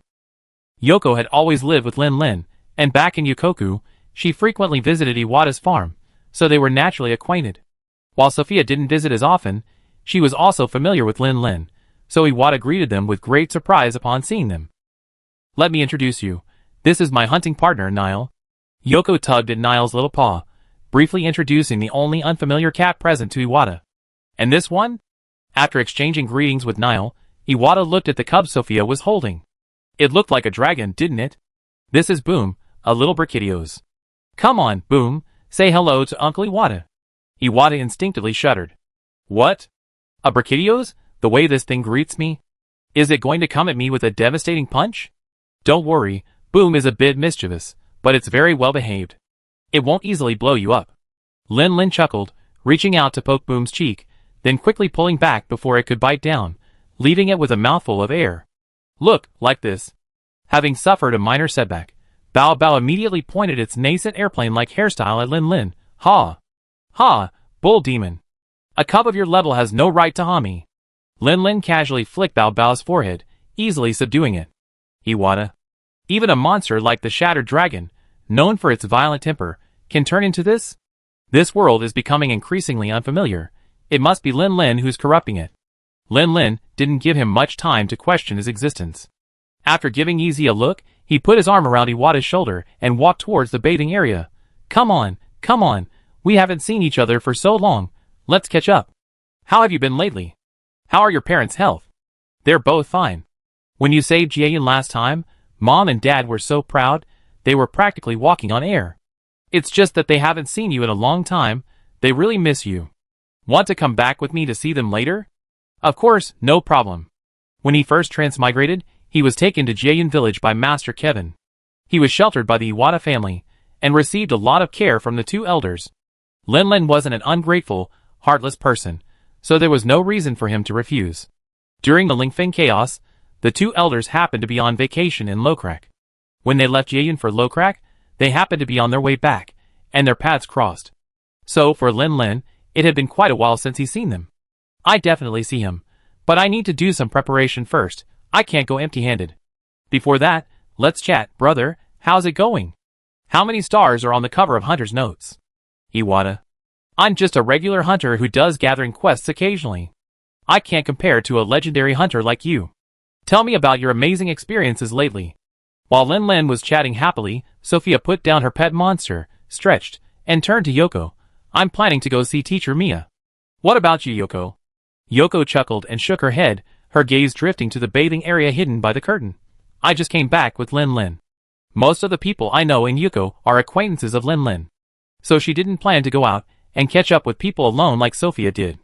She rather used that time to think about how to introduce herself when she meets Iwata's parents. She felt a little nervous meeting the parents. Compared to Yoko's slight nervousness, Celestina was truly nervous, her heart practically leaping out of her throat. When the airship crashed, she fell into the sea along with the heavy ballista. However, being a well-trained and physically strong hunter, she wasn't knocked unconscious by the impact like Coat Cat. After taking a recovery potion, she was basically fully recovered and unharmed. But now, however, her blood seemed frozen, and she dared not move an inch, because a huge shadow was slowly approaching the crash site beneath the surface. She knew very well that this was the culprit that caused the airship's crash, the creature with a head made entirely of bones, and seemingly two heads. If she were on land, she could use her hunting experience and various tools to try and fight it off. But this was seawater, and her swimming skills weren't great, plus she had absolutely no experience in naval combat. At this moment, besides playing dead, she seemed to be powerless to do anything. She could only pray that the monster was merely aggressive, and had no interest in inanimate objects. Celestina watched as two skeletal heads emerged from the water, slowly and methodically examining each fragment, seemingly trying to find any edible parts. Watching the crimson light flash in the skeletal dragon's eyes, watching the two-headed skeletal dragon slowly approach her, Celestina could clearly feel her heart pounding in her chest. Just as her fists slowly clenched, about to make a desperate last stand, a violent surge of water suddenly erupted on the distant sea, followed by a fleeting glimpse of something resembling a dorsal fin. The commotion it caused was considerable, attracting not only Celestina's attention, but also that of the two-headed skeletal dragon. It abandoned its search for potential prey among the pile of wood scraps, and instead focused its attention on the creature causing the disturbance. It was a water dragon. Although it wasn't its favorite sea dragon hatchling, nor its second favorite sea dragon monster, this guy was quite large. Obviously, such a creature, all flesh, was much more valuable than the bits of meat that might be mixed in with a pile of wood chips.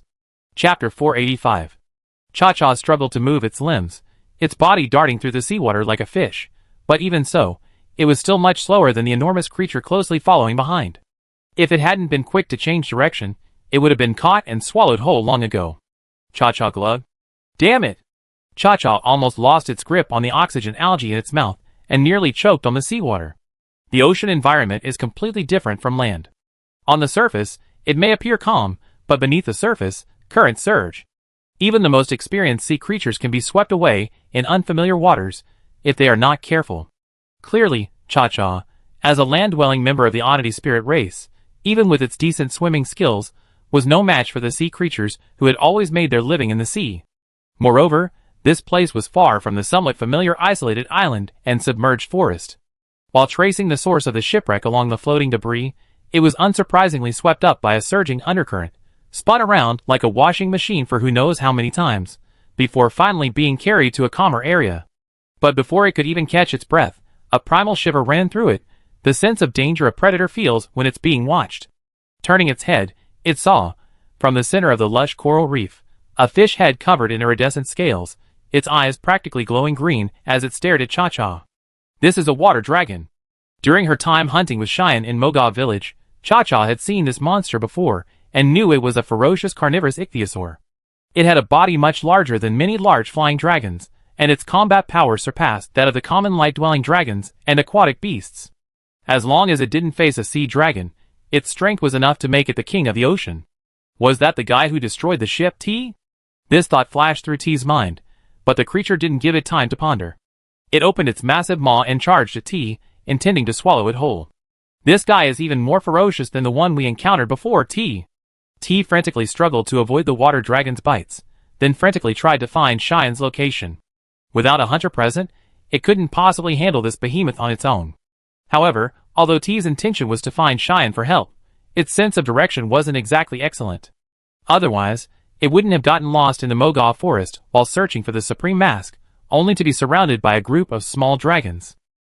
Having been disoriented by the currents, and now being chased by the water dragon, T had no time to discern its direction. Thinking it was heading toward Cheyenne, it was actually going in the opposite direction, gradually approaching its original destination, the area where the shipwrecked. Once again, Cha-Cha narrowly avoided the water dragon's bite. The force of the water from its jaws clenching made Cha-Cha stagger. In her panic, Cha-Cha kicked the water dragon's chin, narrowly escaping its massive body as it charged. Why is this guy targeting me, Cha-Cha? Cha-Cha thought to herself, unaware that the water dragon, hot on its heels, was equally agitated. It had been living a carefree life in the stinking ditch of the waterless forest, until recently a sea dragon came to seize its throne as king of the ditch. Although it fought valiantly, the sea dragon's control of lightning was far too effective against it, driving it out of the waterless forest. Having finally found a relatively resource-rich habitat in unfamiliar waters, the water dragon hadn't even had a good night's sleep when another creature appeared, resembling a sea dragon, but surrounded by terrifying dark lightning.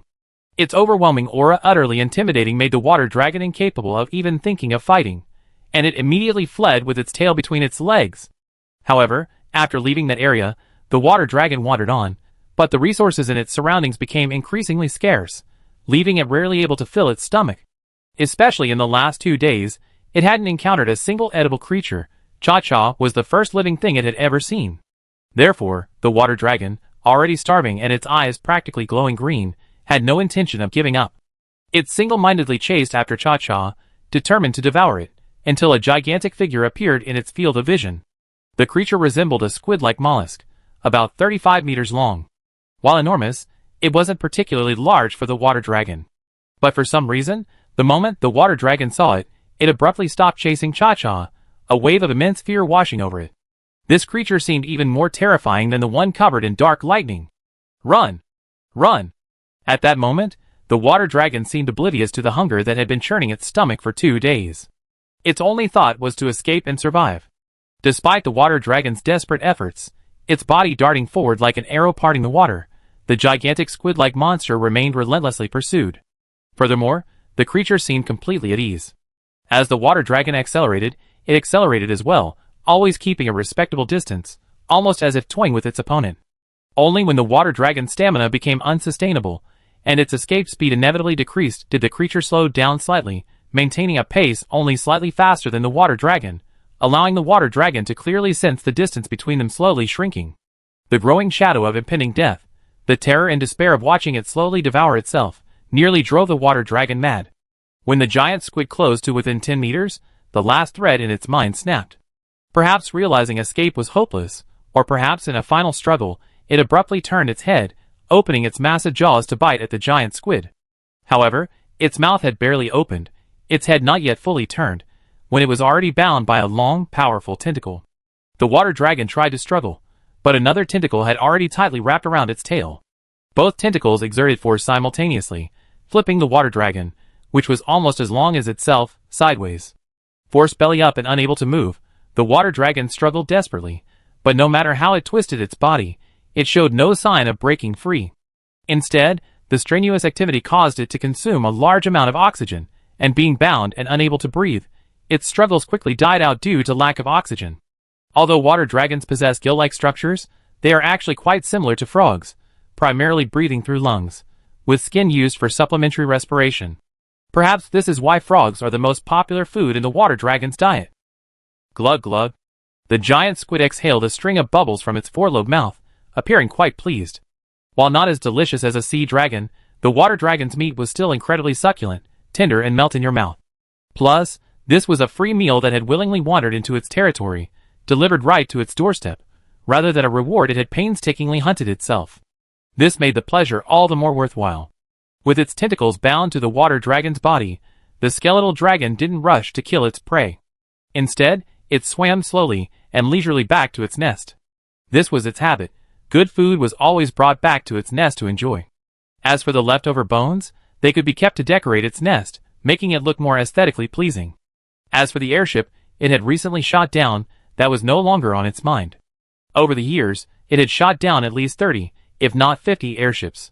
It knew perfectly well that those things, made almost entirely of wood, leather, and steel, were utterly devoid of edible value. Shooting them down was purely a matter of luck. If it was lucky, it might shoot down a passenger airship with a decent capacity, or a cargo airship carrying food supplies, at which point it could feast for a while. The Guild airship it had just shot down was specially designed to be lightweight for the convenience of Guild messengers, carrying only a handful of crew members, most of whom were short-statured Elru. If it hadn't caught this water dragon, it might have been interested in scavenging through the junkyard, but now, it only wanted to return to its lair and enjoy this enormous sashimi fish, over 25 meters long. Having witnessed the two-headed skeletal dragon chase the water dragon into the distance, Celestina, who had resigned herself to certain death, felt a sudden surge of hope for survival. After repeatedly confirming that the skeletal dragon seemed to have abandoned its attention, she released the nearly wrecked ballista in her hands and instead found a relatively intact piece of wood to hold onto, using it to stay afloat and frantically paddle towards the other airship crew members. Although the skeletal dragon could return at any moment, and remaining in this area meant facing immense danger, Celestina did not choose to flee alone. Having accepted the airship's escort mission, she had to fulfill her duty to protect them. Now that the airship was destroyed, she needed to save as many as possible.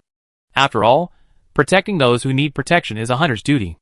If it were her sister Hela, she would definitely do the same. The bone dragon hadn't returned yet, but Celestina had quickly gathered the airship's crew. Except for Coat Cat, who was nowhere to be found, everyone else was alive, though all were seriously injured, some even unconscious. Without timely treatment, their survival was uncertain. After swimming 2 more laps, seeing no sign of Coat Cat, Celestina gritted her teeth and decided to lead the others away. The bone dragon could reappear at any moment. This place was not safe to stay. Although they were on the vast ocean, unsure of where to go, or even where they could go, they certainly couldn't stay put. Just as Celestina lay sprawled on a plank, taking off her shield and axe, and using her shield as an oar, a bald head suddenly emerged from the water in front of her. Huh? Celestina looked closer and realized that the so-called bald head was actually a smooth acorn mask, the graffiti on it causing her to mistake it for eyes. This mask style, is it a feline? This is unbelievable. Felines in the sea? Celestina felt this escort mission was utterly absurd. First, a terrifying skeletal dragon appeared out of nowhere and easily destroyed the airship, and then, just as she was preparing to rescue them, a feline living in the water appeared out of nowhere. As a hunter from Menegard, Celestina knew very well how dangerous these seemingly harmless felines could actually be. They were extremely aggressive, and could craft and use various rudimentary weapons. Once their numbers were overwhelming, even a high-ranking hunter surrounded would be helpless. Countless careless hunters had already paid with their lives as a warning. So Celestina immediately raised the shield she used as a paddle, ready to smash it down on the faced creature's head. However, seeing Celestina's reaction, the faced creature's frantic waving made her raise her hand pause slightly. Ka! What did that mean? Was it begging for mercy? Unless one was a scholar specializing in orcs, the faced creature's language was like an incomprehensible script to most people, sounding extremely chaotic and disordered. Even though Celestina was a hunter who transitioned from a scholar, she hadn't previously studied the orc language. Watching this greenish-brown orc gesturing, she was momentarily bewildered. Splash. A splash of water erupted nearby, revealing a wet head. It was Cheyenne, who had arrived late. She glanced at the wounded men, gathered by Celestina onto a relatively intact piece of wreckage, then at Cha-Cha, who was turning to look at her. Cheyenne gave a thumbs up with delight. Well done, Cha-Cha. I didn't expect you to gather all the airship crew so quickly. To ensure a more efficient rescue, Cheyenne had carefully gathered information about the airship crew before saying goodbye to Coat Cat.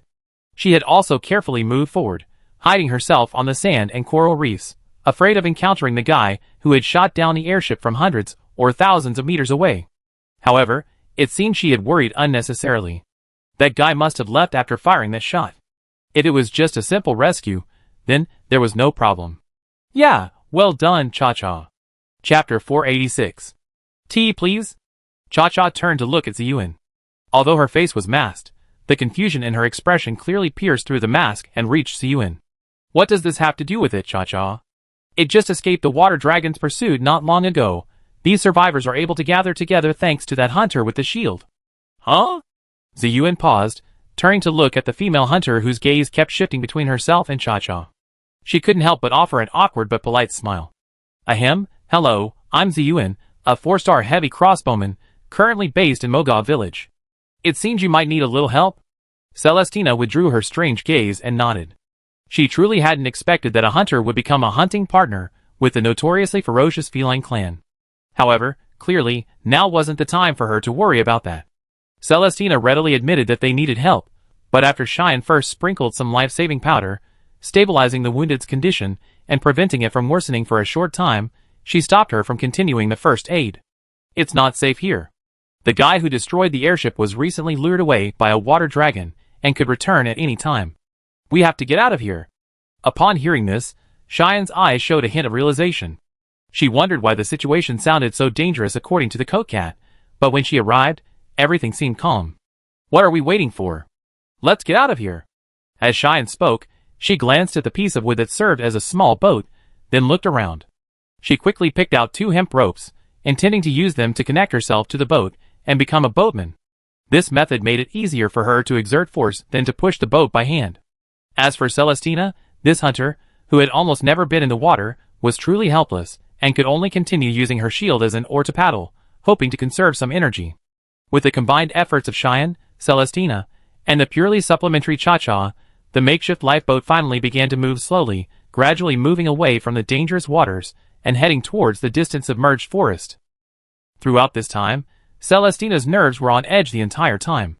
Only when they were completely away from the waters where the skeletal dragon roamed and saw the coat cat, safe and sound, sitting on a plank, drifting on the vast ocean, did she relax slightly. After seeing Cheyenne surface for air again, she finally couldn't contain her curiosity and asked, "Are you a sea folk?" It's understandable that she was curious. Under normal circumstances, an average human can only hold their breath underwater for 2 or 3 minutes.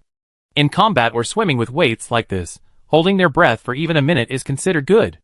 Even hunters, with their superior physiques, shouldn't be able to hold their breath for over 10 minutes like Cheyenne. Celestina remembered clearly that when Cheyenne introduced herself, she mentioned being a hunter from Mogao Village. She had previously heard her older sister mention a unique race living in Mogao Village, the sea folk. They live off the sea. Their bodies are like fish, with webbed fingers and toes, making them a race highly skilled at underwater movement. Perhaps only the sea folk could hold their breath underwater for so long like Cheyenne. However, according to her observation, the small portion of Cheyenne's exposed skin looked very fair and delicate, without the uneven patterns her sister had described. What? Of course not. My hometown is Lokrak. I've just been active in Mogao Village lately. The reason I can stay underwater for so long is mainly because of this. Having largely escaped the danger zone, Cheyenne's tense nerves relaxed considerably, her cheerful nature returning. She took a dark green, sticky-looking object from her mouth and showed it to Celestina. This is a type of seaweed. After being soaked in a nutrient solution, its metabolism is greatly enhanced for a period of time. Just by holding it in your mouth, you can convert the carbon dioxide produced by breathing back into oxygen. Under extreme conditions, this is enough to sustain a person underwater for 30 minutes. Note: I checked the 3rd generation setting book and couldn't find an explanation for a water combat hunter being able to stay underwater for that long, so this seaweed is the author's own creation, inspired by Hunter's notes. After catching her breath for a moment, Cheyenne put the seaweed back in her mouth, submerged again, and continued to tow the makeshift lifeboat. Although the seaweed can sustain underwater activity for up to 30 minutes, the longer the time, the greater the risk of oxygen deprivation, so Cheyenne usually takes a breath every 10 minutes or so. The water-submerged forest is not far ahead. Once they reach their camp there, they can truly begin treating the wounded. While Cheyenne was busy with the rescue efforts, Lin Lin, far across the sea in Yakumo Village, was quite content. During this time, he had practically explored every corner of Yakumo Village, meeting up with many old friends, including Iwata and his parents. These included, but were not limited to, the 2 guild leaders, the village chief, the beverage shop owner, the old dragon man with the pigtails at the blacksmith shop, the old man Chia who had challenged the dog dragon when he first started out and lost an arm due to an unexpected water beast, and the little boy named Orban, who had pestered him for tips on becoming a hunter. The 2 guild leaders' lives remained largely unchanged. Since the storm dragon was driven away, Yakumo Village had enjoyed a considerable degree of peace and stability. Many hunters came and went, but most were simply there for vacation. Perhaps the only noteworthy aspect was that, due to the guild leaders' frequent hangovers, the actual management of the guild was mostly handled by the steady and reliable Sasayuki. The village chief remained unchanged, sitting on the vermilion bench at the top of the steps, quietly admiring the beautiful scenery of falling maple leaves and watching each passing villager. Everything seemed exactly the same as when Lin Lin was first brought back to the village by Kevin. Back then, Lin Lin was only about 1.8 meters tall. Now, nearly 3 years later, thanks to the nurturing environment of this world and his long-term training, he had grown to nearly 2 meters tall, his body now incredibly muscular. The village chief, however, had hardly changed at all. At this moment, Lin Lin finally realized the significant difference in lifespan between dragon people and humans. However, only her appearance remained unchanged. Even the village chief of Yukokumo, who always maintained a perfect Yamato Nadeshiko demeanor, couldn't help but show a hint of surprise when she saw Lin Lin appear before her. After all, the great hero who saved the village had returned. As for the beverage shop owner, Ailu, she no longer needed to go around recruiting people to try her new drink recipes, like she did when Lin Lin first started out. Thanks to her persistent efforts, the variety of drinks in her shop had more than doubled, a dazzling array that was almost overwhelming. Of course, for Ailu, creating new drinks was still her hobby, but she no longer needed to go around the village recruiting people to try them. Her shop had a large and stable customer base, and plenty of people were willing to try the new products. The old dragon man at the forging shop seemed quite pleased to see Lin Lin, but his smile immediately vanished upon learning that the young man hadn't brought him any rare, high-grade materials for forging. Lin Lin could only chuckle awkwardly. There was nothing he could do. Most of the materials he and EZ had accumulated over the past 6 months had been used for alchemy to exchange for protective stones, and the rest were all with the blacksmith in the guild. Although his smile faded, the old dragon man didn't chase him away. Instead, he pulled up a small stool and invited Lin Lin to sit and chat, wanting to hear about the monsters he hunted, the equipment he forged from the materials, and his design concepts. After chatting with the old dragon man at the forging shop for a long time, Lin Lin was strolling through the village when he encountered a very strong-looking young man. The young man paused for a few seconds upon seeing him, then rushed over excitedly. After exchanging a few words, Lin Lin realized that this boy was the same young man he had met in the village before the hero's celebration following the Battle of Lingfeng, and the one he had casually offered a few words of encouragement. He remembered the boy's name quite well, Orban, which translates to inheritance. Back then, the boy looked like a scrawny, immature kid. A year later, he appeared as a robust young man. It was clear that the boy had kept Lin Lin's encouragement firmly in mind, and had been diligently building a strong physical foundation. Of course, to achieve such a dramatic transformation in just 1 year, the boy was exceptionally talented. Perhaps he truly had the potential to become a very skilled hunter. At the time, Lin Lin had only told him to focus on building a strong physical foundation, promising to share his hunting experience with him when the time was right. But after this meeting, the boy had become attached to Lin Lin, chattering incessantly behind him, seemingly impatient. Lin Lin had no choice. Although the boy was still too young, his physical foundation was indeed quite good, almost reaching the level Iwata had when he finished his hunter training and officially became a 1-star hunter. He was indeed someone worth teaching. Of course, in Lin Lin's opinion, choosing a weapon and starting corresponding moves training was still a bit too early. However, some basic physical and strength training could be arranged. Alban was overjoyed at the training plan Lin Lin explained and immediately bowed, calling him master. Lin Lin hesitated for a moment, not accepting the bow, only telling him to call him teacher, saying that if he returned next time and saw that the boy was indeed suited to wielding a shield and axe, he would formally accept him as a disciple.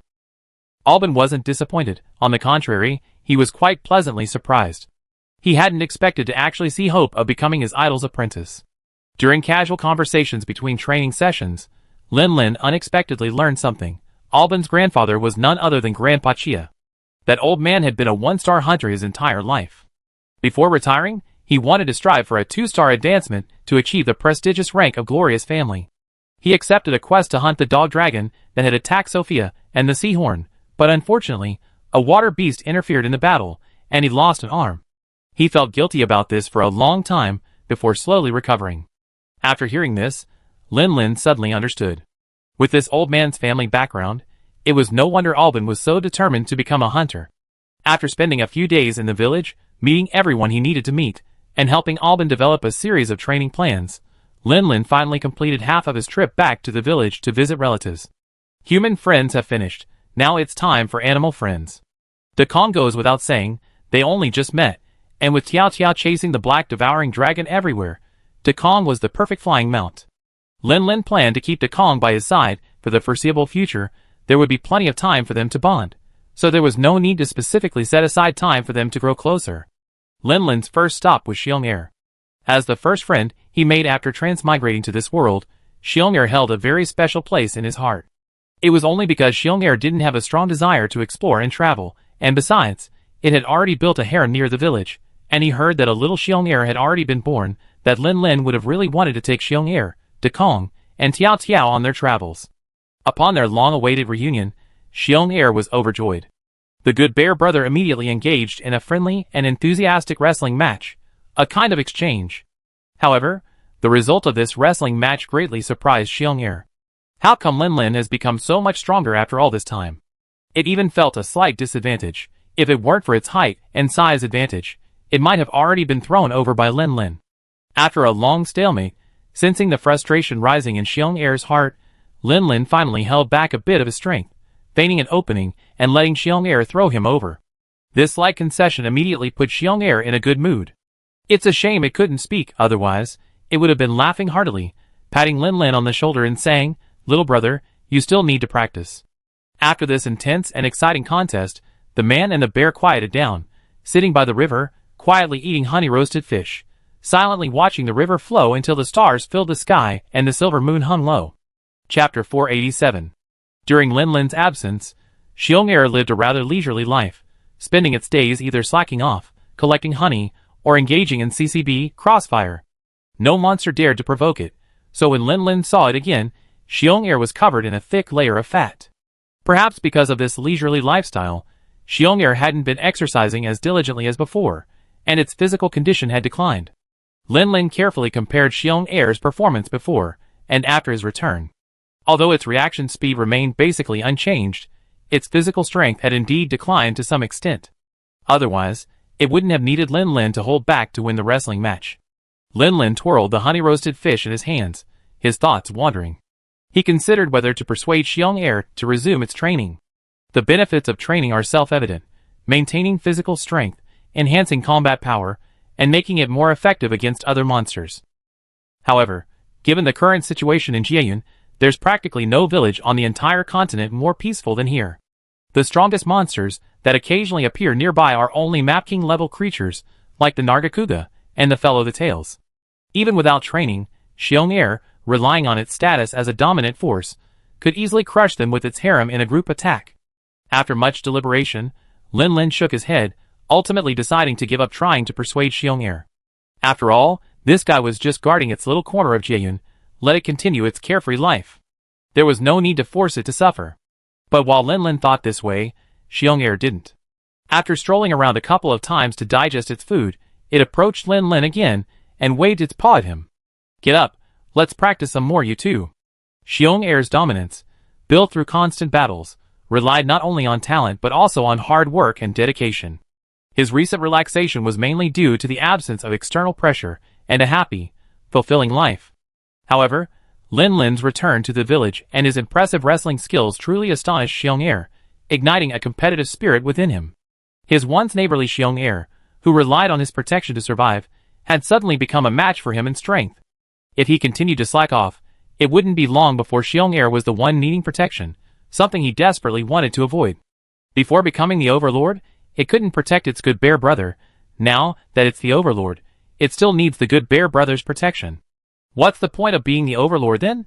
No way. It needs to regain its self-discipline. It needs to become stronger. Lin Lin twitched his lips and put his helmet back on. "Sigh, I really can't do anything with you." "Come on then." During his 2 days staying in Jieyun, besides having several friendly sparring sessions with Xiong, Lin Lin also had Dekong carry him to Lingfeng to visit Jin Leigong and its clan. To his surprise, the number of Thunder Wolf dragons he saw on Lingfeng this time was much less than when he left. This made Lin Lin somewhat uneasy, but soon Jin Leigong, who had come upon hearing the news, answered his question. It turned out that no powerful monster had come to disrupt the ecosystem. It was just a normal migration. After being driven away from Lingfeng by Longlong, the Thunder Wolf dragon clan living there split into two. One group followed Jin Leigong in their attempts to reclaim their homeland, while the other group followed the Overlord Thunder Wolf dragon to find a new home. After the Battle of Lingfeng, it wasn't just the Thunder Wolf dragons that followed Jean Legong who returned. A small group also left with the dominant Thunder Wolf dragon, but found territories not far from Lingfeng. The entire group dispersed, branching out in various places. When they returned to Lingfeng, the dragon population was somewhat dense. Lingfeng's ecological carrying capacity was limited, and to prevent ecological collapse and food shortages, Jean Legong sent a small group of Thunder Wolf dragons away to find new territories. However, being comrades who had fought side by side, Jean Legong generously drove those Thunder Wolf dragons away from Jieyun. This is a crucial factor in the continued stability of Jieyun's environment. Lin Lin had seen many Thunder Wolf dragons, but few had left a deep impression on him. Besides Golden Thunder Duke and the Overlord Wolf, only two others stood out. One was the one he and Yi Zibrev had managed to kill together after returning to Jieyun, and the other was the troublesome one they encountered on Lingfeng. Lin Lin looked around but couldn't find that guy. This was the second strongest member of this clan after Golden Thunder Duke. Upon asking Golden Thunder Duke, he learned that the guy had indeed been sent out to expand the clan. It seemed the guy was quite reluctant at first, but after Golden Thunder Duke gestured for it to look at the group of old and young that were about to move, it seemed to understand that Golden Thunder Duke wanted it to protect these members, and so it howled and set off. So that's how it is. I wonder if I ever have the chance to see the guy again. Lin Lin, an honorary member of the Thunder Wolf Dragon clan, returned to Lingfeng, greeted a large group of electronic dogs, displayed his amazing barbecue skills, and interacted closely with them for a day before finally bidding farewell again and flying back to Jieyun village with Dekong. Having met all his human and monster friends, Lin Lin's longing for home had subsided. Now it was time to set off for Yanhua village to see Lil Puff and ease Yeezy's homesickness. The distance from Jieyun to Yanhua wasn't far. By land, weather permitting, it would take about 7 days. Even at high speeds in the sky, without full-speed flight, it was enough to leave Jieyun in the morning and arrive in Yanhua by evening. While Lin Lin and his companions were heading to Yanhua, several wounded soldiers arrived in Moga village, across the sea, the very same ones Ziyuan had rescued from the skeleton dragon's territory. Actually, the distance from Schwimmelin to Moga village was quite considerable, and under normal circumstances, it would be difficult to arrive so quickly. However, Ziyuan's situation was unusual. Besides Cha-Cha, she had also brought Guga on this trip, but since the creature couldn't swim, she had left it at the camp when she went into the sea. They also had to thank Lin Lin for developing the external engine feature back in Lokrak. Even without participating in combat during the hunt, the Guga provided considerable assistance simply by functioning as an external engine for the boat. With the Guga's propulsion, Ziyuan's small boat transformed into a speedboat, speeding across the sea and returning to Moga village from the submerged forest in just 2 days, allowing the wounded to receive timely medical treatment. Coat Cat and Celestina were naturally extremely grateful to Ziyuan. Whether it was her companion Cha-Cha using the water dragon to distract the skeletal dragon, dragging them away from the dangerous waters inhabited by the skeletal dragon, stabilizing their vital signs with timely medicine and battlefield first aid, or now bringing them back to the village and finding a professional doctor, this hunter they had met by chance had helped them so much. Especially the Coat Cat, it was thanks to its insistence that the airship didn't bypass the area infested with the skeletal dragons. If anyone had actually died in this crash, even if it had miraculously survived, the guilt and self-blame would have been enough to torment it for the rest of its life. It was entirely thanks to Cheyenne's help that, although the injuries varied in severity, they all miraculously survived. To be honest, I'm actually a guild messenger responsible for delivering all sorts of important information and top-secret orders. I've seen quite a few high-ranking and low-ranking hunters, and I honed a keen eye for talent. Miss Cheyenne, in my opinion, you are destined for greatness, and may even become a legendary hunter. The Coat Cat spoke sincerely, not just saying this out of gratitude for being saved. It genuinely believed Cheyenne had great potential, and the last person it felt had shown such extraordinary potential was a gunlance user it encountered in Pokai village. The Coat Cat's praise was so direct that even someone as thick-skinned as Cheyenne couldn't help but scratch her cheek a little embarrassedly. Of course, she didn't offer any words of modesty like "you flatter me," but simply chuckled foolishly, seemingly already immersed in her fantasy of becoming a legendary hunter. The Coat Cat didn't urge her, quietly waiting for Cheyenne to recover from her silly grin before bringing up what it really wanted to discuss. I wonder if there are any ships going to Yakumo village from Moga village recently. Huh? Cheyenne was taken aback. So soon? Leaving aside the Coat Cat's companion, its own injuries, though relatively minor, weren't fully healed. What if something happened if it ran off again? Miss Yuen, as I just mentioned, I'm a messenger specifically for delivering secret orders to the guild, The coat cat repeated helplessly. Ziyuan finally understood. So, who are you going to Yukin to deliver a secret order to? And it's urgent? The coat cat nodded, giving her a look of you're teachable. Who is the message to? The coat cat. If I just blurted it out, do you think it would still be considered a secret order? Tell me, maybe I know them? The coat cat. Fine, what can I do? They're my savior. As long as I don't reveal the details, it's just a name, not really against the rules, at most borderline. Alright, 5-star shield axe user Lin Lin, and 5-star insect glaive user Yoko, that's all I can say. Cheyenne, question mark. Huh? The cat blinked, you know them? Cheyenne took a deep breath, of course I know them. We're teammates. Lin Lin is my good older brother, and Yoko is my best friend. We formed a hunting party together. Now it was the cat's turn to be confused. Really? But recalling the information about Lin Lin and Yoko, it seemed to have mentioned this. But at the time it didn't think it was important information, so it glanced at it, and didn't bother to remember it. Now it seemed no wonder it felt a little familiar when Cheyenne introduced herself. It had already seen it in the information before. Isn't your hunting party's base in East Aruma? Why did they both go to Yukoku, and you came to Moga village? Coat Cat couldn't help but ask. Ziyuan blinked. Lin Lin and the others went to Jiyun again? Didn't they say they joined some kind of guild and started traveling? Did they go back to their hometown for a trip? But what exactly happened there? Why would there be a guild secret order specifically sent to them? What big thing did they do? It can't be like what happened with Ling Fing, where they fought some ancient dragon again, right? Although she was very curious, Ziyuan refrained from asking further.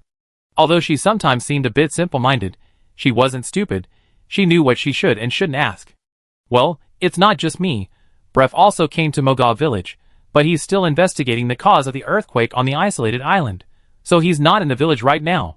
We originally just followed Sister Hella's advice, and chose the sea dragons that roam near Moga village as our promotion targets. We didn't expect that even after dealing with the sea dragons, the earthquake still wouldn't stop. Otherwise, we should already be back at East Aruma by now. The coat cat nodded, understanding dawning on her. No wonder the data said this heavy crossbowman was only 3 stars, but when they met, the other claimed to be 4 stars. Compared to the coat cat, Celestina, who had been observing from the sidelines, became flustered the moment she heard the name. Wait a minute, you just said, Sister Hella? Cheyenne glanced at Celestina's sudden interruption and nodded, puzzled. Yes, a generous older sister. A 6-star greatsword user? Cheyenne, huh? You know her? The coat cat. This conversation felt vaguely familiar. That's my sister? Celestina seemed to be in a very good mood. She really hadn't expected that her savior was actually her sister's friend. Seeing that the 2 female hunters were about to start a conversation about Hella, the coat cat quickly interrupted. By the way, could you ask if there are any ships sailing to Jiyun village recently? If not, I can hire one. Oh! Ziyuan suddenly remembered the important matter and quickly nodded. Yes, brother, yes. There's a trading ship captain known as the Wealthy Merchant who frequently travels between several villages around Moga village. He happens to be staying in the village these days. You can ask him for a ride. The coat cat's face lit up with surprise. After finding out how to find the Wealthy Merchant, it bowed to Ziyuan and hurriedly ran off. It was clear that it was in a real hurry. The destruction of its airship by the skeletal dragon had wasted a lot of its time. As for Ziyuan, she didn't really start chatting about everyday things. After a few simple words, she went straight to the commission counter set up by Anxia, preparing to pass on the information about the skeleton dragon attack back to the guild. Chapter 488. A 2-headed skeletal dragon? And capable of destroying an airship with a single breath from hundreds or thousands of meters away. Anxia listened to Celestina's description, her mouth agape, her pen momentarily frozen in place. After a long pause, she patted her cheeks and resumed writing, her brows furrowing deeply. I believe in your hunter skills, Celestina, that's definitely not an illusion, but I still have to say that what you're describing is utterly unbelievable. As everyone knows, the brain is the central control system for a monster's body. Even if a few monsters have multiple brains, there will inevitably be a primary and a secondary one. Even if some monsters have an extra head compared to their kind due to genetic defects or environmental factors, that's simply because 2 embryos have fused together. 2 different heads, with different consciousnesses often lead to divergent actions. In the fiercely competitive natural world, such deformed monsters are often killed in their juvenile stage. But this 2-headed dragon you're talking about really sounds like it has 2 completely different brains. This completely breaks the laws of ecology. Ziyuan, who had been listening nearby, blurted out, "Wasn't it said to be a dragon made entirely of bones? It's like those undead spirits described by bards or in novels. Maybe it doesn't even have a brain, and is driven by something like soul fire?"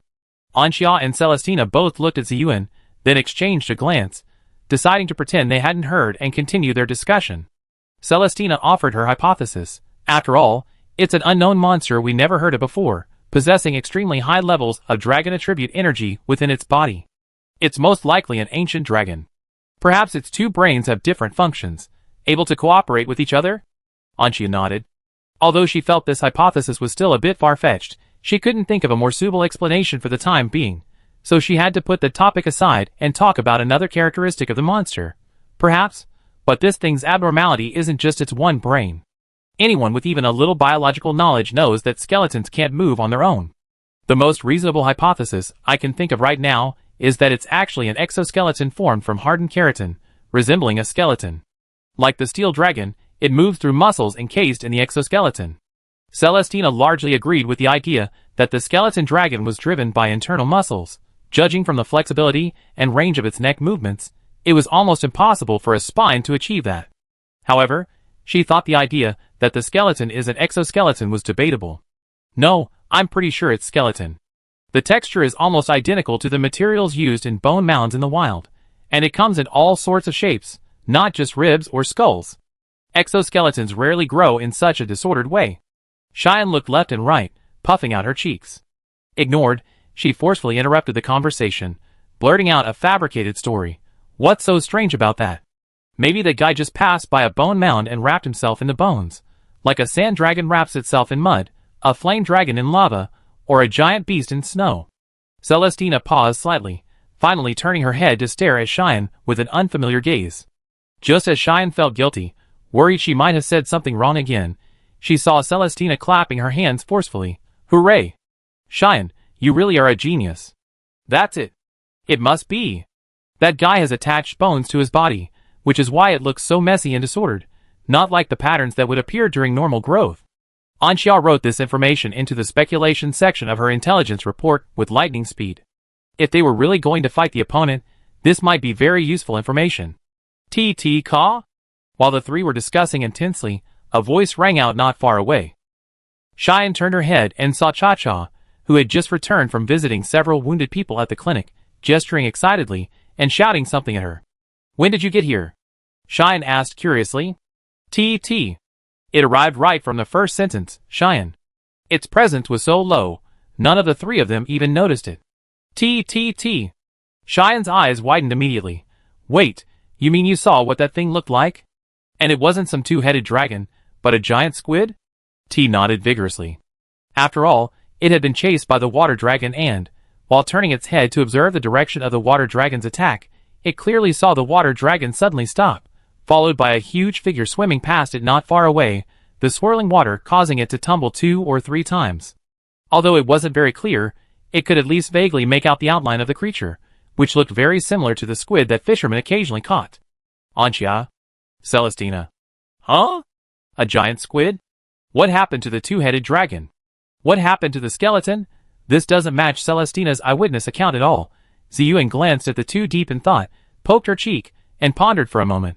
So, is it possible that the dragon head you saw, Tina, was actually 2 tentacles mimicking the giant squid? Ziyuan, you really are a genius. The group quickly sorted out the information about the skeleton dragon, and Anxia attached the information to the peregrine falcon's leg and sent it to distant East Daruma. Having completed this task, Ziyuan couldn't help but breathe a sigh of relief. She had done what she could, the rest was for the guild leaders to worry about. She could finally resume what she was doing. So Tina? Are you planning to leave with Coat Cat, or stay and help out? The frequent earthquakes in Moga village lately have been a real headache for the villagers. Brev and I have been investigating for quite some time without finding any clues. She wanted this 5-star hunter to stay and help. Maybe he could find something? Celestina gave an awkward but polite smile. I'm sorry, although I love to stay and help, I have a mission. Although Coat Cat's mission was to recruit hunters to protect the airship, not herself, and the airship being destroyed by the skeleton dragon basically meant the mission had failed. But just like when the skeleton dragon was lured away by the water dragon, she didn't abandon her companion to escape alone. She had her own professional ethics. She couldn't just watch Coat Cat head to Yukoku alone. She would feel guilty if something happened to her on the way.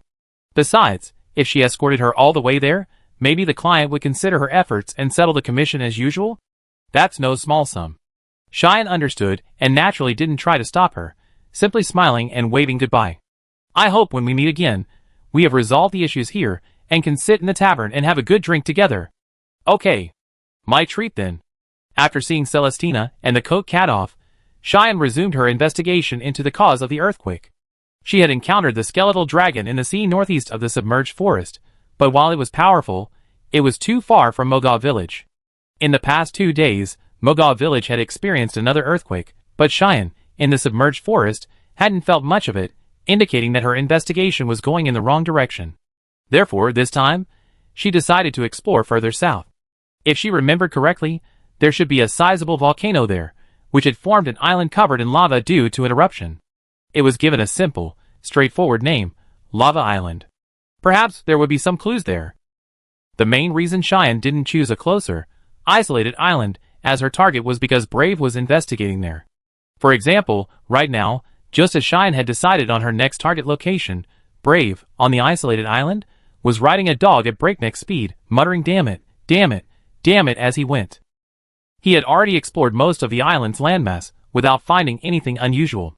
Even the occasional aquatic beasts or dragons that came ashore were normal migrations, not the kind of abnormal migration caused by a large-scale expulsion by ancient dragons. Therefore, for his next investigation, Brave decided to take his 2 hounds and search the sea.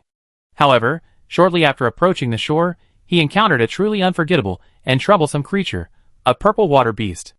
Back in Yukoku, he had already suffered a crushing defeat at the hands of this creature. It was Lin Lin Yizi and a Kong who avenged him and killed it. He never expected to encounter it again. Last time, he was a 4.5-star hunter, and the purple water beast was a 5-star monster.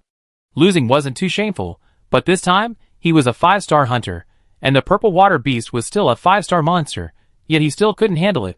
Only thanks to his 2 fanged hounds was he able to find an opportunity to escape. There was simply no other way. This thing was utterly disgusting, covered in poisonous liquid.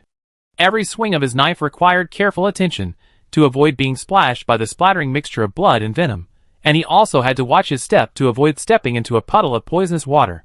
Fighting it was incredibly restrictive. If it were only this, Brave was confident he could handle the creature. He wouldn't necessarily kill it outright, but he could certainly take advantage of its slow movement on land and inflict several wounds. But the truly disgusting thing was that he encountered it in the water. Among hunters with experience in naval combat, there's a joke. When the water beast goes underwater, the little sea dragon comes ashore. When the sea dragon comes ashore, the little water beast comes ashore. This clearly demonstrates the immense difference in combat power between sea dragons in water and on land. The aquatic beasts, bulky and cumbersome on land, easily manipulated, become incredibly agile in the water, like dragons. Furthermore, seawater differs from land. Many techniques require adjustments. Breath's favorite Iajutsu and Kamui Iajutsu, which rely on legwork and core power, are essentially sealed in the water, reverting to their old-fashioned forms. Damage is reduced to basic swordsmanship and spirit slashes. If it weren't for Cheyenne, he would have struggled to defeat the sea dragon on his own. The increased agility of the aquatic beasts underwater, coupled with the reduced agility of the hunters, makes the hunters the ones being toyed with. And when the aquatic beast is a purple water beast, even without direct attacks, simply being in the same water for a short time allows its ubiquitous toxins to enter the body through skin contact. Breath was even more severely suppressed this time than when he encountered the purple water beast before. It was entirely thanks to Sanxiang's desperate pull from the water that they managed to shake off the purple water beast during the chase. Brave, his face pale, pulled out a traditional Chinese medicine and popped it into his mouth, which improved his complexion considerably. He slammed his fist angrily. We have to find a way to kill it. The purple water beast is too harmful to water sources, and will seriously affect the nearby ecosystem. We must eradicate it as soon as possible.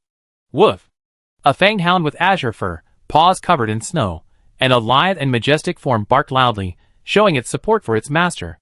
Beside them, the slender, moon-white fanged hound rolled its eyes in a remarkably human-like manner, quietly shook its head, and remained silent. Little brother, you're still too naive. Didn't you see that?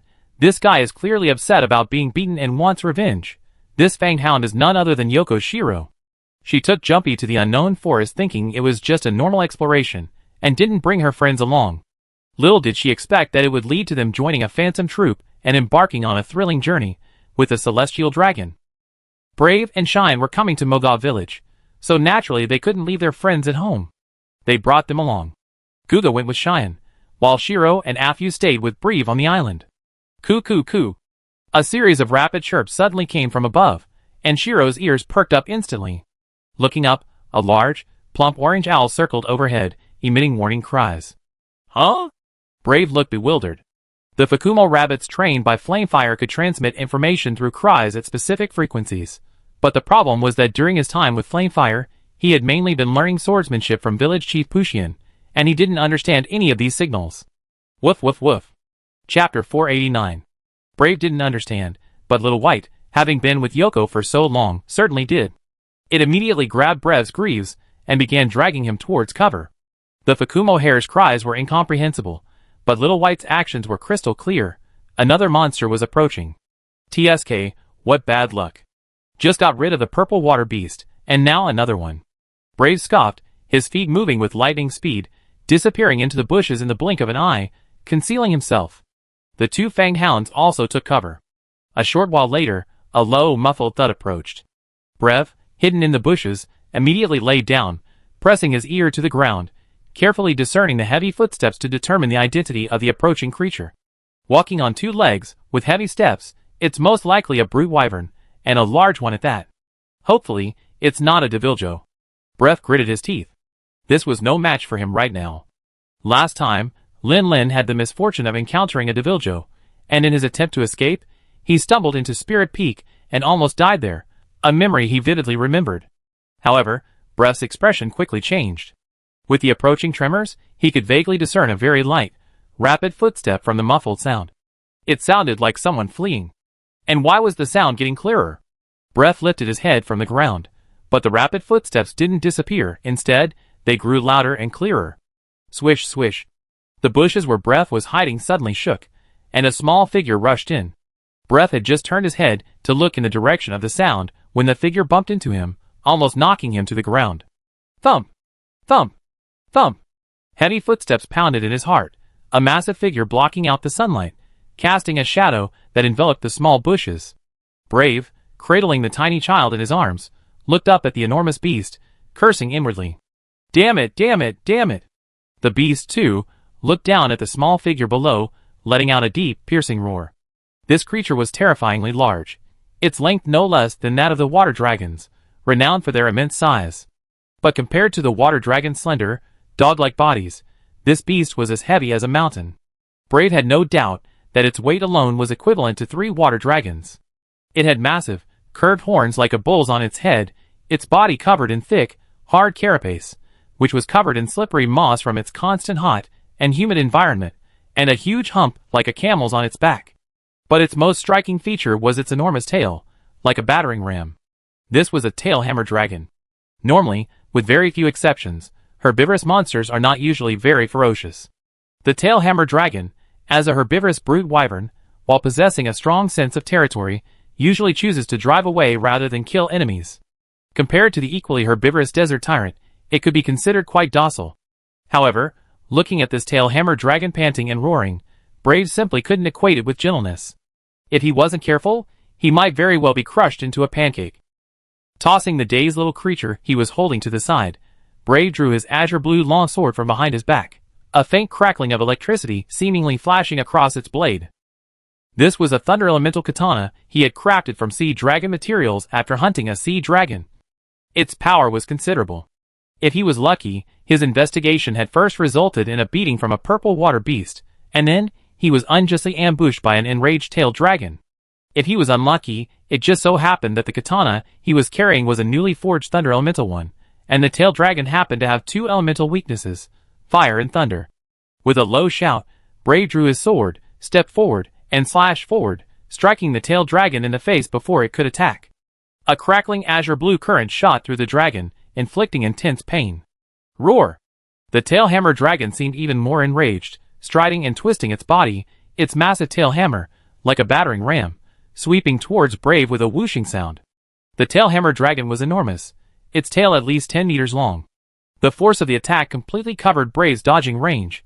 Unless he could conjure a wire bug on the spot to fly into the sky, there was no way to dodge. The little creature Brave had casually tossed to Little White seemed to have recovered by now. Turning its head, it saw this terrifying scene.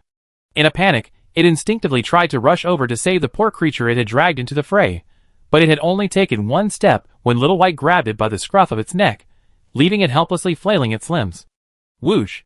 A faint white glow seemed to emanate from Brave's body, and it glided away as if on ice, directly countering the swinging tail hammer. The little creature wearing the blue mask covered its eyes in disbelief, but the bloody mess it had imagined didn't materialize. Brave, its body pressed low, almost brushed against the tail hammer dragon's tail, slipping through the gap between it and the ground. This wasn't the end. Brave's movements shifted, abruptly halting its slide, and it charged back with even greater speed, slashing upwards with its blade, leaving another wound on the tail hammer dragon's head. This strike was called Foresight Slash. The blow landed, and Brave's movements didn't falter. He spun, his blade flashing horizontally in a wide, spinning slash, leaving another bloody gash on the tail hammer dragon's body, while a hazy white light shone from the blade. White blade, open. Brave's movements continued, smoothly sheathing his katana at his waist, his body tense, breath held, watching the tail hammer dragon's movements intently. The tail hammer dragon lowered its head, using its horns as weapons, and suddenly thrust forward. If the horn had landed properly, it would have easily sent Brave flying. However, things took an unexpected turn. The moment the giant horn thrust forward, a hazy white light seemed to emanate from Brave's body once more, followed by a brilliant, arcing blade that sliced several small, bloody gashes into the tail hammer dragon's head. The little guy's eyes widened in disbelief. Amazing! Is this magic? How did they do that? Brave felt the surge of life energy within his body, the power of that vibrant energy, and the golden, moonlight gleam of the blade. Looking at the tail hammer dragon, its head thrusting forward, unable to stop its momentum, and staggering a couple of steps, he gritted his teeth, raised his katana horizontally, and with a gust of wind, thrust it towards the tail hammer dragon. It's too late, I must ascend the dragon immediately. The thrust landed squarely on the tail hammer dragon's thick hind leg, but caused little damage, merely creating a crack in its thick carapace. But for Brave, that was enough. He used the momentum to push off the tail hammer dragon's body, propelling himself into the air, seemingly flying, and soaring onto its hump. Whoosh! A yellow blade of energy transformed into a bright streak of light, falling vertically and striking the tail hammer dragon's nutrient-rich, fatty, soft hump precisely. The powerful cutting force caused a large spray of blood to erupt from the wound, and the tail hammer dragon let out a painful howl, its body involuntarily staggering a step. Victory is assured, Dragon Ascension soared. Brave gripped his katana and landed back on the ground, his breathing somewhat rapid, but his face was slightly flushed, seemingly due to excitement. This was the first time he had successfully executed this move in actual combat. Having been in Mogab village for so long, he wasn't just sitting around doing nothing. Besides his daily hunting, he had never stopped honing his swordsmanship. For example, the Dragon Ascension sword technique he had just used, and that earlier, unpredictable dodge and counterattack, were new moves he had developed. Well, maybe not so new. In fact, he had learned this technique from a merchant, who came to Mogab village as a hunter instructor. The merchant's theoretical knowledge was extensive, he seemed to have a deep understanding of the techniques for all 14 weapons, but it seemed to be limited to theory, and his practical application was questionable. Incidentally, the merchant seemed to have suffered huge losses due to a broken cash flow, and could only come to work as an instructor to earn some pocket money, so his personality seemed a little unfriendly. But the beer he developed tasted really good, he felt even more energetic when hunting after drinking it. Bref had originally intended to directly ask him for advanced techniques with the katana, but while the other man spoke eloquently, he couldn't actually demonstrate them. This forced Bref to use him as a reference point, gradually refining and perfecting his technique.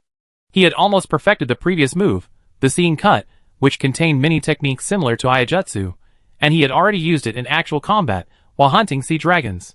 However, Bref was still figuring out the rising dragon slash, as the difference between this method of unleashing a single layer of spirit and the full burst of power from Kami's might Aiajutsu was quite significant. If I could unleash the red blade just now, I feel the killing effect would be even better. Bref glanced at the hazy white sheen on the blade, took a deep breath, and stepped forward again to fight the tailhammer dragon. While Breath and the Tailhammer Dragon were exchanging blows, their swords flashing, far away above the Jade Leaf Fortress. Lin Lin, Yi, Sophia, Yizeo, and Nia Lu sat atop the sky's back, gazing downwards. As always, Baku was being carried by Sky using its claws. Should we go through Fei Yi Fortress? Sophia asked, her gaze sweeping over the fortress's chilling, martial-minded array of weapons, and she subconsciously swallowed. Heavy ballistae, cannons, machine guns, dragon heat machine guns, dragon-slaying lances. If they rashly approached, one wrong move, and they'd be bombarded to death, wouldn't they? Lin Lin looked up at the towering mountain before them. How about we fly over the mountain and circle around to the abandoned shrine? The reason the Jade Leaf Fortress could block the 100 Dragons' night march was because most of the monsters there were either not good at flying, or were simply swept along without realizing they were being carried. But surely they wouldn't have this problem. Yoko pondered for a moment, somewhat undecided. Would going down there cause trouble for the village guards stationed at the fortress? Or would crossing the mountain and directly entering the Wasted God Society cause even more chaos? She was truly unsure. How about we go around from the top?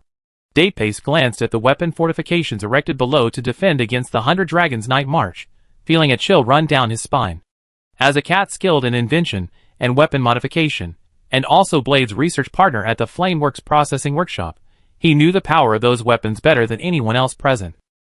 Perhaps the Great Sky could withstand a few rounds of attacks, but those riding on its back certainly couldn't. What if the village guards didn't notice there were people on the back of this male fire dragon? Wouldn't that be a tragedy? Alright, let's go over there then. Yoko finally nodded. However, just as the group reached a consensus, a loud and long horn sounded from the fortress below. This is... Yoko's expression turned serious. There's no mistake, this is the alarm for the 100 Dragons' night parade.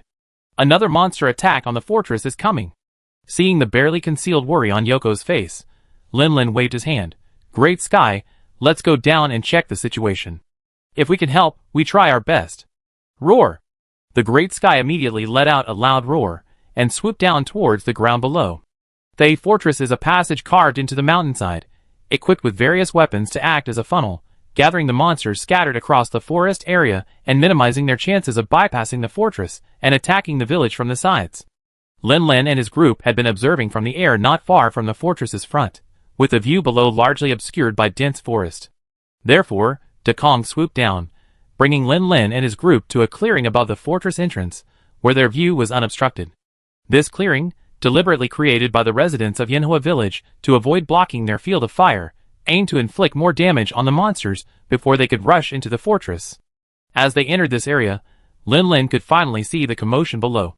It was a pack of monsters, including azure bear beasts, umbrella birds, and poisonous demon birds, numbering about a dozen, not a large force for 100 Dragons' night walk.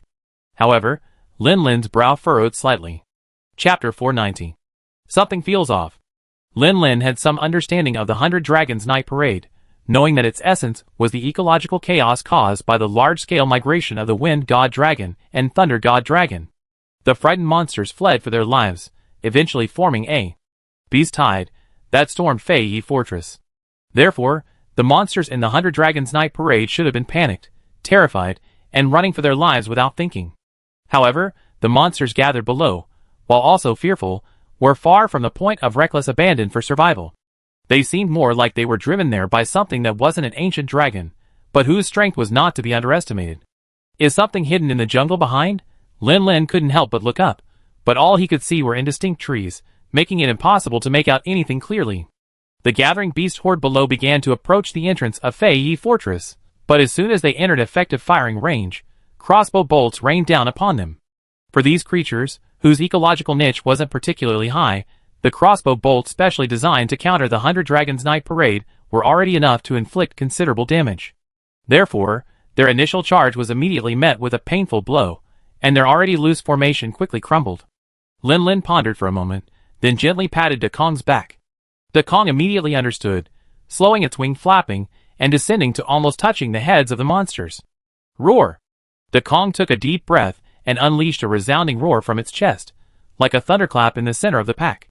The aura emanating from its apex predator instantly triggered the monster's instinct to flee, and they scattered like birds, disappearing back into the jungle, centered on Dekong's location.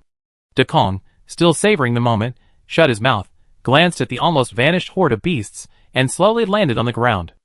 He turned and walked towards the fortress. Whoosh! Before De Kong could even get close, a figure, pulled by the silken threads of a flying insect, leaped through the air and landed in front of him. It was a female hunter wearing a Nargacuga suit, with short, neat silver hair and a healthy tan. However, the style of her equipment seemed quite different from the Nargacuga suit Lin Lin was familiar with.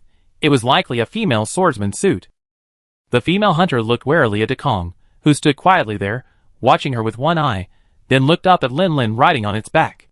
If it weren't for the fact that the rat halos had just landed and dispersed the beast horde, and that she had noticed someone on the Rathalos' back, it wouldn't be her flying towards them now, but rather crossbow bolts and cannonballs. Before she could even utter the question, "Who are you?" she was interrupted by Yoko, who was sitting behind Lin Lin and waving at her with a smile. "Sister, I am."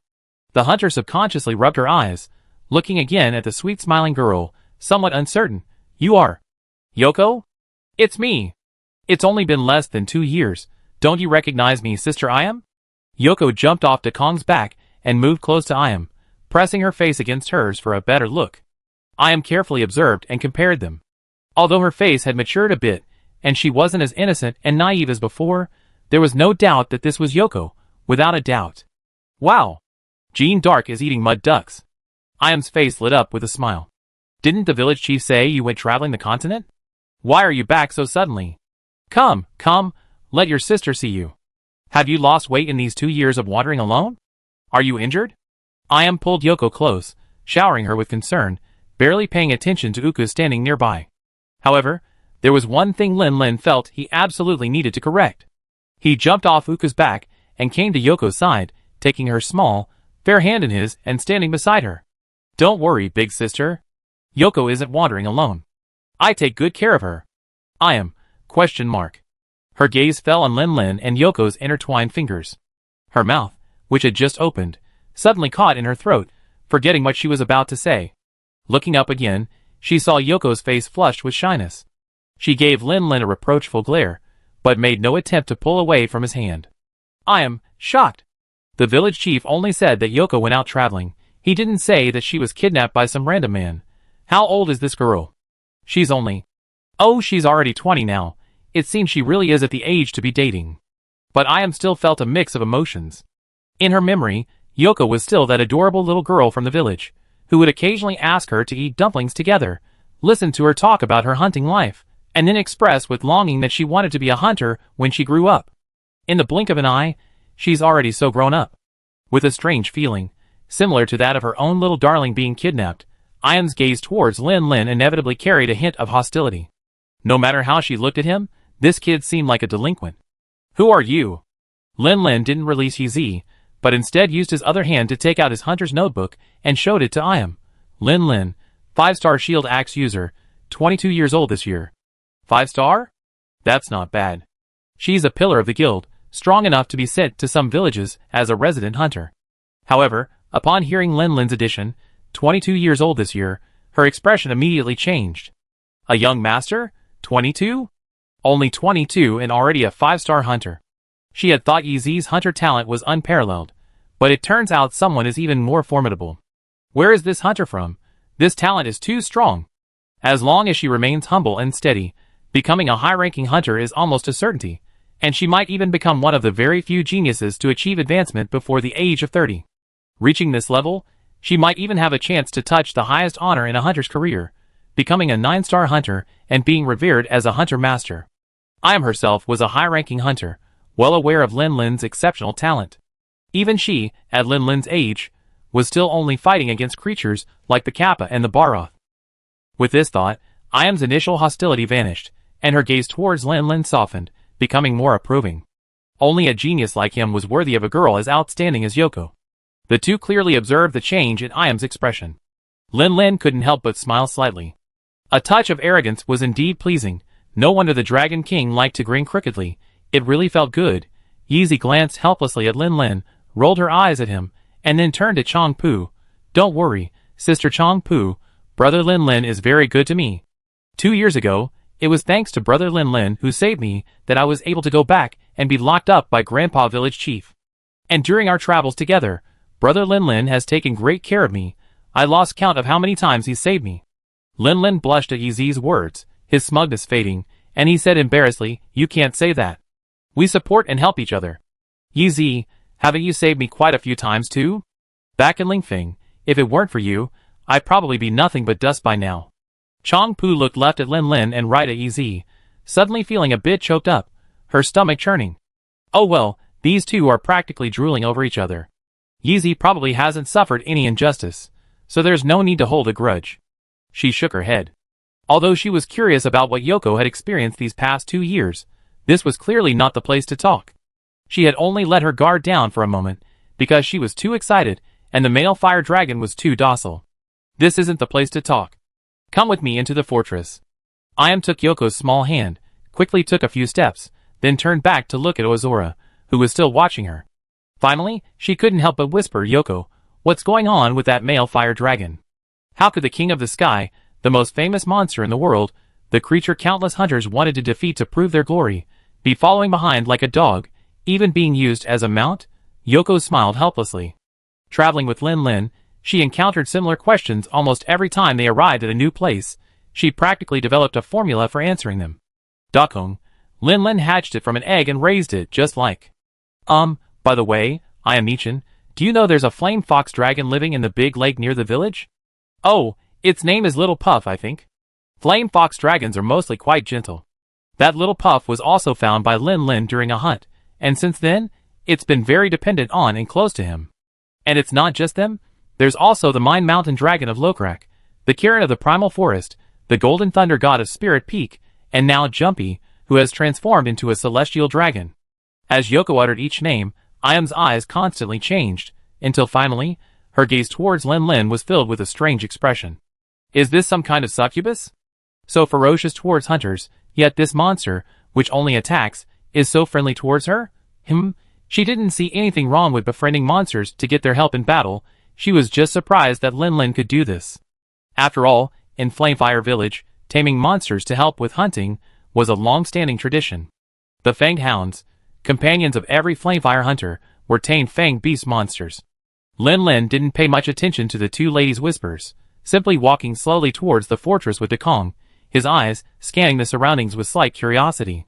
Although it wasn't his first time here, it seemed quite different from when he first came. The entrance to the fortress was now lined with barricades specifically designed to hinder monsters' progress. If the monsters didn't destroy these obstacles, they would have to find a complicated route. It was clear this was a clever tactic to reduce the number of monsters simultaneously attacking the fortress, but it was a real hardship for Dakong. Rat halos weren't very good at moving on the ground. Their long claws had to bend to maintain stability, and taking a few slow steps was one thing, but navigating the winding, meandering path was pure torture. Dakong growled at Lin Lin, then flapped its wings and took flight. For rat halos, even flying was more energy efficient than walking. With Ayam leading the way and Yoru's endorsement, the village guards stationed at the fortress didn't attack Dakong, only observing them with curiosity. Lin Lin took a few steps, then suddenly frowned slightly, and turned sharply. There was nothing unusual on the open ground, but Lin Lin had a feeling that something was watching him from the depths of the distant forest. Was it just his imagination? Lin Lin shook his head. Certainly not. Even if his intuition was wrong, the 100 Dragons' night march that Dakong had just dispersed was enough to prove him wrong. If the monsters were terrified by the ancient dragon's pressure, they wouldn't have been frightened away by Dakong. They would have charged towards the fortress like madmen, simply to get away from the wind and thunder dragons. What was watching? Lin Lin stopped, his gaze repeatedly searching the deep jungle, trying to determine the identity of the creature lurking in the shadows. Not an ancient dragon, yet it could consciously drive a horde of beasts to attack the fortress. Could it be the Wraith Tiger Dragon? This thought flashed through his mind, quickly dismissed by Lin Lin. Monster hunters cover monsters traditionally act as scapegoats. In Persona 3, Xenover was blamed for the Storm Dragon. In Monster Hunter 3G, Lagiacrus was blamed for the Great Sea Dragon. In Monster Hunter World, Xenojival was blamed for the Devastator. And now, the rise of the Grudge Dragon is blamed for the Gale Dragon. The Grudge Dragon only appears during the Night Parade of Dragons, because it's a good opportunity for it to feast. It has no motive to drive away the herd. So, is it some kind of overlord? Lin Lin felt that was most likely the case. Even Xiong Er, a half-baked overlord, who hadn't been provoked by the Gale Dragon and Thunder Dragon, and wasn't in the constantly fearful and angry state defined by the ultimate overlord definition, could still command all the blue bear beasts around Yukoku. It wouldn't be surprising if a true overlord could command monsters of other races. The only problem is, why would it do this? The current timeline shouldn't have reached the rise of the storyline yet. The 100 Dragons Night Parade, which has been suspended for 50 years, hasn't officially restarted. The Wind God Dragon and Thunder God Dragon have probably not even started moving yet. So, what is the purpose of this overlord arriving at Jade Leaf Fortress ahead of time, driving the beast horde to attack the fortress? Perhaps Lin Lin lingered for too long. After walking a distance, Yeezy turned around and, finding Lin Lin hadn't followed, waved to him. So Lin Lin stopped searching for the source of that feeling of being watched and quickly followed. Whatever, he'd deal with whatever came his way. With the Kong cooperating with him, even an overlord could be a match for him. Chapter 491. Lin Lin stopped searching for the source of the spying, and followed De Kong slowly deeper into the fortress. As the sunlight was blocked by the tall fortresses, the feeling of being spied on disappeared. It seemed the creature hiding in the shadows was quite clever. It knew to continue observing the situation, and didn't impulsively charge into the fortress. Lin Lin breathed a slight sigh of relief, but couldn't help feeling a little regretful. If that creature had really charged in, with Iam, a high-ranking hunter, along with himself, Yoru, and De Kong present, and with the fortress's defenses in place, they might have been able to catch it off guard and carry it away. It held back now, but if it charged out again, when they left and the fortress's defenses were weakened, the outcome would be very uncertain. Lin Lin pondered for a moment, then walked to Chung Pu's side and whispered, "I feel like the beast tide just now was a bit off." Chung Pu raised an eyebrow in surprise, looking at Lin Lin, waiting for further explanation. Lin Lin then briefly explained the suspicious points, leading to his speculation. Those monsters didn't seem to have a strong desire to attack the pass. It was more like they were being driven here by something, which is why De Kong was able to scare them away with his shout. Just now, I vaguely sensed a spying force from the depths of the jungle. It might be the very thing that caused the beast tide. I think it seems to have some designs on Fei Fortress. We better be on high alert. Although Lin Lin's statement was entirely subjective speculation, Chung Pu carefully reviewed the battle just now, and felt that what he said made some sense. So she waved her hand to the side, and a black gray-furred hound appeared out of nowhere, like a gray whirlwind, appearing beside Iam in the blink of an eye. The female hunter in the Nargacuga suit crouched down, leaned close to the hound's head, whispered a few words, and then the hound barked energetically before disappearing again, like a whirlwind. Iam turned to Lin Lin. "Don't worry, I already told Blackie, it helped deliver the message." She paused, unable to suppress her curiosity, and began asking about Lin Lin and Yoru's relationship, including how they met, what they experienced together, how they got together, who pursued whom, and so on. It seems that gossiping is indeed human nature, and rumors are a woman's favorite, even for hunters. The relentless questioning made Lin Lin feel like he returned to his original world, reliving the indescribable feeling of a young couple meeting each other's parents for the first time. However, thankfully, he and Yeezy had indeed shared a great deal, their stories far too numerous to recount in a short time. It wasn't until they passed through the Jade Leaf Fortress and entered the ruined shrine grounds that Iam reluctantly stopped. "Alright, I see you off here. I have to stay and guard the fortress. Remember to stay in the village for a few more days. I need to hear the rest of the story when I get back after my shift." Lin Lin could only manage an awkward smile. "Haha, next time for sure, next time for sure." Iam turned and went back into the fortress. Lin Lin coughed, reaching for his water pouch at his waist. His throat was practically parched from talking so much. But just as he lowered his hand, a water pouch was thrust to his lips, and in the blink of an eye, he saw Yoko smiling at him. "You had a hard time. Have some water to soothe your throat." Sophia, still perched on the back of the sky, who had been practically invisible the entire time. Unbearable to watch, so sickeningly sweet. Once inside the ruined shrine grounds, the environment became much more stable. Normally, the monsters that roamed here were only of the level of azure bear beasts, umbrella birds, and even kappa frogs. The sky could roam freely here. Therefore, after passing through the Jade Leaf Fortress, Lin Lin and the other returned to the sky's back and flew towards Flamefire Village. After passing the Jade Leaf Fortress, they had essentially entered the territory of Flamefire Village. Combined with the sky's current flying speed, even without flying at full speed, they still arrived above the village entrance within half a day. The arrival of the Great Sky Dragon didn't cause much of a commotion. Although the villagers below noticed this world-renowned king of the skies, they weren't alarmed, simply watching it slowly flap its wings and descend from afar. Their composure stemmed not only from the fact that Flamefire Village was a village steeped in martial virtue, but most importantly, from the old man standing at the very front, his body as robust as a bear. With their village chief leading the way, they wouldn't be afraid of even a male fire dragon, let alone the reappearance of the wraith tiger dragon. However, the villagers didn't notice that although village chief Pushian stood at the front with his arms crossed, his expression held a deeply hidden joy, showing no sign of entering a battle-ready state. Just minutes before, he had received a letter from Fukumoto, sent by Iam, who was stationed at Fei Fortress. The letter was very simple, containing only one sentence: Yoko has returned to the village, riding a male fire dragon. At the time, Pushian was staring at this single sentence, trying to decipher its meaning, but he couldn't understand the second half of the sentence. Just as he was about to go to Tukin or Sui Fengren to discuss the meaning of this sentence, a villager suddenly reported that a male fire dragon was rapidly approaching the village, and hoped he could make a decision quickly. Upon hearing this, Pushian instinctively glanced again at the note whose meaning he couldn't decipher no matter how he looked at it. A thought suddenly popped into his head, one that even he found unbelievable. Could the note really mean exactly what it said?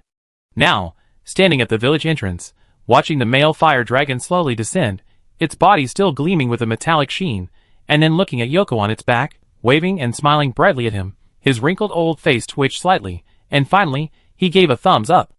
This girl is really something, truly surpassing her teacher.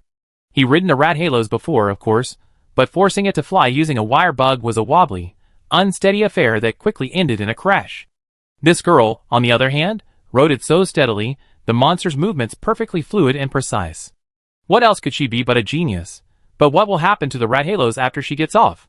Should she just chop it down? Sayoko's going to have to find a new mount then. Or maybe she should use a paralysis trap and a tranquilizer dart to capture it? With her long-lost hometown right before her, Yoko was filled with longing to return. Before the sky even touched the ground, she leaped into the air and charged towards Fugen, her arms outstretched, revealing the barely noticeable curve of her chest. This girl, she's so big, yet she still needs to be carried? She's still such a little kid. Fugen thought to himself, a kind smile spreading across his face as he opened his arms. Then, he saw Yoko rush past him like a gust of wind, crashing straight into the arms of a figure dressed in a red shrine maiden's robe. "Hi, Nichin. Hee, I missed you all so much." Yoko hugged Hima tightly, rubbing her cheek against the other's heaving chest. Haim, having heard the news of the Rat Halo's attack, had already rushed over, ready for battle. She was stunned for a couple of seconds before reacting, affectionately reaching out to hug Yoko back, gently patting her back. "Ah, we miss Sayoko too." "Pushian." "Ahem." He coughed twice, casually lowering his arms, and turned to look at the two girls embracing. Strangely enough, one was human, the other a dragon human, with no blood relation whatsoever, yet they looked quite similar, even more like sisters than Shuiyun. Could it be because they grew up together, and their habits influenced each other? Pushian shook his head, clearing the strange thought from his mind that wasn't what he wanted to focus on. This girl, when she jumped down, why didn't she retract her silken threads? Even riding dragons doesn't require ironworm silk. He turned back to look at the Sky Warrior, who had already landed, ready to draw his sword. But he found the Sky Warrior standing there quietly, showing no sign of anger or embarrassment at being manipulated. Instead, the Sky Warrior was crouching low, revealing the figure on his back. There were actually two more people. Pushian was slightly startled, but then realized that the hunter in the heavy beetle armor looked somewhat familiar. Master Pushian. Lin Lin didn't fly down like Yezi, but instead obediently jumped down and jogged to Pushian's side. Pushian, not being senile, leaned closer and, upon hearing Lin Lin's voice, immediately recognized him. "It's you, Lin Lin." "Ha ha, I knew I wasn't wrong about you. Yezi went out with you and came back safe and sound. Not bad, not bad." He patted Lin Lin's shoulder forcefully, then turned to look at the last figure on the back of the sky. "Now that you two are back, what about that brat Bref?" Before he could finish, Pushian suddenly stopped. Unless Bref had undergone gender reassignment surgery in the past 2 years, that girl with glasses didn't look like the katana-wielding boy at all. "Ahem, this is Sophia, one of our mascots on this trip." Lin Lin stepped aside, introducing the girl, who had just rescued Baku from the sky's clutches, so the two could greet each other. Pushian nodded, but a hint of sadness crept into his smile. As a veteran hunter with over 50 years of experience, Pushian has seen far too many such scenes. In a fixed team, there is usually only one situation where the faces change: when a member dies in a fight with a monster. This is truly a heartbreaking story. When that boy first learned the katana from him, Pushian genuinely believed in his talent, thinking he might even become a master someday. It's such a pity. While geniuses have the chance to grow into powerful figures, they can also perish halfway through. Often, it's just a matter of a little bit of luck. I hope that child will have better luck in his next life. Lin Lin sensed something was off about Village Chief Puxian's expression, but for a moment, he couldn't figure out why the other man was wearing such a sorrowful smile. It was practically identical to that meme of brother, just for my sake, use the flame fist on him. Lin Lin didn't react in time, but Sophia, being a professionally trained mascot, immediately guessed what Puxian was thinking. She rolled her eyes at Lin Lin helplessly before earnestly explaining to Puxian, "Don't misunderstand. Bref is in Moga village right now, he's fine." He and Lin Lin just separated halfway. They only came to Yanhua village to visit, and they'd be heading to Moga village to meet him soon. After Sophia briefly explained the situation, the forced smile on Puxian's face brightened considerably. "Haha, I knew it. That kid isn't going to be finished so easily." At this moment, Bref, whom Puxian had just mentally sentenced to death, was panting heavily, his arms trembling uncontrollably. Beside him, a huge blue body lay silently lifeless. Bref, panting heavily, pulled out a whetstone and began sharpening his katana, which was nearly chipped from its blade. This hammerhead dragon seemed to have gone completely mad, fighting relentlessly. Despite the prolonged battle and the constant inflicting new wounds, it hadn't even touched Bref once, yet it stubbornly continued fighting, as if its natural instinct to avoid danger had failed it. Forced into a corner, Bref had no choice but to continue fighting for his own survival. During this time, many of his maneuvers, if seen by Lin Lin, would undoubtedly have been dismissed as utterly incompetent. These included, but were not limited to, a white blade and a yellow blade ascending dragon, a missed spirit thrust, a missed counterslash, a high-angle spin attack that missed its mark, and a Kanui slash interrupted by a roar. But even with his incompetent fighting style, he undeniably hacked the creature to pieces, blood gushing from its wounds, pushing himself to the limit, and finally, on the spot, managed to kill it. It's important to understand that when dealing with monsters, like the Tailhammer Dragon and other massive, incredibly resilient tank creatures, hunters typically employ a strategy of inflicting wounds, and then relentlessly harassing them to prevent healing, ultimately letting them bleed to death. It's rare to see someone kill them on the spot in a direct, brutal fight like Brave did. Phew. Not bad. Although I'm exhausted, there was an unexpected bonus. Brave turned to look at the tiny creature being carried by the scruff of its neck by Little White. Chapter 492. It was an orc wearing a blue, sickle crab-shaped mask. Judging from the enormous mask that completely covered his head, and the bluish-gray skin peeking out from beneath his straw cloak, Brave determined that, like Ziyuan's Cha-Cha, he was a Grimels. Yambaka. Seeing Brave looking at him, the Grimels wearing the sickle crab helmet immediately danced with excitement. This was quite normal. Grimels were known for their warlike nature, and their culture naturally favored the strong. Plus, he had just been chased relentlessly by a tail-headed dragon, and if Brave hadn't stepped in and killed the dragon, this little thing might already be a meat patty. Brave rubbed his temples. Unlike Cheyenne, who possessed extraordinary talent and, after only a short time with Cha-Cha, could already grasp most of the gigantic language through guesswork, he still had Cha-Cha as a precedent. He could generally understand some less complex meanings through body language. "You mean, you want to follow me?" Brave pointed to his face. "Kaba. Yang Makaba." The little blue gigantic nodded vigorously. "TSK." Brave clicked his tongue, glancing back at Zakian. This hunting partner had been a great help in the recent battle. They already have a dog, and now they want to add a cat. Wait, a grimace? Every hunter is quite careful when it comes to finding hunting partners. Whether it's a palico or a hound, a hunter usually won't have more than 2 partners. This isn't a strict rule from the guild, but mainly because hunters have limited energy, and it's difficult to take care of too many hunting partners. However, Bref recalled the scene when he hunted the sea dragon with Cheyenne.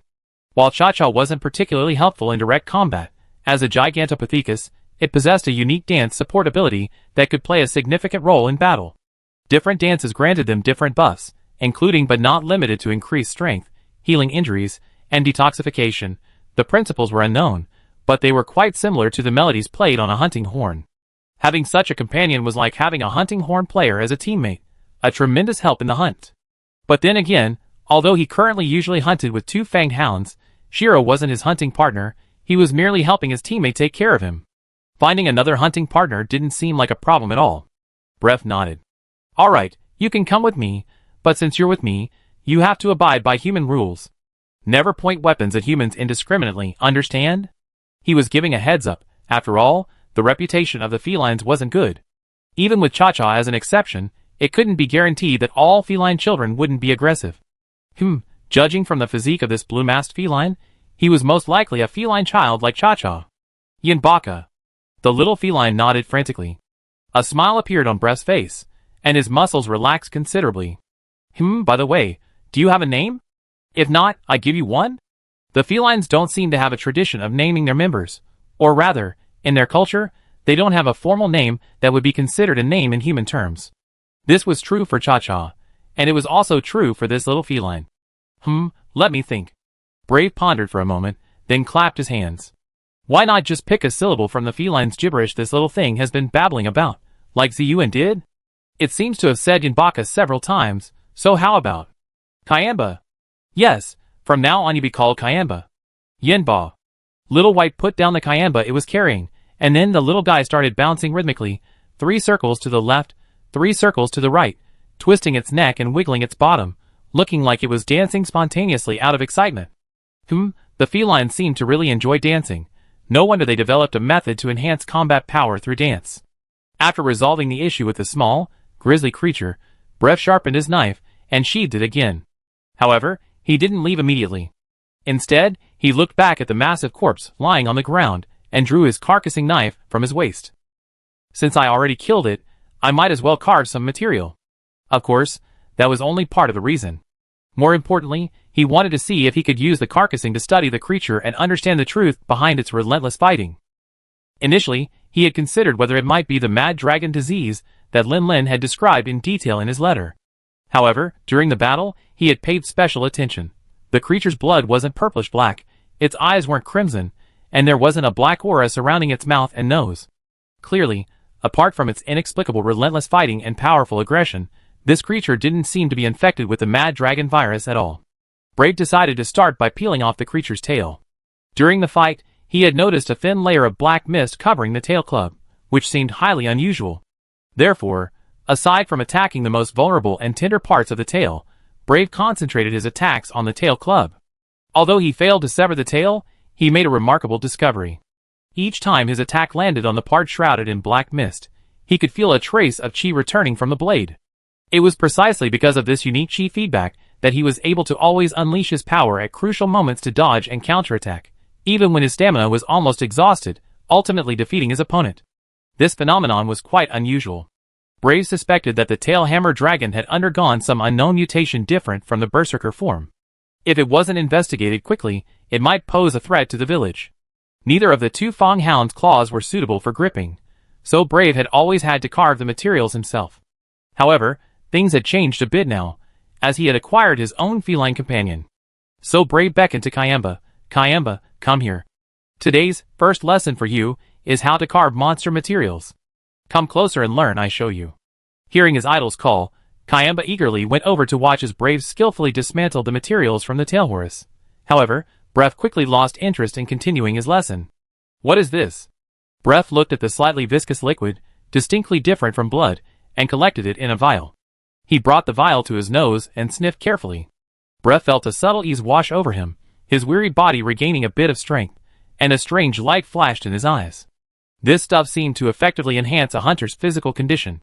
If it weren't for the different color, smell, and sensation it evoked, and the subtle differences in properties compared to nourishing extract and raging extract, he would have suspected it was either raging extract or nourishing extract. Raging extract could be used to make a stamina potion, and nourishing extract could be used to make an ancient elixir. He wondered if this unknown liquid could be used to make some new potion. He could try it later. Wait. Bref couldn't help but slap his face. His hunting instincts had inadvertently kicked in, and he subconsciously started thinking about how it could help with the hunt. The most important thing now was to figure out why this head-tailed hammer dragon was behaving so abnormally. Clearly, the bodily fluid he had collected was likely related to the mutation that had occurred in this creature. Kayamba, give me a hand, let's collect more of this special bodily fluid. We can take it back as a sample for analysis. Just as Brev was collecting the unique bodily fluid and pondering whether to name this state ferocious transformation based on the unusually ferocious behavior of the hammer dragon, Lin Lin, far away in Flamefire Village, successfully found an opportunity to escape from the encirclement of the crowd. Hiding in a shady corner of the wooden house, Lin Lin let out a heavy breath, a relieved smile spreading across his face. At first, everything was normal. They accompanied Yi Zi on her trip back to her hometown to visit relatives. Yi Zi had endless things to talk about with the villagers, and he and Sophia occasionally helped to share the workload, adding to the conversation when Yi Zi got tired. Everyone was happy and chattering, the atmosphere lively and harmonious. Until Yi Zi casually mentioned that she and Lin Lin had confirmed their relationship, the crowd erupted in an uproar. They immediately shifted their focus to Lin Lin, gossiping about everything from his background, age, talents, and experiences to their relationship, their chatter even more enthusiastic than Changpu's. To put it simply, this reminded Lin Lin of online friends who had been bombarded with questions from their extended family during the Lunar New Year holidays, ranging from academic performance and university applications to their boyfriends, marriage plans, and even when they would have a grandchild. While he wasn't facing a barrage of questions from extended family, the sheer volume of inquiries from everyone he knew in Yanhua village, from the most cheerful and outgoing to the most reserved, was overwhelming. Lin Lin was truly sweating bullets. Fortunately, after the initial barrage of questions, their gossipy nature was largely satisfied, giving Lin Lin a chance to sneak away and catch his breath. It really strains my throat. I should have asked Guimi if they had any throat lozenges. Lin Lin took a sip from his water pouch, let out a long breath, and then stood up and strolled along the village road. Looking at the familiar scenery around him, which was almost unchanged from 2 years ago, he couldn't help but feel a touch of nostalgia. This house looks quite new. It must have been built within the last 2 years. I remember this used to be Yoko's storeroom, right? When I first arrived in Flamefire Village, Yoko immediately vacated this room, giving Lin Lin a place to stay. Ah, what a kind girl. Praise to Yoko. Lin Lin paused for a moment. This newly built house looked almost identical to the one in his memory from the outside. However, Lin Lin clearly remembered that after returning from the Frozen Islands, that house had been burned beyond recognition, and a huge pile of books left to him by teacher Kevin had been reduced to ashes. Well, including the Monster Hunter encyclopedia Lin Lin had fabricated, titled The Tale of Peaceful Customs.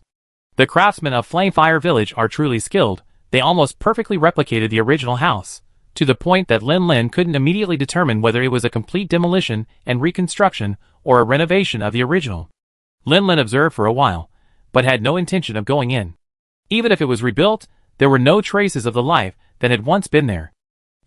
Speaking of which, was it because of this incident that little Puff was forced to move her little nest from the house to the lakeside? He wondered if the little one would regret it after being exposed to the wind and sun.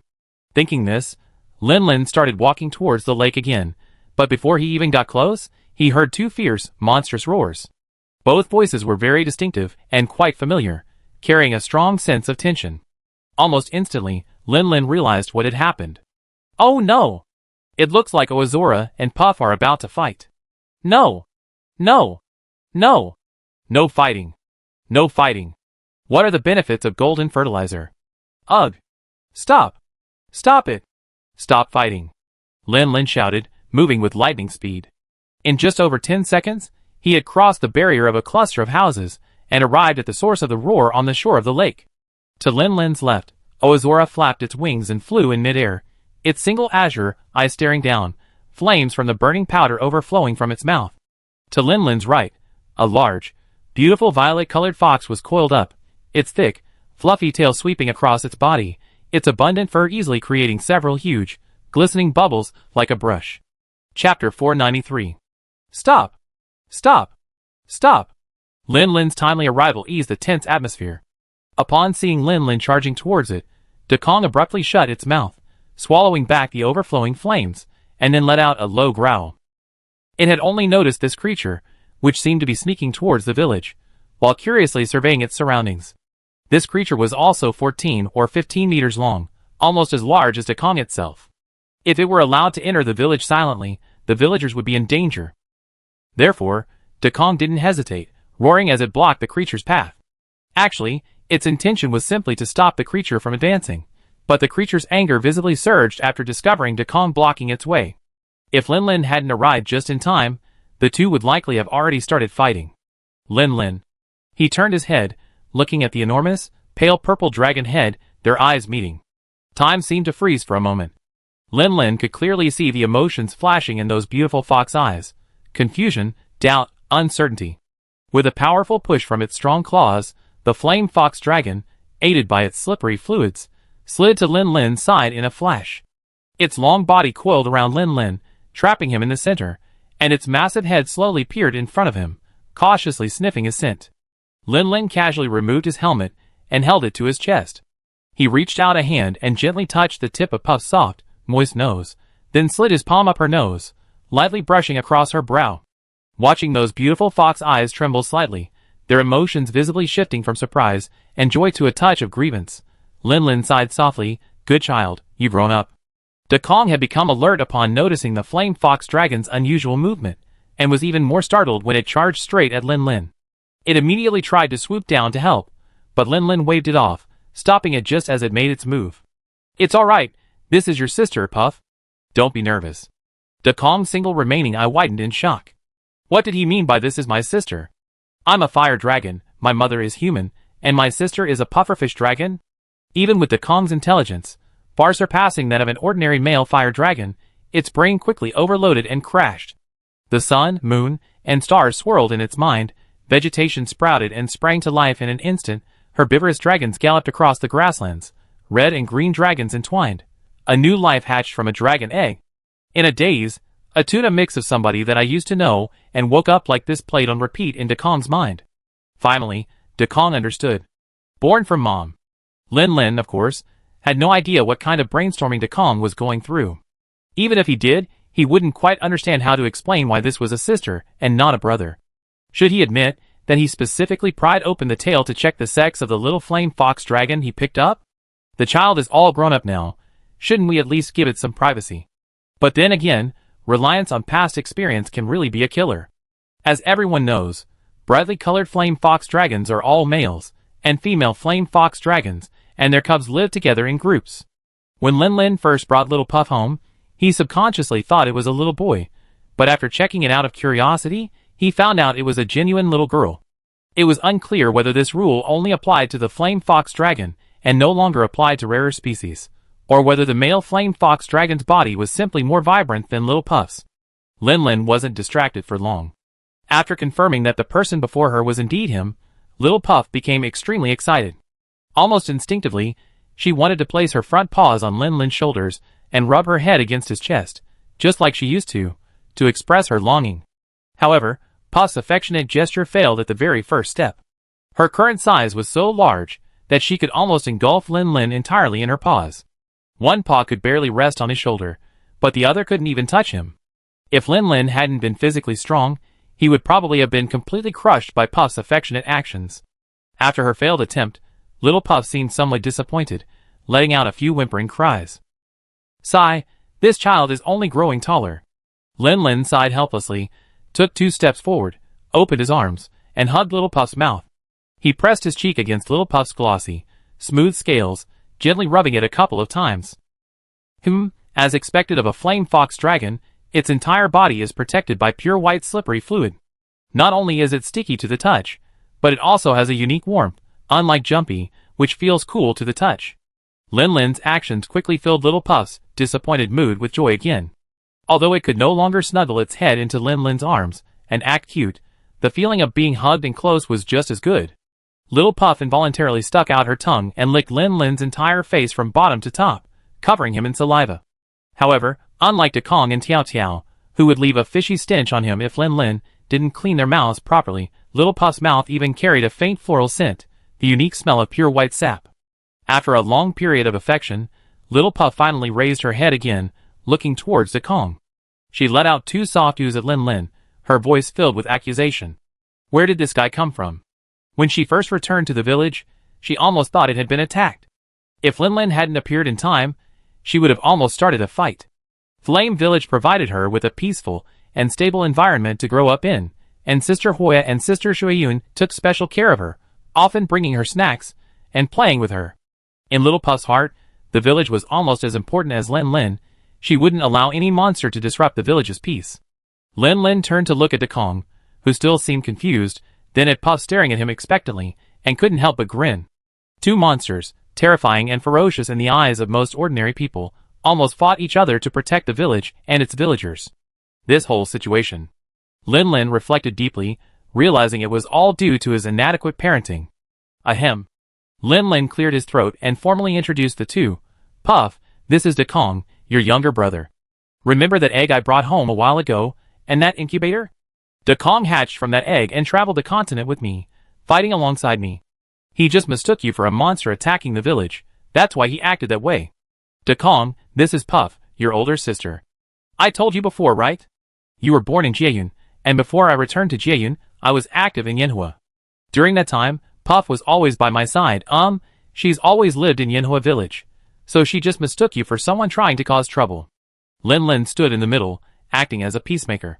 If it were two humans here, even if they still didn't get along, they would at least put on a show of reconciliation for Lin Lin's sake. But Puff and Sky weren't human.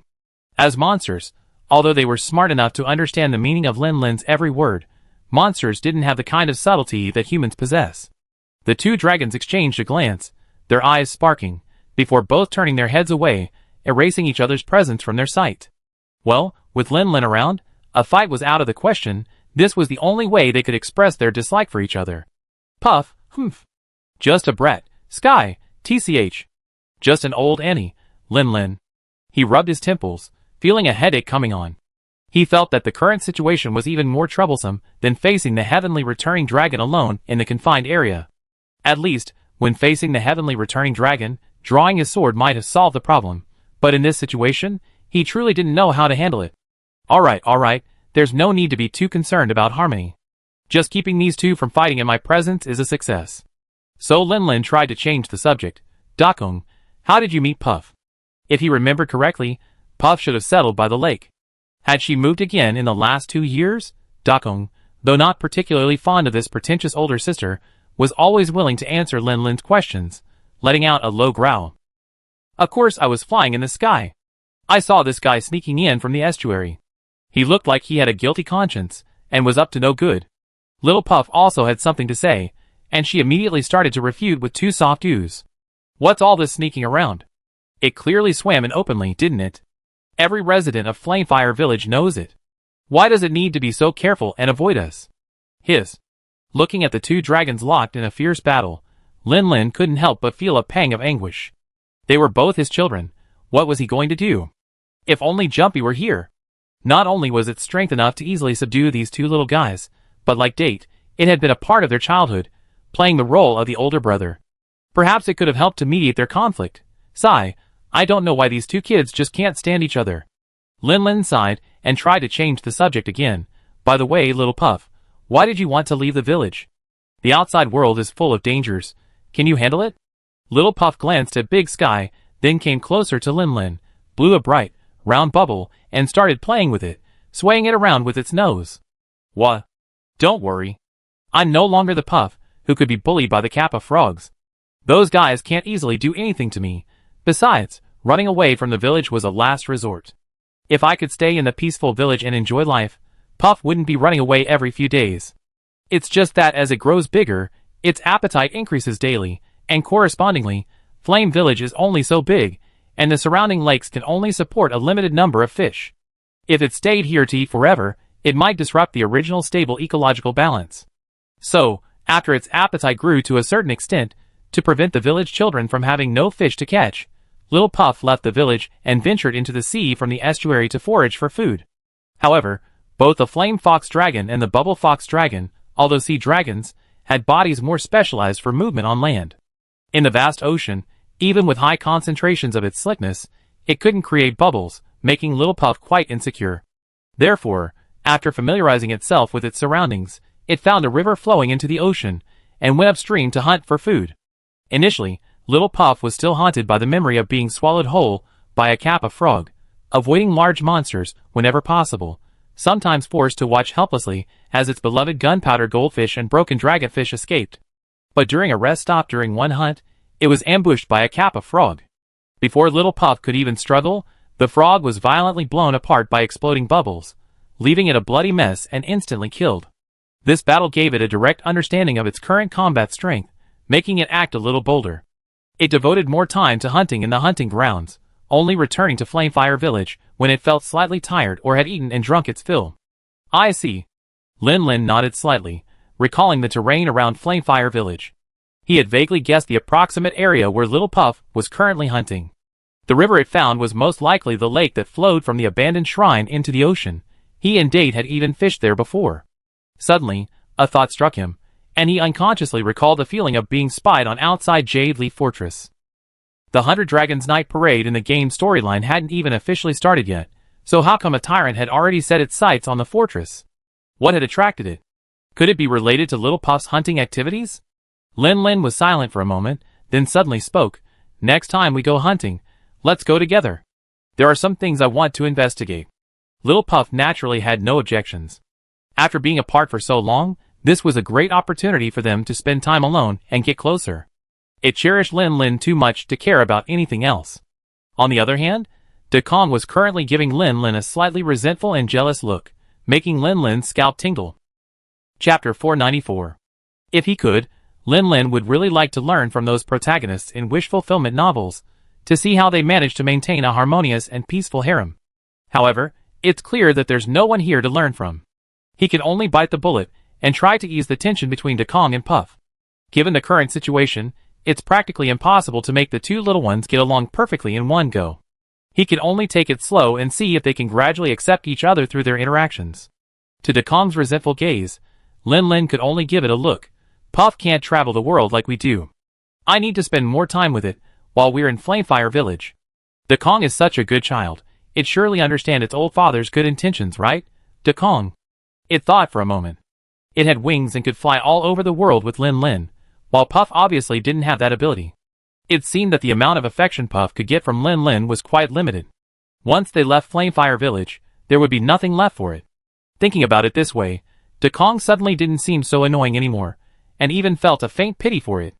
The poor thing, it could only be smug for a short while.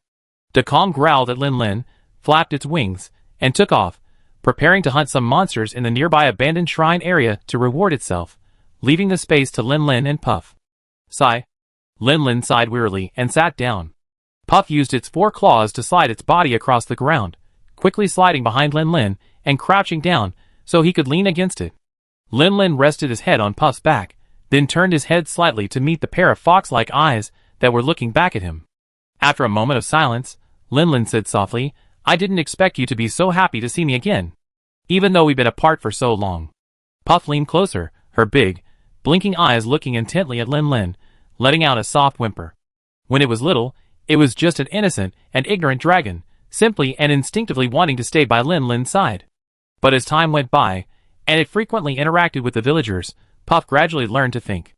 In its free time when it didn't need to eat, it liked to stare at the colorful light reflected from the bubbles it blew, contemplating the life of a dragon.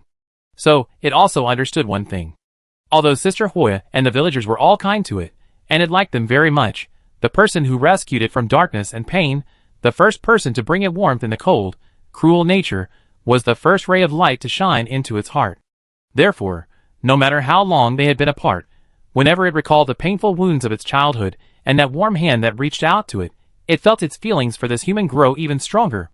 Time hadn't diluted its feelings. Instead, it had made this precious feeling even more intense. So I hold such a heavy place in your heart? Lin Lin stroked the violet fins on Puff's back and chuckled softly. Then could you promise me that next time you see Dekong, you'd be a little more friendly? You're both children I raised. I really don't want to see your relationship so strained. Puff. It whimpered softly, somewhat reluctantly, barely agreeing. If its attitude was better when they met again, she might be able to be gentler. The next day, Lin Lin turned over, lazily yawning, his eyelids fluttering slightly. Ah, it's dawn. Lin Lin was about to stretch and loosen his limbs when he suddenly realized the sunlight in front of him was blocked, and a figure was looking down at him. Lin Lin, ? Brother Lin Lin, even if you're trying to avoid me, you don't need to sleep in a place like this, do you? The clear voice carried an obvious resentment, instantly waking Lin Lin up. What do you mean you're avoiding me? Lin Lin's question startled Yi slightly, then her lips pouted even higher, making her look even more aggrieved. You're not avoiding me. So why don't you sleep at my house? Why are you sleeping in a place like this? Anyway, everyone in the village knows about our relationship. Even if we live together, no one will gossip. Are you afraid I eat you? Lin Lin, huh? Fast forward to living together?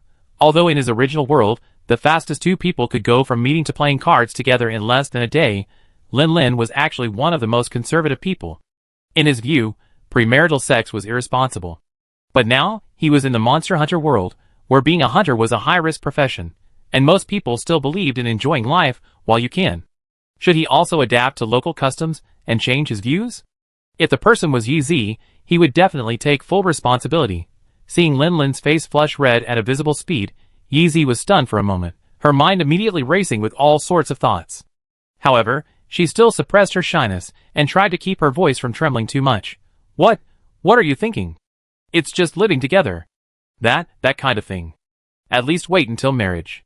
Glancing down at Lin Lin's red face and the large bulge in the center of his skirt from waking up, Yi Zi paused, her blush deepening. At least wait until engagement. Right? Ahem.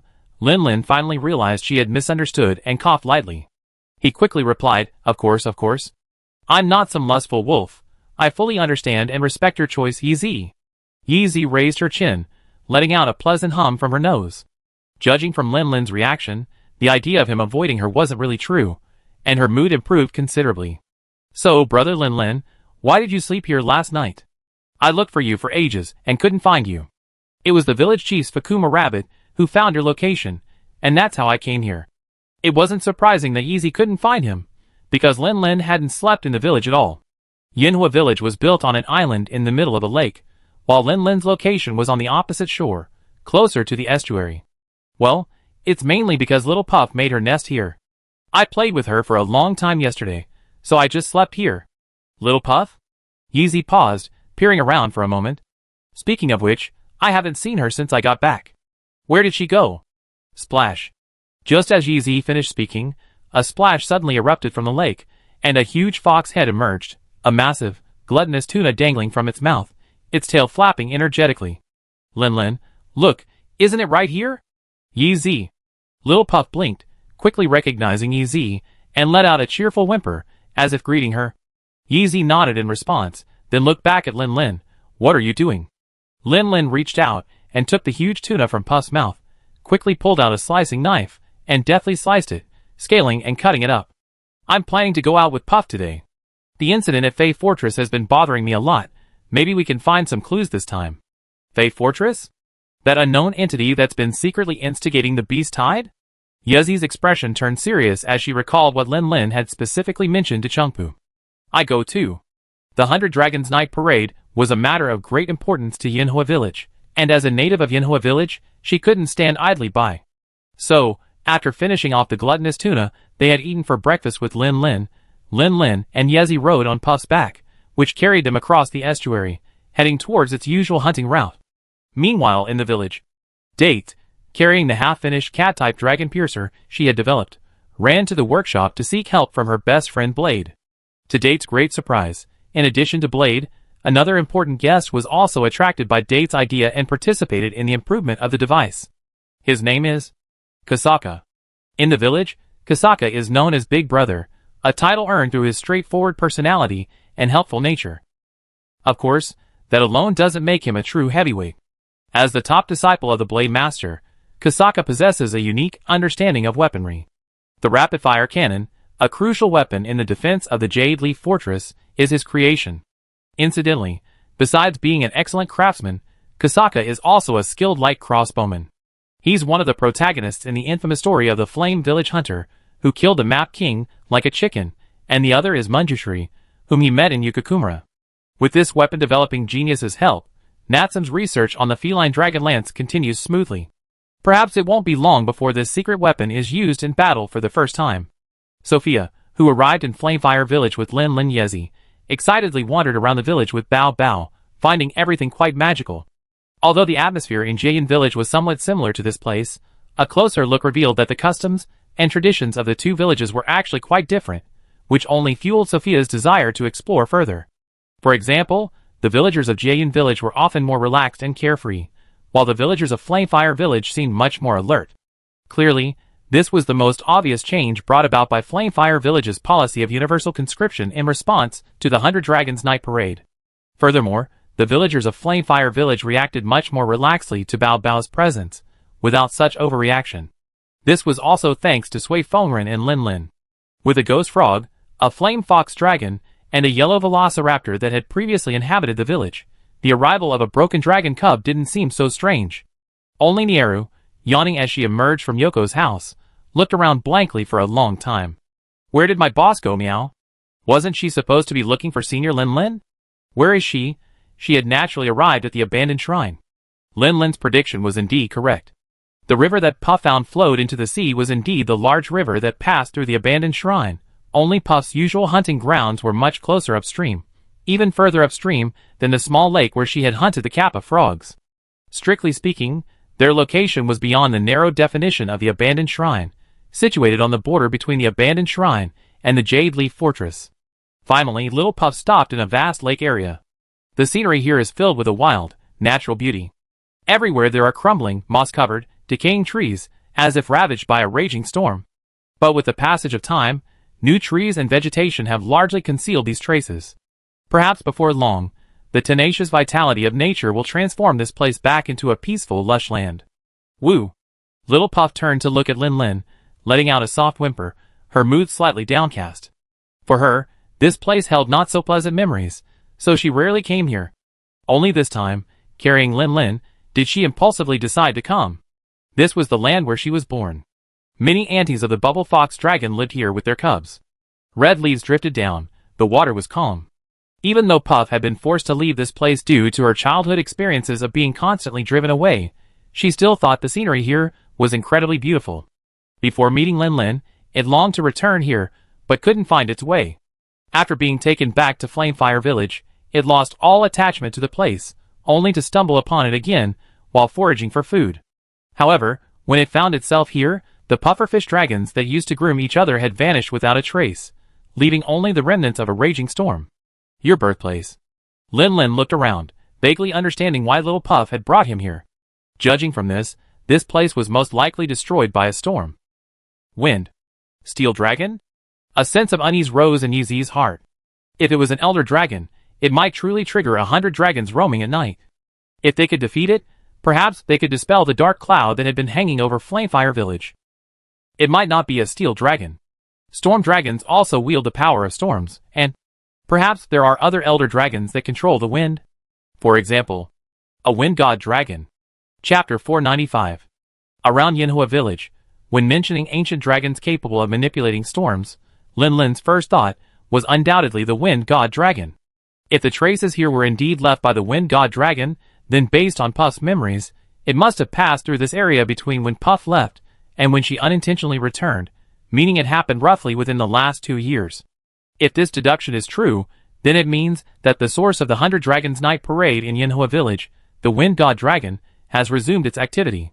Perhaps this is why Yanhua Village has been subjected to small-scale 100 Dragons Night Parades from time to time in recent years. And since the Wind God Dragon has become active, the Thunder God Dragon's activity is probably not far off. Perhaps before long, a true 100 Dragons Night Parade will return. Lin Lin pondered, turning to look at Yi, his eyes flashing. At that time, no matter what he's busy with, he must accompany Yi back. Without Lai Yin, Yanhua Village truly faces the crisis of destruction. I wonder if they'd be prepared to face the wind and thunder gods when the time comes. Little Puff didn't seem to care much about Lin Lin's thoughts. Bringing them here was just a spur-of-the-moment decision.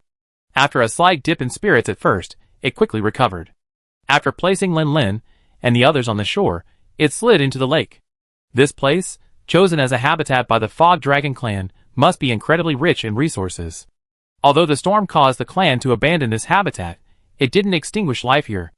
On the contrary, because of the loss of predators at the top of the food chain, the fish population recovered remarkably quickly, and food resources were even more abundant than before the storm. For Little Puff, it was a no-brainer. Since we're here, let's eat first. Lin Lin and Yi didn't just stand on the shore watching. After a brief discussion, they decided to split up and thoroughly explore the surroundings, hoping to find more information about the ancient dragon that had once ravaged this place with its storms. Stepping on the soft, damp earth, the fresh scent of grass and trees filled their nostrils as Lin Lin walked along the lakeside. It seemed like it had just rained. The air was moist and humid. The croaking of frogs filled the air, and cobalt butterflies could be seen fluttering in the sky. Lin Lin's footsteps even startled a spirit deer that had come to drink at the lake, causing it to flee in panic. Except for the absence of large monsters, this place couldn't be more normal. Oh right, if you include Puff, there are large monsters foraging for food. The storm's traces seemed limited to the broken, decaying logs, which were now being gradually swallowed by reeds and moss. Once those logs disappeared, all evidence of the storm's existence would be lost. Looks like we can't find any more information. Lin Lin rubbed his chin. Too much time had passed. Even if there was any useful information, it would be outdated by now. If they had arrived any later, perhaps the last traces would have vanished completely, and a new group of bubble fox dragons might have migrated there. Lin Lin was about to turn back when his gaze swept over a broken rock. His eyes narrowed slightly. A hunter's keen intuition told him something was amiss. The rock appeared to have been destroyed by a powerful external force, leaving it in this shattered state. Lin Lin crouched down, running his fingers over the surface of the rock fragments, then rubbing them between his fingers. Scorch marks. A powerful impact, and scorch marks. It was shattered by an explosion? The wind god dragon didn't possess explosive capabilities, and given the freshness of the marks, Lin Lin was almost certain that this was the work of another monster, luckier recently. Lin Lin decided to circle the area again, hoping to find more clues. Monsters capable of wielding explosive power weren't numerous, but almost all of them were extremely dangerous. If this creature entered the Waste God community's domain, it could potentially threaten Flamefire Village. He couldn't stand idly by. For some reason, while speculating about the monster's true form, Lin Lin suddenly recalled the spying gaze he had sensed outside Jade Leaf Fortress. They were already quite close to the outer edge of the mountain, where Jade Leaf Fortress was located. That creature's activity range likely included this area as well. The Overlord's identity, the former territory of the Folio Dragon, and the traces of the explosion. Could it be the Overlord Folio Dragon? Lin Lin's thoughts didn't last long before a high-pitched roar from afar interrupted him. The roar was very distinctive, and sounded very familiar. Lin Lin had heard a similar roar when Little Puff almost fought with Sky. However, this roar had a very subtle difference from Puff's roar. If Lin Lin weren't so familiar with Little Puff, he probably would have mistaken it for her cry. This direction. It's Yi Zi's way. Lin Lin's expression changed, and he immediately rushed in that direction. I have been very irritable lately. No, I should say, I've been irritable ever since that annoying guy appeared, but lately, I've become even more manic. As for the reason, it probably has to start with my birth. I am a bubble fox dragon, and like many of my other kin, I grew up carefree under the protection of my clan. However, compared to them, I seem slightly different. Perhaps my genes have mutated, or perhaps my preferred food is different from theirs. In short, the bubbles I blow are different from theirs. My bubbles can explode. This talent has given me combat abilities far exceeding those of my kin, and the price I pay is that my body color is a bit duller, not as vibrant as other male kin. This means I don't always have a few females surrounding me like the most brightly colored ones, but that's all. I still won the favor of a female, even though she, like me, had a dull, purplish complexion and was considered the ugly duckling of the pack. But to me, her beauty was unmatched by any other dragon, and we quickly formed a close bond, producing a child. According to the tradition of the Bubble Fox Dragon Pack, afterwards, for the sake of the pack's continuation and the safety of my cubs, I had to leave my mate and my unborn child to find a new habitat on the outskirts of the pack, guarding the territory to prevent powerful and ferocious creatures from intruding. Despite my longing for my mate and children, I faithfully fulfilled my duties as a male, living peacefully on the outskirts and preventing dangerous creatures from breaching my defenses. During this time, I faced powerful and dangerous enemies several times, but thanks to my exploding bubbles and exceptional combat talent, I always emerged victorious. My wounds multiplied, my fighting abilities grew stronger, and my aura became increasingly ferocious. Fewer and fewer enemies dared to challenge me. The monsters inhabiting the surrounding area trembled like quails at my sight. Even my gentler kin, sometimes encountered while foraging, would look at me with fear. I once thought I would continue winning indefinitely, until I could swagger back to my clan to see her and my children. I longed to know what our children looked like. Alas, I was far too naive. The storm that descended from the sky taught me a harsh lesson. There are dragons beyond dragons, and heavens beyond heavens. It was a gigantic monster with a bizarre appearance, its body a mixture of blue and gray, appearing head down and tail up in a strange posture, accompanied by a raging storm. The instant I saw it, I sensed that it was an extremely threatening opponent, perhaps stronger than any I had ever fought before. But I still resolutely challenged it, because judging by its trajectory, if I didn't stop it, it wouldn't be long before the storm it brought with it completely destroyed my homeland, my native land. However, I failed, a crushing defeat. My prized exploding bubble was blown away before it even got close. My most powerful martial art, the tail strike, which I had honed for so long, couldn't even touch its upside-down form hanging in the sky.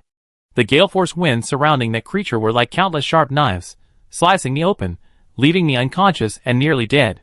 Perhaps I was lucky enough that the terrifying creature, thinking it had killed me, didn't continue its attack, and the horrific wounds didn't kill me. I stubbornly endured it.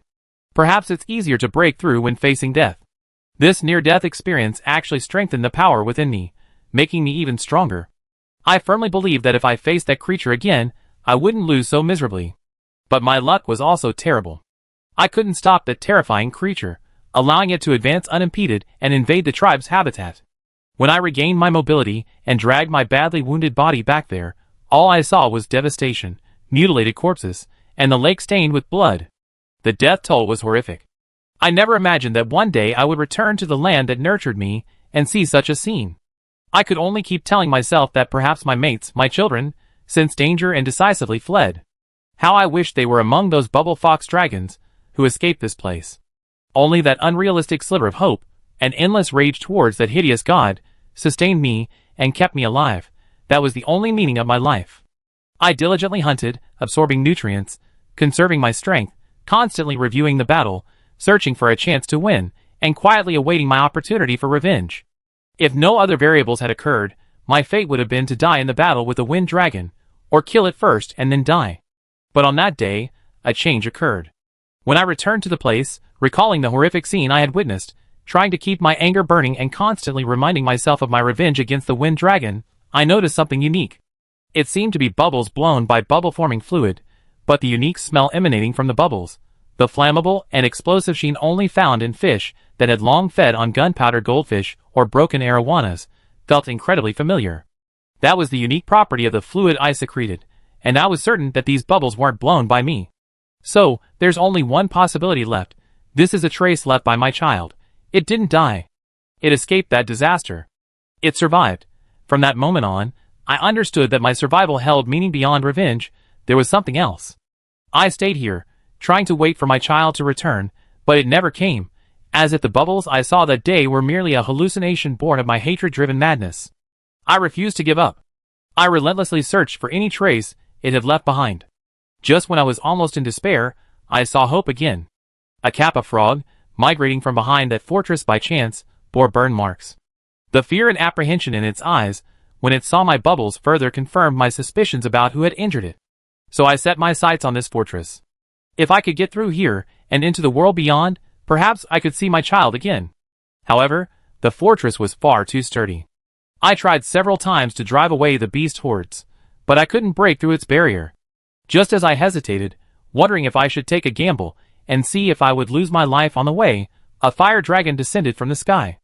It not only dispersed the beast horde that had come, but also easily and swaggered into the fortress without being attacked. Was it because a human was riding on its back? I disliked bowing down to such insignificant creatures, even though their fortress was indeed quite threatening.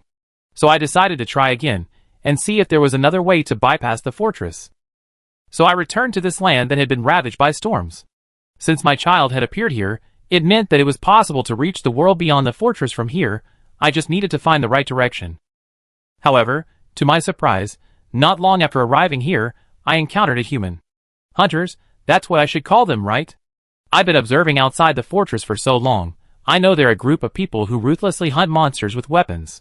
I didn't want to pay her any attention, but then I saw a violet figure emerge from the lake. So beautiful, just like its mother. The moment I saw it, that feeling of blood connection made me absolutely certain this was the child I've been searching for. However, the next moment, I saw that the hunter was actually walking towards my child. A raging fire instantly burned in my mind. I already failed once. I couldn't watch tragedy unfold before my eyes again. Want to hunt my child? They have to step over my dead body first. Chapter 496. Yoko rubbed her eyes helplessly and sighed softly. So much time had passed since the storm's devastation, and she could find almost no useful information. After circling around several times without finding anything, she was ready to give up. She hadn't held out much hope anyway. Just then, Little Puff had finished her delicious meal and surfaced again, so Yoko simply walked towards her, intending to go with Little Puff to find Lin Lin. However, before she had taken 2 steps, the hairs on her body suddenly stood on end, and a strong sense of danger crept into her heart. Without any time to think, Yoko instinctively raised her hand and flung out a flying insect, propelling herself upwards and landing on a branch of a small tree. All of this was done in an instant, and only after reacting instinctively did Yoko have time to turn around and see what had attacked her. Then she saw a giant bubble, shimmering with blue flames, land where she had just been standing, exploding violently with a bang. The bubble looked quite similar to a cream puff's bubble, only with a slightly bluer hue, while the cream puff's bubble was more of a pale purple. This thought flashed through Yoko's mind only briefly before she quickly focused her attention on the attacker lurking in the shadows. She reached behind her back, took out her insect glaive, and whispered, "Ko, prepare for battle." Having missed its first attack, the attacker no longer concealed itself, slowly crawling out and revealing its form. It was a bubble fox dragon, but it was no ordinary bubble fox dragon. Compared to the normal pinkish red of a bubble fox dragon, this creature's body was a dark gray, and even its usually vibrant fins were a dull red. Its tail was thicker and larger than that of a typical bubble fox dragon, its color having changed from a vibrant purple to a deep, dark blue. However, what was most striking were the countless, crisscrossing dark red scars covering its body. This creature looked extremely angry. Its blood pumped rapidly within it, causing the scars to emit a faint red glow that flickered with its breath. This was a troublesome fellow. From the moment Yoko saw it, she knew it was a formidable opponent. It possessed a trait similar to Xiong Air from Yukoku. Both were dominant ecosystems in their respective regions, and this hot-tempered creature, which had inexplicably targeted her, was undoubtedly far more dangerous than the gentle Xiong Air. Roar. The dominant bubble fox dragon's attack instincts were indeed extremely strong. A roar announced its arrival, and then it opened its mouth towards Yoko in the tree. With almost no effort, a torrent of water shot out like a high-pressure water jet. Having been attacked repeatedly, Yoko naturally wouldn't stand there and take the beating. Although she still didn't understand why her opponent had suddenly attacked her, and seemed quite angry, it didn't matter, she could investigate after she killed the creature. With a powerful push off the tree trunk, Yoko dodged the slicing water blades and swung her heavenly dragon insect staff, ready to strike it down. However, this overlord bubble fox dragon was indeed extremely experienced in combat. Seeing that its attack had missed, it immediately shut its mouth, ceasing its breath, and its body swayed like a serpent, instantly sliding a great distance away. Not only did it dodge the attack, but it also created several bubbles that floated towards Yoko's location. Having just witnessed the power of the exploding blue bubbles, Yoko naturally dared not let them get close.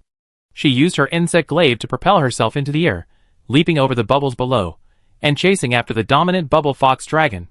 Both Yoko, wielding the insect glaive, and the seasoned bubble fox dragon, who had earned its title as a dominant species through countless battles, were agile fighters. Their attacks were swift, and although neither inflicted any real damage, the commotion they created was considerable. Little Puff noticed the battle almost simultaneously with the explosion. Upon seeing the dominant bubble fox dragon's figure, which was very similar to the bubble fox dragon, but also subtly different from its own, it paused for a moment. However, upon noticing its opponent's target, it immediately abandoned the faint sense of camaraderie it felt as a fellow species encountering its own kind and rushed towards it. Little Puff is now nearly 15 meters long, and its approach is completely undisguised. Both Yoko and the Overlord Fog Dragon noticed its approach. "Don't come any closer. This thing is dangerous," Yoko shouted to Puff while dodging the attack. The opponent's attack was incredibly powerful. Yoko was small and agile enough to avoid being hit, but Little Puff was too big and a large target. Against this Overlord's attacks, there was almost no room to dodge, and rashly getting involved in the battle would be very dangerous. Roar. The Overlord Fog Dragon also paused its attack, turning to let out a low growl at Puff. "Child, don't come any closer. This hunter is a bit tricky, be careful not to get hurt." However, the Bubble Fox Dragon hadn't yet evolved its own language, and the meaning conveyed by its roar wasn't precise. To Little Puff's ears, the roar meant a warning, a retreat, and a hint of affection. "Good grief, you're attacking my family, my friend, and then you won't let me come any closer, trying to get close to me like this?" Little Puff didn't hesitate for a moment, roaring back. This roar didn't have any special meaning, it was simply venting its anger and conveying a signal. "I'm going to fight." Then, Little Puff opened its mouth and blew out several pale purple bubbles, which floated towards the dominant Bubble Fox Dragon. "My child is attacking me?" This filled the dominant Bubble Fox Dragon with a deep sorrow. Besides disbelief, a sense of vigilance rose within it. It couldn't afford to be hit by these bubbles. It was acutely aware of the destructive power of its exploding bubbles, and as a Puff that inherited the same ability, its bubble explosions were certainly no less powerful. Therefore, the Overlord Bubble Fox Dragon temporarily abandoned its attack on Yoko, instead flicking its long tail and swiftly moving to the side, completely avoiding the bubble's path. However, to its surprise, its movement caused the bubbles that had been drifting leisurely forward to also change direction, as if they had eyes, accelerating towards it, and their color changing from a pale purple to a dangerous fiery red. The Tyrant Fog Dragon was startled and quickly swung its tail again, propelling itself forward to use the dense forest as cover to evade the pursuing bubbles. Boom! Boom! Boom! A series of explosions and flames almost completely destroyed the grove of trees. To be honest, it wasn't just the Tyrant Fog Dragon that was shocked by Puff's move. Yoko's eyes widened in astonishment as well. Puff that can track? How did that happen? Little Puff had no idea what Yoko was thinking and naturally couldn't answer her questions. It simply stared warily at the burning area, as if facing a formidable enemy. Splash! The Tyrant Fog Dragon's claws swept across the puddles on the ground as it reappeared from behind the burning trees, its gaze fixed on Puff and Yoko standing together. It didn't have any additional wounds. It seemed the exploding tracking bubbles hadn't directly hit it. And the burning flames, judging from the blue flames coiled around its tail when it appeared, the flames had no effect on it. TSK, it didn't even hurt it. Yoko sighed regretfully, gripping her insect glaive tightly again. However, just as she prepared to fight again, the opposing totem Pokemon, the Bubble Flygon, remained still. It neither charged again nor moved away, but simply stared at them intently. Why does this guy seem a bit strange? Yoko felt this creature was truly inexplicable. It suddenly attacked, then suddenly stopped fighting, and not only that, it showed no intention of retreating, just standing there watching. That gaze was rather eerie. Yeah, its emotions are quite complicated. Lin Lin's voice sounded behind her. Yeezy glanced at the Overlord Bubble Fox Dragon again, and after confirming it wasn't making any unusual movements, she turned back to Lin Lin, who had just arrived, and asked curiously, Brother Lin Lin, quickly use your invincible listening ability to see what this strange creature is thinking? Lin Lin, who had just arrived, scanned the Overlord Bubble Fox Dragon back and forth, and after a moment clicked his tongue. This really is. Yeezy nodded quickly, expecting Lin Lin to continue. However, Lin Lin just clicked his tongue, his expression strange. It probably misunderstood something just now, but don't worry, it won't fight again. Yeezy? ? Wait, Brother Lin Lin, don't be a riddle teller. I explain later. Lin Lin gently pulled Yeezy back a little, while he took 2 steps forward, walked to Puff's side, and reached out to stroke its smooth head. Although little Puff didn't quite understand why Lin Lin would act so affectionately at this moment, she instinctively responded by licking him twice. With this action from little Puff, Lin Lin could see a very obvious emotional change in the dazed Overlord Bubble Fox Dragon opposite him. Shock, confusion, a little anger, a desire to attack, but after its gaze fell on Puff, it became helpless. It merely twitched twice on the spot. It was clear that little Puff held a significant place in its heart. Lin Lin took a light breath, no longer paying attention to the Overlord Bubble Fox Dragon, but turning to look at Puff, and slowly said, Did you notice? Your bubbles are very similar to its bubbles. They both explode and burn. Puff glanced at Lin Lin suspiciously, then turned her gaze to the Overlord Bubble Fox Dragon. She had noticed this, and initially felt a slight sense of closeness because of it, but the dragon's attack on Yeezy immediately extinguished that feeling. She didn't understand why Lin Lin was bringing this up now.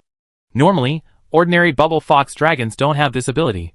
Their fluids can only produce ordinary bubbles. Only a few individuals among the Bubble Fox Dragons can do this, such as the Bubble Fox Dragon with 2 heavenly eyes, the Overlord in front of them, and Puff beside her, a rare Flame Fox Dragon. The reason why the 2 heavenly eyes possess this ability is still unclear. Lin Lin could only speculate based on his past experience playing games. Perhaps it was an ability honed through using bubbles instead of eyes for perception. But after listening to the Overlord's somewhat incoherent and chaotic thoughts, Lin Lin had a better understanding.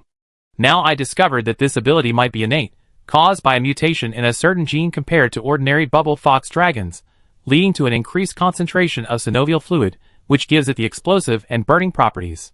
Aren't you curious why you two are so similar? Puff blinked blankly.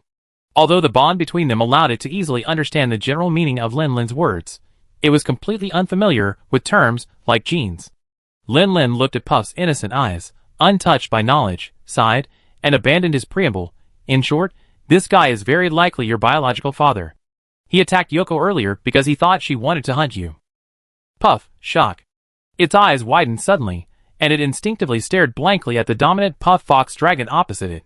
Faced with Puff's gaze, this overlord who ruled the entire area's ecosystem felt a strange sense of panic. Puff instinctively took a step forward, but then, her mind involuntarily replayed the experience of hatching from the nest, being rejected by the entire tribe, the struggle for survival in the perilous nature after leaving their habitat, and the fear of being swallowed by the Kappa frog, her body covered in wounds and near death. Her biological father? Now he's come to find her? Where were you when she wasn't accepted by her tribe? When she wandered aimlessly? When she was on the verge of death?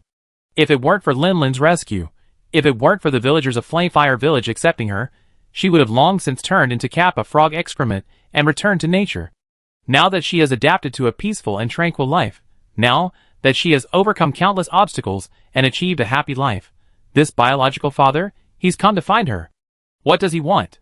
All the pain she had experienced, all the countless times she had curled up in dark corners, licking her wounds, in that instant transformed into endless resentment and grievance. It suddenly turned its head, picked up Lin Lin and Yi Zi, threw them onto its back, and leaped into the lake. With a flick of its tail, it created a wave, and its figure disappeared from the sight of the overlord Bubble Fox Dragon in just a few breaths.